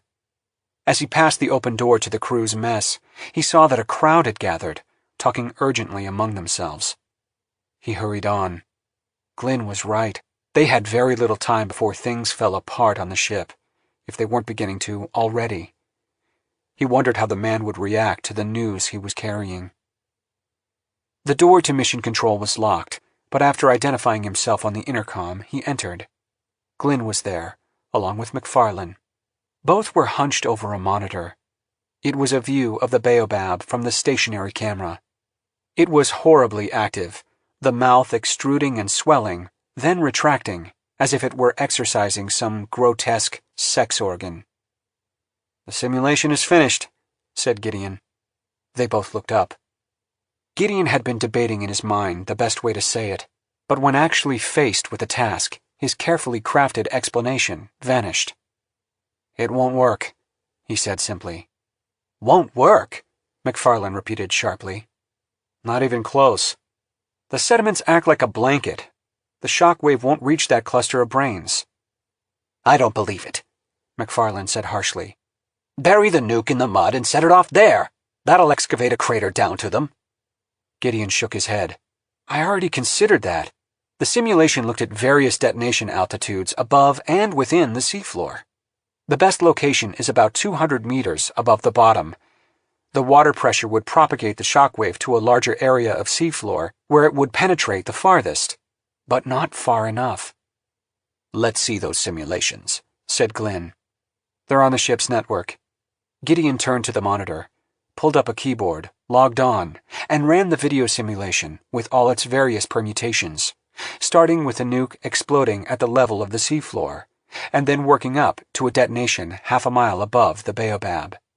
Each simulation showed the shock wave moving in slow motion through the water, hitting the ground, and continuing on, damping down and petering out in 500 to 600 feet of depth. None of them reached the cluster of eggs at 1,000 feet deep. "I can't believe it," McFarlane exploded. "This is a fucking nuclear weapon! You've set the parameters wrong." "No," Gideon said. "The problem is, these deep-sea pelagic sediments are like a wet blanket. If it were solid rock, it would be totally different, but it's not. It's like Jell-O." "So what's the answer?" McFarlane asked furiously. "What have we got more powerful than a nuke? Can we go get an H-bomb? What else can we do? This is fucked up. Why wasn't this simulation done 6 months ago?" He halted his tirade, breathing heavily. Gideon looked at him. He felt utterly defeated. And to think he'd seriously considered reprogramming the nuke's onboard computer so he could override an abort code, just in case the others got cold feet. What a joke. Now there was no question. Everyone wanted to use the nuke, and every hour counted. But the damned thing wouldn't be enough to kill the entity. Glynn spoke quietly. "Are there any options, Gideon?" Gideon shook his head. "One nuke. One shot." Chapter 53. Rose-Marie Wong had locked the door to the marine acoustics lab and was straightening up, trying to put the lab back into a semblance of order after Garza and his team had swept the place for worms. Prothero would have a fit if he came in and found it like this. Although it was just as messy when Prothero was there, he always claimed to know where every little thing was. And it was true. If she moved so much as a pencil in one of his staggering piles of crap, he would notice and berate her. She was deeply concerned about what was happening on board the ship. Several times in the past hour, she had heard groups of people passing by in the narrow corridor outside the lab, talking in loud, angry voices, their boots ringing on the metal floor. Some of them sounded like they had been drinking, while others appeared wired from the amphetamines that were being passed out like candy. Where was Prothero? He had been working on his whale lexicon for much of the night, but then had excused himself and left, saying he'd be back in 15. But it had been almost an hour, and he still wasn't back. Had he gone to sleep, defying regulations? That would be just like him. The way to get Prothero to do something was to ask him to do its opposite. Wong told herself she shouldn't be worried. Prothero maintained a completely unpredictable schedule, coming and going at all hours of the day and night, never eating in the mess, but instead chowing down in the lab itself, at random times, on pizzas and sodas brought in from the canteen. He would typically kick the trash into a corner, and it would then be up to her to retrieve it, put it in the garbage, and then empty the garbage at regular intervals to get rid of the oniony smell of pizza, which she loathed. Once again, through the door she heard a group pass by. Once again, she heard the muffled, angry voices. This was truly disturbing. Where was security? But she knew the answer to that. Garza had commandeered them all in the search for the worms. In the meantime, the ship's discipline was rapidly heading for a complete breakdown. She heard the door rattle. A gasp. "Hey, Wong! Open up!" Prothero. She got up, unlocked the door, opened it. He rushed in, slamming the door and locking it. He was gasping for breath, sweaty, his hair askew, sucking in air. "What is it?" she asked. "What's happened?" "Son of a bitch," he said. "The motherfuckers have gone crazy. It was only 5 minutes, maybe 10 at most, I swear." There was a sudden thundering of footsteps outside the door, a rattling of the doorknob. "Prothero! Prothero!" a voice called, with an eruption of other voices behind. Prothero backed away from the door. "Tell them I'm not here," he whispered to Wong. Wong swallowed. "He's not here," she said through the door. "Bullshit," came the reply. "We know he's in there. Open up." A number of angry voices were raised on the other side of the door, and someone began pounding. "Who is that? Wong? Open the fucking door, Wong!" Prothero, terror in his eyes, shook his head at her. He backed up, casting around the lab as if for a place to hide. There was none, of course. "He's not here," she said again. "Listen up, Wong. He's infected. We caught the son of a bitch sleeping. Couldn't wake him up. He's got a worm." Wong felt paralyzed. She glanced at Prothero. He didn't look right, but then he rarely looked normal. "Are you listening? He's infected. Get your ass out of there and let us take care of it." Prothero shook his head, mouthing no, no, no. Wong couldn't decide how to reply. She felt paralyzed. Boom. Someone slammed into the door. Boom. The door was not a bulkhead, and she could see it bow inward with each body blow. "Open up, Wong. If you won't save yourself, we will." "I don't have a worm," Prothero screamed. "I swear, I just took a short nap, that's all." "He's in there." There was a tumult of shouting and expostulation beyond the door. "Wong, for God's sake, he's dangerous. Let us in, now." "I'm not dangerous, I swear." Wong looked once again at Prothero. His eyes were bloodshot, he was soaked in sweat, and his body was twitching and jumping with panic and fear. He did look infected. He read the meaning in her eyes. "No, no," he said, swallowing and trying to speak without screaming. "I'm not, Rosemary, I swear it. They're crazy. I took a nap, 5 minutes. I was out like a light, but I'm not infected. Remember? If you're infected, they can't wake you for 2 hours, and—" Boom. And now the metal door handle rattled and came loose. Boom. Wong made a decision. "No!" she yelled at the men trying to break down the door. "You can't do this without evidence." Boom! The handle sprang off the door. "You need proof!" she yelled. Boom! The door flew open and a huge man forced his way through. She was shocked. It was Vince Brancacci, the ship's jovial chef. He did not look jovial now, with a meat cleaver in his hammy, hairy fist. A crowd surged in behind him, 6 men armed with tools, crowbars, wrenches, hammers. "There he is!" "No," Prothero said. "Please, God, no!" The crowd, realizing they had Prothero trapped, suddenly seemed to hesitate. "He's infected," Brancacci said, advancing with the cleaver. "He's finished. We need to get rid of the worm inside him." "No, no, please," Prothero whispered, shrinking back against a rack of computer equipment. Wong stepped in between Brancacci and Prothero and drew herself up to her full height, towering above Brancacci. "You can't kill a man without evidence. You can't do it!" "We have evidence," said the chef. "Which is?" Wong asked. "He was sleeping.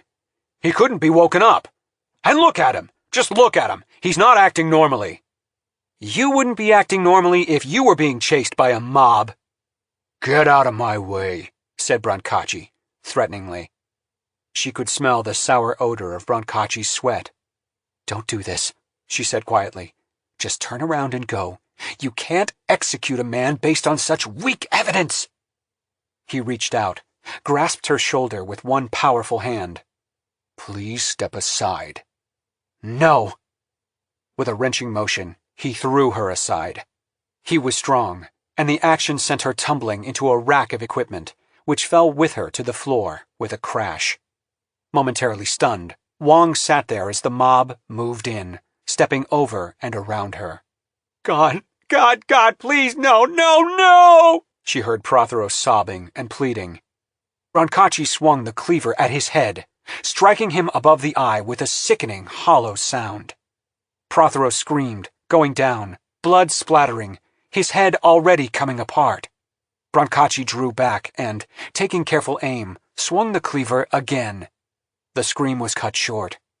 Prothero lay on the floor, unmoving. The chef now stepped over Prothero, straddling him, and brought the blade of the cleaver down once again, driving it into his skull and opening it up like a melon.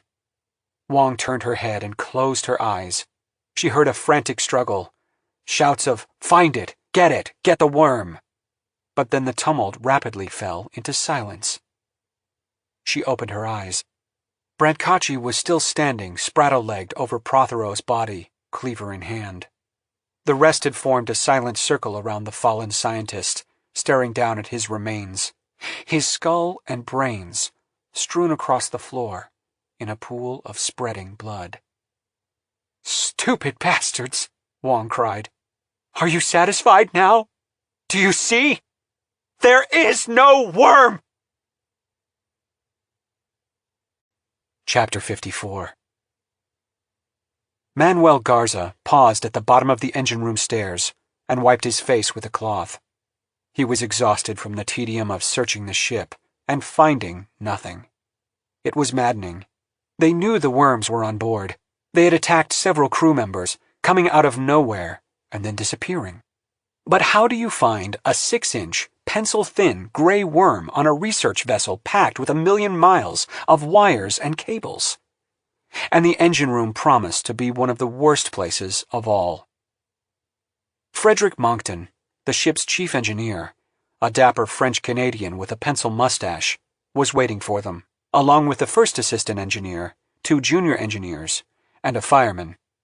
Garza had 4 guys in his immediate crew: Deputy Security Chief Ivan Vinter and 3 other security personnel. He had disarmed them. He didn't want pistols being fired in the confined spaces below decks, where rounds could ricochet all over, and vulnerable equipment abounded. Instead, they carried heavy tools, hatchets and crowbars, as weapons. Garza had not had occasion to visit the engine room before. It was a large, hot, stuffy room, smelling of diesel fuel and oil lubricants. But on the plus side, it was at least a walk-around space, with steel floors kept spotlessly clean. The main diesel engine ran half the length of the room, and was painted light gray, and it stood alongside 3 synchronized diesel generators, painted blue and yellow, that provided the ship with electric power, primary and backup. The rest of the room was a forest of pipes carrying fuel, seawater coolant, oil, and internal engine coolant. Running along the ceiling was a massive amount of ductwork. It looked well maintained and organized. The personnel who had gathered, in uniform, to help his team go through the engine room appeared steady and professional. They had not succumbed to the hysteria that had been spreading topside. For this, Garza was truly grateful. He plucked the radio from his belt. "Eduardo, do you read?" A moment later, the clipped voice of Betances, the chief of security, replied. "Roger. Your teams find anything?" "Not a thing." "Very well. Keep Keep me informed. Garza out. He replaced the radio. Mr. Monckton, he said, bringing out several photographs of the worm. We're looking for these. Any spaces where they might be hiding have to be opened and searched. Monckton took the photos, flipped through them, and passed them around. Yes, sir. We're at your service. You and your team know the ins and outs of this area. We'd like to start at the far end and sweep back to this point. It seems most efficient if your crew were to take the lead, opening every possible space where these things might be hiding. Yes, sir. Monckton gestured to his men to follow him, and they filed to the back of the engine room via a narrow alleyway among pipes and the throbbing engines. Most of what you see here, Monckton said, the engines, the piping, those generators, those can't be opened. Or rather, opening them up would mean stopping the ship and shutting off power. But they're totally sealed environments, so I don't think the worms could get in, and they'd prove a very hostile environment anyway. Most of these pipes are carrying fuel and coolant under high pressure, the engines running at 160 degrees. Understood, said Garza. We won't deal with those now. Maybe later, if necessary. They reached the rear wall, a riveted bulkhead of painted steel. Chief, let's start with that row of control panels, Garza said. We'll need to take off the covers and search each one. Very well, sir. One of the junior engineers swiftly produced a large toolbox, and they unscrewed the first panel and set it aside, exposing a close packing of wires and circuit boards. Monckton's engineers stepped aside as Garza's team came forward. They pulled on heavy leather gloves and face shields borrowed from the ship's metal shop.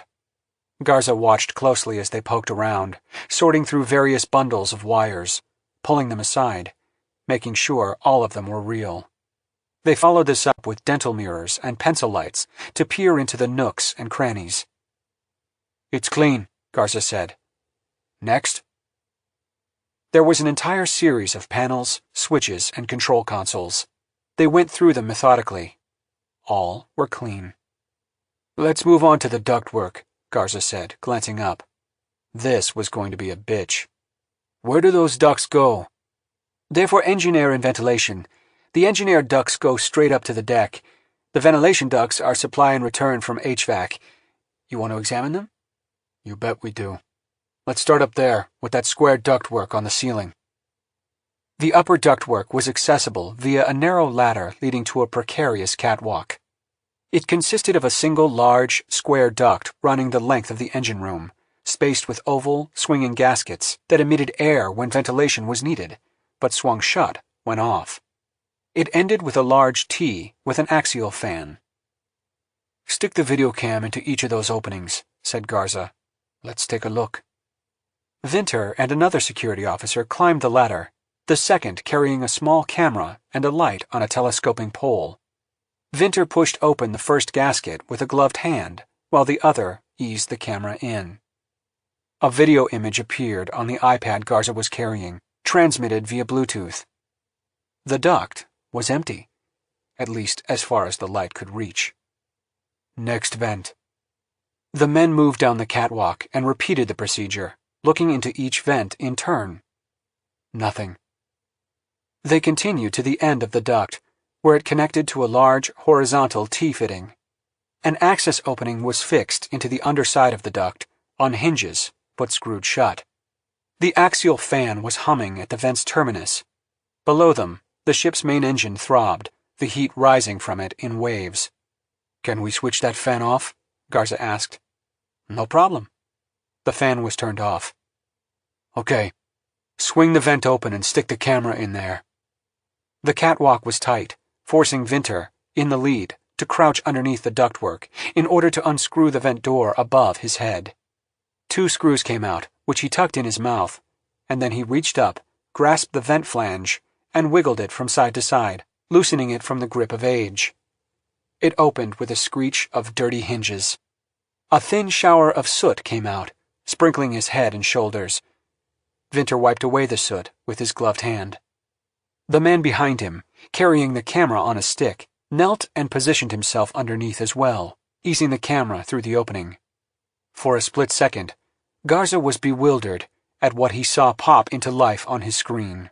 A tangled, gray, writhing mass. "Worms!" he cried. "Get back!" It happened instantly. A sudden burst of scrabbling inside the galvanized ductwork, and then a mass of wriggling, squealing worms came spilling out of the open vent, falling onto the heads and shoulders of the two security officers.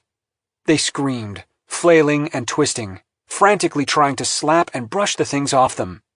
In the process, they fell against the thin railing of the catwalk, and it gave way, sending them crashing to the engine room floor, the worms raining down along with them and skittering in every direction.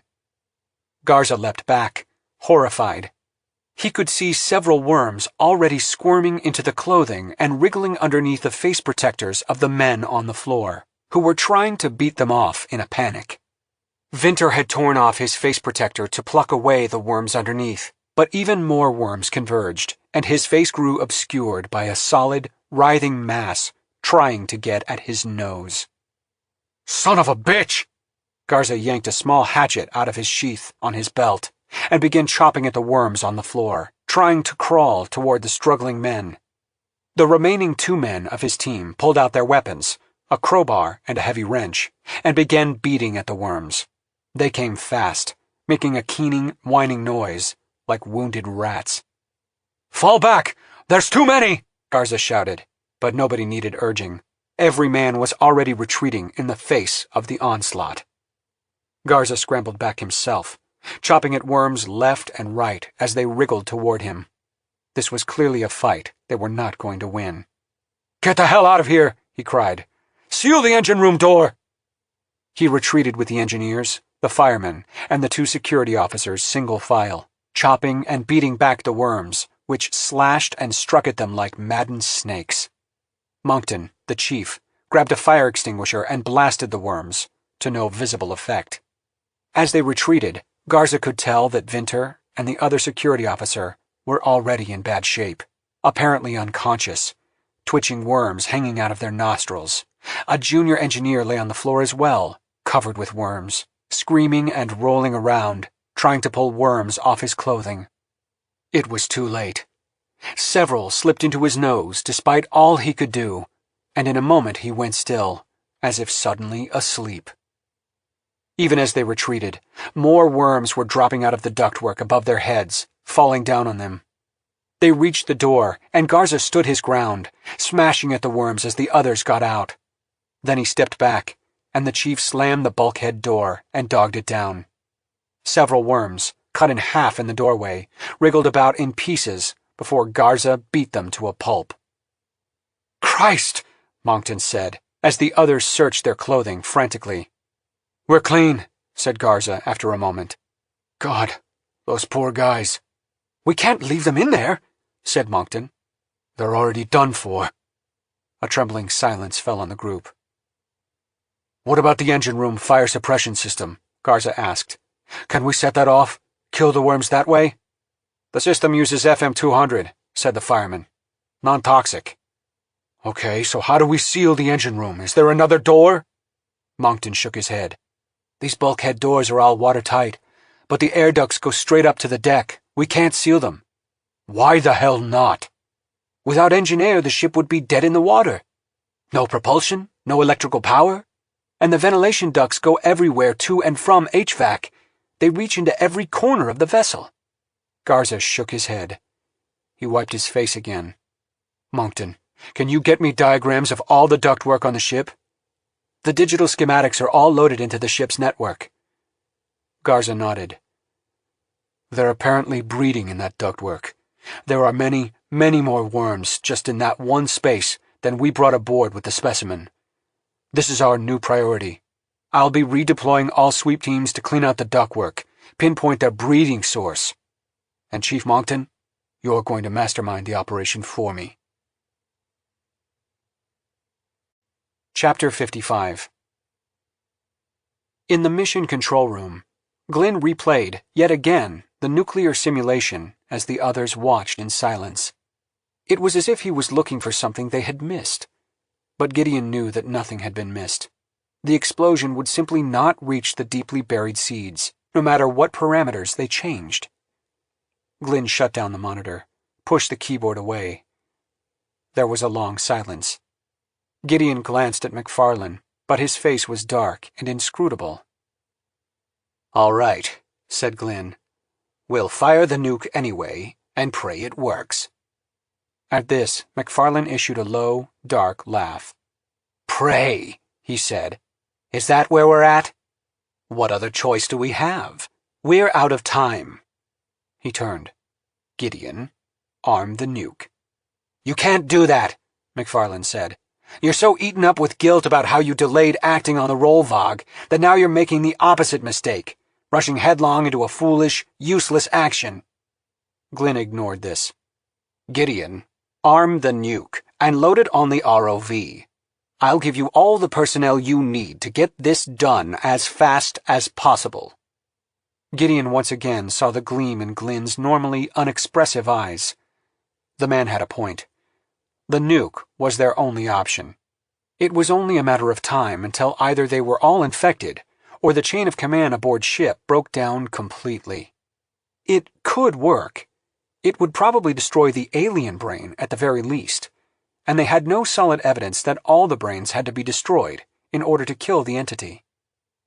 "This is just what Lloyd warned about," McFarlane said. "You're too close to this. Your judgment is clouded.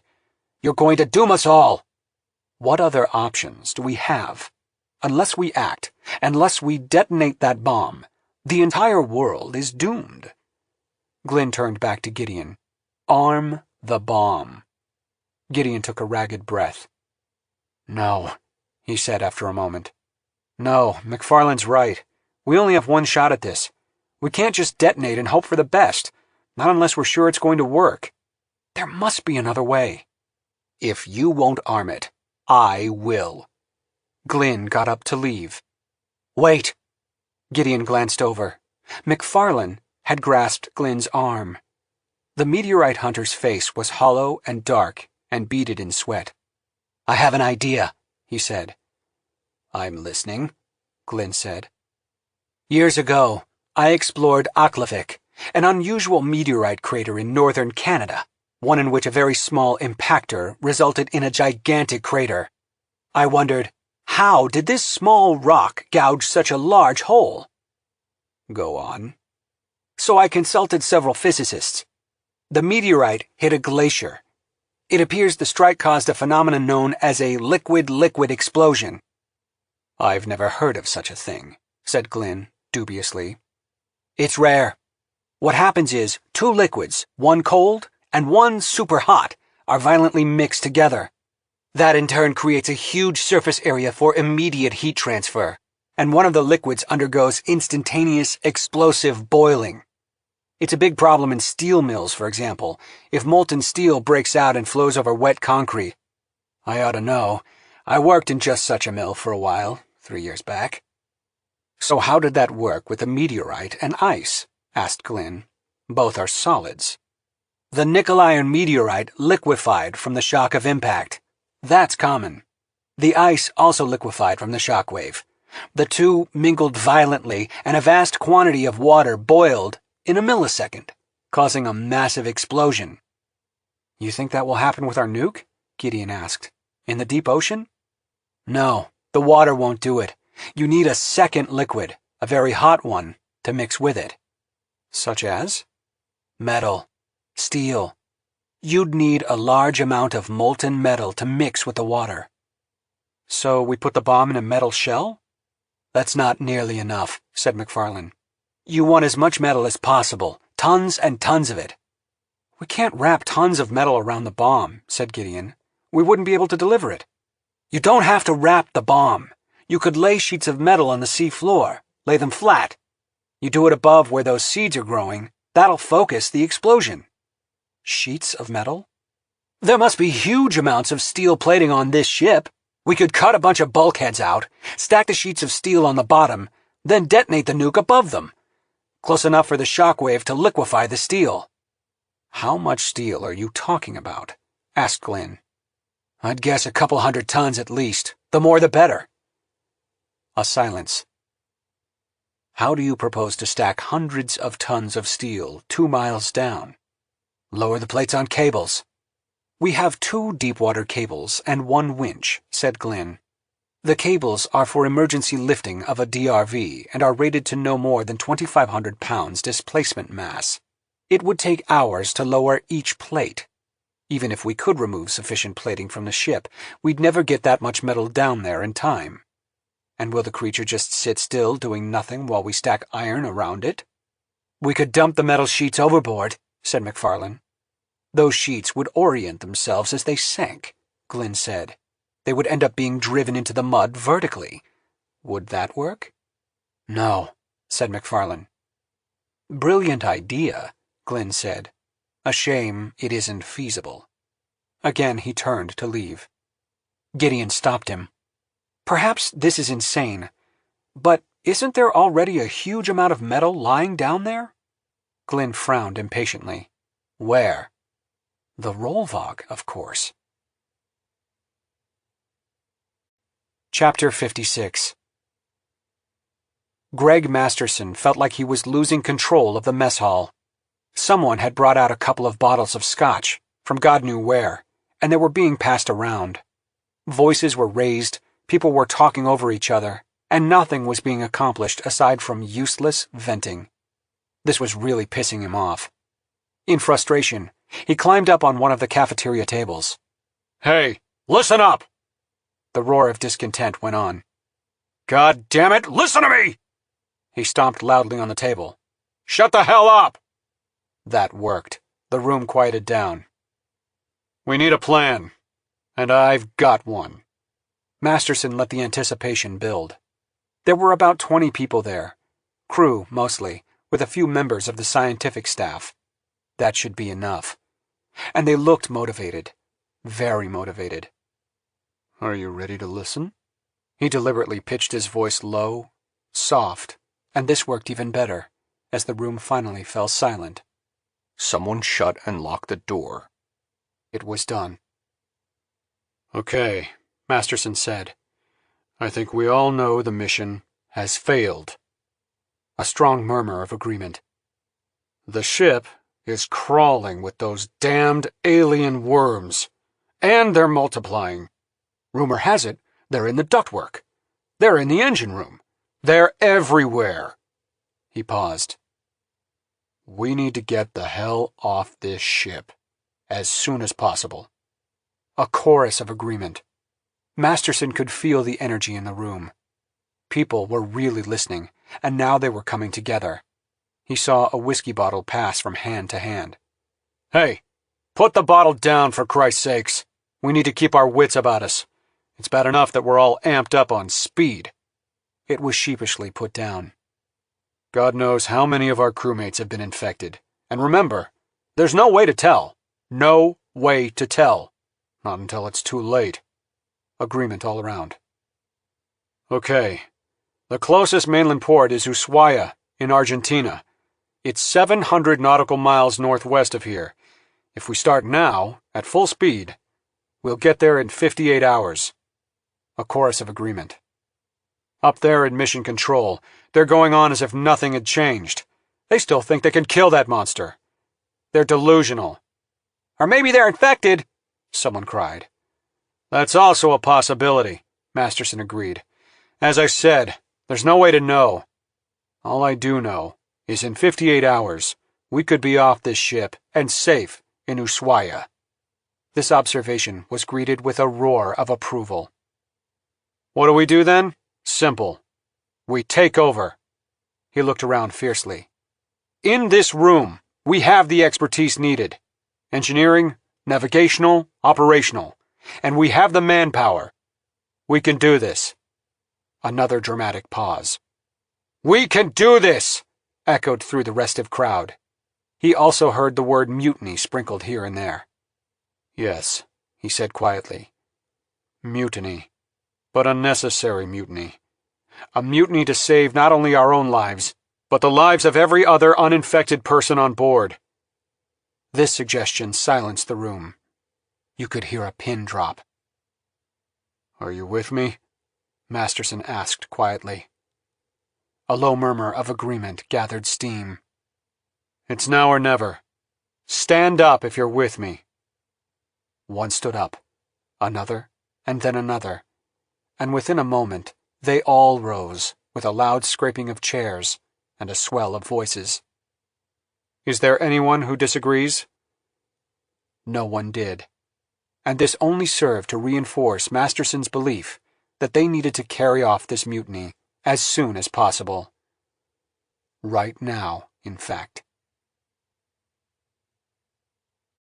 Chapter 57. Garza crawled along the horizontal supply air duct that ran the length of the ship, with his 2 remaining men ahead of him, Moncton behind. They were all wearing construction helmets, equipped with powerful headlamps. It was noisy and dirty, but there was, at least, a flow of fresh air. They were approaching the engine room, but so far had seen no sign of worms. He had in hand an improvised weapon, an electric zapper. They all had them. Moncton had had the idea, and he'd assembled them quickly, using flashlight shells, a spark circuit and spark gap, and a capacitor, the whole thing powered by a pair of D batteries. Moncton was turning out to be some kind of genius. The chief engineer had taken a piece of worm, found it conducted electricity like mad, and decided they must be highly vulnerable to surges in voltage.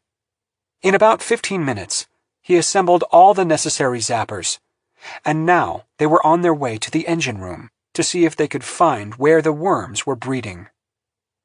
So far, they'd found and zapped a couple of worms, and the zappers had worked beautifully. The zapped worms were dead, or at least so they seemed, all withered and contracted into little gray knots.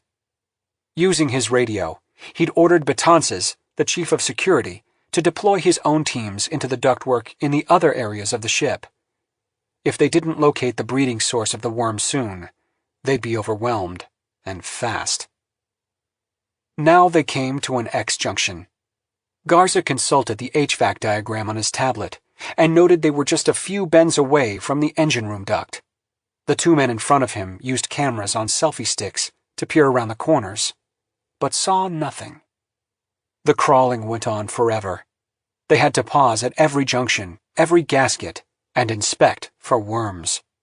Garza believed that the worms might be like denning rattlesnakes, seeking each other out and gathering in one mass for mating. He believed that could very well be taking place in the ducts above the engine room, because of the heat. If he was right, if they were all assembled in a single nest, maybe they could take them all out at one go. "Take the left duct," he said, and they crawled on. They were almost there. Patrick Bramble awoke, feeling terrifically refreshed, although his body ached from lying on the floor. How had he gotten on the floor? He recalled going to sleep in the chair. As he sat up, he saw that Sax was sleeping in another chair, her feet propped up on the lab table, still set up for the blood tests.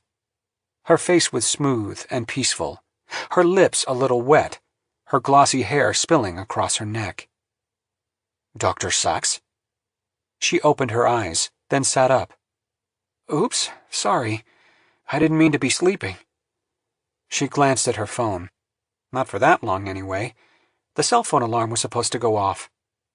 Bramble picked his phone off the countertop. "Looks like we slept through the alarm. Well, we certainly needed it." He chuckled with a twinkle in his eye. "Haven't we been naughty, sleeping like this? Better not tell anyone." "I feel so much better. I was just about dead. I feel like a new woman." "Me too. New man, I mean." Sax laughed lightly. She stretched, stood up, and looked over the setup on the table. "Do you really think you can come up with a blood test for that thing?" Bramble sighed. "I doubt it. It seemed worth a try, but on further reflection, it's pretty far-fetched." It was crazy, really, to think a simple blood test would somehow reveal an infection from an alien parasite. "There must be better ways to spend our time," said Sax. Bramble cast his mind back to the problem. What they desperately needed, he realized, was more information about the creature. That was the real problem. Their ignorance of the baobab, what it was, how it thought, why it was here. He felt extremely curious about it. It had come such a vast, lonely distance, and its life cycle was proving to be as complex as anything on Earth, even more so. "We're spinning our wheels in this lab," Sachs said. "This isn't getting us anywhere." "No, indeed." "I wish there was a way for us to be more useful." Bramble fell back into musing. "The problem," he said slowly, "is that the wrong people have been sent down to observe the baobab. Gideon Crew, a nuclear engineer. Lispinard, a marine biologist. Garza, another engineer." Sachs nodded. "That's a good point." "Technocrats, all. None of them are humanists, not like you and me." Sachs nodded, running a hand over her glossy brown hair, smoothing it down. Bramble found himself admiring just how healthy it looked, and how delicate and white her hand was. He wondered why he hadn't paid more attention to her before. "What they really should have done," Bramble said, "is to send someone like you or me down there. You with an MD and PhD in medical science, or me with an MD and decades of experience. We're the ones best suited for understanding an alien organism like that." I couldn't agree more. Bramble fell into another musing silence, thinking. His mind seemed unusually clear. It was remarkable, really, what a good nap could do. As he went back over in his mind the progress of the expedition so far, it really did appear to him now to have been a dog's breakfast from the very beginning. Everything had been done the wrong way. The whole concept of killing the creature was flawed. It was clearly intelligent, and as such it could be communicated with, reasoned with, understood. Prothero had started down that path, but there had been no concerted effort, not really. If the baobab could learn whale speech, surely it could learn human speech. "You know," said Bramble, turning to Sachs, "I think one of us should go down there and try to communicate with that thing. That would solve all our problems in one fell swoop." He found Sachs looking back at him with admiration in her eyes. He hadn't noticed before how pretty she was. "Dr. Bramble, that is truly insightful." She hesitated. "But how would we get down there?" "We'll simply borrow a DSV. I believe John is right there in the hangar, ready to go. I truly feel that a simple conversation, a respectful meeting of the minds, would solve all our problems." "We just take it?" "Yes," said Bramble. "We take it. Only one of us can go, of course, and that one will be me." "I should be the one to go," she said. "After all, I've had some experience piloting DSVs." "I'm not sure," Bramble said. "Oh, please do let me go. You'll be with me every step of the way. In spirit." Bramble thought about this. Then he nodded. "Very well. Since we'll be launching the DSV without any help, I suppose it might take my strength to manhandle the necessary equipment alone." Thank you," Sachs said, her eyes shining. "Dr. Sachs, I don't believe we should waste any more time. Do you?" "Dr. Bramble," she said, clasping her hands together, "I so admire your wisdom and courage." Chapter 58. As Garza and his team neared the engine room, he could feel and hear the vibration of the turbines coming through the ventilation duct. The focused beams of their headlamps cast a strong light down the duct to where it ended in a T. Beyond that T, and to the right, was the engine room duct. That was where they had initially encountered the nest of worms. He felt fairly confident there were more. He tapped the foot of the guy in front and used hand signals to indicate they were to move up to the T and then pause. It was impossible to crawl through the ducts without generating a lot of noise and vibration, but Garza hoped that the worms would not be alerted, since plenty of noise and vibration was already traveling through the ductwork of the ship. The ducts were of sturdy, galvanized steel, and well attached, but even so, they were not designed to carry the weight of 4 people, and as they moved the metal groaned in protest, swayed occasionally, even sagged a little. They had to spread out to try to distribute the weight, but it still felt at times that the ductwork might just come loose and precipitate them to the floor of whatever room they were in. As they neared the junction, Garza signaled another halt. He listened, straining to hear any scritching movements of shifting worms, or the chalk on blackboard squealing sounds they made when excited. But there was nothing, just the humming of the engines and the whisper of moving air. If there was a mass of them around the corner, there would be no running away. All four of them knew that. On their hands and knees in a confined space, with no possibility of turning around, they would have to stand their ground, stay and fight like the defenders of Thermopylae. The point man edged up to the T and, holding his camera out on its stick, eased it past the corner. The image appeared on Garza's tablet. It took a moment to wrap his mind around it. The duct was free and clear for perhaps 20 feet, but then it became totally blocked by a large, bubbling mass that looked like thick, gluey porridge, or perhaps a giant glistening fungus. The surface of the mass was covered with what appeared to be giant pustules, but as he watched, a pustule burst, and from it dropped a worm, which crawled off.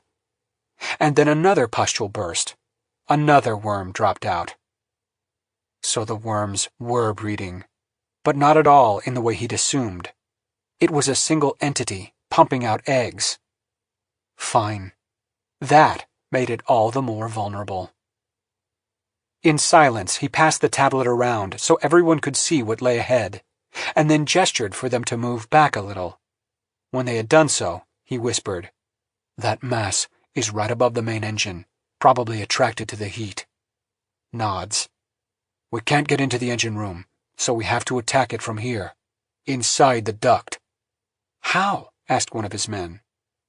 Moncton, who was behind Garza, whispered, "We tase it." He held up his electrical prod. "I can set these to shock on contact, like a taser. We throw them at the breeding mass." "The current from a couple of D batteries isn't going to kill it," one of Garza's men said. "The circuitry in here produces low current, but high voltage," Moncton said in a low voice. 9,000 volts, to be exact. So yes, it might kill it. It will kill it. That life form conducts electricity better than copper. We're dead meat crammed into this ductwork. We can't even turn around." "Pass me your zappers," Garza said. "I'll do it. I'll toss 2, keep 1 in reserve. Moncton, you take charge of the 4th zapper. Meanwhile, the 3 of you get back, and be ready to haul ass." There was just enough room at the T-junction for Garza to squeeze past the 2 forward men.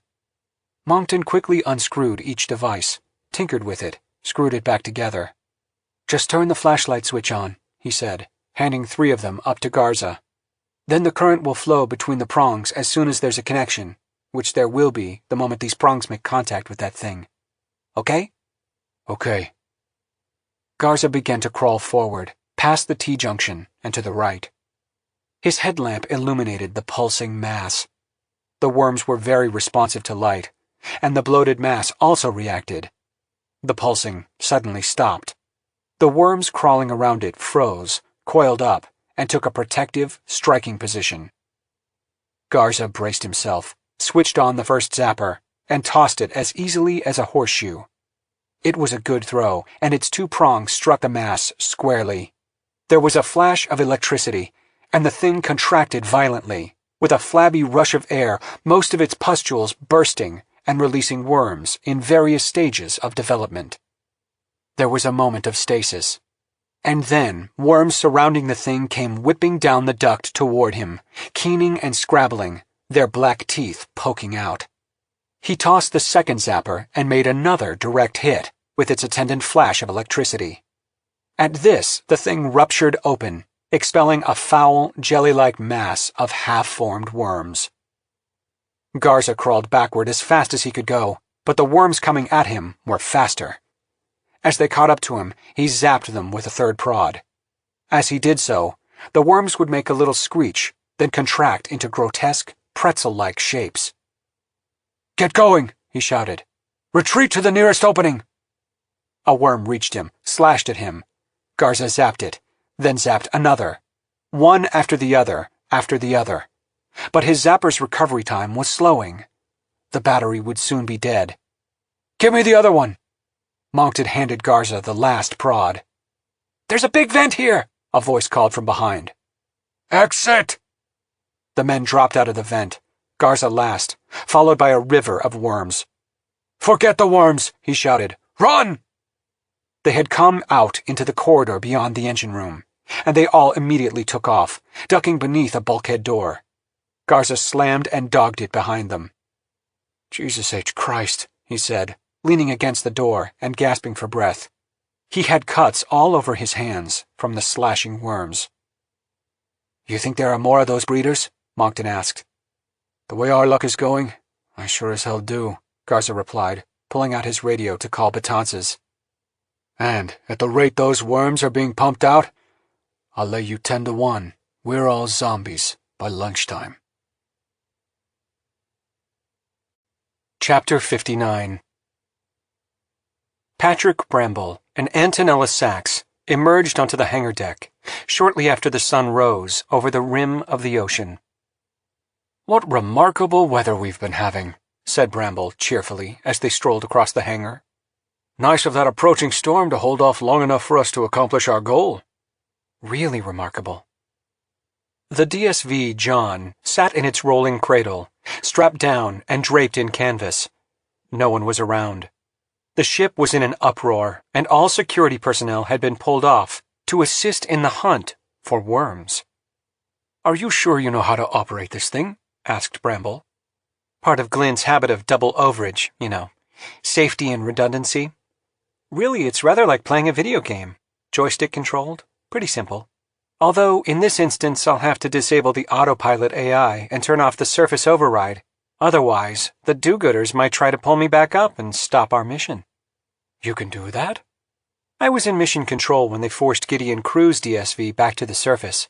Back when Alex Lispinard went to her new home. I saw them open the procedures manual on how to override the AI and the DSV operator's control. I saw the codes. She shook her head.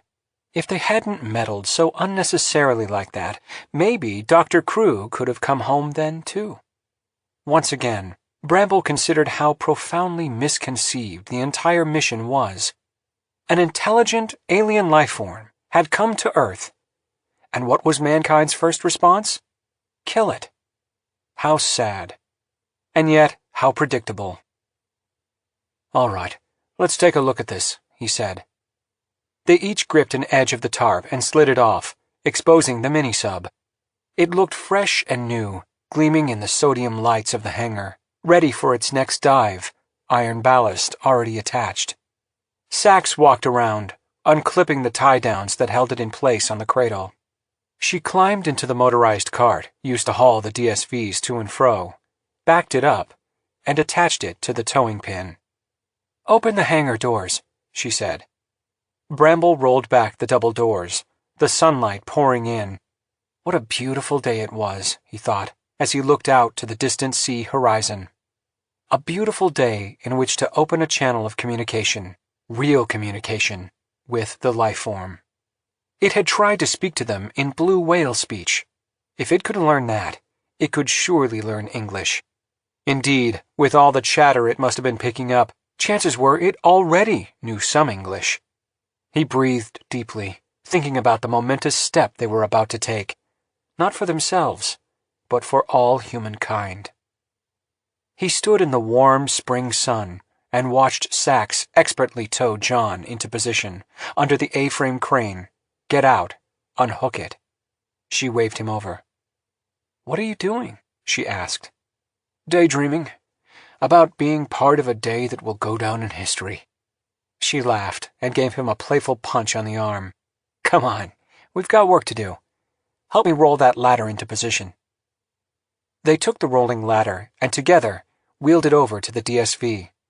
Bramble held the ladder in place, then watched her derriere as she climbed up and attached the crane's 2 cables to hooks on the DSV. Then she came back down. "What are you grinning about?" "You?" She smirked. "I'm getting inside. Do you see that console over there? Those are the controls for the crane. Once again, joystick operated. You know how to use a joystick?" "Oh dear," said Bramble. "Never in my life." She took his hand. "I'll show you. It's easy. Just try not to bump me around too much before putting me in the water. At the console, she demonstrated up, down, sideways for the boom, plus the control to raise and lower the cables. And finally, the button that unhooked the DSV. Don't hit that button until I'm in the water, floating, with the cables slack. Understood. Ready? I'm ready. Bramble helped her onto the ladder and watched her climb up to the hatch at the top. The DSV really did look like the Yellow Submarine. Bramble had always felt a special affiliation with the Beatles, on account of his grandfather, the actor Wilfrid Bramble, having played Paul McCartney's fictional grandfather in the film A Hard Day's Night. "Okay, Patrick." She waved to him and gave him a thumbs up. He smiled and waved back, and then she descended and shut the hatch. Bramble looked around to see if anyone was paying attention. There was a knot of people at one end of the aft deck, talking or arguing, but they paid him no heed. His mind was unusually clear, and he remembered the directions perfectly. He maneuvered the joystick. The cables tightened, raising the sub from its cradle. When it was clear of the cradle, he pushed the crane stick sideways, and the crane obediently swung away from the A-frame, carrying the DSV until it was dangling over the stern. Checking to make sure there was plenty of clearance, he lowered John to the water, where it settled in, still buoyant. He pressed the button that disengaged the hooks, and the DSV was free. "Good luck, Antonella," he said to himself under his breath, as a rush of air bubbles around the DSV indicated Sachs was filling ballast tanks. The mini-sub sank beneath the surface. He watched for a few minutes as it went down, and then disappeared. Bramble felt a certain loneliness steal over him. He had to admit he was a bit in love with Sachs, but he would see her again, and soon. He was certain of that. Leaving the console, he wandered back into the hangar, feeling restless and anxious. He wondered what there was to do now. It did seem as if there should be more to do, and then it occurred to him what it was. Stop this insane use of the nuke. He wasn't sure when that was supposed to be deployed exactly, but it didn't matter. He could stop that right now. At the far end of the hangar, set apart from everything else, was another draped submersible. It was not a manned DSV, but a smaller ROV. That, he knew, was the intended delivery vehicle for the bomb. It would be a simple matter to make sure the ROV never delivered a bomb anywhere. Antonella Sachs worked the controls of John as it descended into the depths. She located the main panel, then punched in the code to deactivate the mini-sub's AI and disable any surface override of her autopilot. She felt a sensation of warmth and security as the DSV was enveloped in darkness. She could almost feel the massive weight of water pressing in on it relentlessly, increasing with every meter she sank. There was a feeling of anticipation, of excitement, as she was about to perform perhaps the greatest mission ever conducted by a human being. As she descended, humming a little tune to herself, she saw movement. A head poked out of a gap in the electronics, a small head with two beady eyes and a tiny puckered mouth. The mouth opened, exposing a single tooth. "Who are you?" Sachs asked playfully. As if in response, the little creature crawled out of its hiding place and came over, curling up against her thigh for warmth. She touched it. "There's a good boy," she said, stroking it as it relaxed in contentment. "There's a good boy." Chapter 60. Greg Masterson had gathered the mutineers in the rec room, adjacent to the staff quarters, to explain the plan of attack. They had arrived well equipped with weapons. Many had knives, but some of the ex-servicemen had their sidearms as well. At the last minute, the group had been joined by two of the security guards who had been sweeping for worms, including the deputy security chief, a man named Vinter. Vinter was a godsend. He not only knew the layout of the ship by memory, but also knew its security protocols and codes. As the men and women assembled in the room, Masterson thought about what was coming. He had no illusions. But what had to be done had to be done. That this crazy mission kept going forward, even in the face of obvious failure, suggested to him that the top officers weren't just affected by bad judgment, but may have actually been infected. Perhaps all of Mission Control, or the entire bridge. He looked around. Everyone appeared ready. Okay, listen up. Silence fell. We're very fortunate to be joined by Mr. Ivan Vinter. He was, or rather still is, Deputy Chief of Security. I'm going to turn the floor over to him to describe the plan we've worked out. Vinter, a massive man with a charismatic presence, stepped forward. The primary goal is to take the ship's bridge. The key element would be surprise. The secondary goal is to take over or at least incapacitate Mission Control. With those two objectives complete, we will proceed directly to Ushuaia. His tone was blunt and direct, and he spoke with a quiet, pleasing Scandinavian accent. The captain and officers will defend the bridge with a strong sense of duty. We may need to resort to violence, but no one on the bridge is likely to be armed.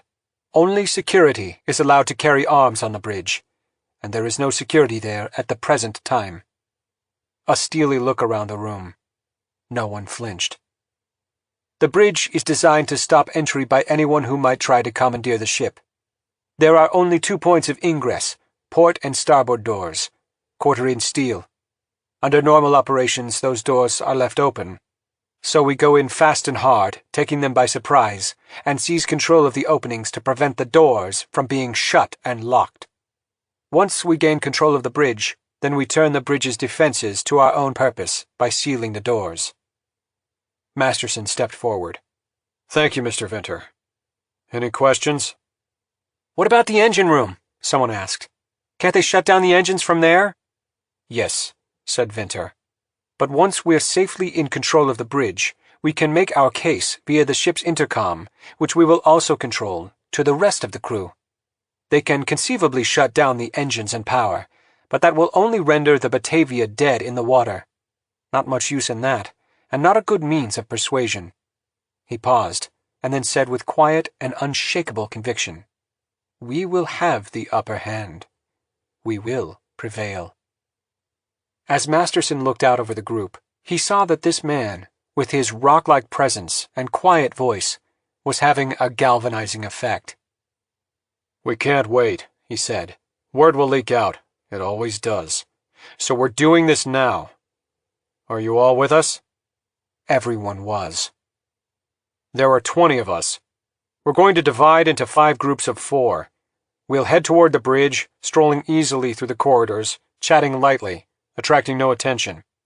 We'll converge at the lower bridge deck below the companionway, but there will be no pause. Just keep up the momentum, rush the doors, and secure them. Those with firearms, cover the officer of the watch, the captain, and the other bridge officers. If they resist, shoot, but only as a last resort.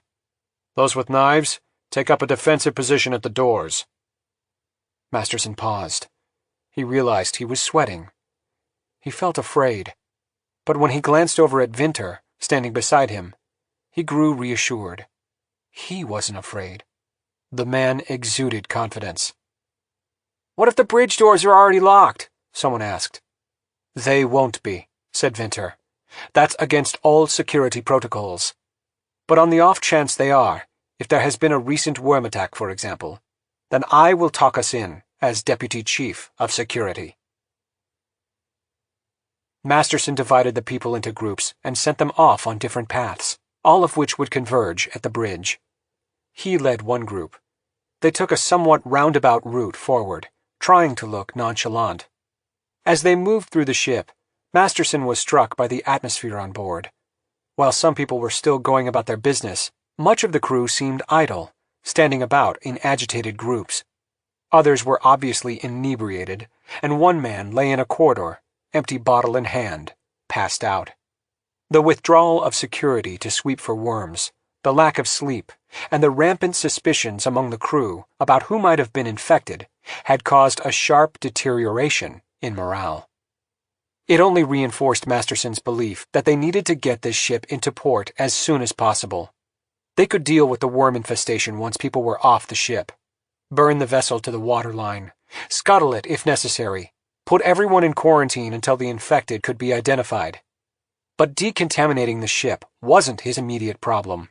Right now, his problem was getting them the hell out of there. As he walked, he felt the bulge of the .45 Vinter had given him. Masterson wasn't a gun enthusiast, but he'd hunted with his father and knew how to aim and fire a pistol. He hoped to God he wouldn't have to use it. He led his group to the lower bridge deck, where the others were now converging. Without acknowledgement, they climbed the stairway to the bridge deck. The port bridge door was indeed open. Vinter was ahead of him, and he had his gun out. The man stepped easily through the door, Masterson following. Everyone on the bridge was so focused on their individual tasks that no one even looked in their direction. Masterson watched as Vinter raised his gun, casually aimed, and fired at the officer of the watch, hitting him in the back. The sound of the gun going off was incredibly loud, and the man went down as if he'd been hit with a sledgehammer. The cold-bloodedness of it froze Masterson. This wasn't what Vinter had said was going to happen. First, Officer Leonard, who was standing next to the officer of the watch and was, to Masterson's surprise, armed with a sidearm, spun, drew, and fired her own weapon with astonishing rapidity. Vinter was hit and thrown back against the wall. She fired again, the bullet whining just below Masterson's ear. She kept coming, kept firing. Masterson fell back through the door as a third round banged off the steel door jamb. Meanwhile, the rest of the bridge personnel were drawing weapons. They all had weapons, and were charging the mutineers, returning fire. Vinter, up against the inside wall of the bridge, fired his weapon a second time and dropped Leonard with a bullet that, all too obviously, took out her heart and its attendant plumbing. He fired again, hitting another officer, even as he himself took a second round. He staggered back through the door, bullets ricocheting around him, sparks flying. He took cover behind the door, and a moment later it was slammed shut. Masterson threw himself against it to force it back open, but it was too late. It was sealed. An alarm sounded on the ship's emergency system. "Son of a bitch!" Vinter roared, blood pouring from an ugly wound in his shoulder and another in his forearm. There was confusion among the mutineers behind them. A shot was fired in the companionway, then another. "We're under attack from behind!" someone yelled. Vinter swung around and, still bleeding, charged down the stairs, gun still in hand. The others followed. Several security officers, converging on the scene, began shooting and took down a couple of mutineers, but were themselves quickly cut down by Vinter and some of the others. "Retreat to staff quarters!" Vinter shouted. "To quarters!" They raced along the main deck, people scattering as they charged past. There was very little additional security to be seen. Vinter plunged down the companionway to the staff quarters. As they poured through, he slammed and dogged the door. "Seal the doors and back!" he cried. "We can defend this space!" The doors were sealed. Vinter leaned against the wall, his hand pressed on the gunshot wound in his shoulder. "We've got to get you help," said Masterson. The man gave an ugly laugh. "Get me some bandages and compresses, and I'll be fine." There was bewilderment and confusion among the mutineers who had managed to get back. "What the hell happened?" asked one. "They were armed," Vinter said. "The presence of the worms must have changed the no-arms protocol. My fault." He sagged down into a chair as the rest gathered around. "We can hold out here. We've got food and water. And arms. It'll be hell for them to root us out. It would take cutting torches or explosives to get through those doors, and we'll be keeping a watch to nip any of that in the bud. Besides, they have other things on their minds." "But," Masterson felt overwhelmed with confusion. "What do we do now?" "Stick to the plan. Take the bridge. There's some C4 in the security armory. We'll blow those doors.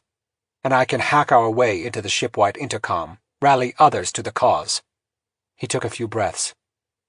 "We've had a setback, but we can still do this. Discipline on the ship is falling apart. That's to our advantage." Pounding began on the door to staff quarters, followed by shouting. Vinter rose, made a gesture to Masterson. Talk to them. Tell them we want to take the ship to safety, to Ushuaia. Get them to join us, if only to save their own lives.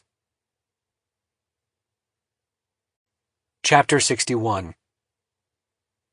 Garza gazed at the video image on his iPad, coming from the camera that had been lowered 40 feet through the vertical engine air duct.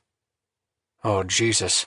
That's the mother of all breeders, he said, passing the iPad to Moncton. Moncton gave a low whistle. I'm not surprised. That's just where the flue makes a 90-degree turn from vertical to horizontal. It's flat, protected, and particularly warm from the engine.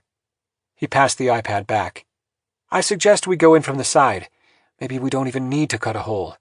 But that means going back through the engine room and into the alcove holding the compressor and turbocharger. Garza turned to the 2 remaining men on his team. What do you say? Let's do it.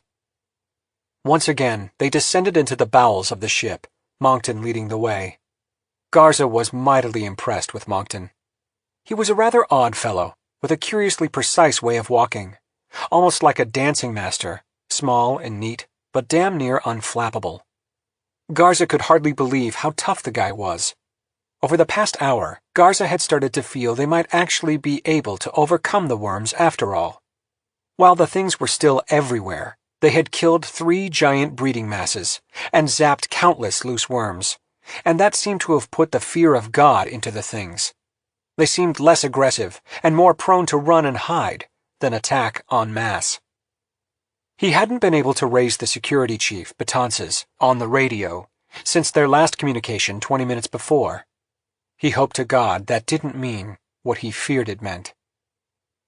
A short trip brought them to the closed door of the engine room. While the ship was not underway, the engines were still throbbing gently, the main engine keeping the ship in position using dynamic positioning, and the synchronized generators supplying electric power. Garza felt a twinge as they gathered at the steel hatch into the engine room. After their first encounter, Moncton had jerry-rigged a heavy-duty zapper on a long pole, which they had plunged into the jelly-like breeding mass. It had worked well. Electricity was deadly to the worms, and it didn't take much of it to kill them. I'll go first, said Moncton. Garza stood to one side, his 2 team members behind.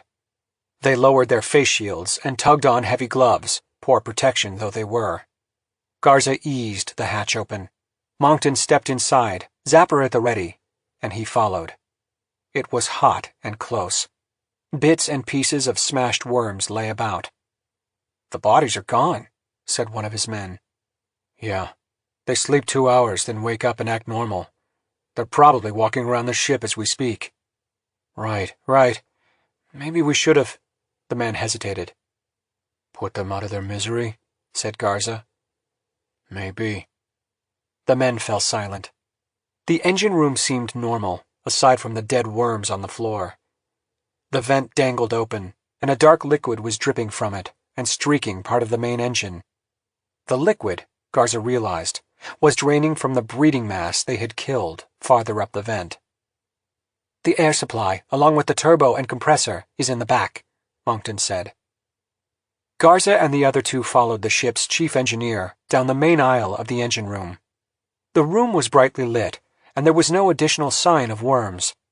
Moncton reached the end of the giant main engine, ducked under a pipe, turned a tight corner, then stopped.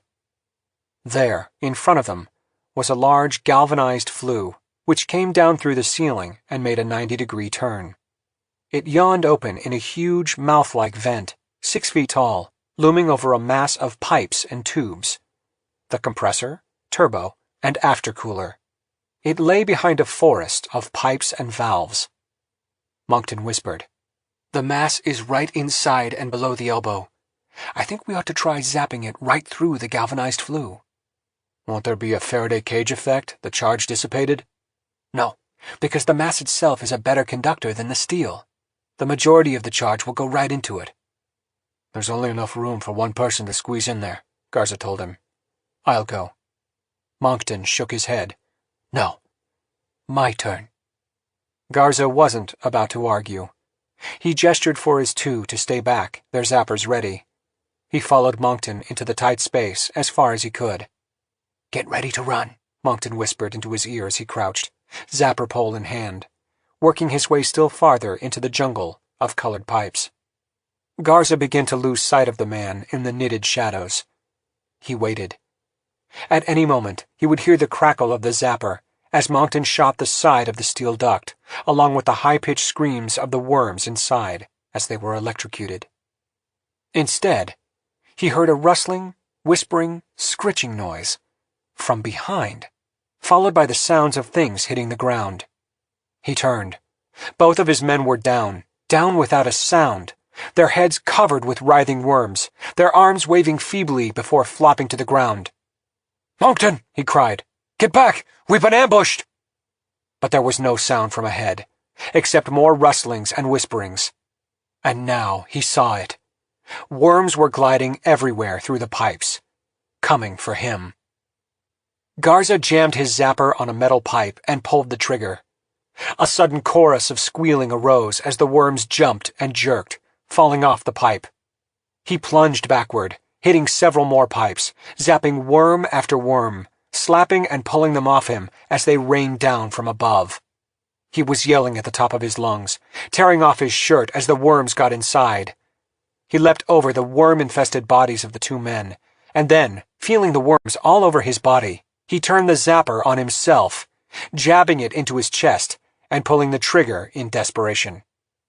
It was like being hit by a truck, an immense jolt and flash of light, and he lost the use of his legs and fell to the ground.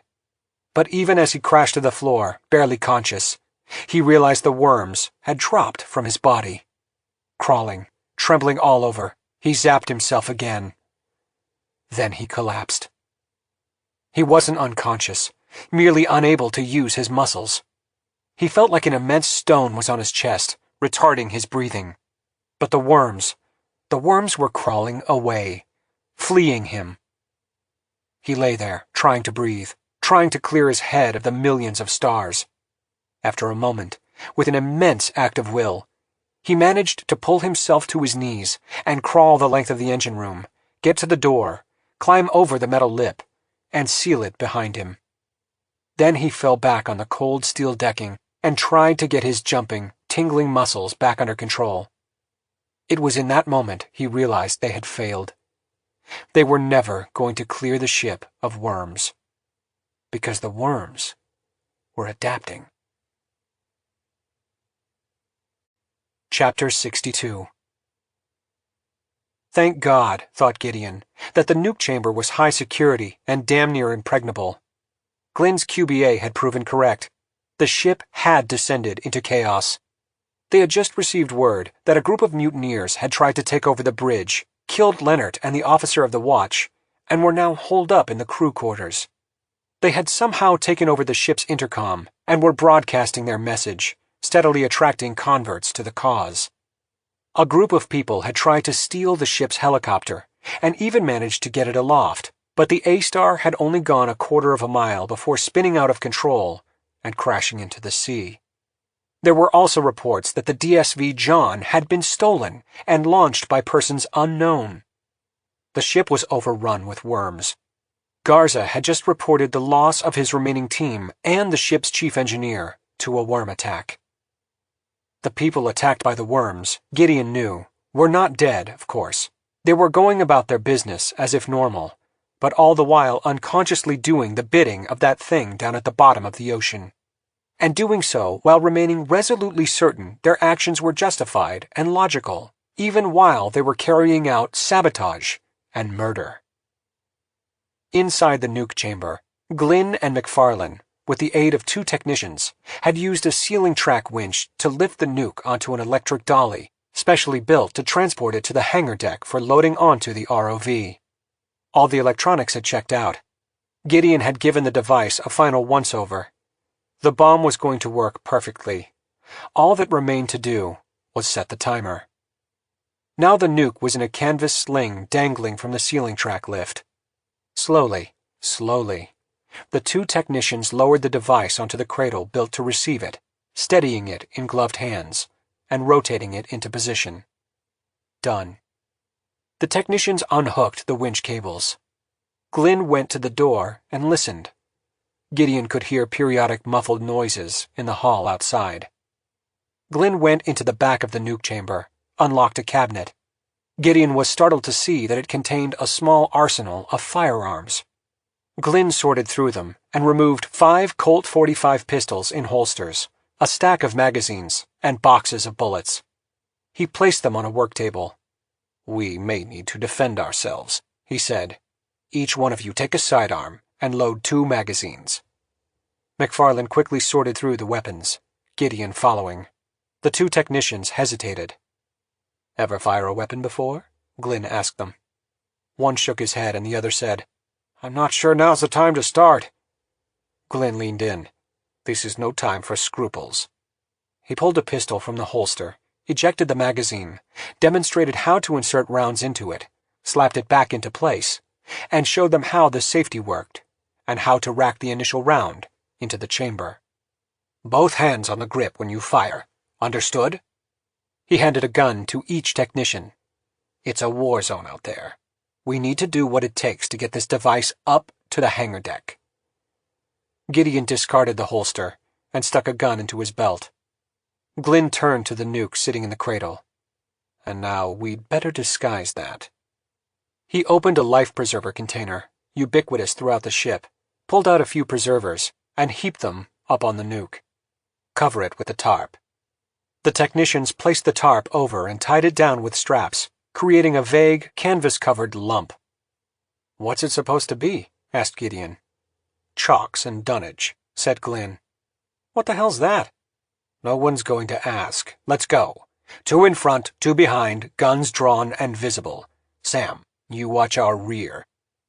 Glynn unlocked the door while one technician climbed into the seat of the motorized dolly. The nuke chamber was deep in the ship. They had to take it half the ship's length and up 3 decks in order to reach the hangar. Glynn swung open the door. The corridor was empty. They reached the elevator without incident, not running into anyone and not seeing any worms. The elevator doors shut, and Glynn pressed the button for the hangar deck. Even before the doors opened, Gideon could hear shouting. He drew his weapon, and so did the rest. The elevator doors slid open to reveal a group of men waiting for the elevator. They, too, all had weapons. The main armory had apparently been looted, and they looked agitated. "Hey, look who's here," one of them said, stepping forward. "If it isn't Eli Glynn himself." There was a moment of tense silence. There were 6 of them to Glynn's 5. Gideon had the distinct impression the men were heading down to the crew deck to join the mutineers. "You're coming with us," the apparent ringleader said, leveling his AR-15 at Glynn. A shot rang out, and the man's head jerked back. Then he crumpled to the floor, his assault rifle going off harmlessly. McFarland stepped forward, smoking .45 now aimed at the man standing behind the leader. "You're next." The sound of the shot seemed to shock the group into a momentary freeze. His own gun leveled, Glynn slowly stepped out of the elevator, with Gideon and McFarland following. Glynn waved to the technicians to bring along the dolly. The group of mutineers continued to point their weapons, but nobody fired. The ringleader lay on the floor, a pool of blood spreading from the ugly wound in his head. Even as they watched, a worm began to poke its head from the wound. The other 5 backed up, frightened and uncertain. Glynn spoke in a strangely calm, even, warm tone. "Be careful where you put your trust, gentlemen. And now we will be on our way." The group, sweating, moved aside and let them pass, McFarland and Gideon keeping their weapons trained on them until they had turned a corner. In a few minutes they came out onto the hangar deck. It was thankfully deserted. The hangar doors rolled open. The lights were already on, and John was indeed missing. Glynn dismissed the 2 nuke technicians, telling them to return to mission control and join the teams sweeping for worms. Standing at the far end, his bald pate shining in the sodium lights, was Patrick Bramble. He had pulled the canvas off the ROV and, inexplicably, was bashing at it with a sledgehammer. "Stop!" Glynn yelled, raising his weapon. Bramble looked up. "Dr. Glynn? Just the man I wanted to speak to." He took another swing at the ROV, the sledgehammer clanging off the titanium sphere. Gideon could see immediately that the ROV had been given a pretty good working over. The propulsion system was in pieces, the mech arm torn away, the basket bashed off, and everything else accessible utterly destroyed. "Step away from the ROV or I'll shoot," Glynn said in an even tone. "Do you realize just how absurd this whole scheme is?" Bramble cried. "We've been visited by an intelligent species." "I said, step away from the ROV. Bramble let the sledgehammer drop. "It's wrong to kill it. The creature's intelligent, probably more so that we—" Glynn cut him off. "Who took John?" "I'm glad you asked. Dr. Sachs went down to open talks with the creature." "Why?" "Because it's her firm belief, and mine, that what is needed here is not violence, but communication." "When did she take it?" "About a half an hour ago." At that moment, a shirtless Manuel Garza appeared in the doorway of the hangar. At his heels was Rosemary Wong, Prothero's lab assistant, along with a DSV handler. Glynn continued to speak to Bramble. "Were you part of this?" he demanded, still pointing his gun at the doctor. "I was indeed. Let me explain." "Enough explanation. Get away from the ROV and lie face down on the floor." "Don't be ridiculous. You see, the ROV—" "He's infected, of course," said McFarlane loudly. "Me? Infected? Absurd! Has the whole ship gone mad? At any rate, I know what I'm doing, even if you do not." Bramble picked up the sledgehammer and raised it again. Glynn pulled the trigger, the report booming through the hangar space. A surprised look appeared on Bramble's face, and he looked down at his chest. Glynn fired a second time, and Bramble crumpled to the deck, as if in slow motion. Glynn stepped back and turned to Garza. "You've come from the engine room?" Garza was breathing heavily, and sweat covered his bare chest. "It's no good. We'll never be able to stop the worms. They're smart, and they're breeding too quickly." He jerked a thumb at Wong and the DSV handler. "These two wanted to help. They're clean." "Indeed." Glynn turned to the man, but before he could speak, Wong uttered a loud scream. A worm was sliding out of Bramble's nose, with a long, sinuous motion. Gray, shining with body fluids, it seemed to keep coming forever. With a grunt of disgust, McFarlane stepped over and ground it into paste with his boot. Glynn gave this but a moment's attention. "Assess the damage to the ROV, please," he told the handler. The man did a quick survey. "The hatch is still sealed." He opened the ROV's hatch, peered in with a flashlight. "The inside appears okay." "How long will it take to repair?" Glynn asked. The handler spent a moment checking the rear propulsion system, looking over the ROV's hull. He shuffled around and finally looked up, spreading his hands. "Well?" Glynn asked. "I'm afraid it's a total loss." "What about the titanium sphere itself?" "That's intact. Not much a sledgehammer can do to harm that. But the ROV itself is useless. No propulsion, no autopilot, no communications, and no internal power. It's just an inert titanium shell." "But a shell still able to withstand pressure at depth?" "Yes." "How about buoyancy, with a nuke loaded?" "Not neutrally buoyant, but it was designed to be only slightly heavy in order to help with ballasting." "So the nuke could be put in the titanium sphere, and it could be towed to the detonation point, and it then could be detonated." "Towed down?" McFarlane asked. "With what? I thought that stolen DSV was the last." "We've got a spare," said Glynn. "Under wraps. The Pete." "Pete?" "Named after Pete Best," said Garza. "So," McFarlane turned to the handler, "can it really be towed?" "Perhaps," said the handler, sounding a little dubious. "It has to be detonated 600 feet above the Rollvog," said McFarlane. "It's not likely to work higher or lower." "That's correct," said Gideon. "The quick and dirty simulation I did showed that 600 feet is the optimal detonation point for a liquid-liquid explosion. The numbers begin to fall off the closer you detonate it to the hulk." "In other words, we're talking a suicide mission," said Glynn. A silence. Glynn continued. Someone in Pete has to tow the nuke into position 600 feet above the Rollvog and hold it there until it goes off. Why not just lower it by cable? Asked McFarlane. If it goes off under the Batavia, Gideon said, the shockwave will sink the ship. The ship has to be at least 6 nautical miles away. Isn't that a sacrifice worth making? So the ship sinks. We've got lifeboats. There are many reasons why that isn't going to work, said Glynn, not the least of which is the chaos on board. This was followed by another long silence. McFarlane said, I'll do it. I'll take it down with the Pete. Glynn gazed steadily at McFarlane. No, you've never driven a DSV. This will be a tricky operation, towing a dangling, inert load. His eyes swiveled on Gideon. Gideon, he said, you're the obvious choice. You're now an expert in DSV handling. You're dying of an incurable disease.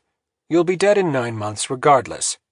You can trade those 9 months for saving the world, not to put too fine a point on it. He spoke these frank truths in a steady, dull, matter-of-fact voice, not unlike an accountant reciting numbers to a client. He continued, a person who is staring death in the face is a special kind of person, a person who can do exceptional things.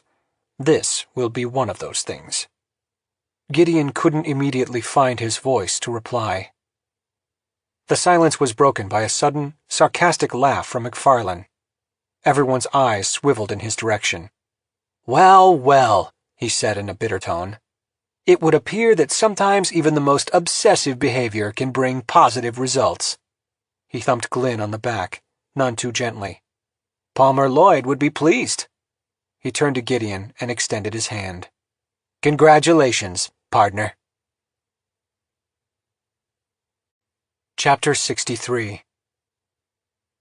Ivan Vinter leaned back in a chair in a small annex to the rec room. Standing beside him was the other security officer, Oakes, who had joined the mutiny at the same time he had. He felt exhausted by pain, and was also suffering from a certain feeling of detachment that he knew must be shock from the gunshot wounds. Neither wound was fatal, at least not if eventually treated, but his injuries had rendered him useless, and their failure to take the bridge had temporarily demoralized the group. But now the balance of power had shifted in their direction. Get Masterson in here, he told Oakes. Yes, sir. His job now was to put a little fire in the belly of Masterson. He saw that Masterson was key. He had a knack for recruiting people. He was at heart a good man. People trusted him. As second engineer, he knew the intimate workings of the ship and could take the con if necessary. Many had now flocked to their cause, and those who had not were paralyzed by the growing chaos and terror on board ship. Mission control had been neutralized. Even some of the security guards assigned to keep them bottled up on the crew deck had defected. The only remaining holdouts were the captain and the officers of the bridge, along with the cadre of top EES brass, Glynn and his group. They could literally walk to the bridge, maybe without firing a single shot. The catch was blowing the bridge doors, which had been designed to keep out terrorists and any others who might commandeer the ship. Masterson came through the door. How are you doing? He asked. Vinter could see that Masterson needed direction, encouragement. He grasped the man's hand. I'll survive. He hesitated, adding a little theater. That is, if we can get the ship to Ushuaia. Masterson seemed to hesitate. Those doors into the bridge. Greg, I've got it all worked out. Oakes here managed to retrieve some C4 from the security armory. He knows how to blow those doors. This wasn't completely true, but Oakes had had some training in explosives in boot camp. Blow the doors, and then you all go in. You've got the numbers, you've got the momentum, and you've got the weapons. I understand, but the bridge is now armed to the teeth. If we don't get this ship the hell out of here, we're all dead. 58 hours to safety. Keep that number in mind. 58 hours, and this is over. Masterson nodded. You're the leader. Everyone's looking up to you. You started this, and thank God you did. Now get everyone together and finish it. Let me tell you my plan. He leaned forward painfully. Blitzkrieg is the way to go, and, this is important, to make sure the bridge is not damaged. He drew Masterson in still closer and began to explain how the mutiny was going to work. Captain Tully stood beside the helmsman. Like any good captain, he maintained a serene countenance, but inside he was seething. His ship was in chaos. Order had broken down. The worms were everywhere, at least in the lower spaces of the ship. The aborted mutiny had resulted in the death of both his chief officer and the officer of the watch, and the wounding of others. The blood was still on the floor of the bridge. The mutineers had managed to commandeer the ship's intercom and were continuously recruiting, while all other communications had been jammed or shut down by saboteurs. There were reports of widespread vandalism. Security officers had defected to the mutineers, and many people appeared to be infected by the worms, although it was almost impossible to tell just who had been infected and who hadn't. Tully was confident that the officers surrounding him were still clean. No worms had been spotted on the bridge, but, to be safe, he ordered all present to pair up and watch each other's backs. He glanced down at the orders he had received from Glynn, brought to him in a handwritten note by Manuel Garza. The mission was going forward. They were going to explode the nuke. The ship was to remain in place until the order was received to proceed full speed ahead on a true north heading in order to escape the shockwave of the blast. Garza had brought with him 2 security officers to lead the defense should the bridge be attacked again. The 2, Garza had explained, were all he could find. The rest were unreliable and possibly infected, had joined the mutiny, or both.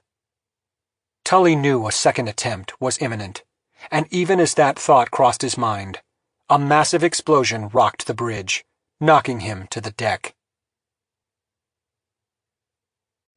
Chapter 64.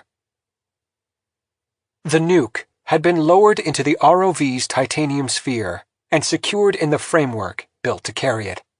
It took up most of the small interior space. Leaning in through the hatch, Gideon checked over the device one last time, examining the various critical components. It remained in perfect working order. "Now to arm it and set the timer," he said. "How long?" "Time to get in position?" Glynn asked Garza, who had just returned from his mission to the bridge. "About 30 minutes, give or take," Garza replied. "I might suggest a 15-minute contingency. More, and you risk being stopped by the Baobab. Less, and if you run into a glitch, you might not be in position when the nuke goes off. You've shut off the bomb's remote control mechanism?" Gideon nodded. "Very well. You won't be able to abort the countdown once you're underwater. Once that timer's set, there's no going back." Gideon nodded again. Then he turned to the bomb, punched in the arming code. That activated the timer and LED screen. He verified that the nuke was armed, then carefully keyed in 45 minutes and pressed commit. 45 minutes left to live. The handler shut and sealed the titanium hatch. Gideon turned and walked across the fantail deck to Pete, which had been rolled out and positioned under the crane. It gleamed in the morning light, yellow and white. Next, the ROV was attached to Pete using a heavy tow cable. The two would have to be lowered into the water in tandem. A tricky operation. Gideon stared at Pete. The ladder was in place, the hatch open. It was all ready for him, but he did not move. "I've manually disabled the Pete's AI," said Glynn quietly, standing by the DSV's ladder. "I've done the same for the surface override, just in case somebody in mission control tries to stop you." He paused. "It's time." Gideon licked his lips, and then walked across the deck to the bottom of the ladder. "Good luck," said Rosemary Wong. "Good luck," said McFarlane, with a wintry smile. "Good luck," Glynn echoed. He held out his hand, and Gideon shook it. In silence, McFarlane did the same. Gideon then turned and grasped the cold steel of the ladder rung, hesitated just a moment, and then climbed up. The handler was busy manning the crane controls. The small remaining group, McFarlane, Glynn, Garza, Rosemary Wong, were on the deck, watching. Garza raised his hand in a farewell gesture. Gideon gave one last look around, at the morning sun rising in the robin's egg sky, the fantastically sculptured icebergs, licked by a slow and steady swell, and on the horizon, a distant ledge of dark cloud, heralding the approaching storm. He peered down the hatch into the dark interior of the DSV. Then he grasped the handhold at the top of the hatch, swung over, and lowered himself. As he took his place in the seat, he heard the hatch being sealed from above. Almost immediately, he felt the crane lifting the DSV toward the ocean. By necessity, they were skipping the entire safety and operational checklist. Pete was a spare DSV. They hadn't expected to use it. It had been last checked out at Woods Hole 2 months ago. It might just fail. In that case, Gideon thought, he'd be dead a few minutes earlier. Not worth thinking about.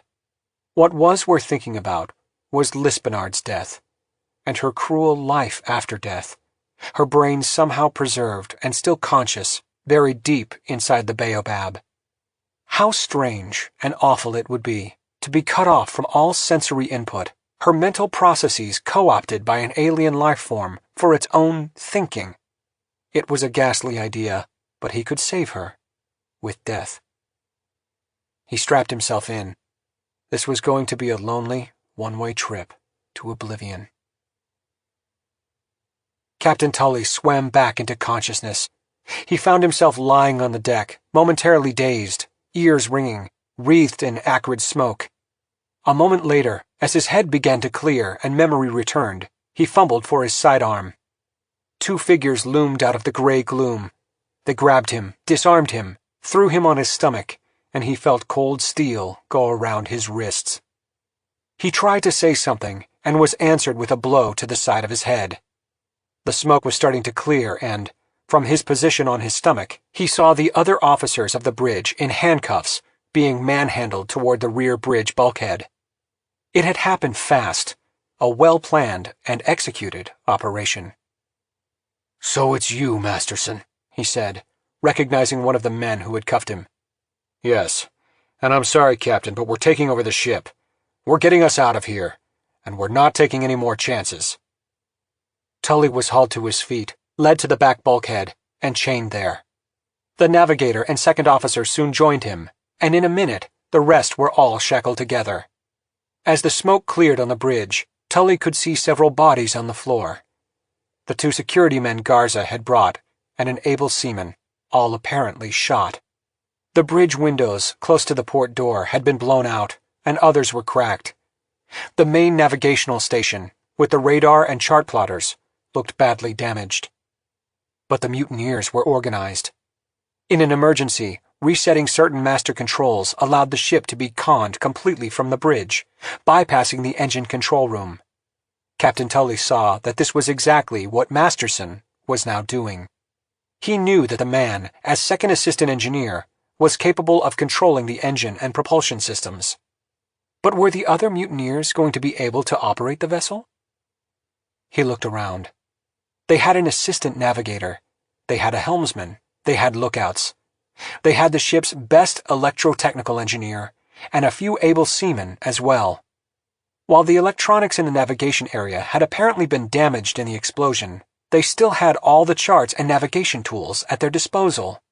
And a bloody cell phone these days would give you any necessary GPS coordinates. But as he assessed the damage, he realized it looked like it was going to slow them down. It would be a long trip to Ushuaia.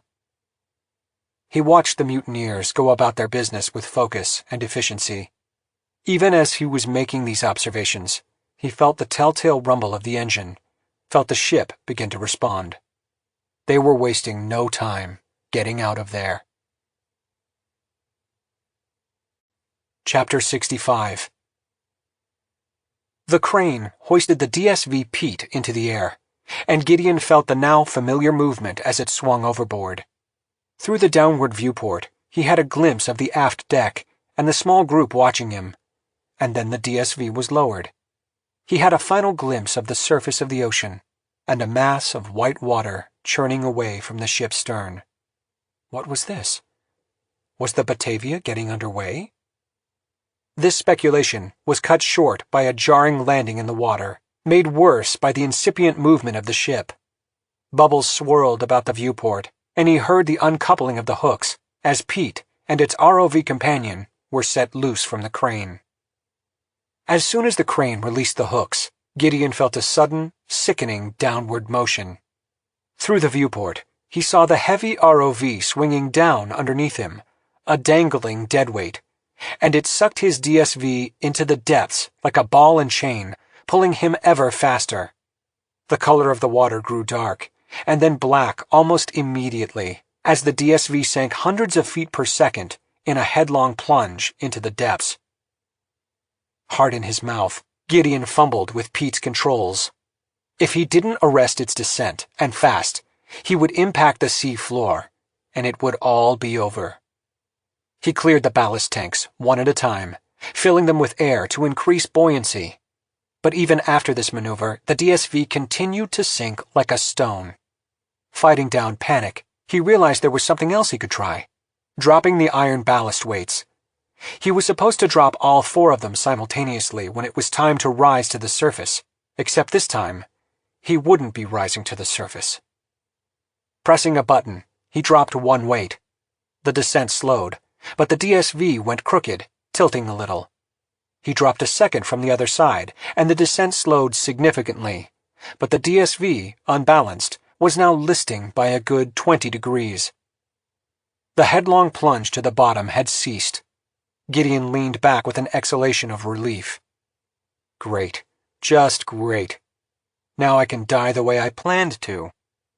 Through the downward port, in the headlamps, he could see the ROV dangling below by its cable, swinging slowly from side to side, causing his own mini-sub to rock. He glanced at the timer, running in a window in one corner of the main monitor. 40 minutes. Where was he? He hadn't even had time to boot up many of the electronic and mechanical systems. He now switched on the most vital: propulsion, sonar, depth gauge, cameras, life support. Various screens flickered to life, and the electronics began to boot. It seemed to take forever for everything to warm up, but in reality, it was only a couple of minutes. From the depth meter, he established he was 3,000 feet deep and still sinking, albeit only a few feet per second. The whole DSV was tilted. It was damned uncomfortable being slanted to one side, but he reminded himself it was only for the next 37 minutes. Now, he had to figure out where the wreck of the Rollvog was. Nothing but empty seafloor was showing on the sonar. He raised the gain, looking for the telltale smudge of the ship. It wasn't there. Nor could he find the sonar cloud generated by the baobab. He fiddled with the controls, changing the gain, but it was indeed a blank sea floor below him. Somehow, he had drifted away from the target area. How far had the Batavia gone before he was released into the ocean? He felt real panic. 35 minutes to go, and he had no idea where he was. He wasn't afraid to die, but he didn't want to die uselessly, for nothing. And then it occurred to him that the damn sonar horn was tilted. It was looking off to one side. Could he correct it? Reorient it? Yes, he could. He worked with the dials until he had corrected for the 20-degree offset. And there, to his relief, was the smudge of the Rollvog and the strange sonar cloud that indicated the presence of the baobab. His position was offset, about half a mile north of it. This was perfect. It would be crazy to descend straight down onto the target. He would be a sitting duck for the baobab, which would see him coming. But if he dropped down from his present position, half a mile away, he'd arrive on the ocean floor on the far side of the Rollvog from the baobab. He could then approach the baobab unseen, using the ship's hulk as cover. He would lurk behind the wreck, hidden from the baobab, and then, 2 minutes before detonation, he would drive the DSV up to 600 feet and hold it there until the end. Time to get going. He filled one of the ballast tanks with seawater, and the DSV began to descend more quickly. 30 minutes to detonation. In 4 minutes, the sea floor came into view. He pumped out the ballast tank and brought the peat back to neutral buoyancy. Slowly, carefully, he let the sub drift down until the ROV was dangling only about 20 feet from the sea floor.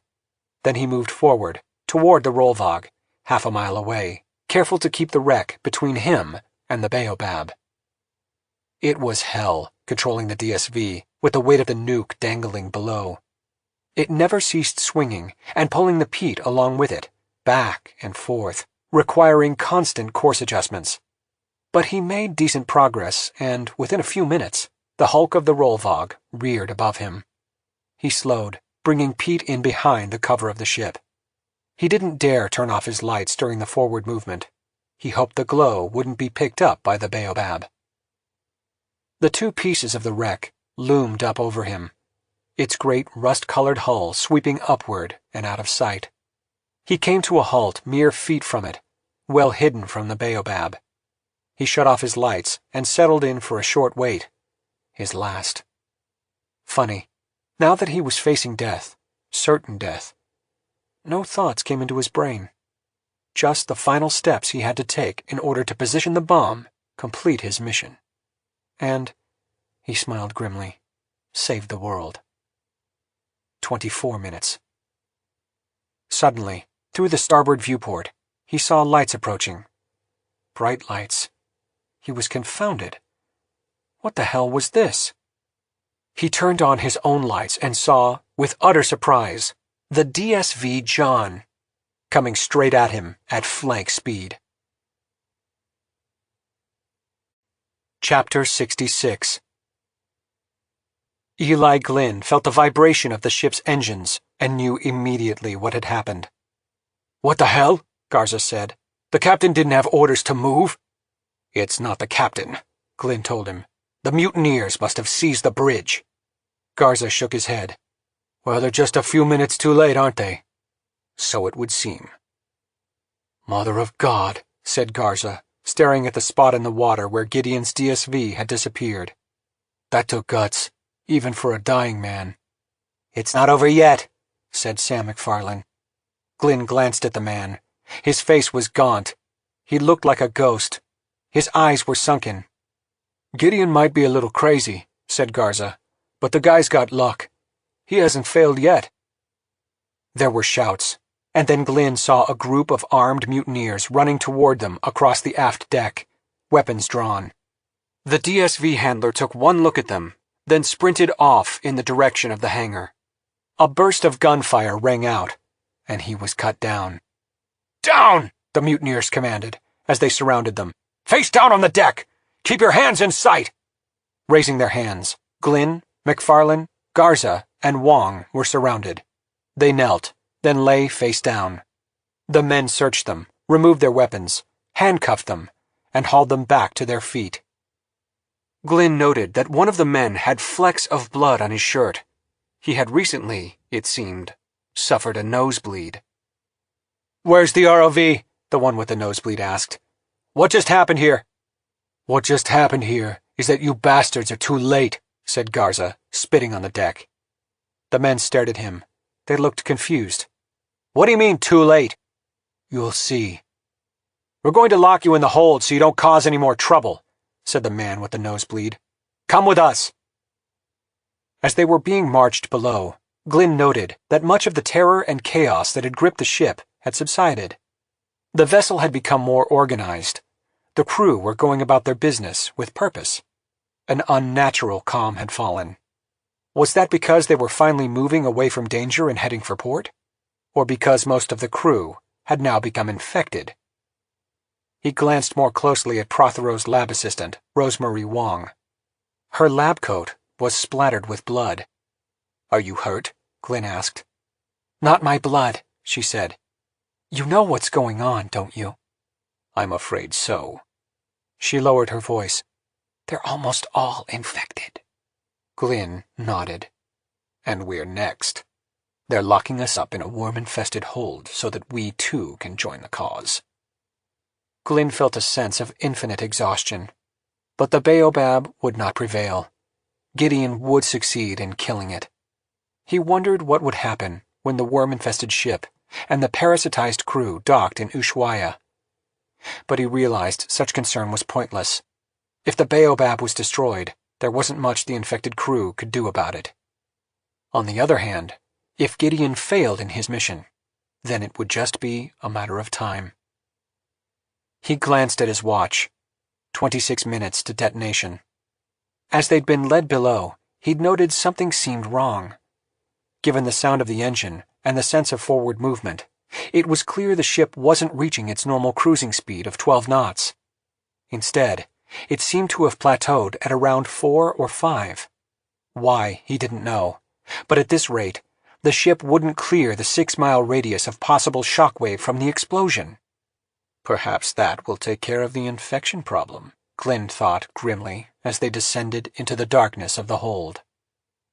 They were thrust through a bulkhead door into a dank, throbbing space in the very bowels of the ship. The door clanged shut, cleats were dogged from outside, and absolute darkness fell. And then he began to hear, from all around, a rustling, scritching noise. Chapter 67.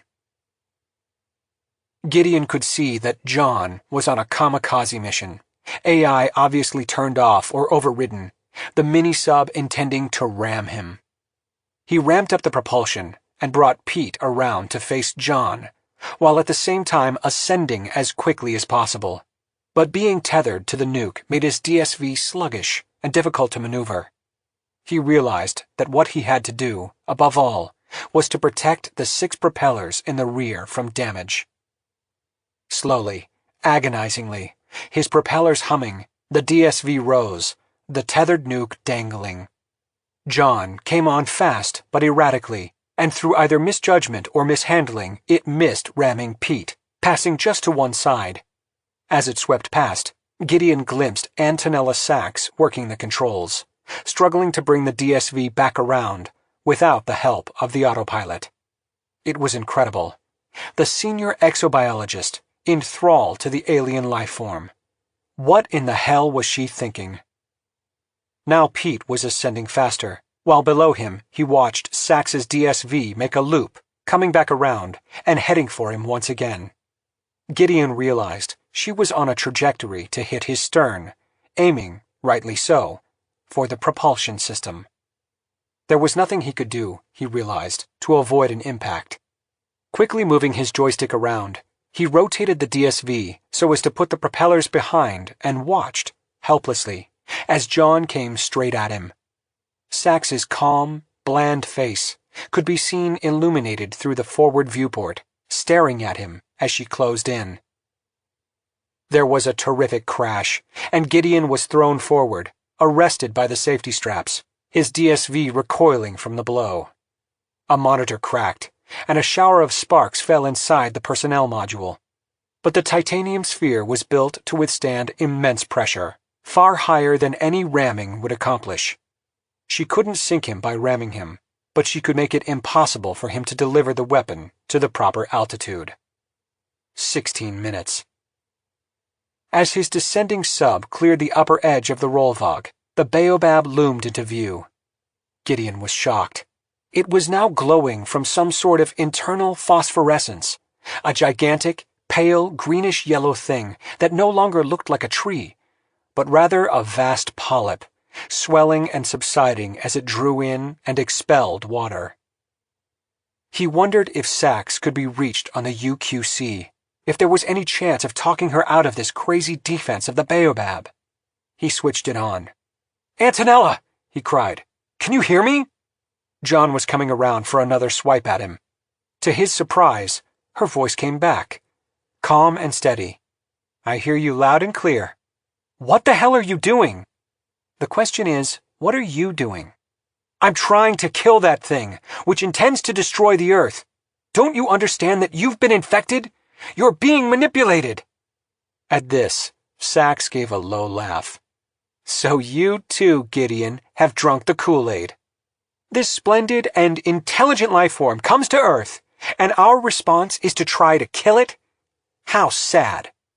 "Yes, because it's a parasite, and it's going to kill us if we don't kill it first." Another mild laugh of amusement. You know nothing about it. I've been communicating with it, Gideon. What an extraordinary experience. I know what it wants, what it thinks, what it feels. It's come here in peace and goodwill, and it can't understand why you want to exterminate it. This was nuts, and he saw that something else was coming in besides her voice transmission. Some sort of data dump into the UQC. Was she trying to hack into his DSV? But even as he was getting ready to shut it down, her DSV was bearing down on him. He rotated Pete, once again trying to shield his propulsion, but this time he could see that Sax was coming in low. She's going to ram the ROV containing the nuke. He reversed the joystick and slowed his ascent so she wouldn't hit the ROV. But to Gideon's absolute horror, his maneuver only caused her to miss the ROV and come in just above it, the mech arm of the John slicing right through his tow cable. It snapped with a violent jerk, and, through the downward viewport, he saw the ROV plummet toward the wreck of the Rollvog and disappear into the big gash in the hull. Suddenly, untethered from the weight of the bomb, Pete shot up like an air bubble, rushing faster and faster, leaving John a rapidly dwindling cluster of lights in the blackness below. Out the side viewport, he had an extraordinary view of the gigantic glowing creature as he rushed upward past it, its vile orifice swelling and pumping. It writhed its branches threateningly toward him, but he was now moving so fast that he caromed right through their grasp, and a few minutes later, the DSV popped up on the surface of the ocean, the mini-sub tumbling about like a billiard ball before finally righting itself. In pure astonishment, Gideon looked out the forward viewport. Pete was bobbing like a cork on the surface of the ocean. A few miles away, he could see the receding silhouette of the Batavia. He glanced at the countdown. 12 minutes to go. What the hell, Gideon thought. His mission had failed, but he might as well try to save his own ass. He jammed the joystick forward and headed the DSV for the ship. 9 minutes to detonation. He kept the joystick pushed to the maximum, but the DSV moved slowly at the surface, impeded by the heavy seas of the approaching storm. He was eking out a few knots at best. For whatever reason, the Batavia clearly wasn't going at top speed either, but nevertheless, it was still going faster than he was, and he was never going to catch up. 8 minutes. So the bomb had dropped into the Rollvog itself. The quick and dirty simulation he'd managed to do in the short time available showed that the bomb, detonated on or inside the Rollvog, would probably be insufficient. The steel of the hulk would absorb too much of the blast. He could only hope his calculations were off. 6 minutes. He knew that the Batavia itself had to be at least 6 miles from the point of detonation, or the shockwave would rupture its hull. There was no way Pete was going to clear the danger zone, and as he saw the Batavia limping along, he realized it would not make it either. 4 minutes.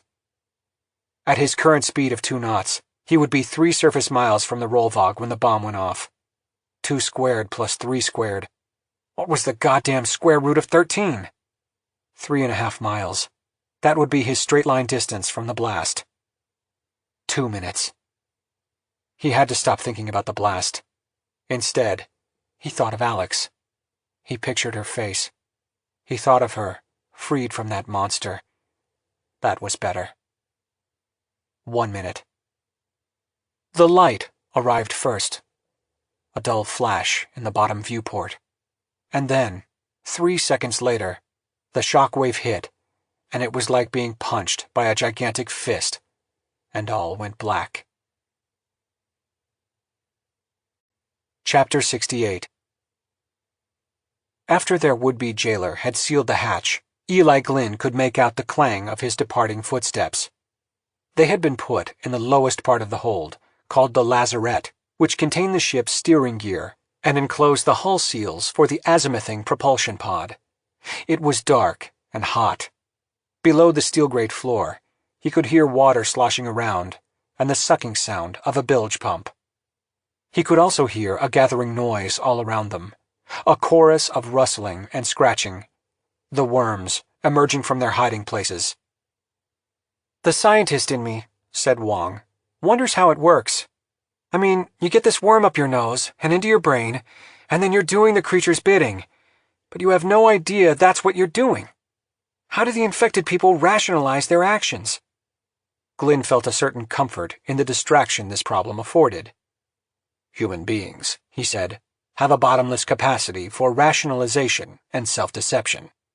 The worms simply jack into that capacity." "True, but do you suffer amnesia? Do you remember a worm crawling up your nose?" "I imagine we'll soon find out," said McFarlane. In the darkness, Glynn was sorry he couldn't check his watch to tell the time. There were only minutes to go before the explosion. He wondered if the ship was inside or outside of the danger zone. He hoped inside, and that the ship's destruction would be quick. McFarlane gave a shout. "Son of a bitch! Fucking worm!" Glynn heard him moving around, stomping and shuffling. "Ugh!" Wong brushed off a worm and slapped at her clothing. "They're all over!" He heard, around his feet, the sound of the gathering worms like the rustling of autumn leaves.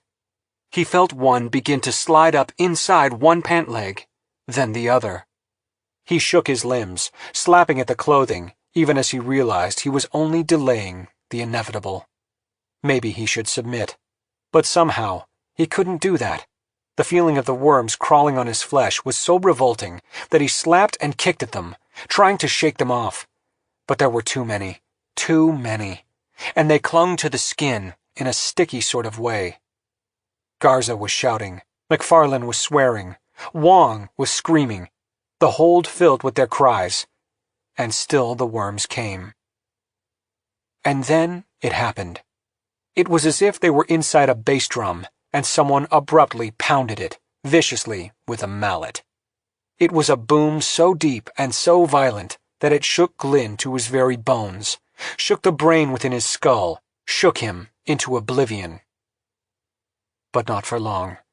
He came to, lying on the grate, with a splitting headache, his ears buzzing. It was still dark. The scritching of the worms was gone, to be replaced by the sound of roaring water. "Sam?" he croaked. A groan. "Rosemary?" Glynn felt around and located her, giving her face a light pat, then another. "Rosemary?" She gasped. He helped her sit up. "My head," she murmured. "You hear that?" came Garza's voice. "The explosion ruptured the hull. The ship is sinking." "And we're locked in the hold," said Wong, her own voice strengthening. "From worms to water. Pick your fate." Meanwhile, the throbbing sound of the engine had become a grinding noise. After a moment, it ceased altogether. "Anybody have any ideas on how we might get out of here before we drown?" Glynn asked. "No," said McFarlane in a low voice. "I do," said Wong. "Now's the time to tell us." "We find out how the worms got in here, and we go out that way." "That's right," said Garza. "And we know how the worms got in here, through the ventilation shafts. Even a hold as deep as this one, especially one this deep, has to have serious ventilation." Glynn heard Garza rise and begin feeling along the slanted bulkhead of the lazarette, tapping the walls. There was a hollow bang. "Here it is," he said. "And here's a gasket. Just follow the sound of my voice. We'll crawl out of here." Chapter 69. Gideon swam back from unconsciousness, racked with pain. It took a few minutes for him to think through what had happened and realize he wasn't dead. The DSV was still floating on the surface of the ocean, but it was now upside down. His chair was on the ceiling, its straps loose and dangling. Something was wrong with his arm, and when he examined it, he saw the ugly, shocking sight of a bone sticking out of his forearm, oozing blood. The interior of the sphere was wrecked, glass and wire everywhere, the acrid smell of smoke hovering in the dead air.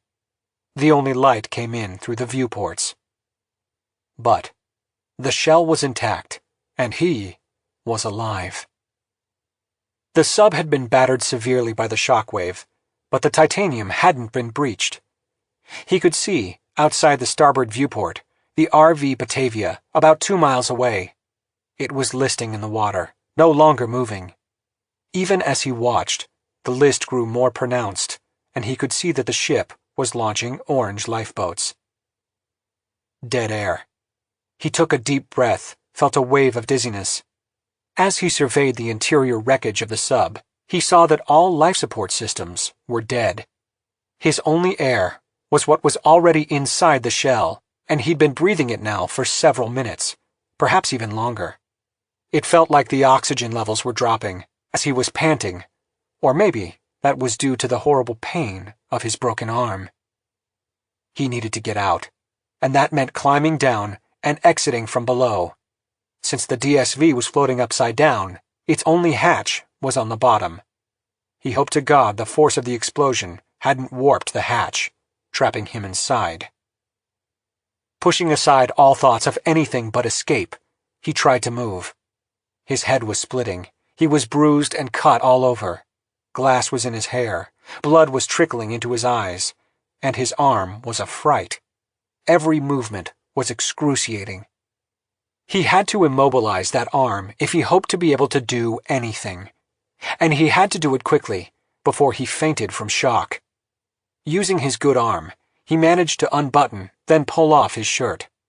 Gasping through the pain, he lashed the broken arm against his abdomen, keeping it in place. Clearing away debris with his good arm, he unsealed the hatch, and thank God, managed to open it. Water did not rush in. The air in the personnel sphere had nowhere to escape, and it formed a sort of bubble. The water was going to be cold, around 50 degrees. So be it. He eased himself down into the water until it was chest deep. The shock of the cold took away some of the pain in his arm. The upper, flimsier personnel hatch was gone, lost in the shockwave. All he had to do was hold his breath, dive down and out, and then surface. Which he did. He came up next to the mangled, half-submerged DSV. He grasped a projecting piece of metal and managed to crawl up out of the frigid water, where he stretched out atop the wrecked mini-sub. There were plenty of handholds, which was good, because the seas were heavy, and the sky scudding with dark clouds, the storm wind rising. God, he was cold. But as he lay atop of the bobbing peat, shivering, he marveled that he was alive at all. It would be a shame if he died now. And just as he had that thought, he heard a sound, and a plane flew overhead, waggling its wings at the sinking Batavia and dropping flares and signal buoys. He didn't know if the blast had destroyed the baobab. Chances were the force of the detonation, impeded as it was from inside the Rollvog's hull, hadn't been sufficient for the liquid-liquid explosion. But he did know one thing. They were all going to be rescued. And he had survived, at least, for the time being. And then Gideon passed out. Epilogue. Gideon Crew, one arm in a cast fitted with a sling, strolled down Little West 12th Street in the now chic meatpacking district of Lower Manhattan. Arriving at the nondescript main entrance to Effective Engineering Solutions, he waited under the eye of the security camera until he was buzzed through the outer door. He walked along a drab, painstakingly monochromatic exterior hallway and was buzzed through the inner door and into the building proper. Ahead of him lay the cavernous space he knew so well. A vast room 4 stories high, with catwalks running around various levels of its periphery. Its main floor was taken up with a wide assortment of 3D models, whiteboards, computers, bioelectric and biomechanical setups, and freestanding clean rooms draped with plastic. Technicians in lab coats walked here and there, making notes on tablet computers or speaking together in small groups. Only one thing was missing, and Gideon knew what it was. The huge display of the baobab and its surrounding ocean bed, which previously had taken up a good deal of the central section of the floor, was gone. In fact, Everything related to the project seemed to have disappeared completely. "Dr. Crew?" A man in a business suit came up to him. "They're waiting for you upstairs. Please, follow me." Gideon followed the man to a nearby elevator, and they rode to the 6th floor. The man led the way through various white-painted corridors to an unmarked door, then opened it and ushered him through. Gideon found himself in a large, tall space he had not been in before. It appeared to be a lecture hall with a dozen curved rows of seats stretching up and back in the form of a Greek amphitheater from a low platform that stood at the front. Small skylights set into the high ceiling afforded views of the blue December sky. Behind the front platform lay a long wall of electronic and mechanical equipment, discreetly housed behind panels of smoked glass. A large model sat on a table atop the platform. The man closed the door behind him, and Gideon made his way down the aisle.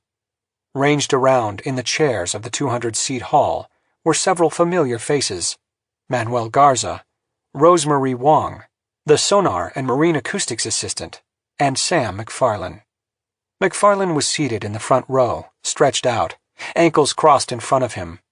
Seeing Gideon approach, the meteorite hunter gestured at him. Whether in greeting or dismissal, Gideon couldn't be sure.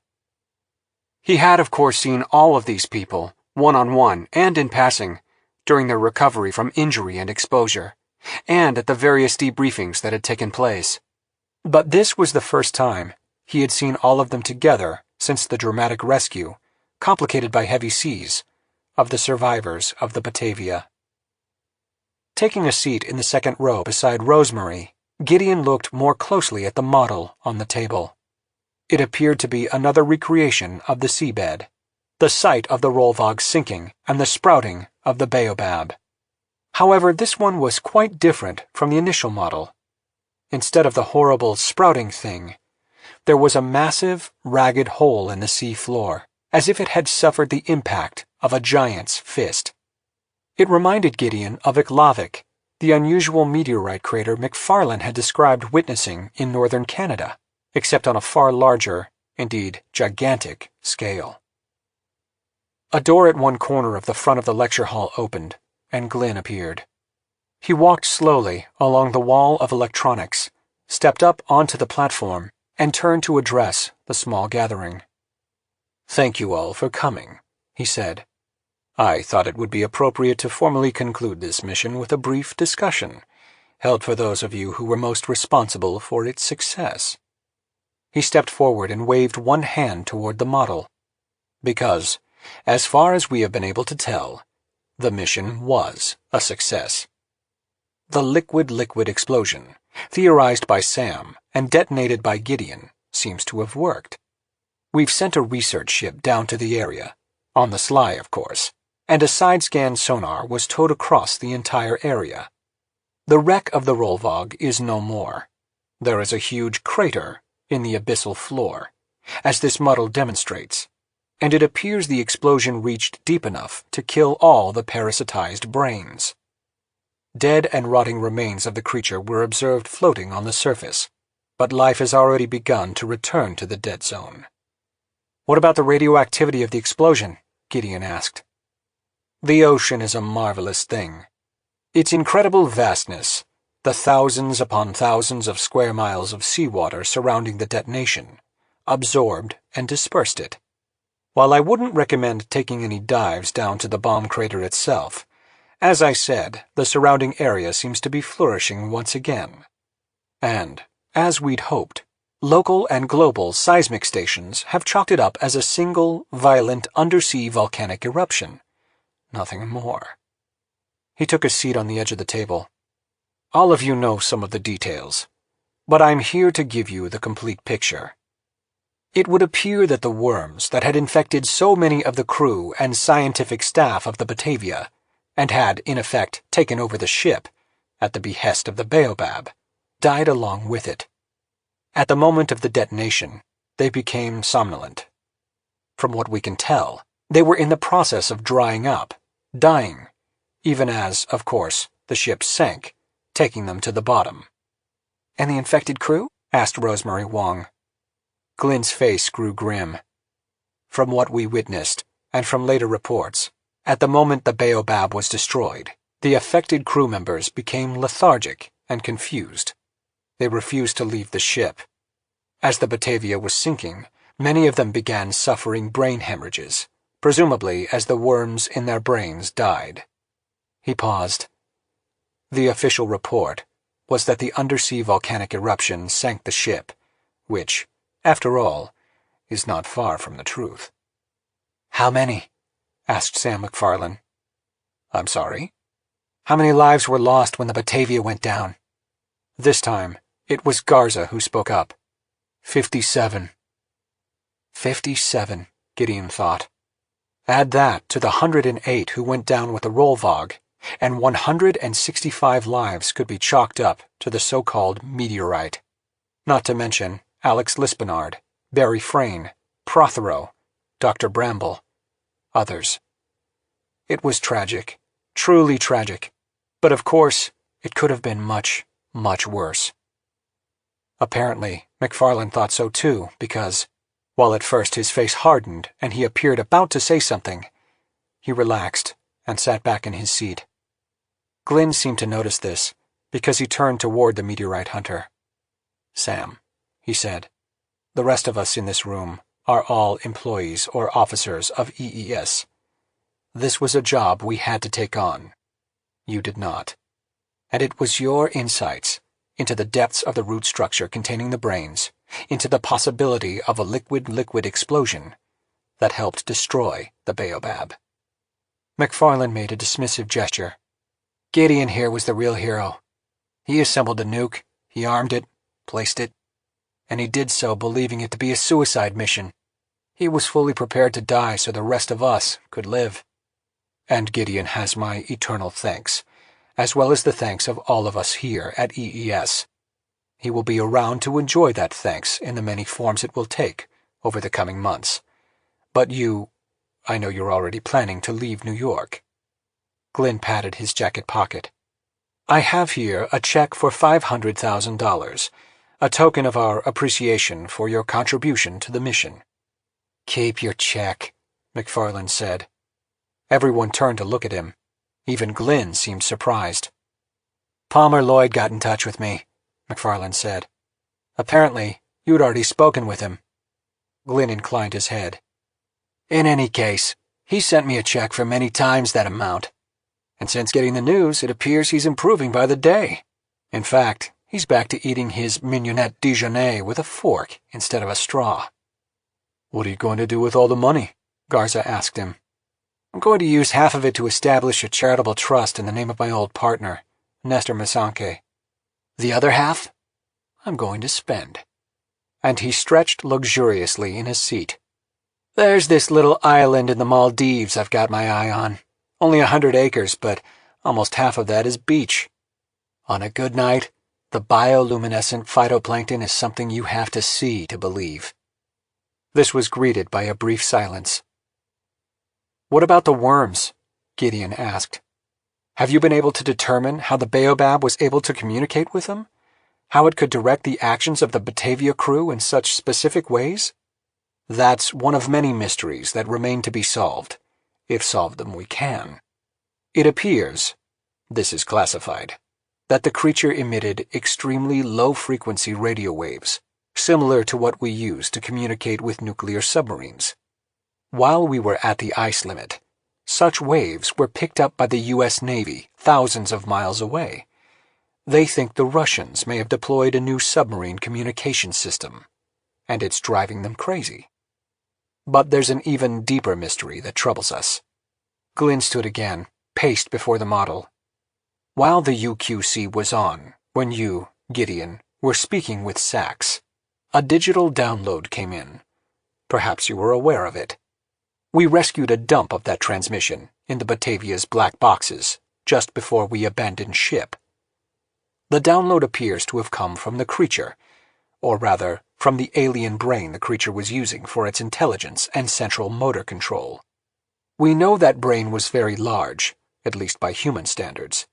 We also know, thanks to Prothero and Dr. Wong here, that it had come, against its will, across light years of space and millions of years. That must have given it plenty of time to think, McFarland said dryly. We can only assume it came from a race more intelligent than ours. Its message was a mass of binary data, zeros and ones. Our engineers have been trying to decode it for 3 weeks now. It does not appear to have any relationship to numbers or mathematics or known algorithms. Nor does it appear to be language or some form of logical communication, and it does not consist of images. He paused again. We believe the alien brain knew what was about to happen. It knew this would be its final communication with us. It must, therefore, have some importance. But the fact is, we're still working on it, and we have no real leads. Have you tried playing it? Wong asked quietly. Glynn looked at her, frowning. Excuse me? I said, have you tried playing it? Playing it? Glynn asked. You mean like music? The underwater environment that the creature came from was, above all, an acoustic environment. Play it. How would we do that, exactly? Garza asked. We know the alien heard and understood whale song. It listened and communicated digitally via the baobab. It stands to reason it would also have listened in to the numerous communications of ours that were transmitted undersea. Ship to DSV, DSV to DSV, over the UQC. Glynn thought for a moment. But UQC is an acoustic analog technology. Yes, Garza said. And that would give the entity access to both analog and digital methods of communication. Not that this would help it any. The alien brain could only communicate digitally, Wong said. But that doesn't mean it wasn't trying to send an analog signal. Prothero walked me through the technology once. It wouldn't know how to use an audio codec, of course, but there's no reason it couldn't have sent an uncompressed bit stream of audio data. She looked around. What else would take up such a large volume, if not communication? Sounds far-fetched, said Garza. It probably is, Wong said. All you need to prove me wrong is to run it through a DA converter. Glynn had been listening silently to this most recent exchange. Now, he walked over to a phone on the nearby wall, picked it up. Hello? Get me the audio lab. A pause. Who is this? Smithfield? It's Eli Glynn in the auditorium. Bring me up a digital to analog converter and a set of powered speakers. Yes, right away. Hanging up the phone, he opened one of the doors of smoked plate glass behind him, revealing a bank of rack-mounted computers. He pulled out a keyboard, turned on one of the computers, typed in a series of commands, then unspooled a toslink optical cable used for transmitting digital stereo from the bank of equipment. I've transferred the alien download into this CPU's memory, he said. Gideon noted that Garza shifted in his seat, scoffed. Clearly, he believed this was a waste of time. At least, he refrained from saying so. One of the doors in the rear of the auditorium opened, and 2 men in lab coats walked down the aisle, carrying several pieces of equipment. Gideon, an audiophile himself, recognized them as an expensive Grace Design DAC stereo monitor controller, along with a high-end set of Dynaudio-powered speakers.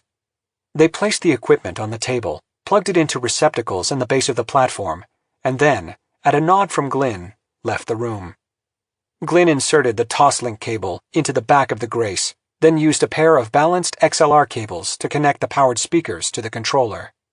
He turned the speakers on, raised the volume controls on their rear panels, adjusted the gain and the signal routing on the controller, then stepped over to the computer keyboard. Initiating playback, he said. At first, nothing happened. And then a long, low, gentle sound came out, rapidly joined by others, and still others, in a mounting chorus. The strangest feeling Gideon had ever experienced in his life began to wash over him.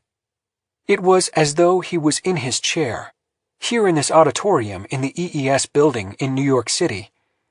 And yet, he was also everywhere and nowhere in the world simultaneously. It sounded as if he were listening to, experiencing, the most beautiful music imaginable. And yet it was not music. It was something more than music. A form of communication so deep, so profound, so wondrous, as to be utterly beyond description. It was, he thought, as if he were hearing the singing of God. At the same time, he felt a vast psychological weight being lifted from his shoulders. The pain and sorrow that he bore, new and old, that had accumulated every day of his life like a second skin, the loss of his parents, the death of Alex, his own medical death sentence, all of it was gone, gone entirely, replaced by a kind of quiet, transcendent joy. As he sat there, transfixed, he felt the hinges of his mind begin to loosen. He became aware of the singularly unique sensation of being on the cusp of understanding the real meaning of life, as if incredible insights into the very purpose of the universe were about to be laid bare. Something beyond language, beyond human understanding. But in order to receive this revelation, he felt his own individuality, his own sense of self, evaporating into the cosmos. And then, suddenly, the music stopped. Gideon, gasping, came back to himself. On the platform, Glynn, staggering slightly as if from a physical blow, had shut down the audio system. "I don't think," Glynn began, and then stopped to take a few deep breaths and steady himself. "I don't think the world is ready for this." But even though Glynn had stopped the playback, the indescribable joy, the release that it offered to Gideon did not dissipate, at least not entirely. "It's a gift," he heard McFarland say, his voice strange.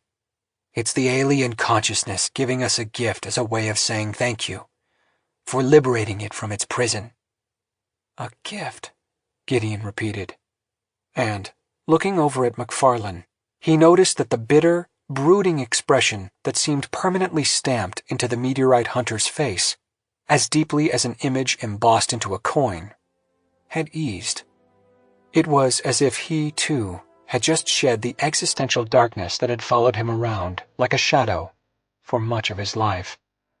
Their eyes met. Slowly, McFarland smiled. Gideon returned the smile.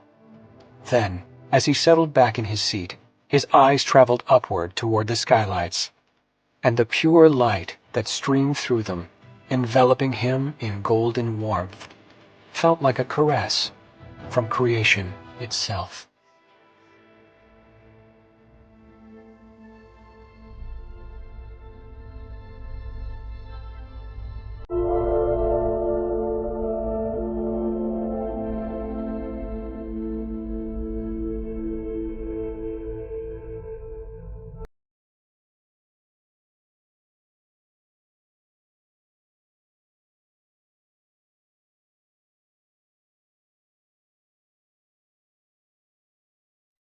A note to our listeners.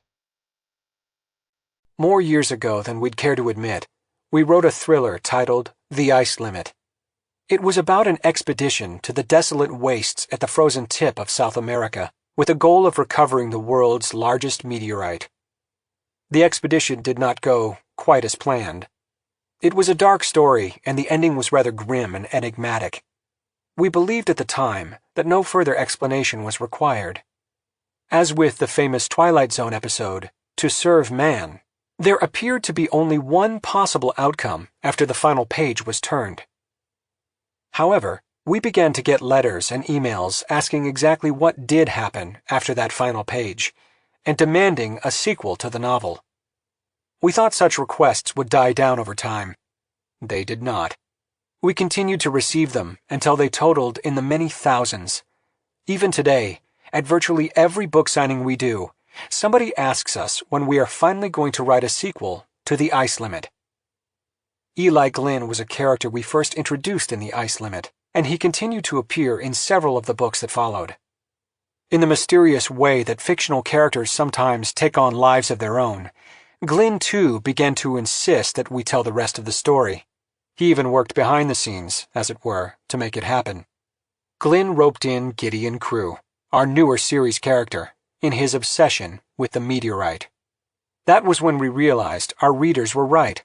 The story and characters demanded a sequel. Once we understood that, we knew the time had come to set sail once again.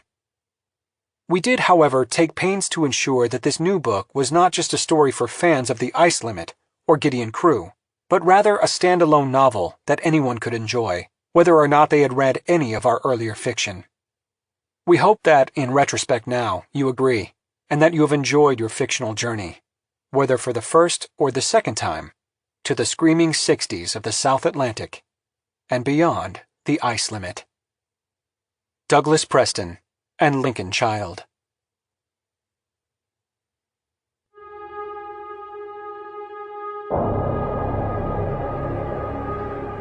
This has been a Hachette audio production of Beyond the Ice Limit, written by Douglas Preston and Lincoln Child. Read by David W. Collins. Executive producer, Michelle McGonigal. Produced and directed by Dennis Kao. Sound edited by Jennifer Nix and Chris Candio. Mixing and mastering by Jeremy Wesley. Beyond the Ice Limit is also available in print and digital formats from Grand Central Publishing, a division of Hachette Book Group.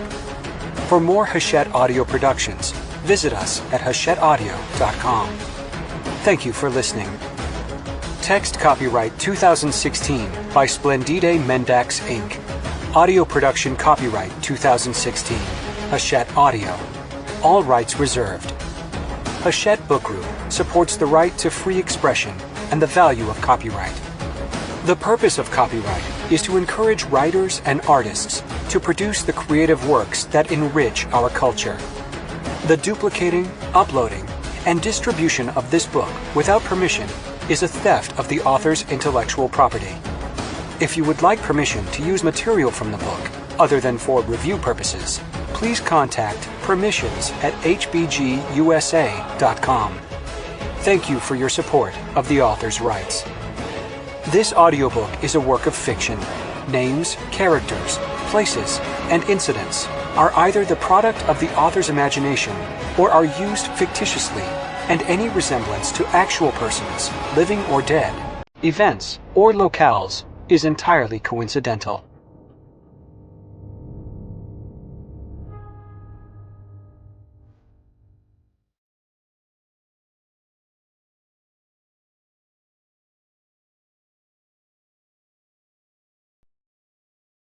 Audible hopes you have enjoyed this program.